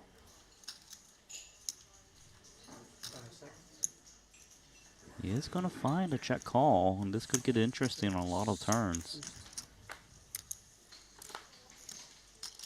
Especially that one as Brewer makes the nut flush against top pair that check called the flop. The dangers of peeling are sometimes we hit what we think is improvement, and instead we draw ever so thin.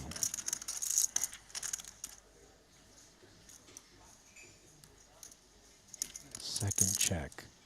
Draws the second barrel, and not 30K this time, but rather 50 from Brewer, who is white hot here at the feature.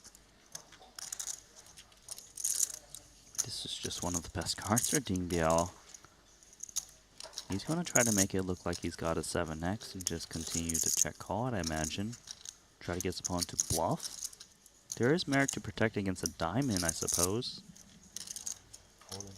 Oh, he is going to jam, and he's going to get snapped off. Whoops. Ding Biao. Might he be the latest pelt collected by Brewer here, who has been an absolute chainsaw. It's going to take a king to keep him intact, and instead, it's a jack. Goodbye, Ding Biao. And hello, more chips.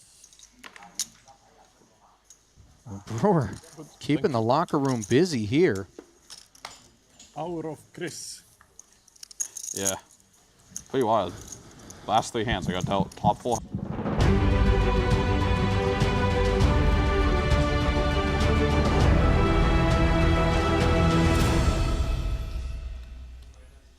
Well, Philivey.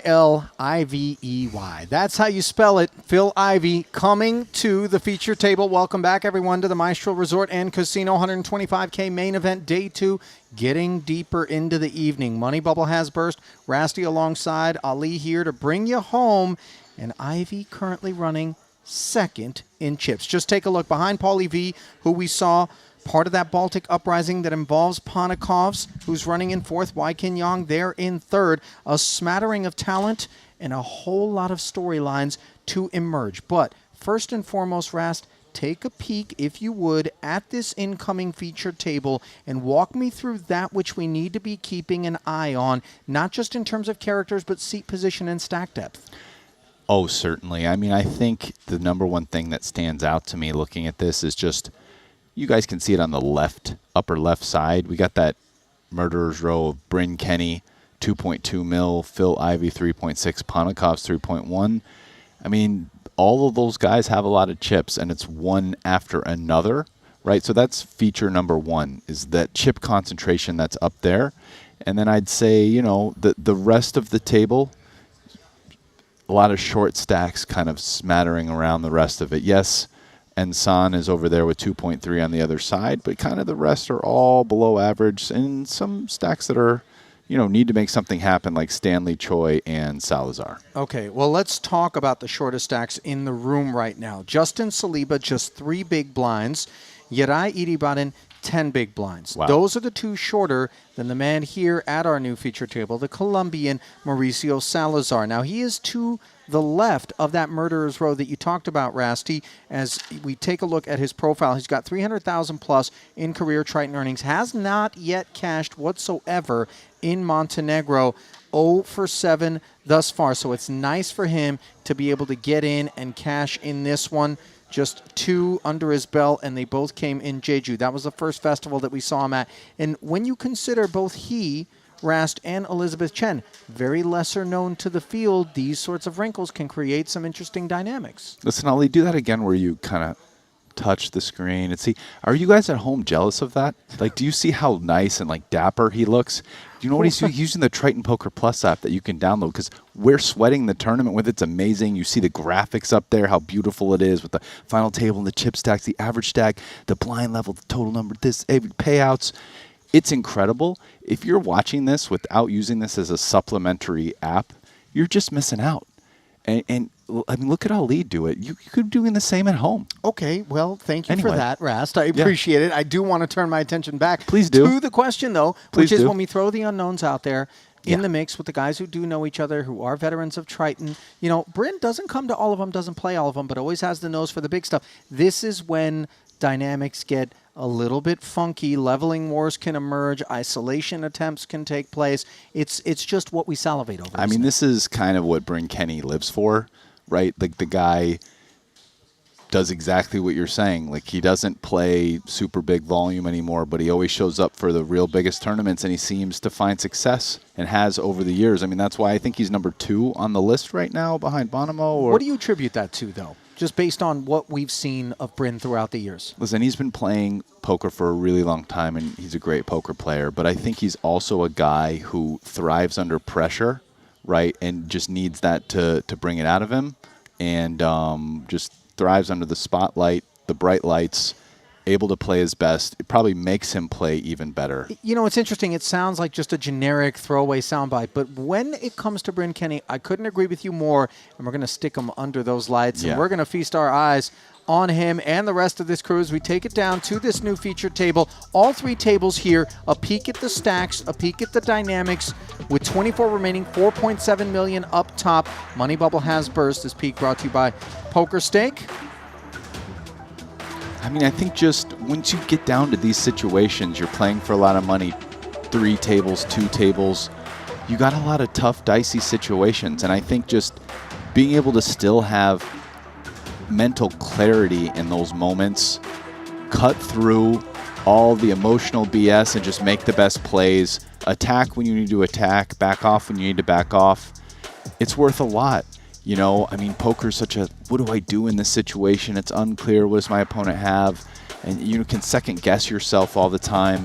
And I think Bryn is just the guy who's really good at dealing with all that, and especially in like high pressure, high money situations. And I mean, you know, you say it's not BS. I mean, you can see this not just in poker, like in a bunch of other competitive avenues too. I mean, there's guys who seem to do well even in the finals, in the playoffs. More pressure that you put on the guys who choke and the guys who don't. Right. You know? Right. I mean, even guys at the top level, there's sometimes that distinguishing feature. Under the green bucket, behind the blue lenses, and presiding over a healthy stack. Here he comes.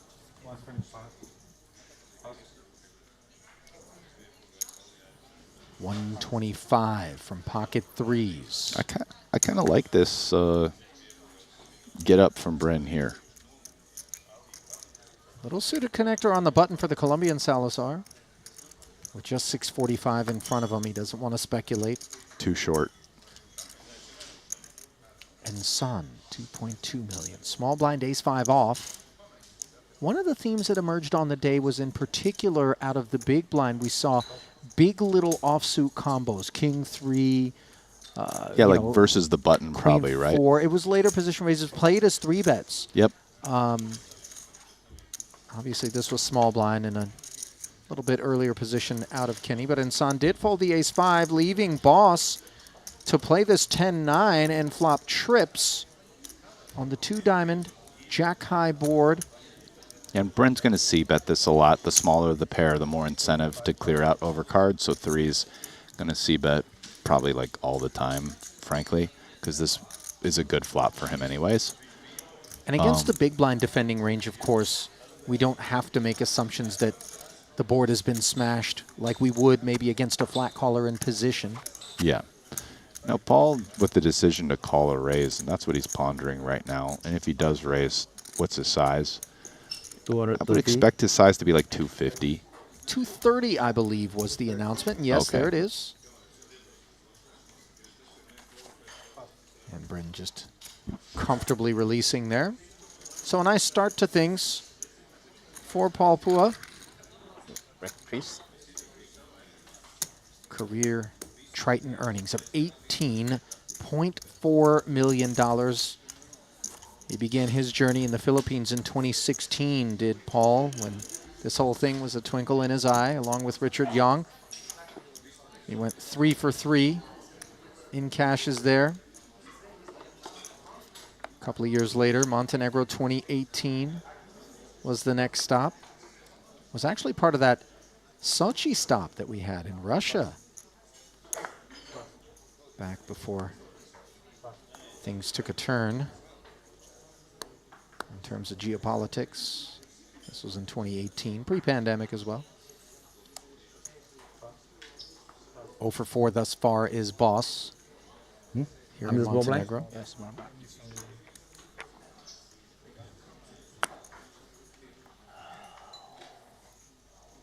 37 cashes, 1 title, and producer James telling me that you were on the call for that. Oh, James was on the call for that stuff. Wow.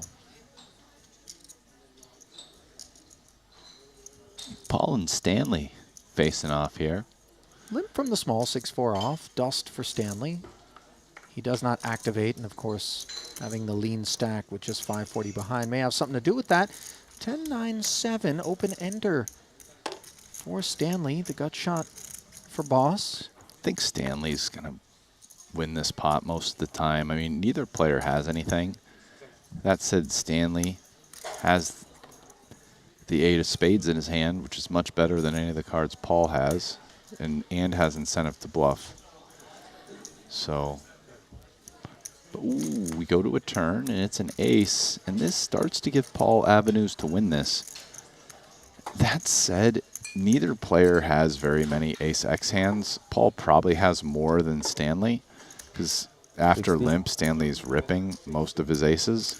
But, I mean, Paul's ripping most of his aces, too. So, Paul could be limp trapping with, like, ace-king. And, wow, Stanley just folds the 8. Curious that the open-ender would go away, but sometimes we ask ourselves whether or not we're going to be able to get value when that 4-liner turns face up on the river. Do we not? Versus min bet, I believe he's getting 4 to 1. I think I call there in position, getting 4 to 1, because it's not just, hey, what are my implied odds when I hit? There's some, but it's also like he will get to bluff and win on the river sometimes as well. Like Paul gives up and you're bluffing with 8 high. Like, so I think I like calling as Stanley there, but you know, he just decides to pack it in and move on. Ace Queen. And it's also possible that if he calls, I mean, in that specific hand, it's possible Paul decides to follow through and bluff river. Sure. And if Stanley doesn't hit his straight, he's folding. Well, hang on. As we have developments in the form of pocket kings for Hossein Ensan facing the under the gun open. He does cover 400 in the cutoff, 400 announced. Pretty big size and position. Let's see how Bryn responds here. This is a real tricky spot with ace-queen off. Ace-king off is pretty mandatory continue, but like ace-queen off, you can kind of justify a lot of different responses here. Kind of like fold call or 4-bet, depending on how Bryn feels about this phrase. If he can find a fold, it's a pretty nice little find. Call? Yeah. Bring me some tissue, please. Thank you. He calls, which is completely understandable. I'd say fold or call are the 2 most common. 4-bet is not. Ooh. Oh, wow. This is just...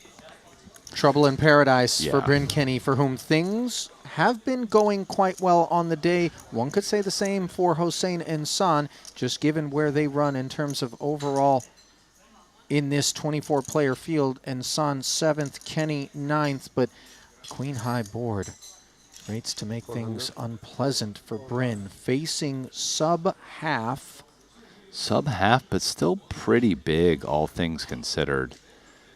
I mean, 400 into 950, so this is like over 40%. Well, let me ask you this. I don't want to get premature with it or oversimplify, but if we're Bryn, what do we beat right now that makes sense in terms of we have been 3-bet and now the 400K comes in behind it with all of the other considerations? We're basically beating everything but aces and kings and queens, but we're blocking queens. I mean, there's 1 combo of queens left. Well, how many of those hands exist played in this manner, though? What's the realistic I mean, kit? probably he's always playing aces, kings, and queens in this manner, but he's also going to play ace-king. Okay. Okay, now we are beating hands like jacks that 3-bet. Does jacks bet 400K? Oh my gosh, did he just jam? He has check jammed Ensan with the snap call, and all of a sudden, an explosion here It's at the interesting. feature. You know, I think versus a larger sizing, I would have been curious to see call to keep in Insan's. A lot of Insan's bluffs have an ace in it, and you're dominating it as Bryn. And the value range, which is like queens, kings, aces, is never folding. Just I'm speculating on it. I mean, obviously, Bryn getting it in is not entirely unreasonable. He does have top pair, top kicker. What he has is a problem until the river. Neither player had a spade. You cover me? 1.575. I don't think so. I think you have more though. And the biggest card in the deck punches a big hole in Ensan. That's how to do it. And he's got to listen to that. Wow, that's dirty. I mean, if he just happened to have the king of spades, that card doesn't work. But the 5-outer. Yeah. Yeah, if he has kings with the spade, he still wins, right? Oh, no, I called a 3-bet. I think your buddy has more still. He had like 4.5 or something. I don't know whether or not. I guess like 4 point something. There's another outcome available to Ensan, regardless of how Bryn chose to play it. Maybe the river. He has a chance to bluff if it doesn't get in on the turn. I don't know. This is all in the realm of the hypothetical. In the realm of reality, however, take a look at the balance transfer and the byproduct of it. Bryn Kenny now second in chips overall. And Son, shortest stack in the room, just 4 bigs. Vapors. Phil with a pretty tight fold there, king 9 suited. 120. He has chips too, so.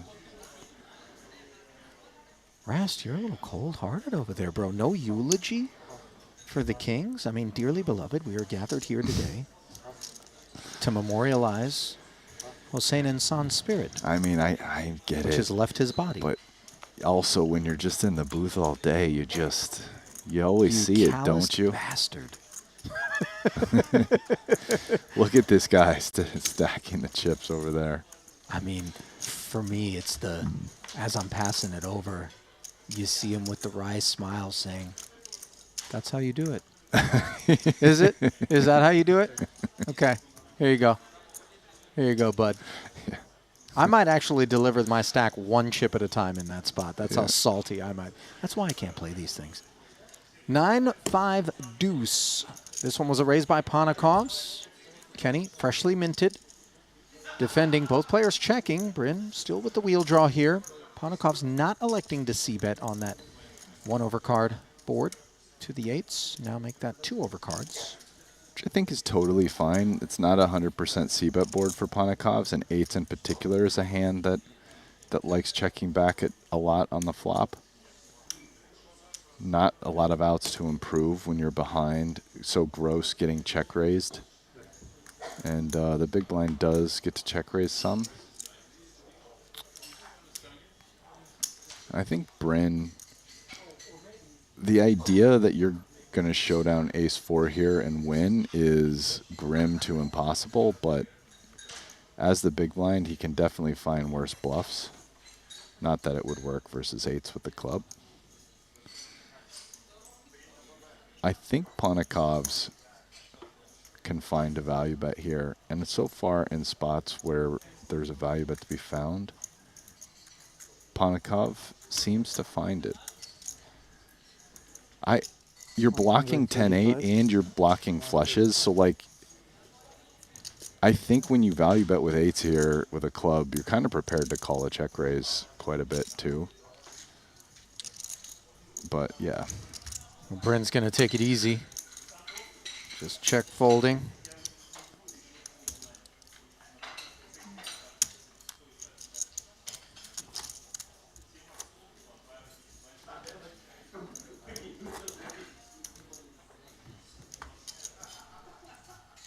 Hang hang on. Yeah, you know, I like that that's how you do it, Ali. Like, if you busted the guy and he's left the table and you're just talking to everyone else at the table. No, he's like, just you're just sitting joking there. like that's how you do it. Like, because everyone knows you just got super lucky. But saying it to the guy who you just put the terrible The beat guy on. just got most of his lower torso blown off in a landmine. He's sitting there and, you know, morphine hasn't even taken effect. And you're like, stay with me, buddy. What? Come on. He did also say, I guess it wasn't my I think time I to owe go. you one time back maybe from not having. Maybe you could ask the broadcast.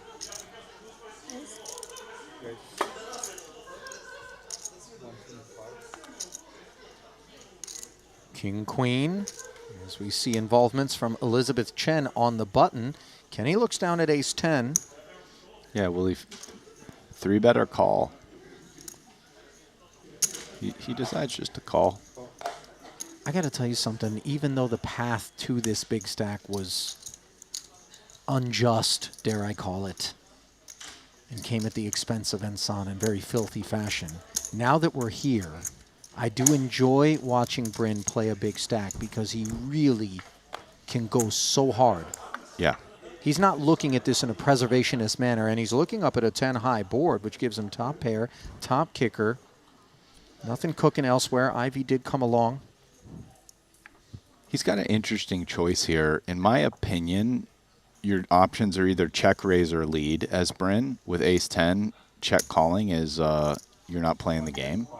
And so Bryn takes one of the two choices that I think is best, which is what I would expect nothing less of Bryn Kenny, and leads. And this one I feel kind of confident. I don't like check call as him. Versus the button, assuming the button bets. Because the button has only 1.2 here. It's only 20 big blinds behind.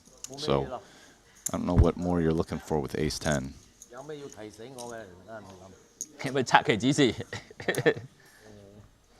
Yeah, and his lead accomplished a lot because all the paint was out there, king, queens, and jacks between the other two hands. So at literally every overcard, you know, other than the ace, which Bryn had himself, was would have counterfeited his hand. Well, beat the best and crush the rest with GTO Wizard. If you haven't already, head over today and check out the #1 app for poker players. Help make optimal decisions in high-pressure spots. Use their GTO Wizard AI. It's got you covered. You can study any situation using any bet size. It is the ultimate tool to prepare yourself for those critical moments at the table. Check it out at gtowizard.com.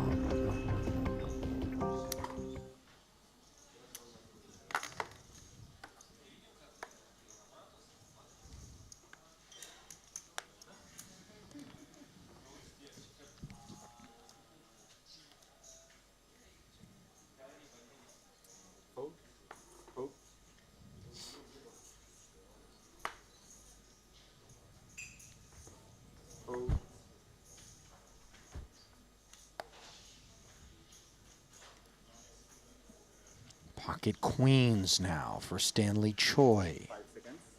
Sub 10 blinds. I mean, I think you just rip it. Yeah. He agrees. You just don't really have a min-raise sizing here when you're this short. This is Stanley's 5th effort at this Montenegro festival. 2nd cash. Finished 25th in the 30K 8 max, 316,000 plus in career Triton earnings. This is 5th career cash. Looking to climb the ladder a little bit.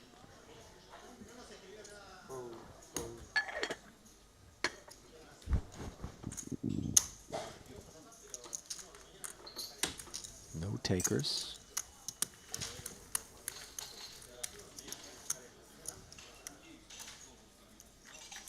Well, we did secure a pay ladder courtesy of the demise of Justin Saliba elsewhere in the room. Got himself involved in a 3-way affair at one of our outer tables involving Dejan Kalađurđević, who had ace-10 against Saliba's ace-9. Chris Brewer also in there with a couple of 5s, ultimately on a 8-10 Jack Ace King board. It was aces and tens for Kala-Djurdjevic that would end Saliba's run. So he does collect the final min cash, 235K, the on-tap payout for the next 3 busts.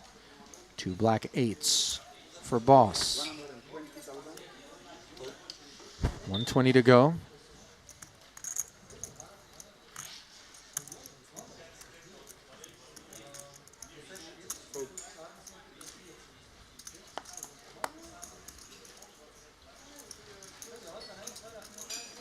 How will Bryn decide to play this one? 3-bet or call?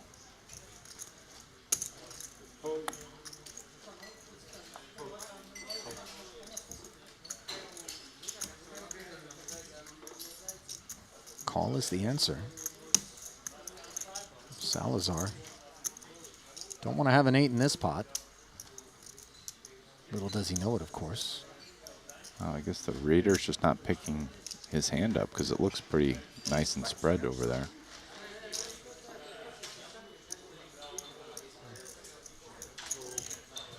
And the pot laying Salazar a good price, one that he takes. So we'll head to this one. 3-handed.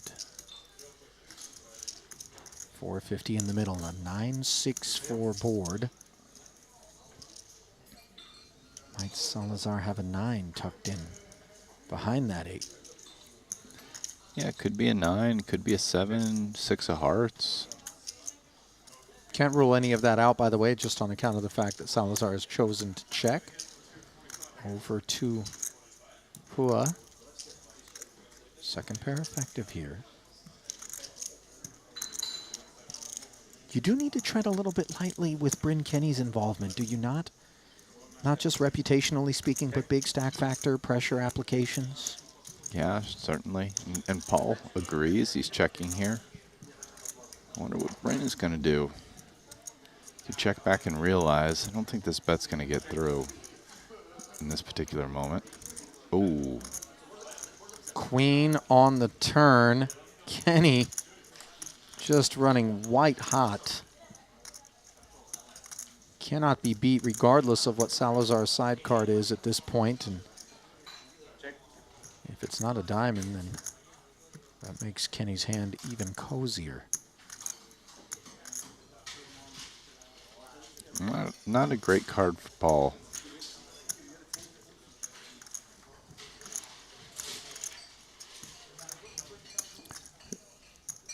Feels like if you're Paul, you probably end up checking.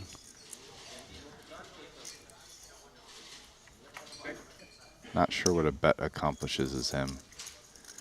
And Bryn now, though, turn top pair with a good kicker, so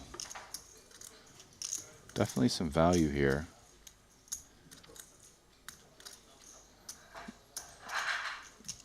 It is possible you're beat, but it's not that likely. You know, he's going to have other hands also that would like to bluff here, hands like King Jack, Jack 10, etc. So, not a bad spot to actually have it.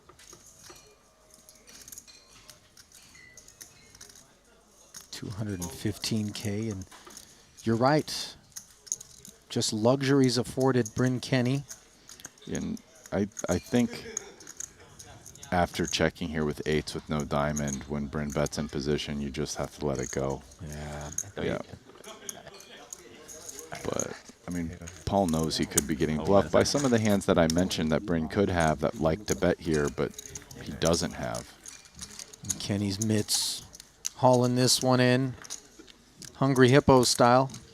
Those hungry hippos. You ever play that one, Rest? It's not really a brain game. No, I as a kid I did play that. Guess you the outgrew hippos it pretty scoop quick, up the huh? balls, you know? Yeah. Wasn't your favorite. No, definitely wasn't my favorite, but I did play it. You're like, there's no strategy to this one. I can't work out the GTO oscillation level of the hippo jaw. Yeah. Yeah. I could. You The see strategy those? is I hit it as fast as I can. Yeah. That's not cutting it. I've actually played full contact Hungry Hippos, which does add a wrinkle. Okay. Focused largely on interfering with your opponent's ability to haul in. Anyways, not quite a game of Hungry Hippos, but you played that last night, didn't you? Appetite quenching 4.5 million in front of Bryn Kenny, 76 bigs deep. Phil Ivey has just been spectating for the most part. Hadn't really had much with which to get involved. 3.4 million. Nice to be directly to Bryn's left for Phil as opposed to the opposite. Not nice to be Hossein and San, whose kings were torched by an ace on the river when Kenny chose to play max variance check raise all in on a queen high board.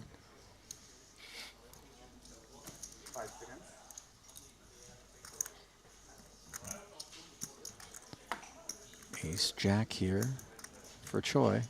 Yeah, 11 bigs, probably just ship it. All in.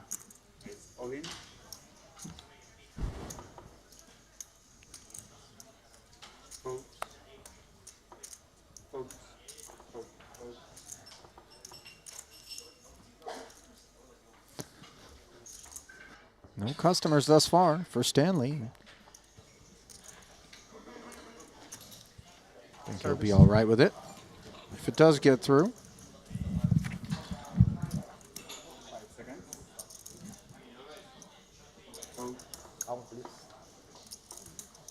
Boss is asking for a count. What's he working with? King 8 suited here.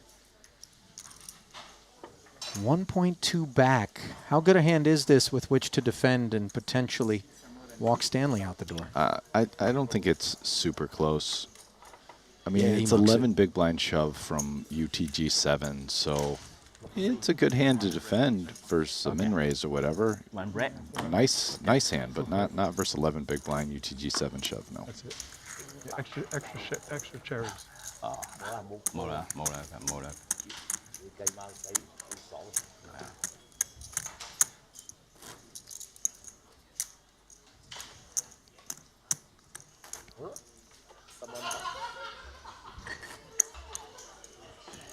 Like Stanley's just not shoving any Who's the worse sick king. one? I mean,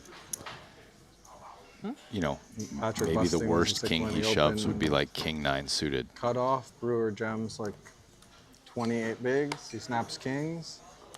Versus Jack 10 suited, flops a straight dead. Wow, mày ngủ quỳnh đó. Yeah. Wow, Brewer. Fair flop, huh? Shut down. Shut down. Okay.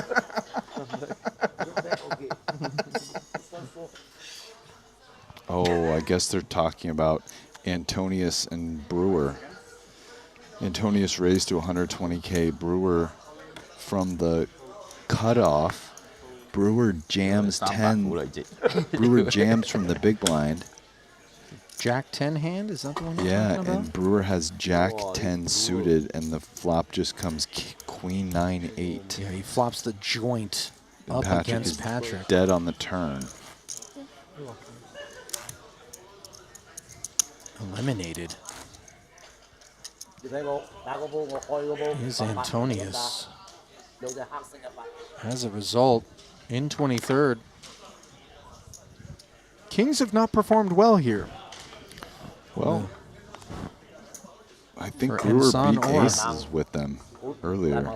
Patrick, that's right, he did. Versus Kulev. That was a while back, but just they've lost their mystique. Brewer knows how to win with and against kings, but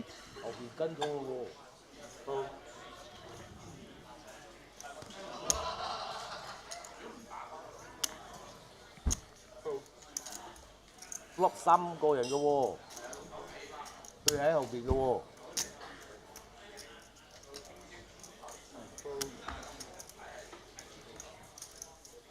佢又好難 flop 啦，夾喺中間嗬。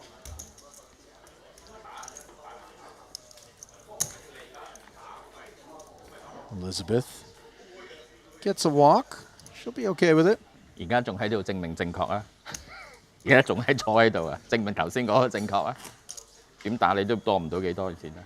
Chen 0 for 3 coming into this one. Played the 25K and 30K 8 max events along with the 50K. 係啊，佢夾喺中間，佢 float 唔到嘅。 Finds the money in her fourth effort, though, and picked the right buy-in size with which to do it. Unclear, of course, whether or not she's on bullet 1 or beyond. I can tell you that Ensan is on 3 bullets, and a bust here would leave him in the red.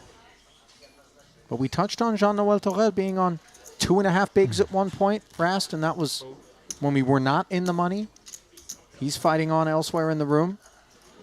Pocket jacks ought to encourage some fight out of boss. 20 bigs deep. 120,000. Opens for min.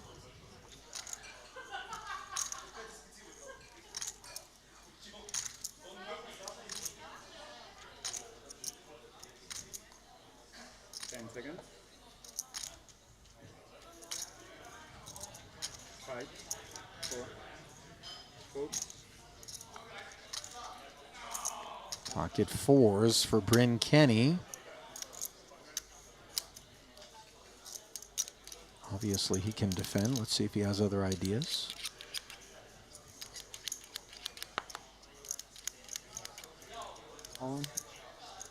Yeah, he jams.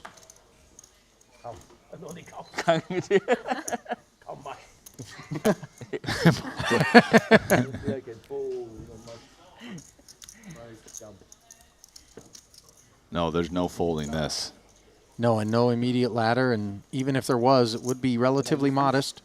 You can count. You can count. 5 seconds. Don't use the time bank, Paul. Good job. No time bank here. So Kenny with perhaps a little bit of a misstep, Rast, in terms of the decision to play it in this way, or where Pocket Force qualifies? I mean, he's attacking in late position open, you know, just trying to take it down. This is exactly what you were talking about. Of okay, Bryn's got a big stack. He's going to weld it. He's exciting. These are the type of hands. Sometimes they don't work out. And, you know, he hits a 4, and I don't think he's going to tell Paul this is how we do it.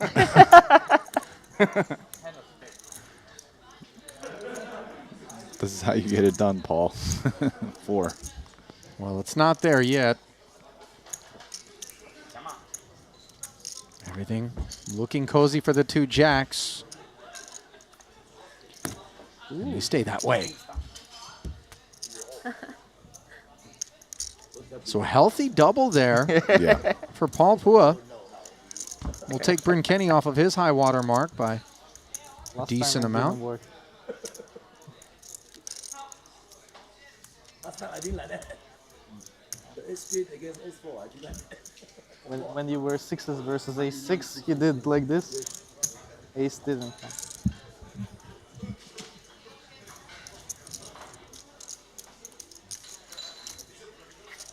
Here's the thing about that moment there from Bryn Kenny. That's the one upon which he has built the second winningest tally ever. In the Triton Million, there were plenty of moments where we observed him go hard. High variance is something he is not afraid of. The swords are double-edged when we approach the game in this way, but it's something he embraces and accepts. It's not like he gets salty when it doesn't work out. Yeah. Yeah, I think that's a situation where you probably can do it at a small frequency with some of these smallish pairs. You don't want to get too carried away with it. But, you know, if your opponent ever folds bigger pairs, it gets better, right? I mean, like there's definitely if your some opponent raise folds 5s through, I don't know, 5s through 8s? I'm not sure if they're supposed to, but your opponent might. If your opponent, you know what I'm saying? Like, if you're Paul, you're not supposed to raise fold 7s or 6s or whatever. No way. But really, even for 20 bigs? I don't think so. Yeah, I would bet it. I mean, I'm not going to say this with like authority. No. I'm not questioning the veracity. But I would bet it. I'm fairly confident. Yeah. No, my problem is I'm not confident. That's why I just take the 6s and 7s. As I think about it and just pitch. A lot of this is opponent dependent. Maybe if your opponent's kind of nitty, you could find ranges where you start raise folding the sixes, but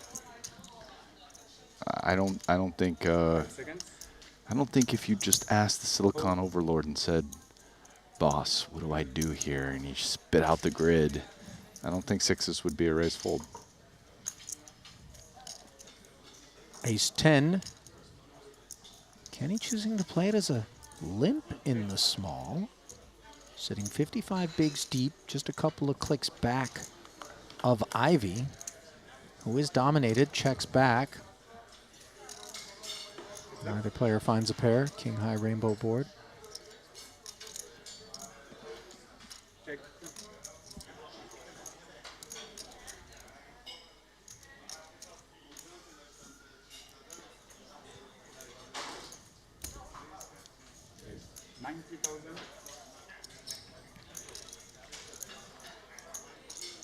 Little 90K out of Ivy in position, just trying to pick it up. A hand that has plenty of clarity if it faces any resistance. Yeah, it looks like he went half pot as well. Ooh, not a small okay. size, but Bryn is like not done with this here. Sticky icky. Yeah, and I don't blame him. I think he should continue his hand. Picks up the Broadway gutty. Ace of diamonds becomes potentially relevant. Checking over once more. I just don't. I'll be a little surprised if Phil double barrels that. Yeah. It just, I think you want most of your double barrels here to have equity in the terms of semi-bluff draw equity. Maybe even have a diamond in it if somehow you're betting a hand that doesn't have that. 10-4 of spades has neither. Now, on this run out, it's hard for Bryn to have worse than ace high, really. The 8 filled in all straight draws. So Bryn turning ace high into a bluff actually makes a lot of sense. I mean, I think Bryn's even folding like 4-3 on the flop to half pot, so you almost can't have no pair here other than ace high. Activates on the river. Happened to have the best hand. Ivy with the easy fold after checking back on the turn.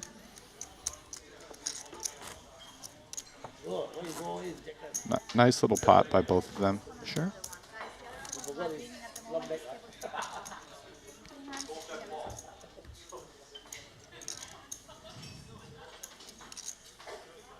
What did she say?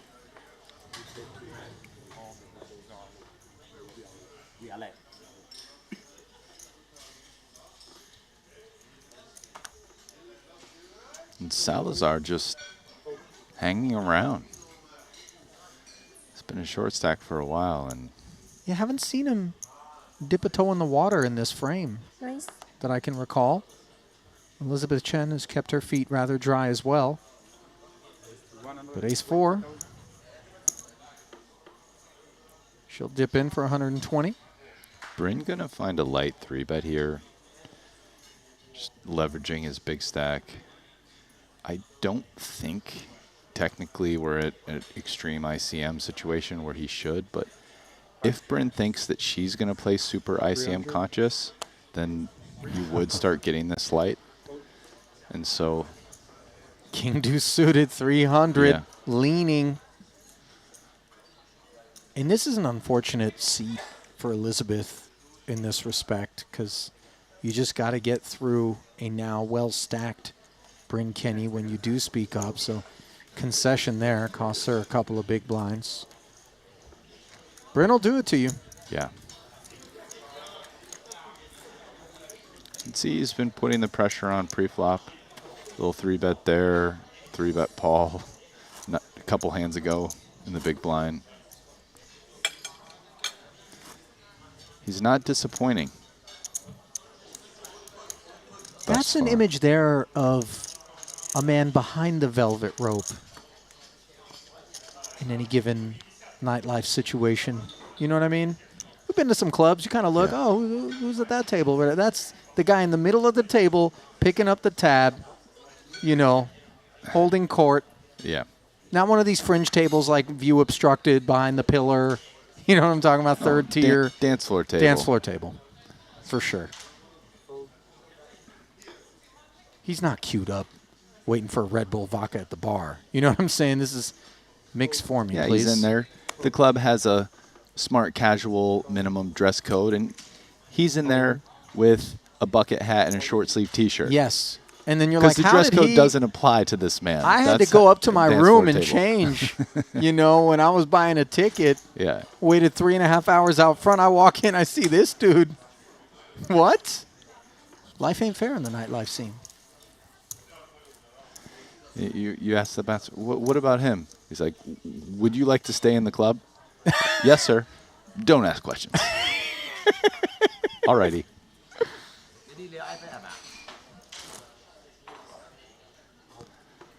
The club really is not the most common place to seek justice. You just no. I had a buddy who was a bouncer No justice in the club. at a club when we were in college, and he loved throwing people out of the club. And I remember one time somebody just like bumped into us while we were on the dance floor. It was just a normal where everybody's dancing kind of thing. And he comes running over with the mag line. He's like, did this guy bump into you? And I'm like, what? He goes, I got this. Just grabbed the guy by the collar, tossed him into the alley in the side door and comes back. And I'm like, bro, it was all good. He goes, no. It's cool. And I'm like, dude, go get that guy. Come on. Oh, it was great. No, just kidding. Here's 100.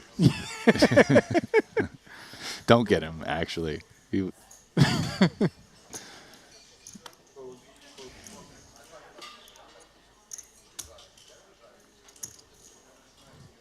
Bryn brought the EDC to Montenegro.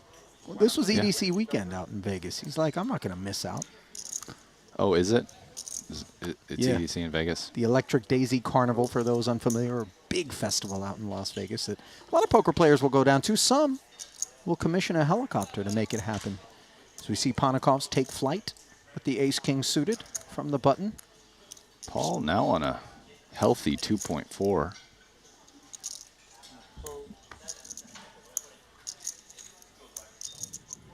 Correct, face.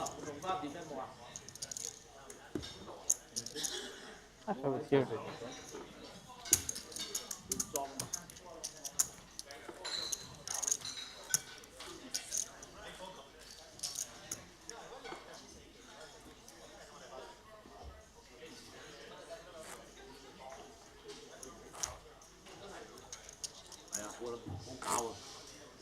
Paul does end up folding it.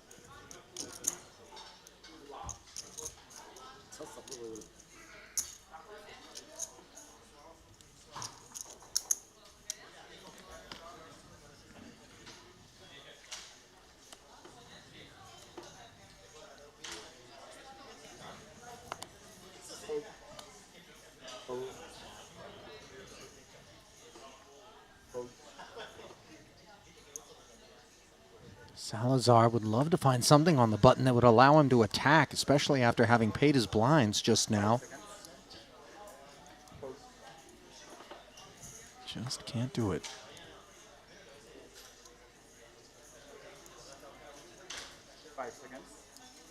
Paul here with the spot against Stanley.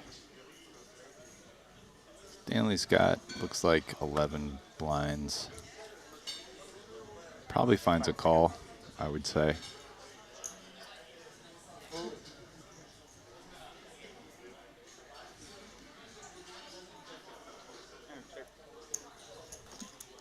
Stanley checks it back. Is a hand you could maybe make it like 2.5x, like 150, 160K. That big little combo that we kind of touched on there. Once again, though, the two play a limp pot pre, 9-3 deuce. Boss whiffs and knuckles over. Second pair for Stanley.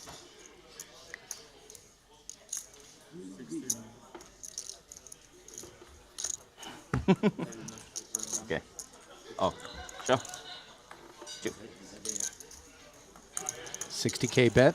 I like that the dealer's stepping up to advise Stanley. You can't just show boss if you're going to reveal cards. It's got to be to everybody. Yeah, I Keep like it things- when the dealers actually step up and enforce that. You know, I think it's definitely the right thing to do. Good on the dealer. Dealers don't enforce that in tournaments like all the time. And then it's like, are you going to be the guy that's like, hey, You're going to show that hand? You know, I have some sympathy because oftentimes when you do intervene in what some might consider the fringe aspects of what's taking place, you know, not immediate hand, pot, you know, bet related matters, you can get pounced on, you know, so Yeah. I understand why some refrain. Respect to those that don't, obviously. Dealer abuse, something that is absolutely a no-no and a zero-tolerance policy here at Triton for such things. And I got to be honest, in all the festivals I've been to now, which encompass over 2 years, not once have I seen it. Pocket Queens, Salazar's patience appears to have been rewarded here, 435 back. What a spot for him. Yeah, the Ponikov's flat feels nice. All in announced.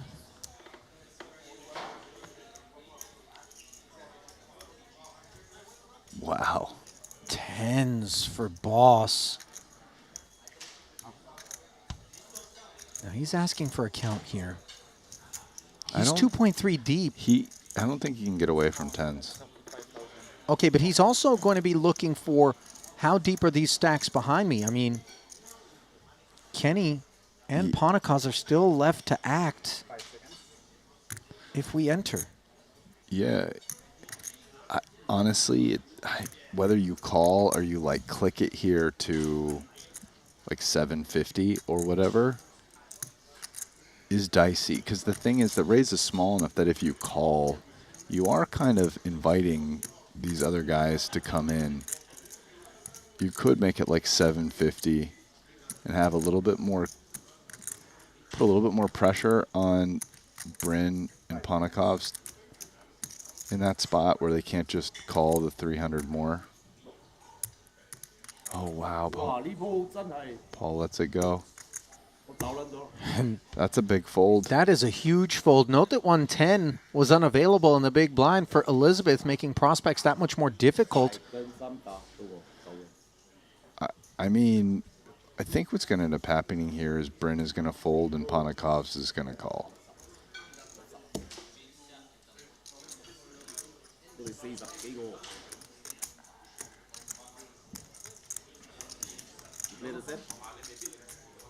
Still waiting on Bryn's decision here. For some reason with this Queen-8 suited, Rast. Eventually the fold does come in. And now Ponikovs, among the healthiest stacks in the room, does make the call for a modest extra 315,000. Paul's going to be really pleased to see that he faded the spot. Did you catch the fist pump there? Yeah.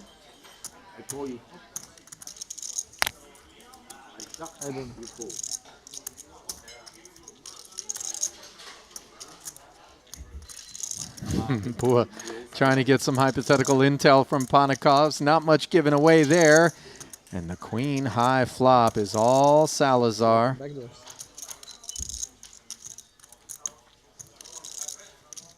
Queen's full on the turn. So, Ponikovs will draw dead.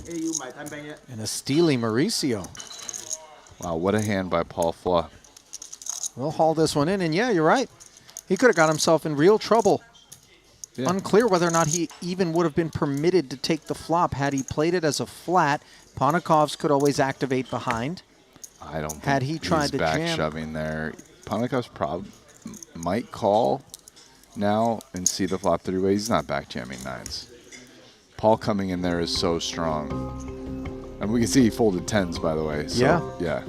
Well served, of course, against the Queens of Salazar, which emerged victorious. And if victory is on your mind, and you think you got some read on outcomes here at the Triton Super High Roller Series, put your money where your mind is. Exclusive home of prediction options on Triton events is betacr.eu, where they're offering a 15% free play up to $250. Pay them a visit today and elevate your sports engagement experience.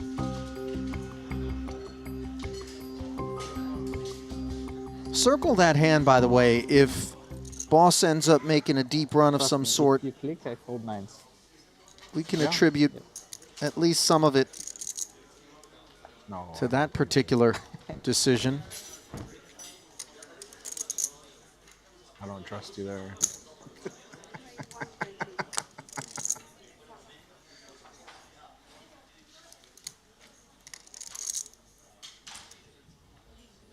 Ivy takes us upstairs with the suited connector.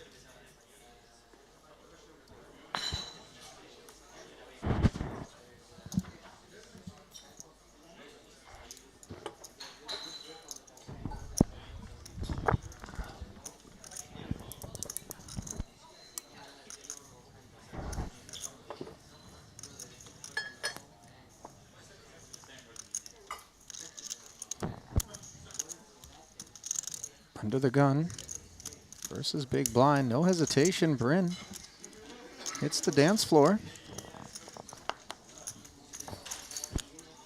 King 6 off.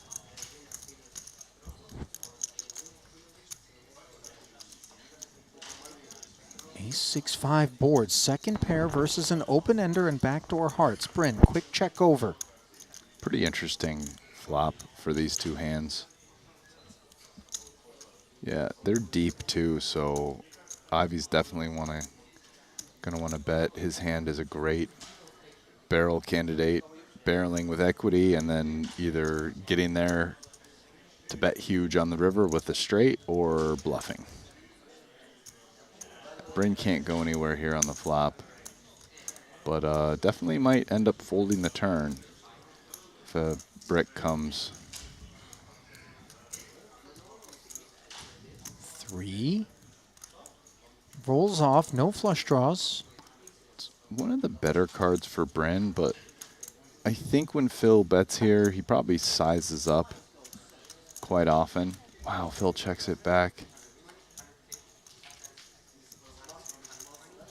Now the ace pair's on the river. Kenny feeling much better about King 6, I would imagine, at this point, although there are going to be a few checkbacks, perhaps with some ace-x out of Ivy, but the type of ace-x that activates under the gun maybe would have been more inclined. Phil can have a bunch of pairs that are bigger than 6s and lower than the ace, for example. Okay. Bryn's not like, he thinks his hand might be good, but you're not like loving it here.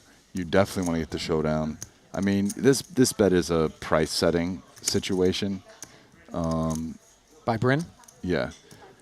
It's very interesting. Phil checked his hand back. To me, like ace 6-5-3 rainbow, 7-8 suited there is one of your best kind of barrel candidates where you have equity that like balances out your range when you have the ace king or the pocket fives or the ace 6 suited and you're betting again. So very curious check back by Phil. Wonder if he thought he felt something with Bryn's call. Although, if he did, not entirely sure it was right because Bryn, he had something. He called, but he by no means was near the top of his range with the second pair.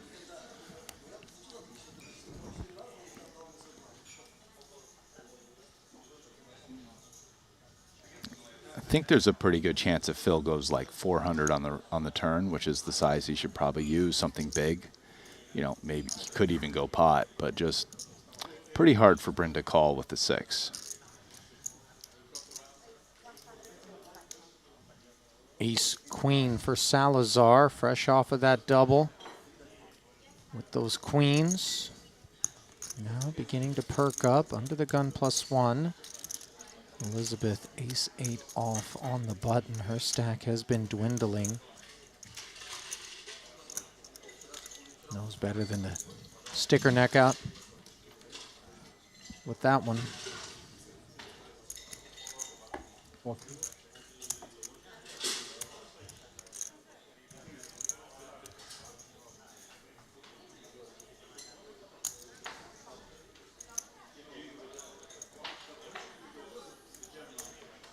Ivy defends the big with this 9-5 suited.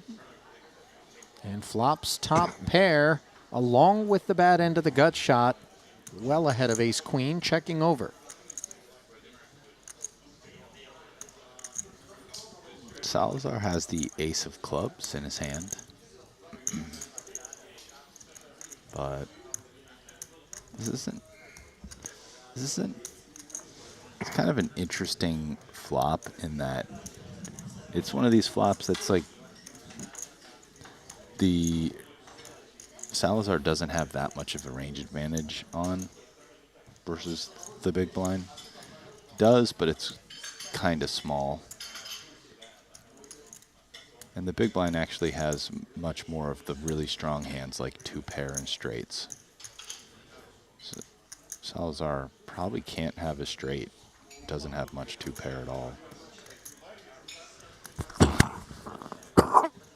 Salazar passed up a really interesting spot on the turn to not bet. Especially given the presence of the ace of clubs, which brought him the nut flush draw, 2 full streets of checking, and now Ivy feels comfortable enough with the 9 that he's not up against clubs or a jack, let alone any pair better than a 9. Shouldn't be too much 6x involved in the equation, and so a 300K bet into 340 and pretty slightly big bet for a polarized. 9. Yeah, but maybe trying to get an ace to get curious. Salazar certainly played his hand like an ace high at this point, has he not? And I overlooked the fact that on the turn, not only did he pick up the nut flush draw, but he had that gut shot as well. Yeah.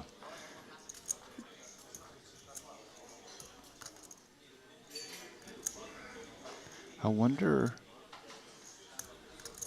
if Salazar is thinking of calling, is thinking of raising.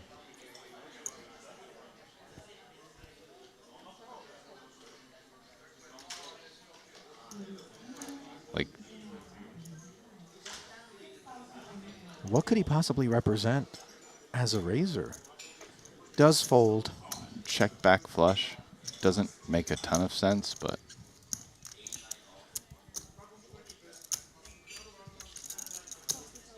it's possible to play your hand that way. I'll say this, if we are going to check back the turn in that spot instead of put the bet out there, which of course in all likelihood Ivy would have been calling, I do like the fold against the 300K on the river. Yeah.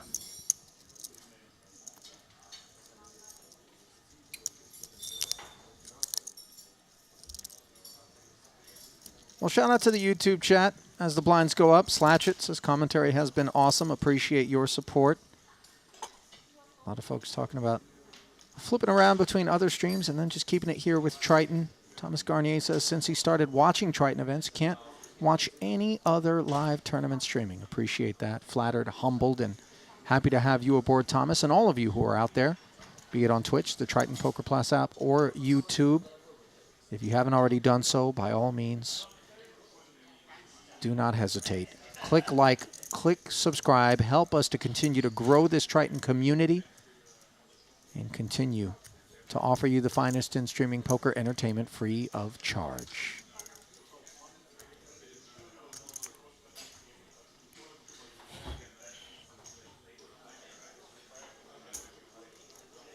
Just my input. I think the 10-second pre-flop clock is way too aggressive. Like when you're counting the tables too, mostly for the VIPs, I think it's way too aggressive. Like at this stage.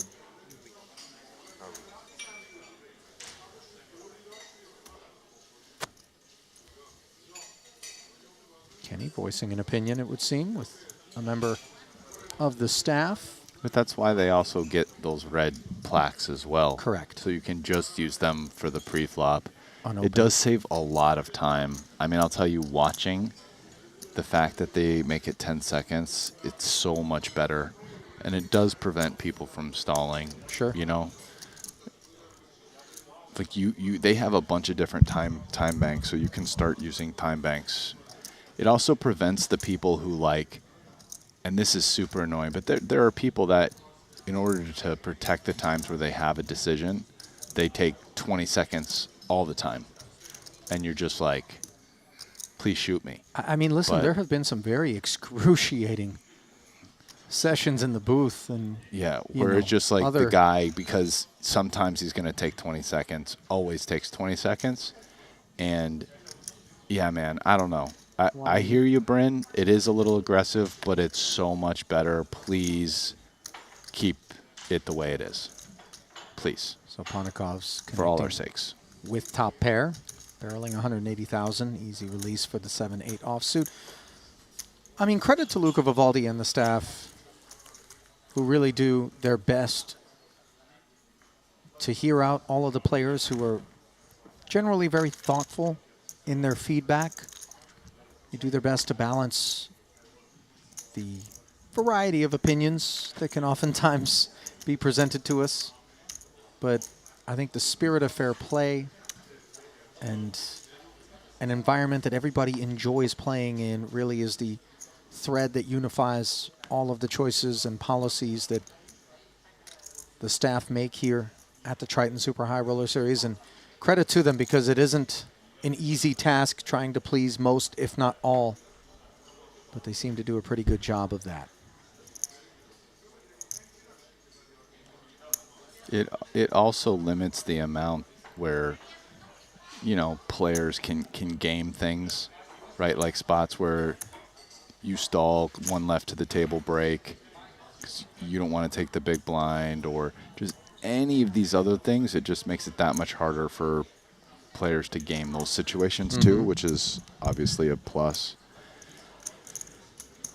There's just so many positives, and it's not 10 seconds once someone has opened the pot. It's only 10 seconds if it's like folded to you, right? Right. For the raise first in situations, what they're called. So like, I don't know, like raise first in situations, sort of, I'm not saying they're always simple, but I mean, this is a complex game. We talk about it all the time.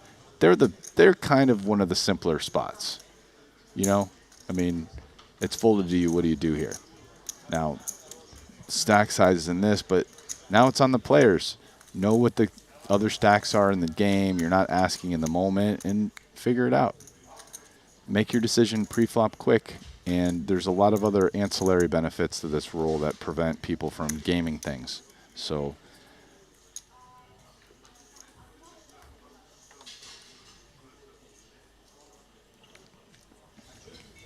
Oh.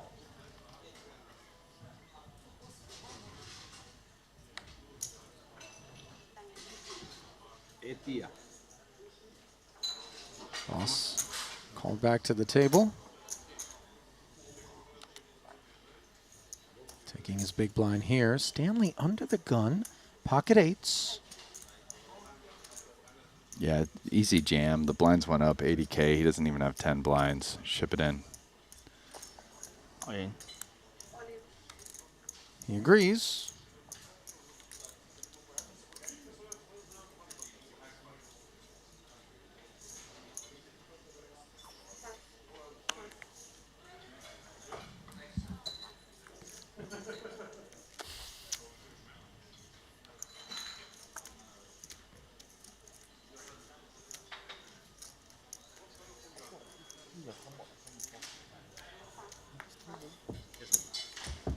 Or you would never fold. Nothing of interest developing elsewhere. Really? Yeah. Yeah, of course, ace queen's better than tens. I thought you were but we tight, can't. innit? That I was tight? Yeah, you're under the gun, man. Yeah, you ever play with me before? When I have a big stack? I believe that was Danny Tang exchanging words with Bryn Kenny there.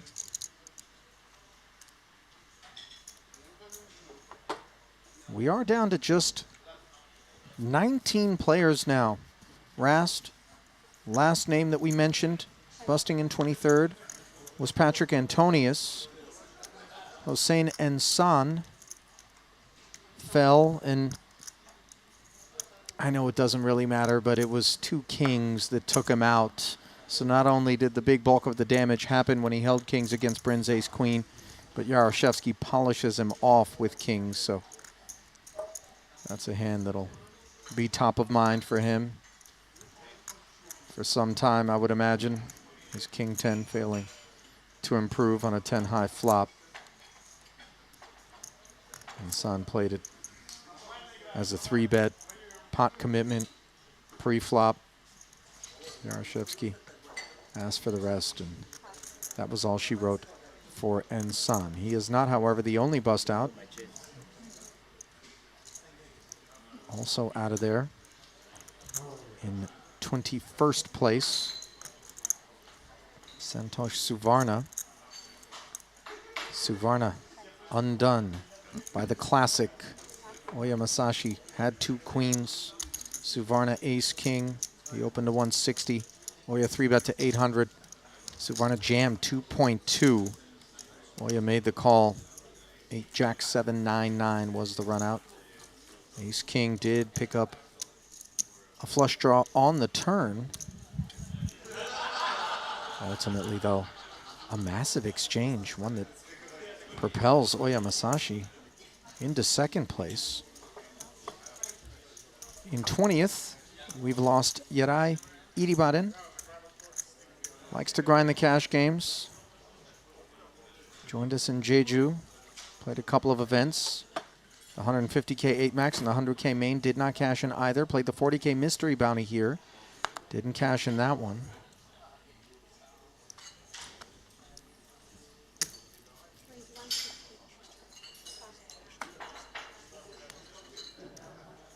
Kenny, King Queen. Makes it 160 to go. Ponikov's with an ace king here. On tap payout, by the way, is $256,000. As Antonius Ensan and Suvarna each collected 235. Iribaden, the first of the 256s, 2 left. 3 bets to 420K by Alex.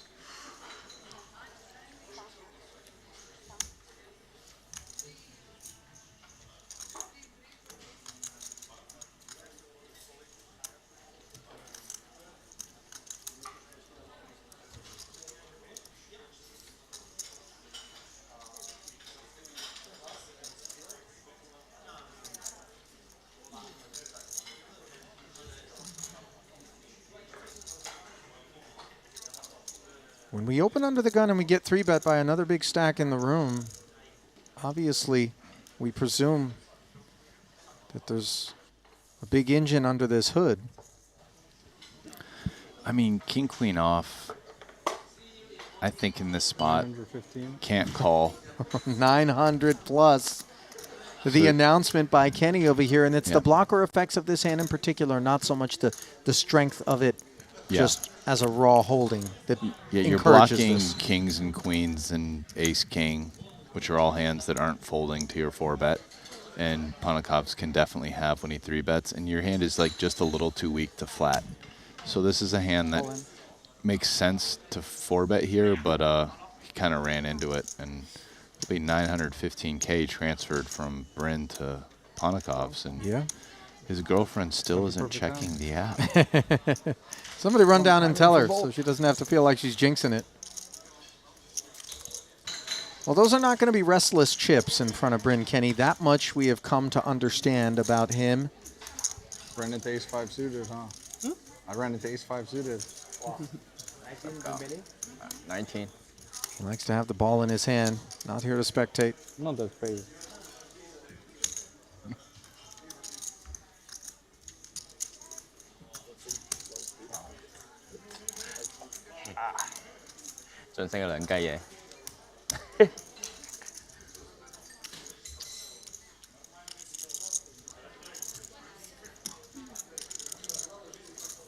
King Jack?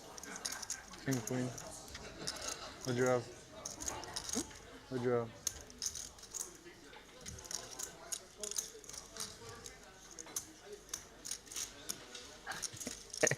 Can't ask and then not say. That's dirty.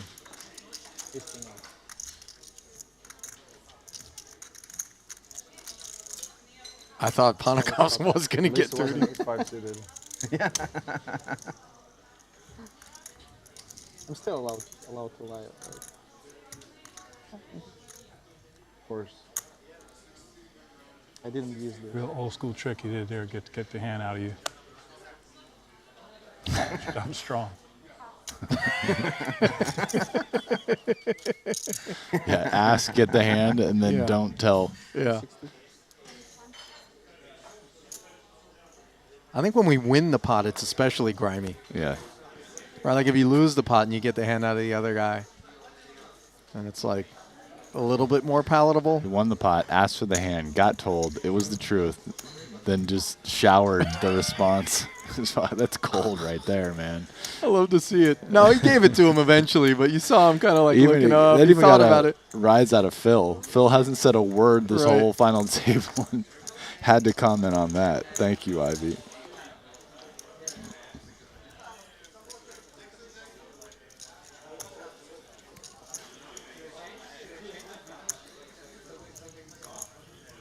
King 7 suited activations. Early position here by Ponikov's. Bryn wants to take another swing.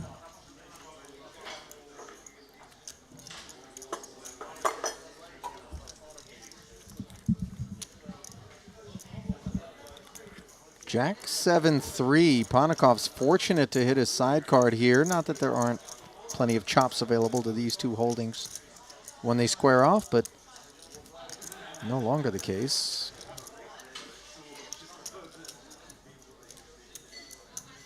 I mean, all in all, a decent flop for King 7 of diamonds here. You got middle pair. Your king is a very clean out to like a solid 2 pair that fills in no straights and backdoor diamonds.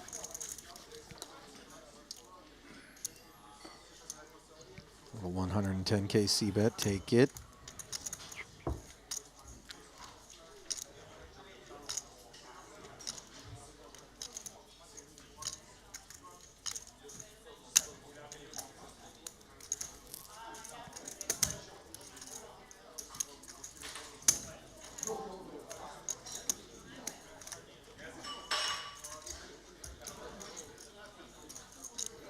You got any good Phil Ivey stories from your Bobby's Cash game days?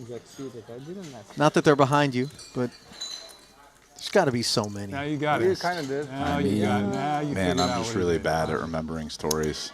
I'm sure I have a couple, but nothing that comes to mind. Got you. And it guilt tripped you too. That was strong. More experience.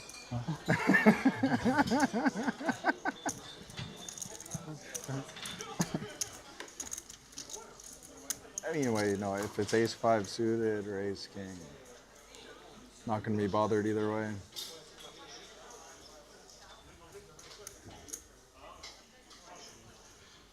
Could be kings. But you probably wouldn't say ace-king off if you had kings. So even if you lied the ace-king off and had like ace-5 suited, whatever. I had ace king. Another one of those like the queens in the last one. Felt bad, but It's not like a particularly consequential story. But here's, you got one for us? Yeah, here's. Okay. So in Macau, Phil was there, and right towards the end of my trip, I think he invited me to go out. Ended up going out to one of those. I mean, they're like pretty terrible The clubs. KTV things? Well, no, it wasn't KTV. It was like one of their clubs. Okay. So I was there. There might have been a couple of the poker players. I don't really remember. Not too many poker players actually. Anyway, we're drinking. All I remember is that whenever it was done, I ended up sweating him after drinking, playing online mixed game poker. This was like before I really played mixed game. He had like loaded up full tilt after the club. So for whatever reason, we were still hanging out. And it was like the last thing before, you know, I watched for a little bit before I ended up leaving. Falling asleep on his bathroom floor. It was just like I was sweating him play like triple draw or something like that. And so this was a while ago. Like I hadn't started playing mixed games yet. What was he but- playing, like 2,000, 4,000? Yeah, like something huge. You'd been drinking. I'm like, holy shit, he's just gambling after drinking at the club. Like, you know, here's the GOAT fucking playing triple draw. I don't really know how to play, but I wish I did because I'm sure I'd be getting a bunch of lessons right now. You never played on a little sauce, Rast? Live or online? I mean, I'm not saying, I want to say I've never played, but I don't go play like huge stakes when I've been drinking. It's not a habit, but I got some friends that swear that on the herbals, they play better. Oh, yeah. Yeah, no. See, I was never... I almost feel like I play better with a few drinks than smoking weed. Weed always... Something about it always made me question my play on the herbal tea, whatever it is. Definitely not tea.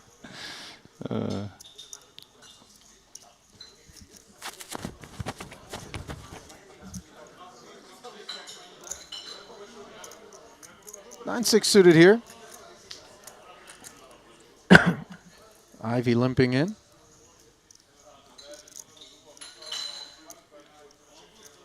Jack suited for Ponikovs. 60. Announces 260K. Now, Phil knows that Alex could have a hand, could also have something dusty. Not that the 9-6 suited has a lot of options. But remember, Bryn's not the only guy that can take it to the streets here.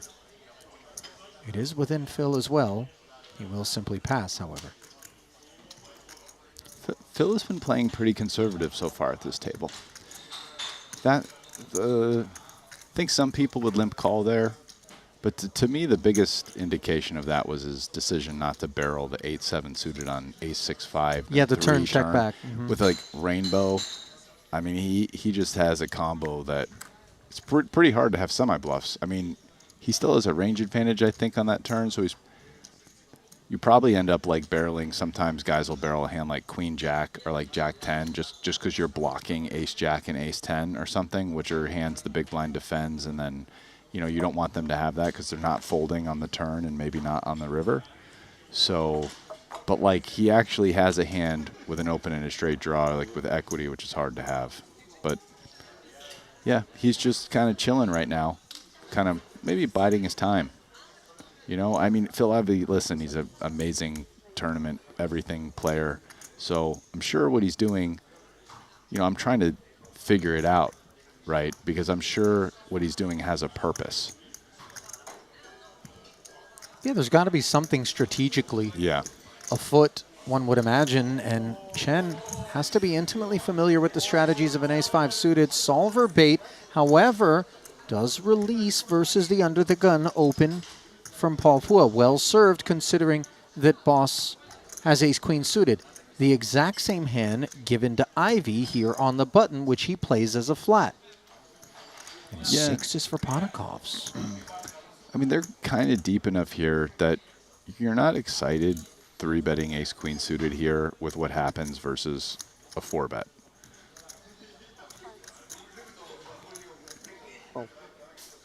And we've already seen that Ivy's taking conservative lines at the moment, so it all makes sense. I think Salazar, despite getting an amazing price, I think a lot of people would pitch this. One of the issues you have with these offsuit, like ace-6 off, king-7 off, king whatever, 8 off, you're just dominated a bunch. Now, we can see he wasn't dominated there, but like people just have, king-jack, king-queen, king-10, one of these 3 players a bunch. So like, what are you looking to hit? Like someone has king-jack, another player has pocket 10s, and you're just dead. You almost can't win the pot unless you hit king-8. Well, Ponikovs has been outflopped by the opposition, both of whom hold an ace-queen. The edge goes to Ivy in terms of backdoor clubs.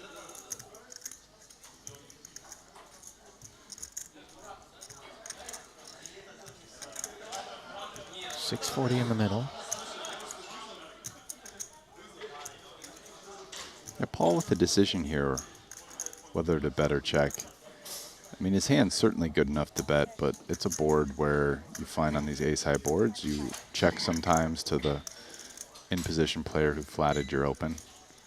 How under-repped is ace-queen for Ivy, given that he flatted pre? It's like decently under-repped. That said, like, Ivy can have ace-10 suited for sure. He's folding ace-10 off, ace-7 suited, 10s, 7s. So he can have some other good hands here. But yeah, in terms of what kickers he has, it's under-repped. Well, both players pick up a Broadway draw on the turn on the heels of the 225K C-bet, which brought us down to heads up. That card is definitely better for Paul because Paul can have ace, king, and kings where Ivy can't. And both players can have queen, jack, although Paul with the check call line probably doesn't have queen, jack too much. Maybe queen, jack suited, backdoor flush draw potentially. But in general, the king is a slightly better card for Paul, I would say. 475K, the second shell. How concerned does Ivy need to be at this point?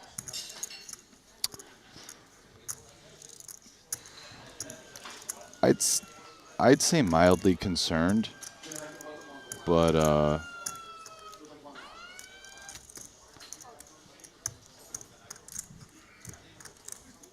But I think not concerned enough to fold. Yeah, Broadway gutter obviously aiding us towards the call, not to mention the sheer power of the ace-queen. Backdoor diamonds now arrive. Nope, both players unblock that. I mean, this card should just freeze the action. Neither player's hand is near weak enough to bluff, in my opinion, so I'd be pretty surprised if this didn't go check-check. I just don't really see why either player would want to bet at this point.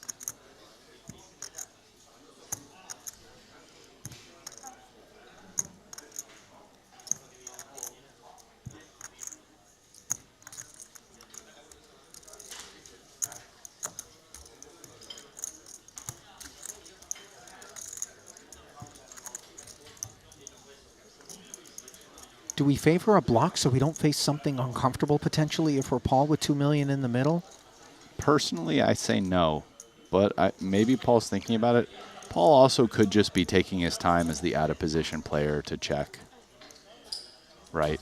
To kind of like pretend he has a decision when he doesn't. So I don't know. So yeah. Wow. Even before Phil turned his hand up, the immediate claim from Paul was chop. What is that? Pretty strong. They know each other well. Yeah. Pua and Ivy, by the way, Rast. They played a lot together. Cash game streets predominantly. Yep. Yeah, then you beat me. Good friends, too. Ace 10. Out Punsri, Danny Tang. On hand, sweating. There's Richard Young in the striped shorts.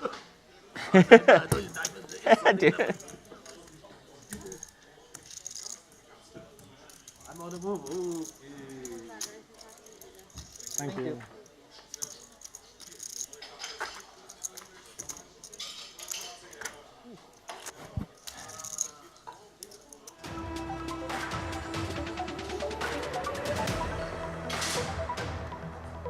Six players at the feature table, and just look at the haves and have-not elements.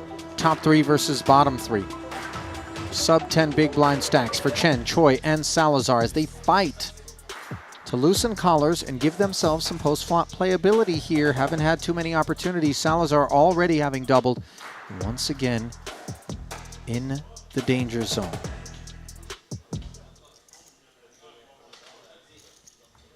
Update from elsewhere in the field, Rasty. Jean-Noël Torel has fallen. There will be no final table in the Frenchman's future in this one, but he did find the money once more.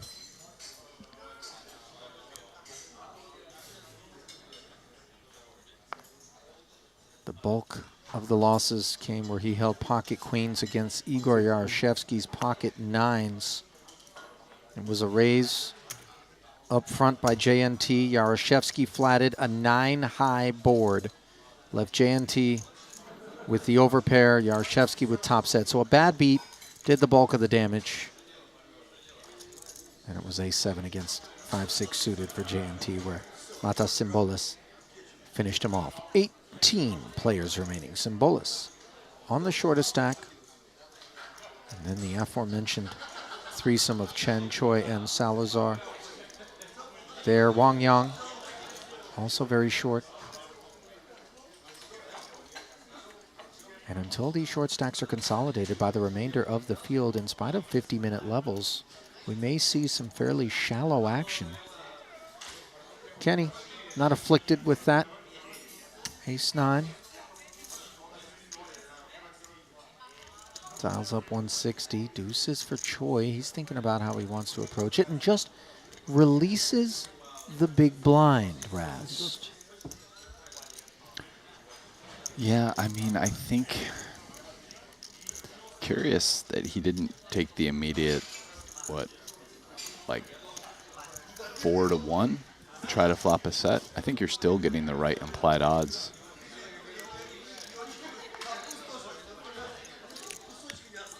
don't think he has any fold equity, so I wouldn't jam deuces there.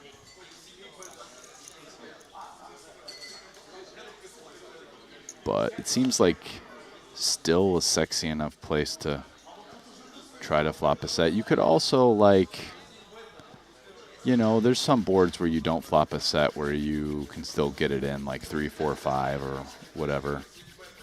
Maybe even like 3, 4, 6.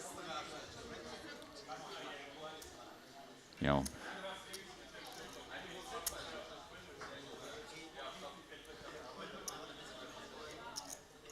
I think Stanley's been playing pretty tight out of his big blind. He folded King-8 offsuit to an open earlier that I think would have been a defend. I didn't mention it at the time, but.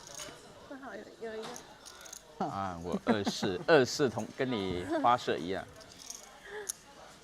最大的牌了。对对。 And happy to get a walk there from Stanley. It's the two of them. Struggle to stay afloat here. Ball stack in the room. A name I've not bothered to mention since he was anointed, which was not recently, Rast, belongs to Chris Brewer. And early on the day, he was just mashing people. I mean, a bit of a sun run, if you will. Yeah, you mean like when he just ripped it on Antonius's open with Jack-10 suited, and Antonius snapped him with kings. And looking back further, Queen pocket 9-8. kings against aces. Oh, yeah, that too. That was nasty. All hands which you can flash back and take a peek at in the Triton Poker Plus app if you're looking to see the road traveled.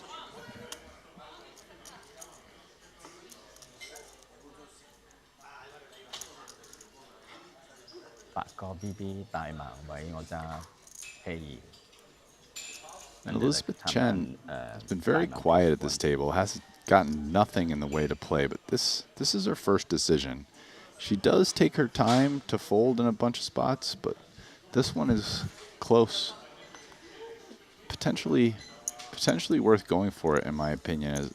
She has sub 10 blinds now, basically 10 big blinds. She does end up folding that king-jack. Very close spot. To the open from Ponikov's. Here's ace-3 will take on queen-8. Backdoor diamonds, which are no good.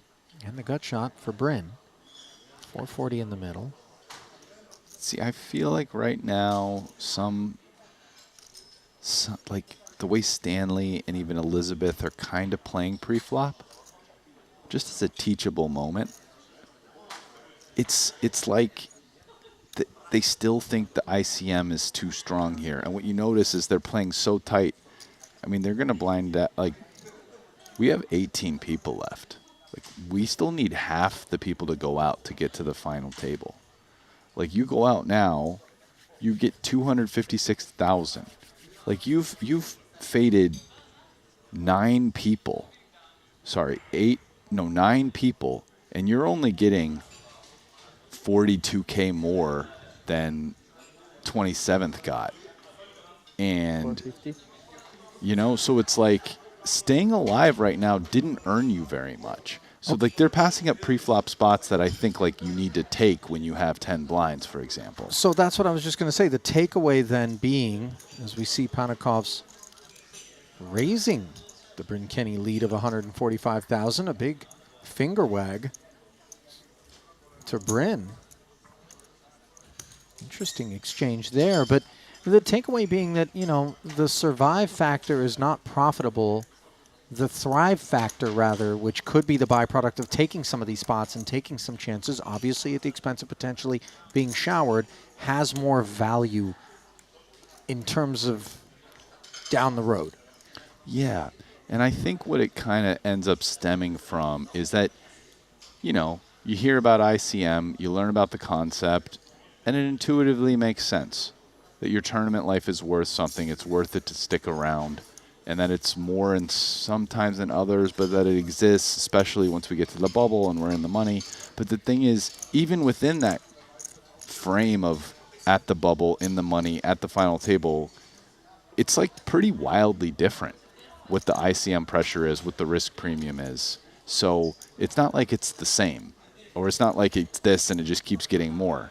You know, it's strong at the bubble, and then it drops down significantly, especially in more people in the tournament, the more it drops.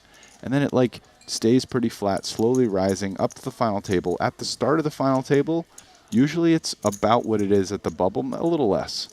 But then during the final table, it gets more than the bubble. Like when you get down to like 5 people left, that's like some of the strongest ICM of the tournament. Right. Because now you get massive jumps for just one guy going out, Sure, right? So sure.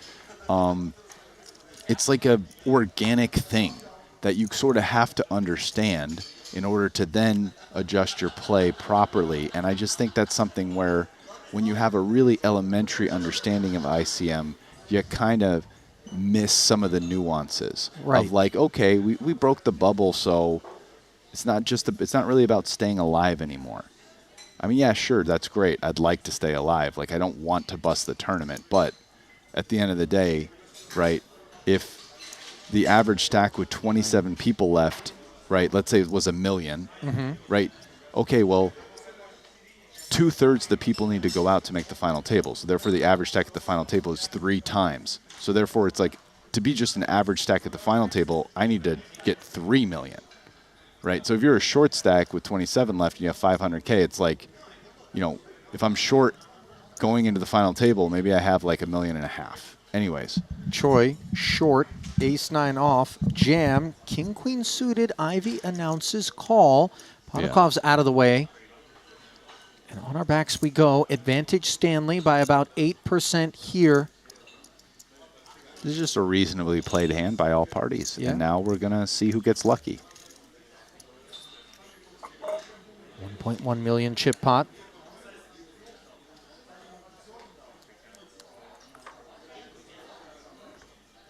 Not 1 but 2 kings on the board. The answer to that question is almost certainly Phil Ivey. A steep incline. And now an impossible climb for Stanley Choi. That'll do it for him. I think that Jack of Spades on the river helping him realize that all it would have taken was the Ace of Spades alongside, and he would have been collecting this pot. Instead, he too meets the end of his road.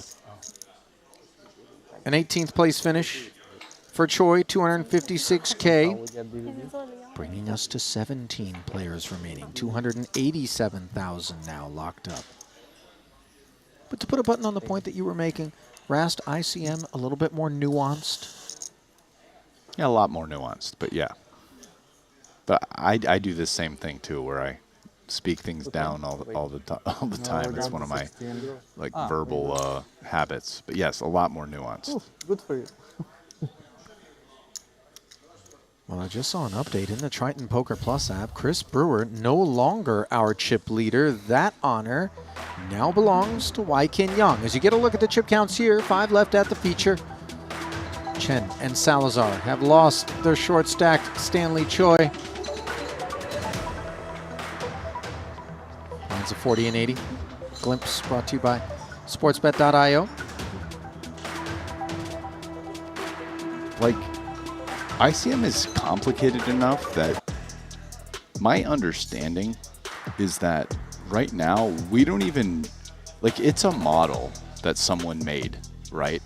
But apparently it's not perfect. So the concept that it represents, that there's a risk premium that affects how you're supposed to play hands from what would be the chip EV correct, I don't think my understanding is there's not currently a model which is perfect. It's not taking into account all of the variables that one needs to. Like in some places, the ICM model, some things can be too tight. Anyways, okay, Elizabeth Chen, here we go. Finally finds a spot. Note the Jack-10 suited finds the bin. Potakov's asking for a count from the small blind. Can well afford to provide a spin with an ace-jack, although she's been so tight.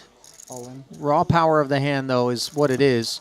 Potakovs wants to make sure that Salazar Good news for doesn't Elizabeth. cause problems. Hang on, Mauricio doesn't appear Mauricio's done with the ace-9. out of here. Okay. He's out of here. He's not chasing a triple? I'll lay 3-1. I'm not taking it. Okay. But neither is he. The good news for Elizabeth is I think the Jack 10 was folded and that ace. So 2 outs already gone. Yeah. Yeah. I mean, 6s basically just needs ace jack not to hit something. Might Elizabeth's patience and discipline be rewarded.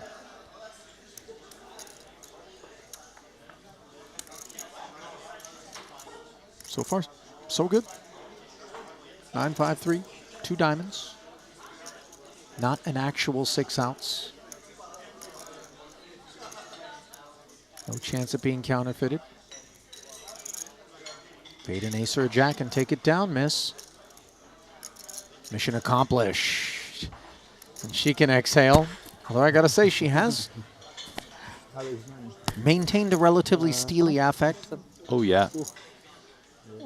It's actually been kind of impressive, her demeanor, just how it hasn't changed at all.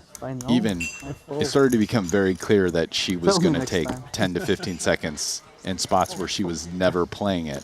I'm like, is she thinking about this? No, she just takes her 10 seconds, slides the card right in with the push with her right hand. It's like the same every time. It's pretty strong. I feel like maybe she's even been practicing that. Which is good. Good on her. I mean, let's stop our opponents from getting any reads. Just do the same thing. Take an amount of time. Nothing wrong with it. Yeah. Because, I mean, she's doing it within the shot clock, which, as even Bryn complained, it's tight. So it's not like she's not stalling. No, sir.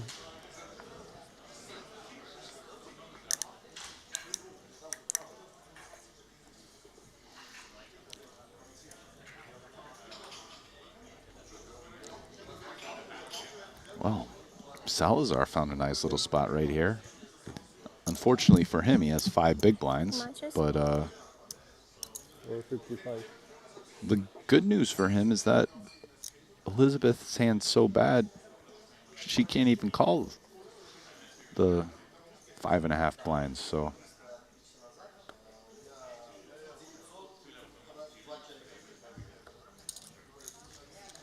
Mauricio flashing the ace. We'll keep the 8 hidden.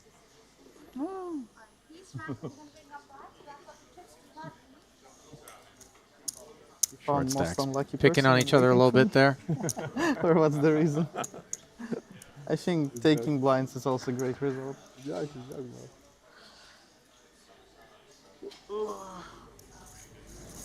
Oh, here we are on the outer table, where I guess Paul got moved here. I hadn't even noticed that. Bringing us up to speed on how we arrived at this point. This is a Yaroshevsky raise to 160. Matas Symbolis and the big blind defended.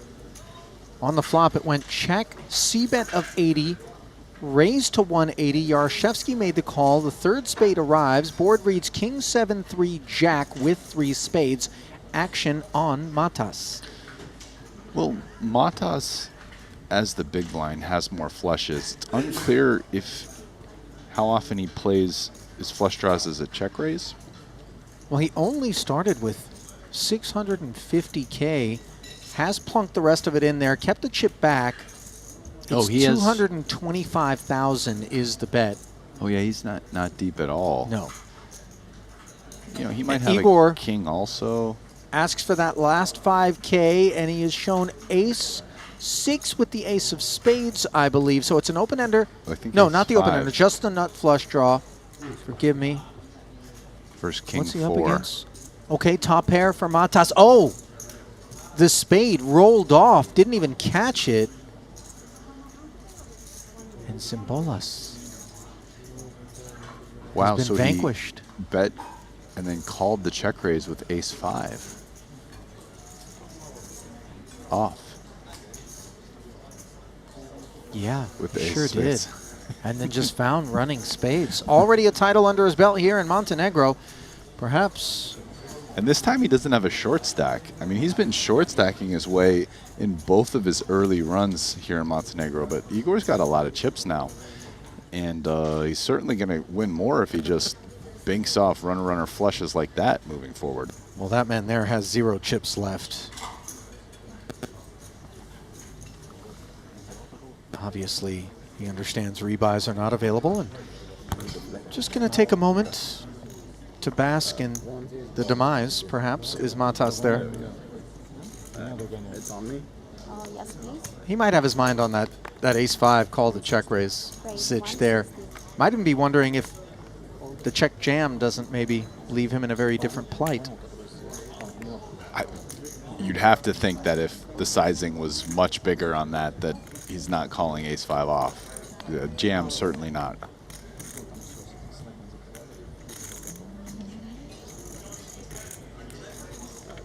Well, keeping it here. When you hear the term redraw tossed out there, that's because Wang Yang busted in 17th place just prior to Matas there. The bust Ivy just keeps chipping up. The bust for Wang Yang was a king-9 against a king-10. Jammed all in for 1.4 million from the small blind Wykin. Made the call from the big and hit a 10 on the turn. Not that he ever had any issues against a king-9. So with those 2 eliminations, we come to just 16 players remaining here in the 125K main event. Ali and Rasty back with you ever so briefly, and you seem like you got a thought on your mind. Yeah.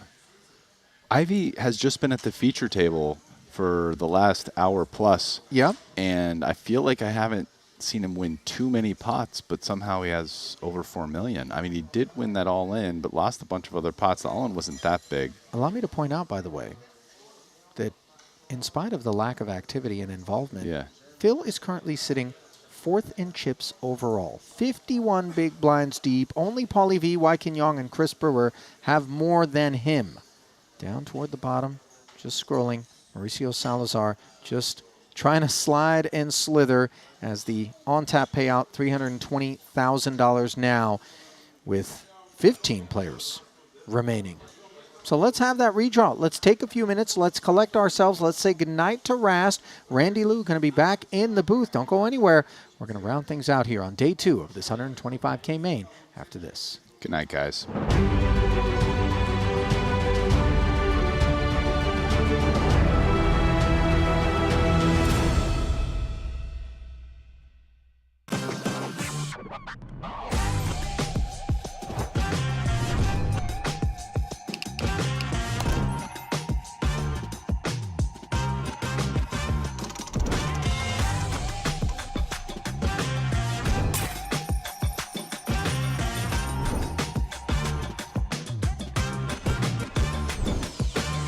Want a $50 Global Millions ticket on top of the full GG Poker welcome bonus? Sign up with promo code Triton_2024 and deposit a minimum of $20 to claim your ticket. Brace yourselves. This is live. And the show goes on. Oh, wow. All in. Take your game to the next level with GTO Wizard. Practice against GTO on all your devices. Study any situation using our revolutionary AI-powered solver. Upload your hand histories to uncover your biggest leaks. We have hundreds of hours of coaching from top pros, cutting-edge theory articles, and custom study plans to help guide your poker journey. GTO Wizard, the #1 app for poker players. Welcome to BetACR EU, the premier platform for sports enthusiasts and the newest way to engage with the Triton Live series. Experience the pinnacle of sports prediction where every game, every match becomes an opportunity for victory. At BetACR EU, your insights into the game transform into action. With exclusive action prediction options for the Triton series, your player knowledge and predictions set the stage for unmatched excitement. And there's more. BetACR EU brings the world of sports to your fingertips, offering action prediction options across all major sports. Whether it's football, basketball, baseball, or beyond, your passion for sports finds its home here. Kick off your journey with us and get a 15% free play on your first top-up up to $250. Don't just watch the game, be a part of it.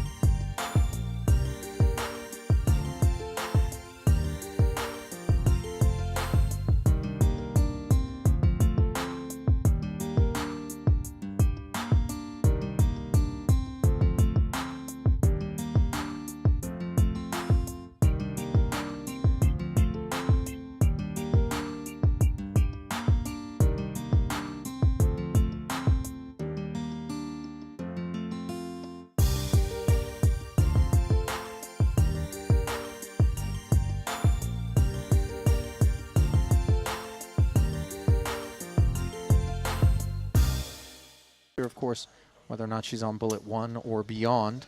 I can tell you that Ensan is on 3 bullets, and a bust here would leave him in the red. But we touched on Jean-Noel Torel being on 2.5 bigs at one point, Rast, and that was when we were not in the money. He's fighting on elsewhere in the room. Pocket jacks ought to encourage some fight out of boss. 20 bigs deep. 120,000. Opens for min.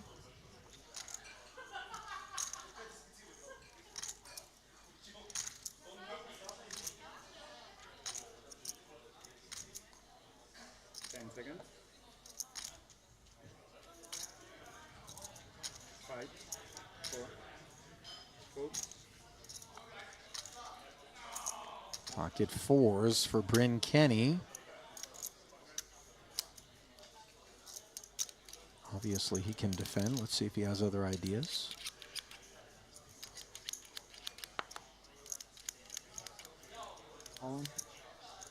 Yeah, he jams.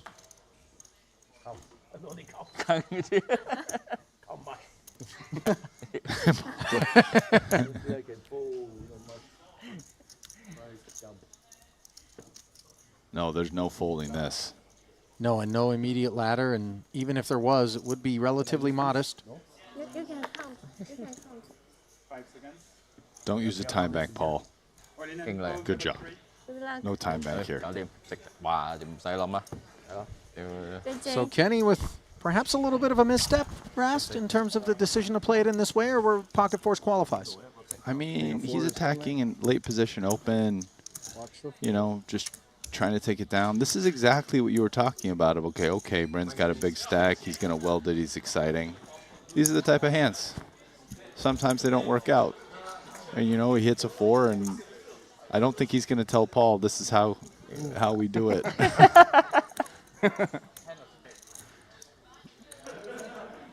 This is how you get it done, Paul. 4. Well, it's not there yet. Everything looking cozy for the 2 jacks. And they stay that way. So a healthy double there for Paul Pua. We'll take Bryn Kenny off of his high water mark by a decent amount. Last time I didn't like that. The S3 against S4.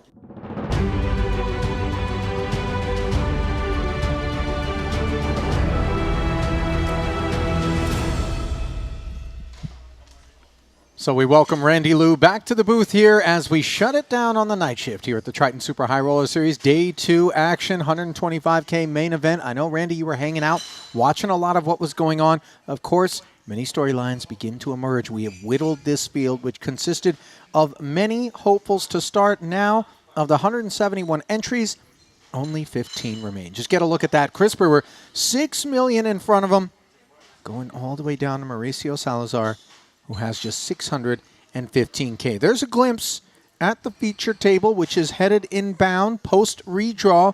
What do you like here? What is something that you're keeping an eye on? Of course, boss, 23 bigs. There's so many cool storylines even at this feature table on boss. Of course, Richard Young's son, Waikin Young, in the mix with a healthy sack, 67 big blinds. And Brewer, man, this is a man who we talked about, had a cold run, then had the year Brewer, and now he's doing very well. And also they've got the hometown guy, right? Dayan. Yeah, that's right. Not to be overlooked. Kala Djurdjevic still in the mix right now. Eyes on that 4.7 million up top potentially. On tap payout right now, 320,000.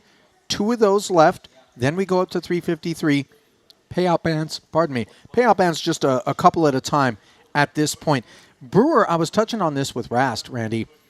When we took the booth and we caught him at the feature, he was just sun running over everyone. One wonders whether or not that run good is still intact, how hard he's had to fight. Regardless, he'll take it any way it'll come as he holds the chip lead, and we send you back in to the arena for the new feature, post-redraw. Outer table will play 8. Feature will play 7, and they will ping-pong back and forth as needed. Blinds of 40 and 80,000. Paulie V holding court at the outer. Phil Ivey will be the second biggest stack there. Brewer and Wykin on the other side. Top 4 stacks are separated. It's actually not a bad draw for Paulie V, considering both Brewer and Wykin have more chips than him. He gets to hold court. Same story for Ivy, of course. And there is Dejan Kalođerđević of Montenegro.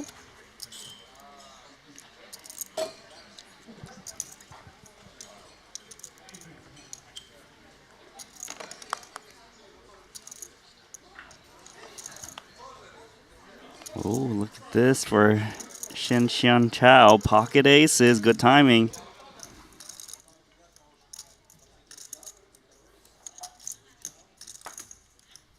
Ace-Jack off of 1.8 in the 10th place stack of 15 runners. Ace-Jack, my friend? Aces.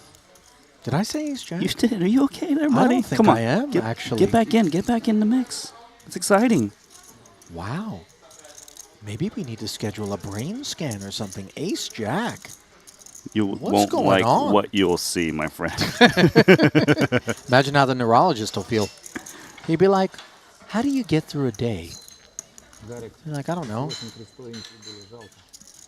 Getting through all the opposition. Perhaps not the desired outcome with those aces.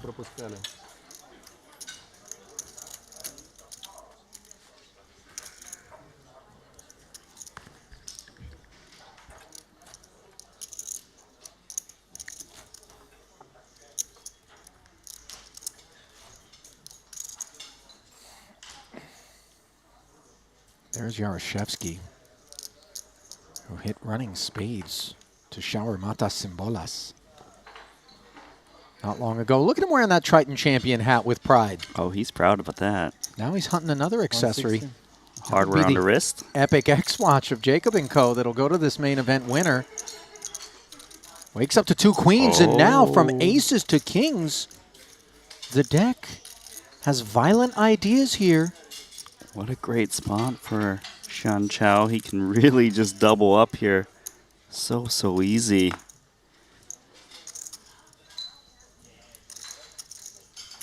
Yaroshevsky, the covering stack, facing a 3-bet to 430K.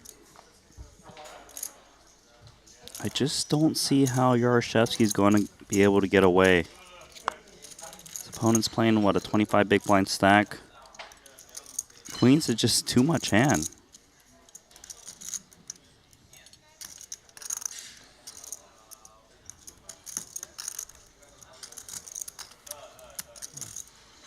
Alan, your friend is winning. Snap call as Yaroshevsky does jam, and what an excellent 1-2 this would be to start off this final frame of the evening. Here, late day 2 of the main Shen on his feet.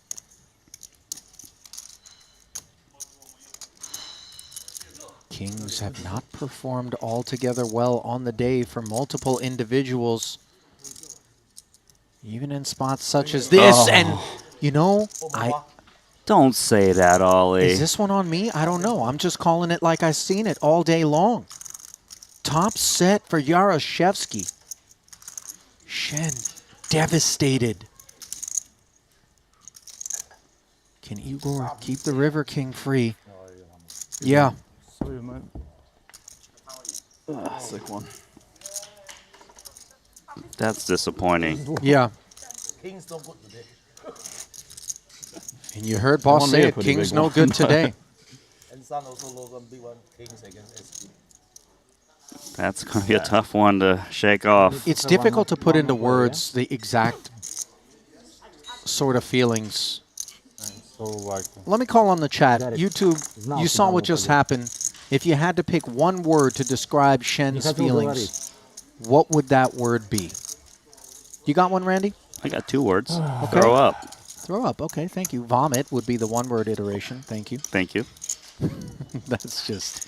Really nice there, Ollie. The biggest thank you, of course, is Yaroshevsky's to this kind deck, which looked like it was coolering him, and then all of a sudden, I might just muck King's Pre at this point if I've been paying attention on the day. That was... You gonna muck kings, Ollie? I mean, I'm being facetious, but it's Yeah. just led to so many dirty exchanges. Okay. Oh, look at this guy. Hey, bring the other guy back, please. These guys are thinking, great. Obviously, one step closer toward a title are all parties, but now that road just got slightly more difficult courtesy of the arrival of Bryn Kenny. We know his stack doesn't remain dormant or idle. His chips stay in motion. Pocket nines.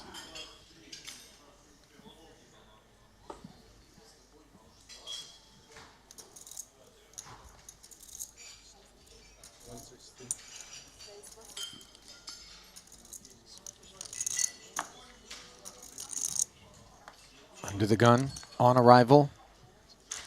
Announces his presence. 6 is for Nikolai, and just no hesitation. Bins it. Queen 10 suited here for DK. Just playing out of the small blind against under the gun. It's a bit tough to play this one. He agrees. I like that fold. Queen 4 suited for Igor. Given how many chips he's got, he can certainly see a flop.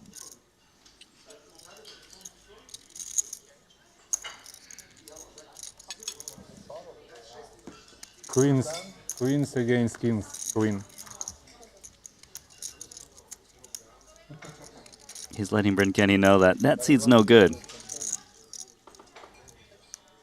After defending, the Jack high board presented. Igor checks over, 1 over card to Bryn. Just a casual flip of the chips. Some backdoor equity is available to Igor, the covering stack. It's crossing his mind on whether he wants to perhaps check raise this one.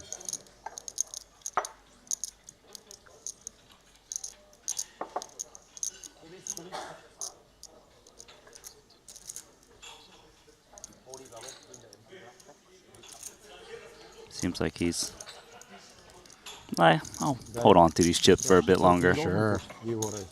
But Bryn Kenny, you know, is the #1 all-time earner at the Triton stops with 38 million in Triton career earnings, 3 titles, 13 cashes.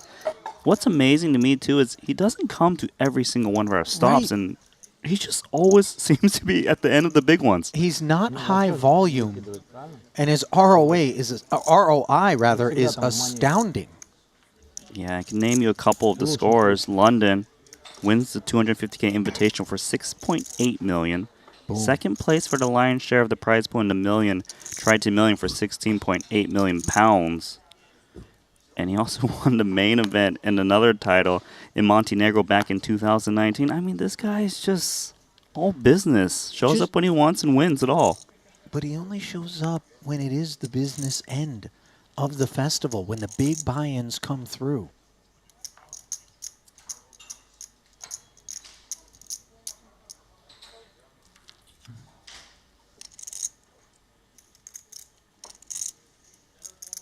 He can actually min raise and try to induce off of this stack of ace king on the button. DK, that is? That's right. You bring me? Oh, okay. Yaroshevsky, no hesitation, bins the dominated ace. Kenny has a dominated king.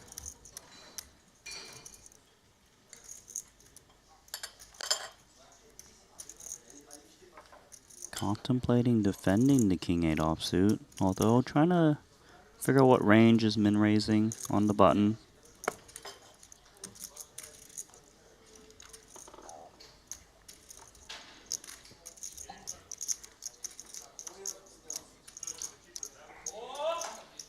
Three, 4, 5, and a couple of clubs. Advantage, Kala-Djurdjevic. Although sometimes Kenny will get creative. We saw him lead out of the big blind and get a finger wag out of Ponikov's earlier, prior to this redraw. It does seem to be crossing his mind.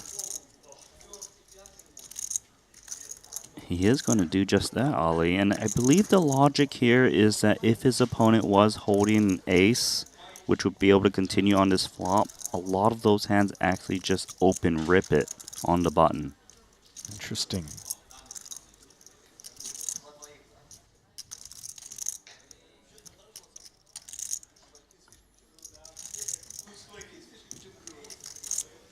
All in. Here we go. Look at Dion jamming. And again, the cutesy lead from Bryn. Single risk. Punished. Quite a nice pickup for Dayon as he picks up the extra 180K on the flop.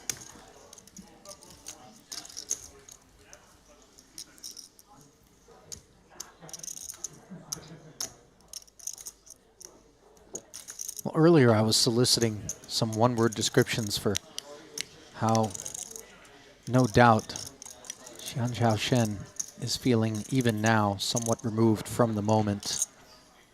After losing with kings versus queens, DC Destiny 89 says crushing. Devastation, the offering from Eddie Silafeth. RL from Chatsville wrote suicidal. I mean, let's not get out of line, but it is just that brutal. The 125K, I mean, 4.7 million up top, Randy. You're poised for the double and just kaboom. Yeah, it's a bit depressing. Had he held there, he would be up to 6 in chips, and, you know, that can do a lot of damage this deep in the tournament. Kelly Allen writes, bamboozled. It's a good I one. like it. I saw a word that I hadn't seen prior to that. All one word, Ali Jinx. Yeah, that's probably the worst one.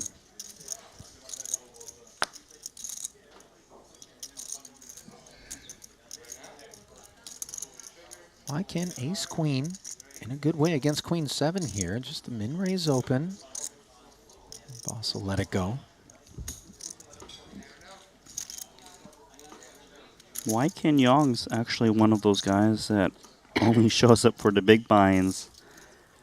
Plays when he wants it. He's got 4 Triton titles, 11 million in earnings. His scores are quite massive too. Yeah, he won. He actually showed up to the Philippines originally in 2016 before we did the live streams. Way back. Yeah, I won $2 million for that one. Hong Kong or US? It's US, man. It's a 500K Hong Kong buy, and that's about 80, 90 US roughly. Yeah, that's a sweet prize pool. Why can't another one who doesn't play high volume, Randy, not unlike Bryn Kenny, right? Yeah, he doesn't play every single Triton event, you know. He might show up for a couple events here and there. That's what's impressive for me is some of these guys who get a little bit less volume in are still able to perform their very best. I feel like they thrive in high pressure, high bind situations. It's a real thing. Rast and I touched on it in the last frame. As we see Boss attacking Mikolai. Sub 10 big blind stack. Queen deuce is dusty and dominated. Oh, and look. Boss is thinking, do you really have a decision here? Or? Nah. To be fair, there is a pay jump right now from 320 to 353,000. In case we do see a little extra tank here and there. I dominate you. I have a queen. Yeah.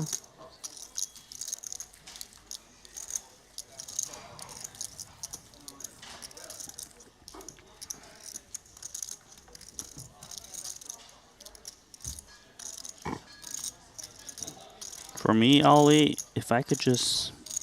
You can handpick any 9 out of the remaining 14 and just have a really nice final table. Okay. You know, it's just lots of great storylines. Boss, Wykin, Bryn Kenny, Burr. I mean, and we even have, like, newcomers, right? Multiple. Elizabeth Chen, you know, Dayon, right? Not quite a newcomer, but a guy who dipped out briefly and came back to play this one in Samuel Ju. And we know how hard he's been battling. Yeah, already has a second place under his belt this stop.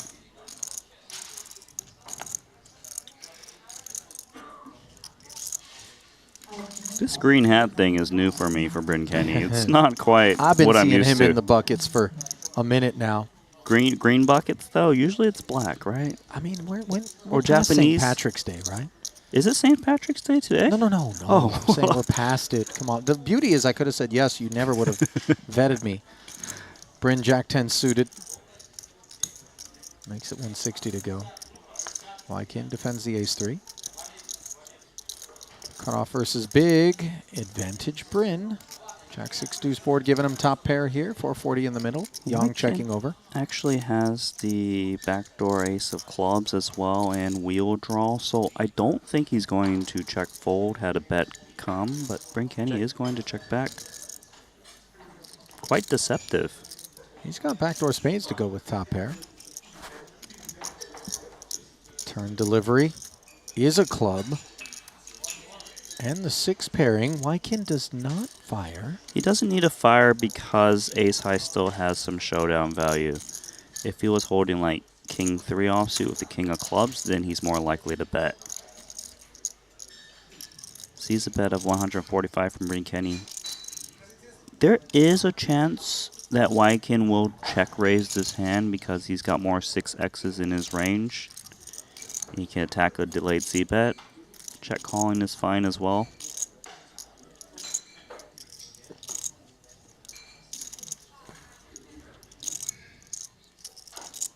So the 145 is called by Yang. Looks up disappointingly at a non-club river. 730 in the middle, one last check. Kenny will check back. Relatively conservative. I think it's fine. If you look at the board run out, it's very rare that he gets called by worse. Yeah. Board texture didn't really warrant the barrel.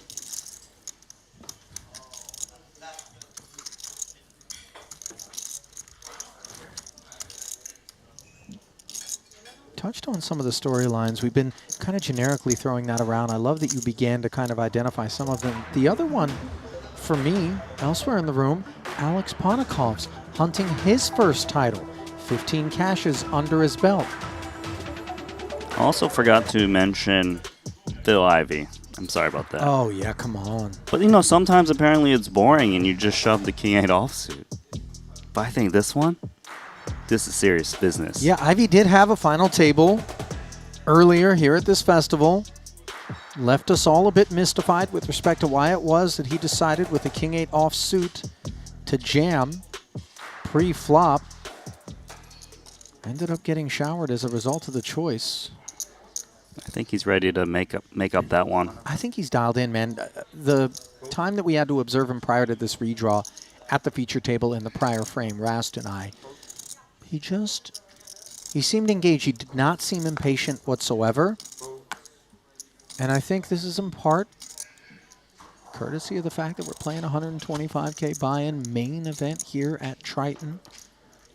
He doesn't play a big schedule of tournaments these days. He isn't trying to travel around the U.S. on some sort of circuit. But he has made the effort to be here. He seems present, and he seems focused. And he's got chips. Currently 4th overall with 4.7 plus. Meanwhile, back here in our moment at the feature, we find Boss with ace-9. Min raising at the 5100 level. Wykin in the small queen 10 suited. I could see him flat here in the small blind. It's troublesome to play this aggressively against a 18 big blind open. Also, you got to keep in mind Brewer has got a big stack right behind him.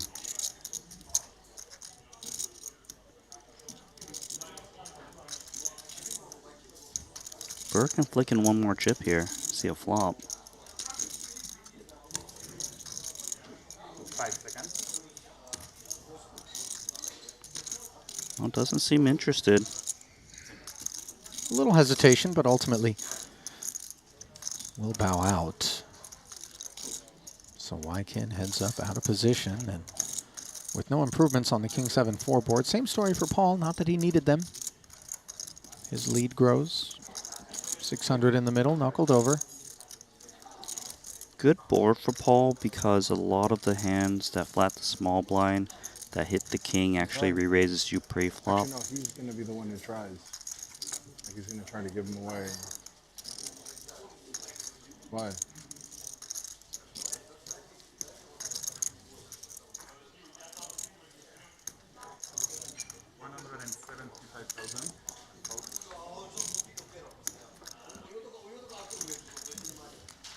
Good one. C-bet and take it. Good one. For Pua. No, bad one. You thinking of something? No, I was gonna call fold. Oh. I made a kind of tight fold. It's high, no pay. Yeah. Those 3 got it. Flop to 7. Those 3. I don't know. Но там меня, походу, прикрывали, если там пропускали.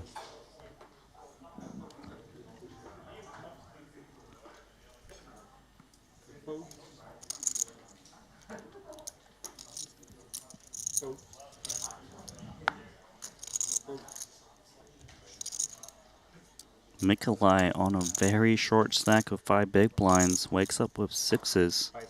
More than enough to go in. Alan? Good luck, my friend. 520. Brewers small blind asking for a count. Massive stack.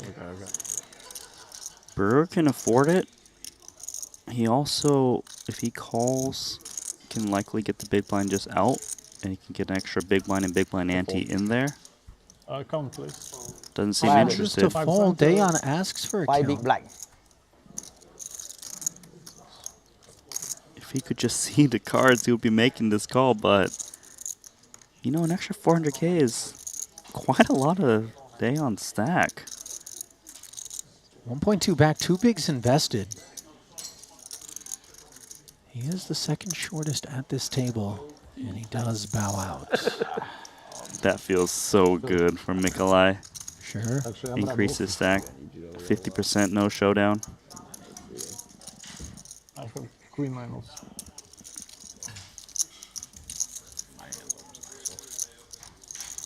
Queen 10 I call. Не покатал монетку, просто блайнд забрал. I still do well. I think if you had like 8, I probably would have put mine in.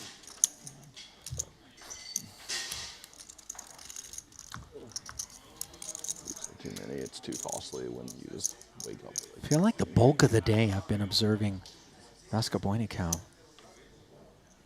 on a relatively short stack. Must be because he stole Sean Winter's ninja skills.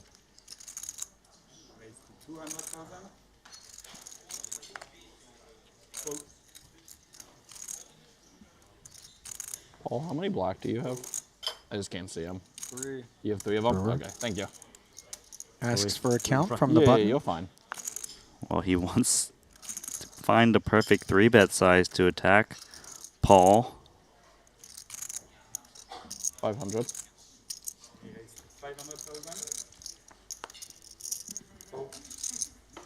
3-bet to 500,000. You always 3-bet me. King 8? I can beat King 8. Close. King 9 can't continue. King 2. King 9. Sudah. Ship it. Brewer's happy. He's been happy most of the day if you track his chip graph, whether taking the best of it or the worst of it. Just seems to have a nose for W's on the day. You in a booth with me when he did the damage to Kulev, right? Aces Kings versus versus aces. Kulev had just sat down at the table I know, it for looked- those that missed it. And he was the other big stack. They got in like 50 something big blinds I mean, a piece. Not pre-flop, it was but just, it was raised 3-bet 4-bet. 4-bet call with the aces by Kulev, and it just comes king 4-4. The pocket kings of Brewer. Barreling, Kulev called, club on the turn. Kulev had the ace of clubs, drawing dead to the flush. Barrel, call, and then on the river, the jam after the club rolled off, which was a queen, mind you. And Kulev made that call relatively quickly. Perhaps not with the same pace with which Mikolai is able to jam forward with 2 jacks, again paired. Yarshevsky also paired. 750. This is pesky. You know, pocket pair Should be 740. plays okay against small jams, but 7.5 big blinds, I think you just pass and move on. Best case scenario, we're up against 2 overs, and we're going to have to see 5. I messed up math, I guess. Don't really imagine deuces and 3s are looking to rip there. Oh. For Vasca Boynikov, Bryn Kenny Great. announces call with a7. That's really nice for Vasca Bonikau. So if the ace comes, this one's on you, right? Bro, come on, man. Like, I don't want to be that guy. 1.6. None of us do.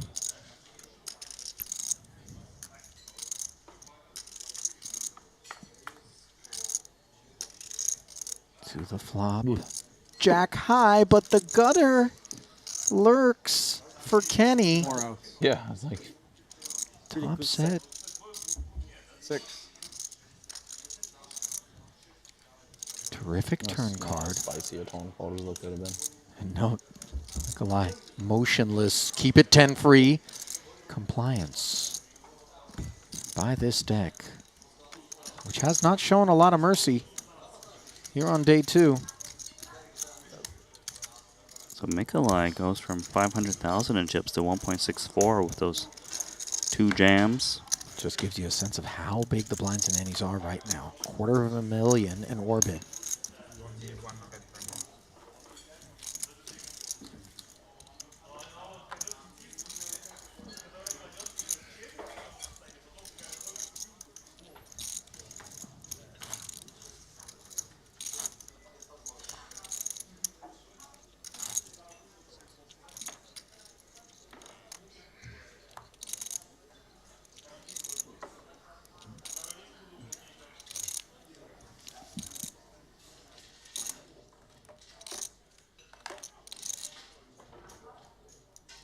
Djurdjevic, now the shortest stack at the table with 12 bigs.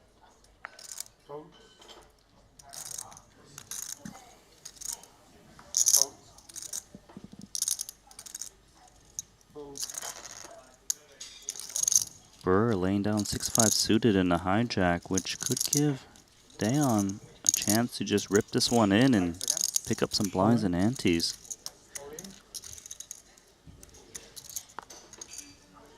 Pocket 3s. Yarshevsky, king, queen on the button. Feels like a good bit of hand, Randy, for against chips, the jamming range. For chips, yes. But at this stage of the tournament, Dayon's shoving range is a little bit tighter than normal. It's a tough one. He has got the big stack to take this risk though, and Paul would have snapped off with 3s against the 3s. Now I feel like he's got to fold. 1175. These flats look very strong and often are inductive with really big hands, correct? True, but I imagine Igor would play his whole range as a flat. You didn't stop the clock. Doesn't necessarily mean. But the problem is he could easily be up against Ace-Jack plus. Ace-10, it seems a little bit too thin for me. He only has 1.8 total. But 1.8 is still 1.8 after all, right? 18 bigs. Oh. I like this fold. I know he had the best of it, but it's the right play. Actually, it was 1.8 back. He had 2 big blinds out there. Not that that necessarily made too much of a difference, but ultimately, Pua does bow out, says no. I always have top one. Yeah. I would go with ace-jack suited. I don't know the ace-10 suited. 冇我冇去啊，煙十，同翻我喺 big blind。 Note Brewer suggesting ace-jack suited could have been in there, but ace-10 Perhaps should have been a fold. And how about a 3 on the board, Mr. Kalodzerjevich? Home field. Home field. Yes, we are home advantage. He's got Igor drawing dead, Paul. Would have mattered, it's full house. Would have been up against the boat. Igor. Queen. Fist pumping a queen. Home field advantage. I meant ace 10 suited. For Dayon. I wasn't joking. It's fucking sad that ace 10 suited, but I don't know. I think it's really close. Yeah, for sure. Very different hand though.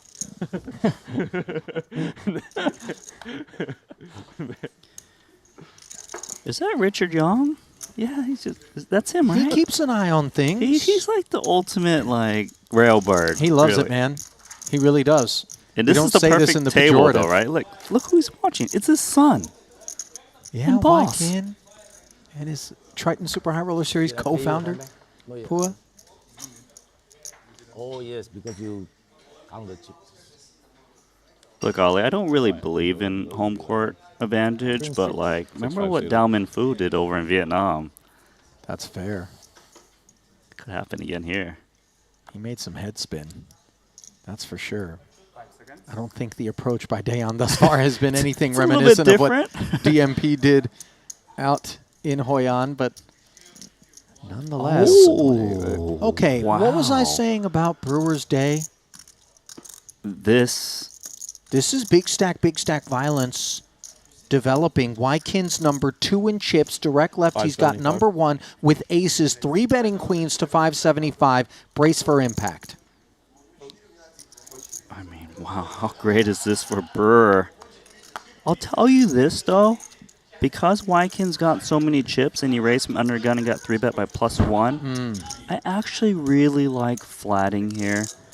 Because when you get it in pre-flop, you actually flipping at best. I never can imagine Brewer ever getting in Jackson lower for this many blinds with these positions. I say take a flop, react accordingly. And also underrepresent your hand so you can undo some bluffs.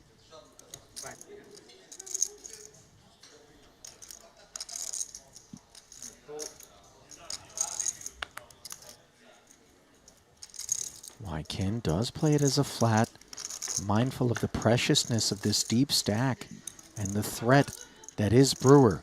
677. This is not something that the queens are supposed to be worried about. Yeah, this is a trouble board. Brewer can easily go for 3 streets of value against pocket queens. I will say this. I'm not sure what his navigations have been 600. outside of this featured table and how much of them Wykin has been privy to of late. But he doesn't strike me as having been going to work just mashing people.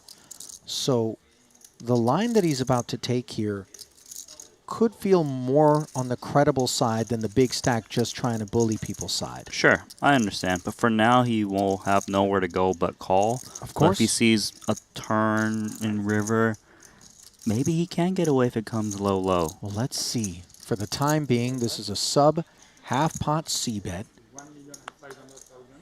And Wykin has chosen to play it as a check raise here and now, Randy, maybe soliciting some information and clarity so he doesn't have to wade into murky waters down the streets? I think you're right. With a lack of spade in hand, no less?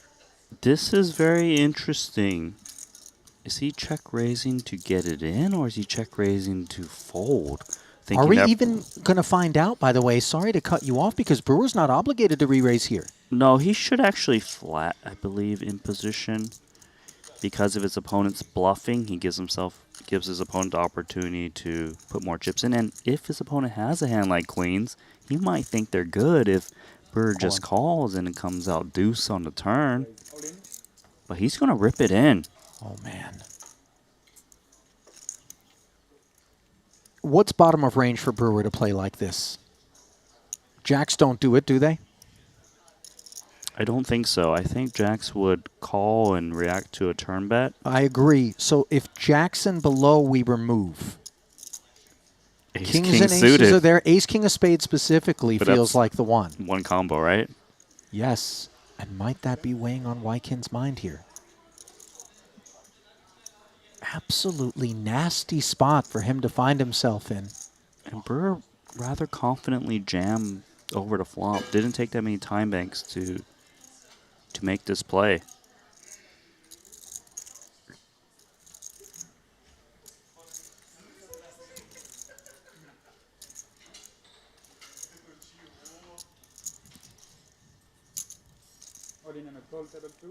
Wykin has made the call.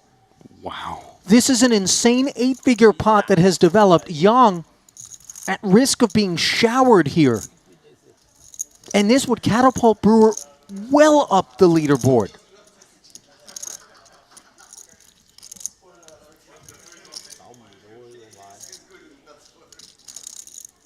Father Richard on hand, recognizing the dire straits that Wykin was in. Holy fuck. That is such a big pot. You cannot overstate the value of these chips in this tournament. Can Brewer 2 out in turn? No. And you know, this is a sentiment that Chris Brewer has been issuing on the bulk of the day to so many others. Here he is, regrettably getting a taste of that medicine himself from Wykin Young, who gets incredibly lucky to find a queen in just a seismic exchange. Я думал, там он, блин, слэш. Я думал, он шел с девятками, с десятками. How does he just run so bad? Well, he's not showered as he was the covering stack. Can't they say the same, however, for Masashi Oya? He's headed to the payout desk, efforting intel on exactly how it went down. Producer James has just sent us a hand history here. Looks like a Panikov small blind versus big blind confrontation. 275 was the open. Masashi called. Queen 10-5. Rainbow board. No, 2 spades. Panikov's fired 325. Oya made the call. 7 on the turn. Another 575 ahead. Bet call. On the river, Panikov's would check. It was a king of diamonds, so the board reads 10-5, queen 7, king. Masashi would jam. Panikov's would make the call. He had king, queen, making top 2. And for Masashi, it was a busted spade draw. Jack 4 of spades. And he is vanquished in 14th. That is obviously not the thought on anyone at this feature table's mind, Randy, as Wykin Young now wields an absolutely insane 10 million plus with just 13 players left. Payout collected by Masashi, by the way. 320,000. So it's probably legitimately like a $2.5 million pot. Or more. Yeah, I think it's just a sick one. Ace-8 suited now for Brewer. 11 bigs under the gun. Pointing out just the real dollar equity of that pot. Somewhere in the realm of 2.5 to 3 million, he mentions. This is just giving me memories of back in the day when Brewer was just running so bad. He seemed to not be able to escape that fate, but he does still have a little bit of big blinds to play with. Min raising under the gun. Wykin does have the option to take a flop here with 9-8 offsuit, which he will.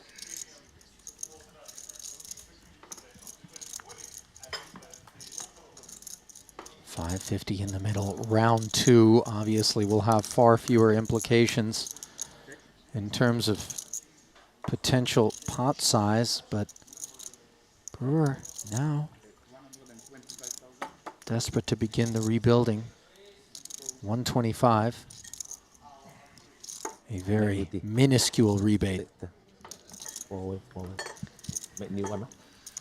I'm still a bit breathless by that one. No more. That just... You can just feel it from the booth. Imagine how he feels at the table. Of course, man. Imagination is the only method by which I'm going to be able to sympathize with what's going on for Chris Brewer. You know what? It's even a more sharp pain when you consider how much pleasure the day has involved for Brewer. It's not like it's been a neutral affair on the day. It's just been, here it is, I'm running good. And you begin, in your mind, understandably, to think to yourself, am I going to just do it? You can't be blamed for maybe tasting that 4.7 million up top the way that he's been running, and then all of a sudden, ripped from beneath him. Any visions of that outcome? But he still has a stack. Better than being showered. 15 bigs. Yeah, I mean, that was just the dirtiest way to get, you know, he got it in good on the flop. It's not like he got in kings versus aces and got, you know, cooled out of most of his stack. But like you say, 15 big blinds still playable. We'll have to start rebuilding. For now, though, it is Mikolai Basketbalnikov who is going to try to build a stack as he puts in 400K with ace deuce off.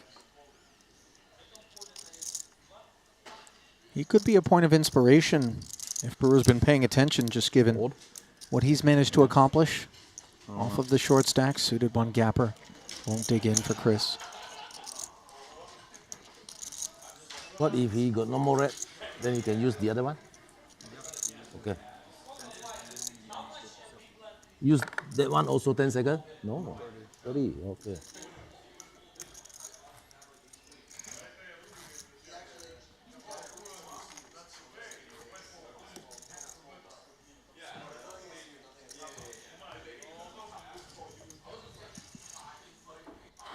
Thấy chưa?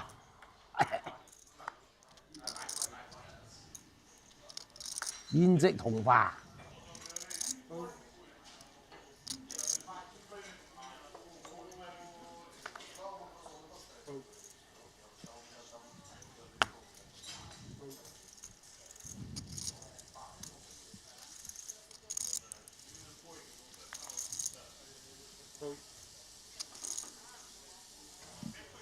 I feel like this was just a befitting moment of silence that we had for those two aces of Chris Brewer. Would be well served to just recollect himself. We know that. Great spot. 2 eights in the small.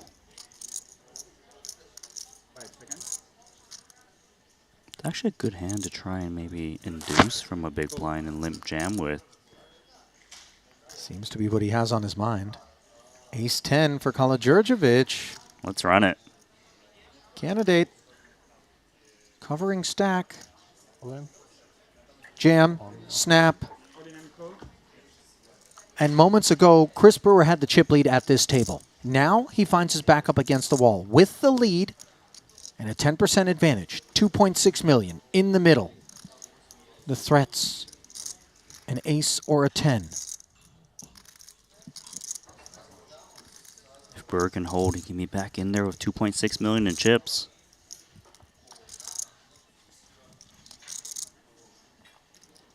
Ooh. This is spicy. So far, so good, although add kings to the problems that await these eights. Board pairs, and now we can be counterfeited as well. As Kalogjurjevic continues to add to the outs, might the hometown advantage be on display? Oh. Yes! A king on the end, and the devastation is complete for Chris Brewer. Just two huge all-ins, unable to go Brewer's way. Sick game. Sick game indeed. I mean, what do you tell someone who goes in a matter of minutes from thinking they might have a chance at a final table and a top prize worth 4.7 million to losing a $2.5 to $3 million equity pot? 30 stack in the front. Aces versus queens. No, We'll get a you have a blue. free bottle of seltzer water there, just for the record. What he won't be getting, though, is the Jacob & Co. Triton Epic X watch, which will be going to our main event champion. Who will that person be? We are whittled one step closer to finding out. Of course, the Epic X watch that we collab with them on. Not the only stuff on offer from their craftsmen over in Geneva. Just take a look at the artistic workmanship. Not for the faint of wallet, that's for sure. Well, we do have 12 remaining hopefuls that can capture that Jacob & Co. watch.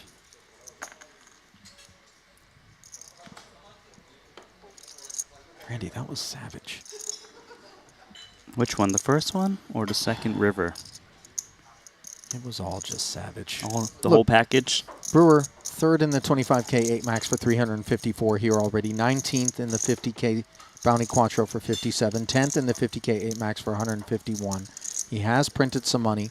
Can't overlook, of course, the payout that he does pick up, courtesy of the finish here. It's going to be $353,000. Ace King against Queen 6. Both players with a piece here. Wykin. Opened button.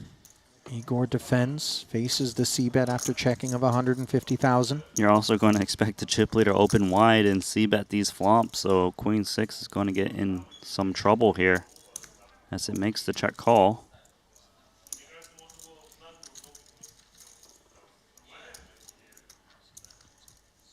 Oh, great card for Igor.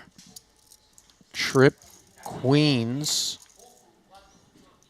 Can't automatically assign this card to his range, just given the number of draws available on the flop, but we await how Wykin chooses to proceed. The queen is definitely more in his opponent's range. Doesn't want to open the door for him to get bluffed off of ace king, so he checks it back looking to call off most rivers. Pot control, 10 on the end.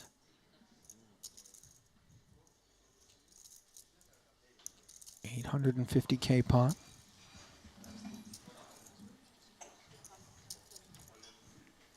$275 is, it's a great price for the ace king. You know, he doesn't have to pay too much. Might still have the best hand. Be pretty happy to call.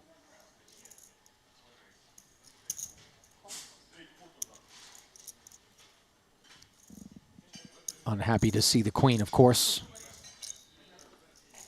A little bit of value cobbled by Yaroshevsky, who was unable to get any extra chips into the middle, courtesy of the check back by Wykin, who sometimes we have a huge stack like that, and maybe we feel like, if I was having to chisel, maybe I'd be more inclined to check back. Let me just fire. Ace King's a lot of hand. I really appreciate seeing that he stuck with kind of conventional wisdom on that turn card. He doesn't look like a man overwhelmed by the moment, does he? No, he's like, I've seen these big stakes before. Sure. But no, I mean, he knows that he could easily be out of here had he not turned that queen. But he's going to definitely pounce on it and leverage that big stack. 12 remaining. Second biggest stack in the room belongs to Ponikov's. Some of that courtesy, of course, of the elimination of Masashi Oya.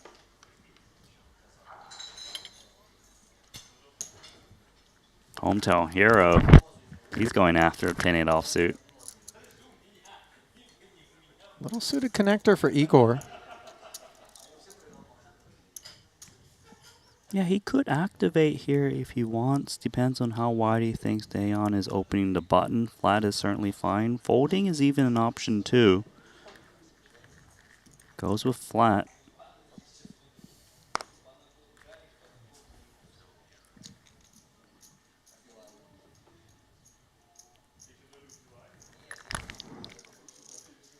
Ace 10 deuce as Igor played it as a flat. Flops the flush draw, checks over to second pair. Dayon can actually check this one back with his middle pair. Doesn't necessarily need to bet.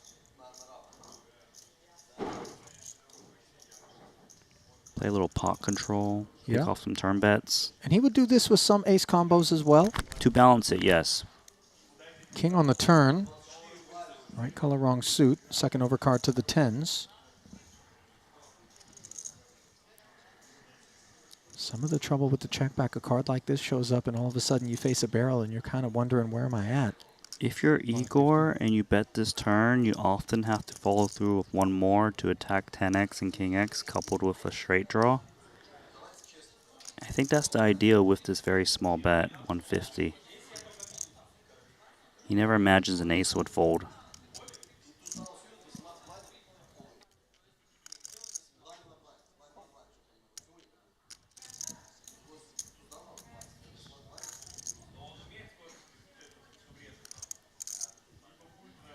Jurjevic did find the call. So I'm Igor. curious to see if he follows through with the river bet as expected. He should expect jack 10s, king jacks, these hands to call the turn bet and have a tough time on the river with the ace present. Yeah, there are enough combos, one would imagine, to incentivize Igor with no showdown value to continue to get after this pot, as we see him do. Covering stack factor, 775, the sizing. Beautifully executed.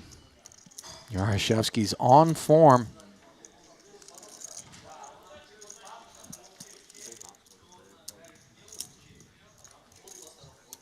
Taking that one down. 3.3 million plus in career Triton earnings, and just get a load of the resume already put together in Montenegro. I mean, look, third place in the 25K GG Moon's first event was already pretty impressive, 419,000, but it really was the 50K Bounty Quattro where he won his first title for $1 million that feels ever so sweet. Oh, and to top things off with the cherry, also 23rd place in the 50K. Not too bad. Not too bad at all. Picked up 87.5 for that effort. The smallest of his payouts. Oh, he also got some bounties, okay? So technically he won more than $1 million in that tournament. Let's not bury the lead. Ace-Jack. On the button. Anytime Wykin presents us the opportunity, if we're Yarashevsky, by not being involved, to play the role of big stack and do some things, we would imagine he will be somewhat eager to take on the invitation. We actually have quite a spot here, King 10 suited. There's merit to re-shoving this hand. Calling is okay too. He currently sits 8th in 12 out of 12 players in the chip counts. He is going to re-shove, and this one will likely get snapped off by Ace-Jack. Yeah, especially because Igor knows that his hand... It's just too much. He doesn't love it, considering his range, you know, perceived range. I think he just has to call this one off. Oh no, behind. And you hear Paul instantly say, oh no, real hand alert.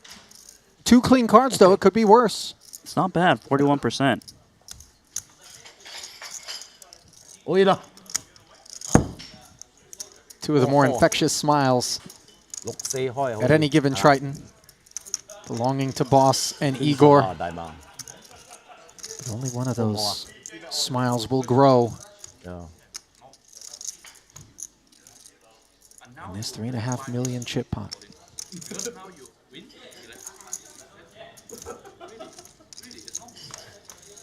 Danny, Punat, and Richard all on hand. But no spade, no king, no 10. This one's uphill for Boss.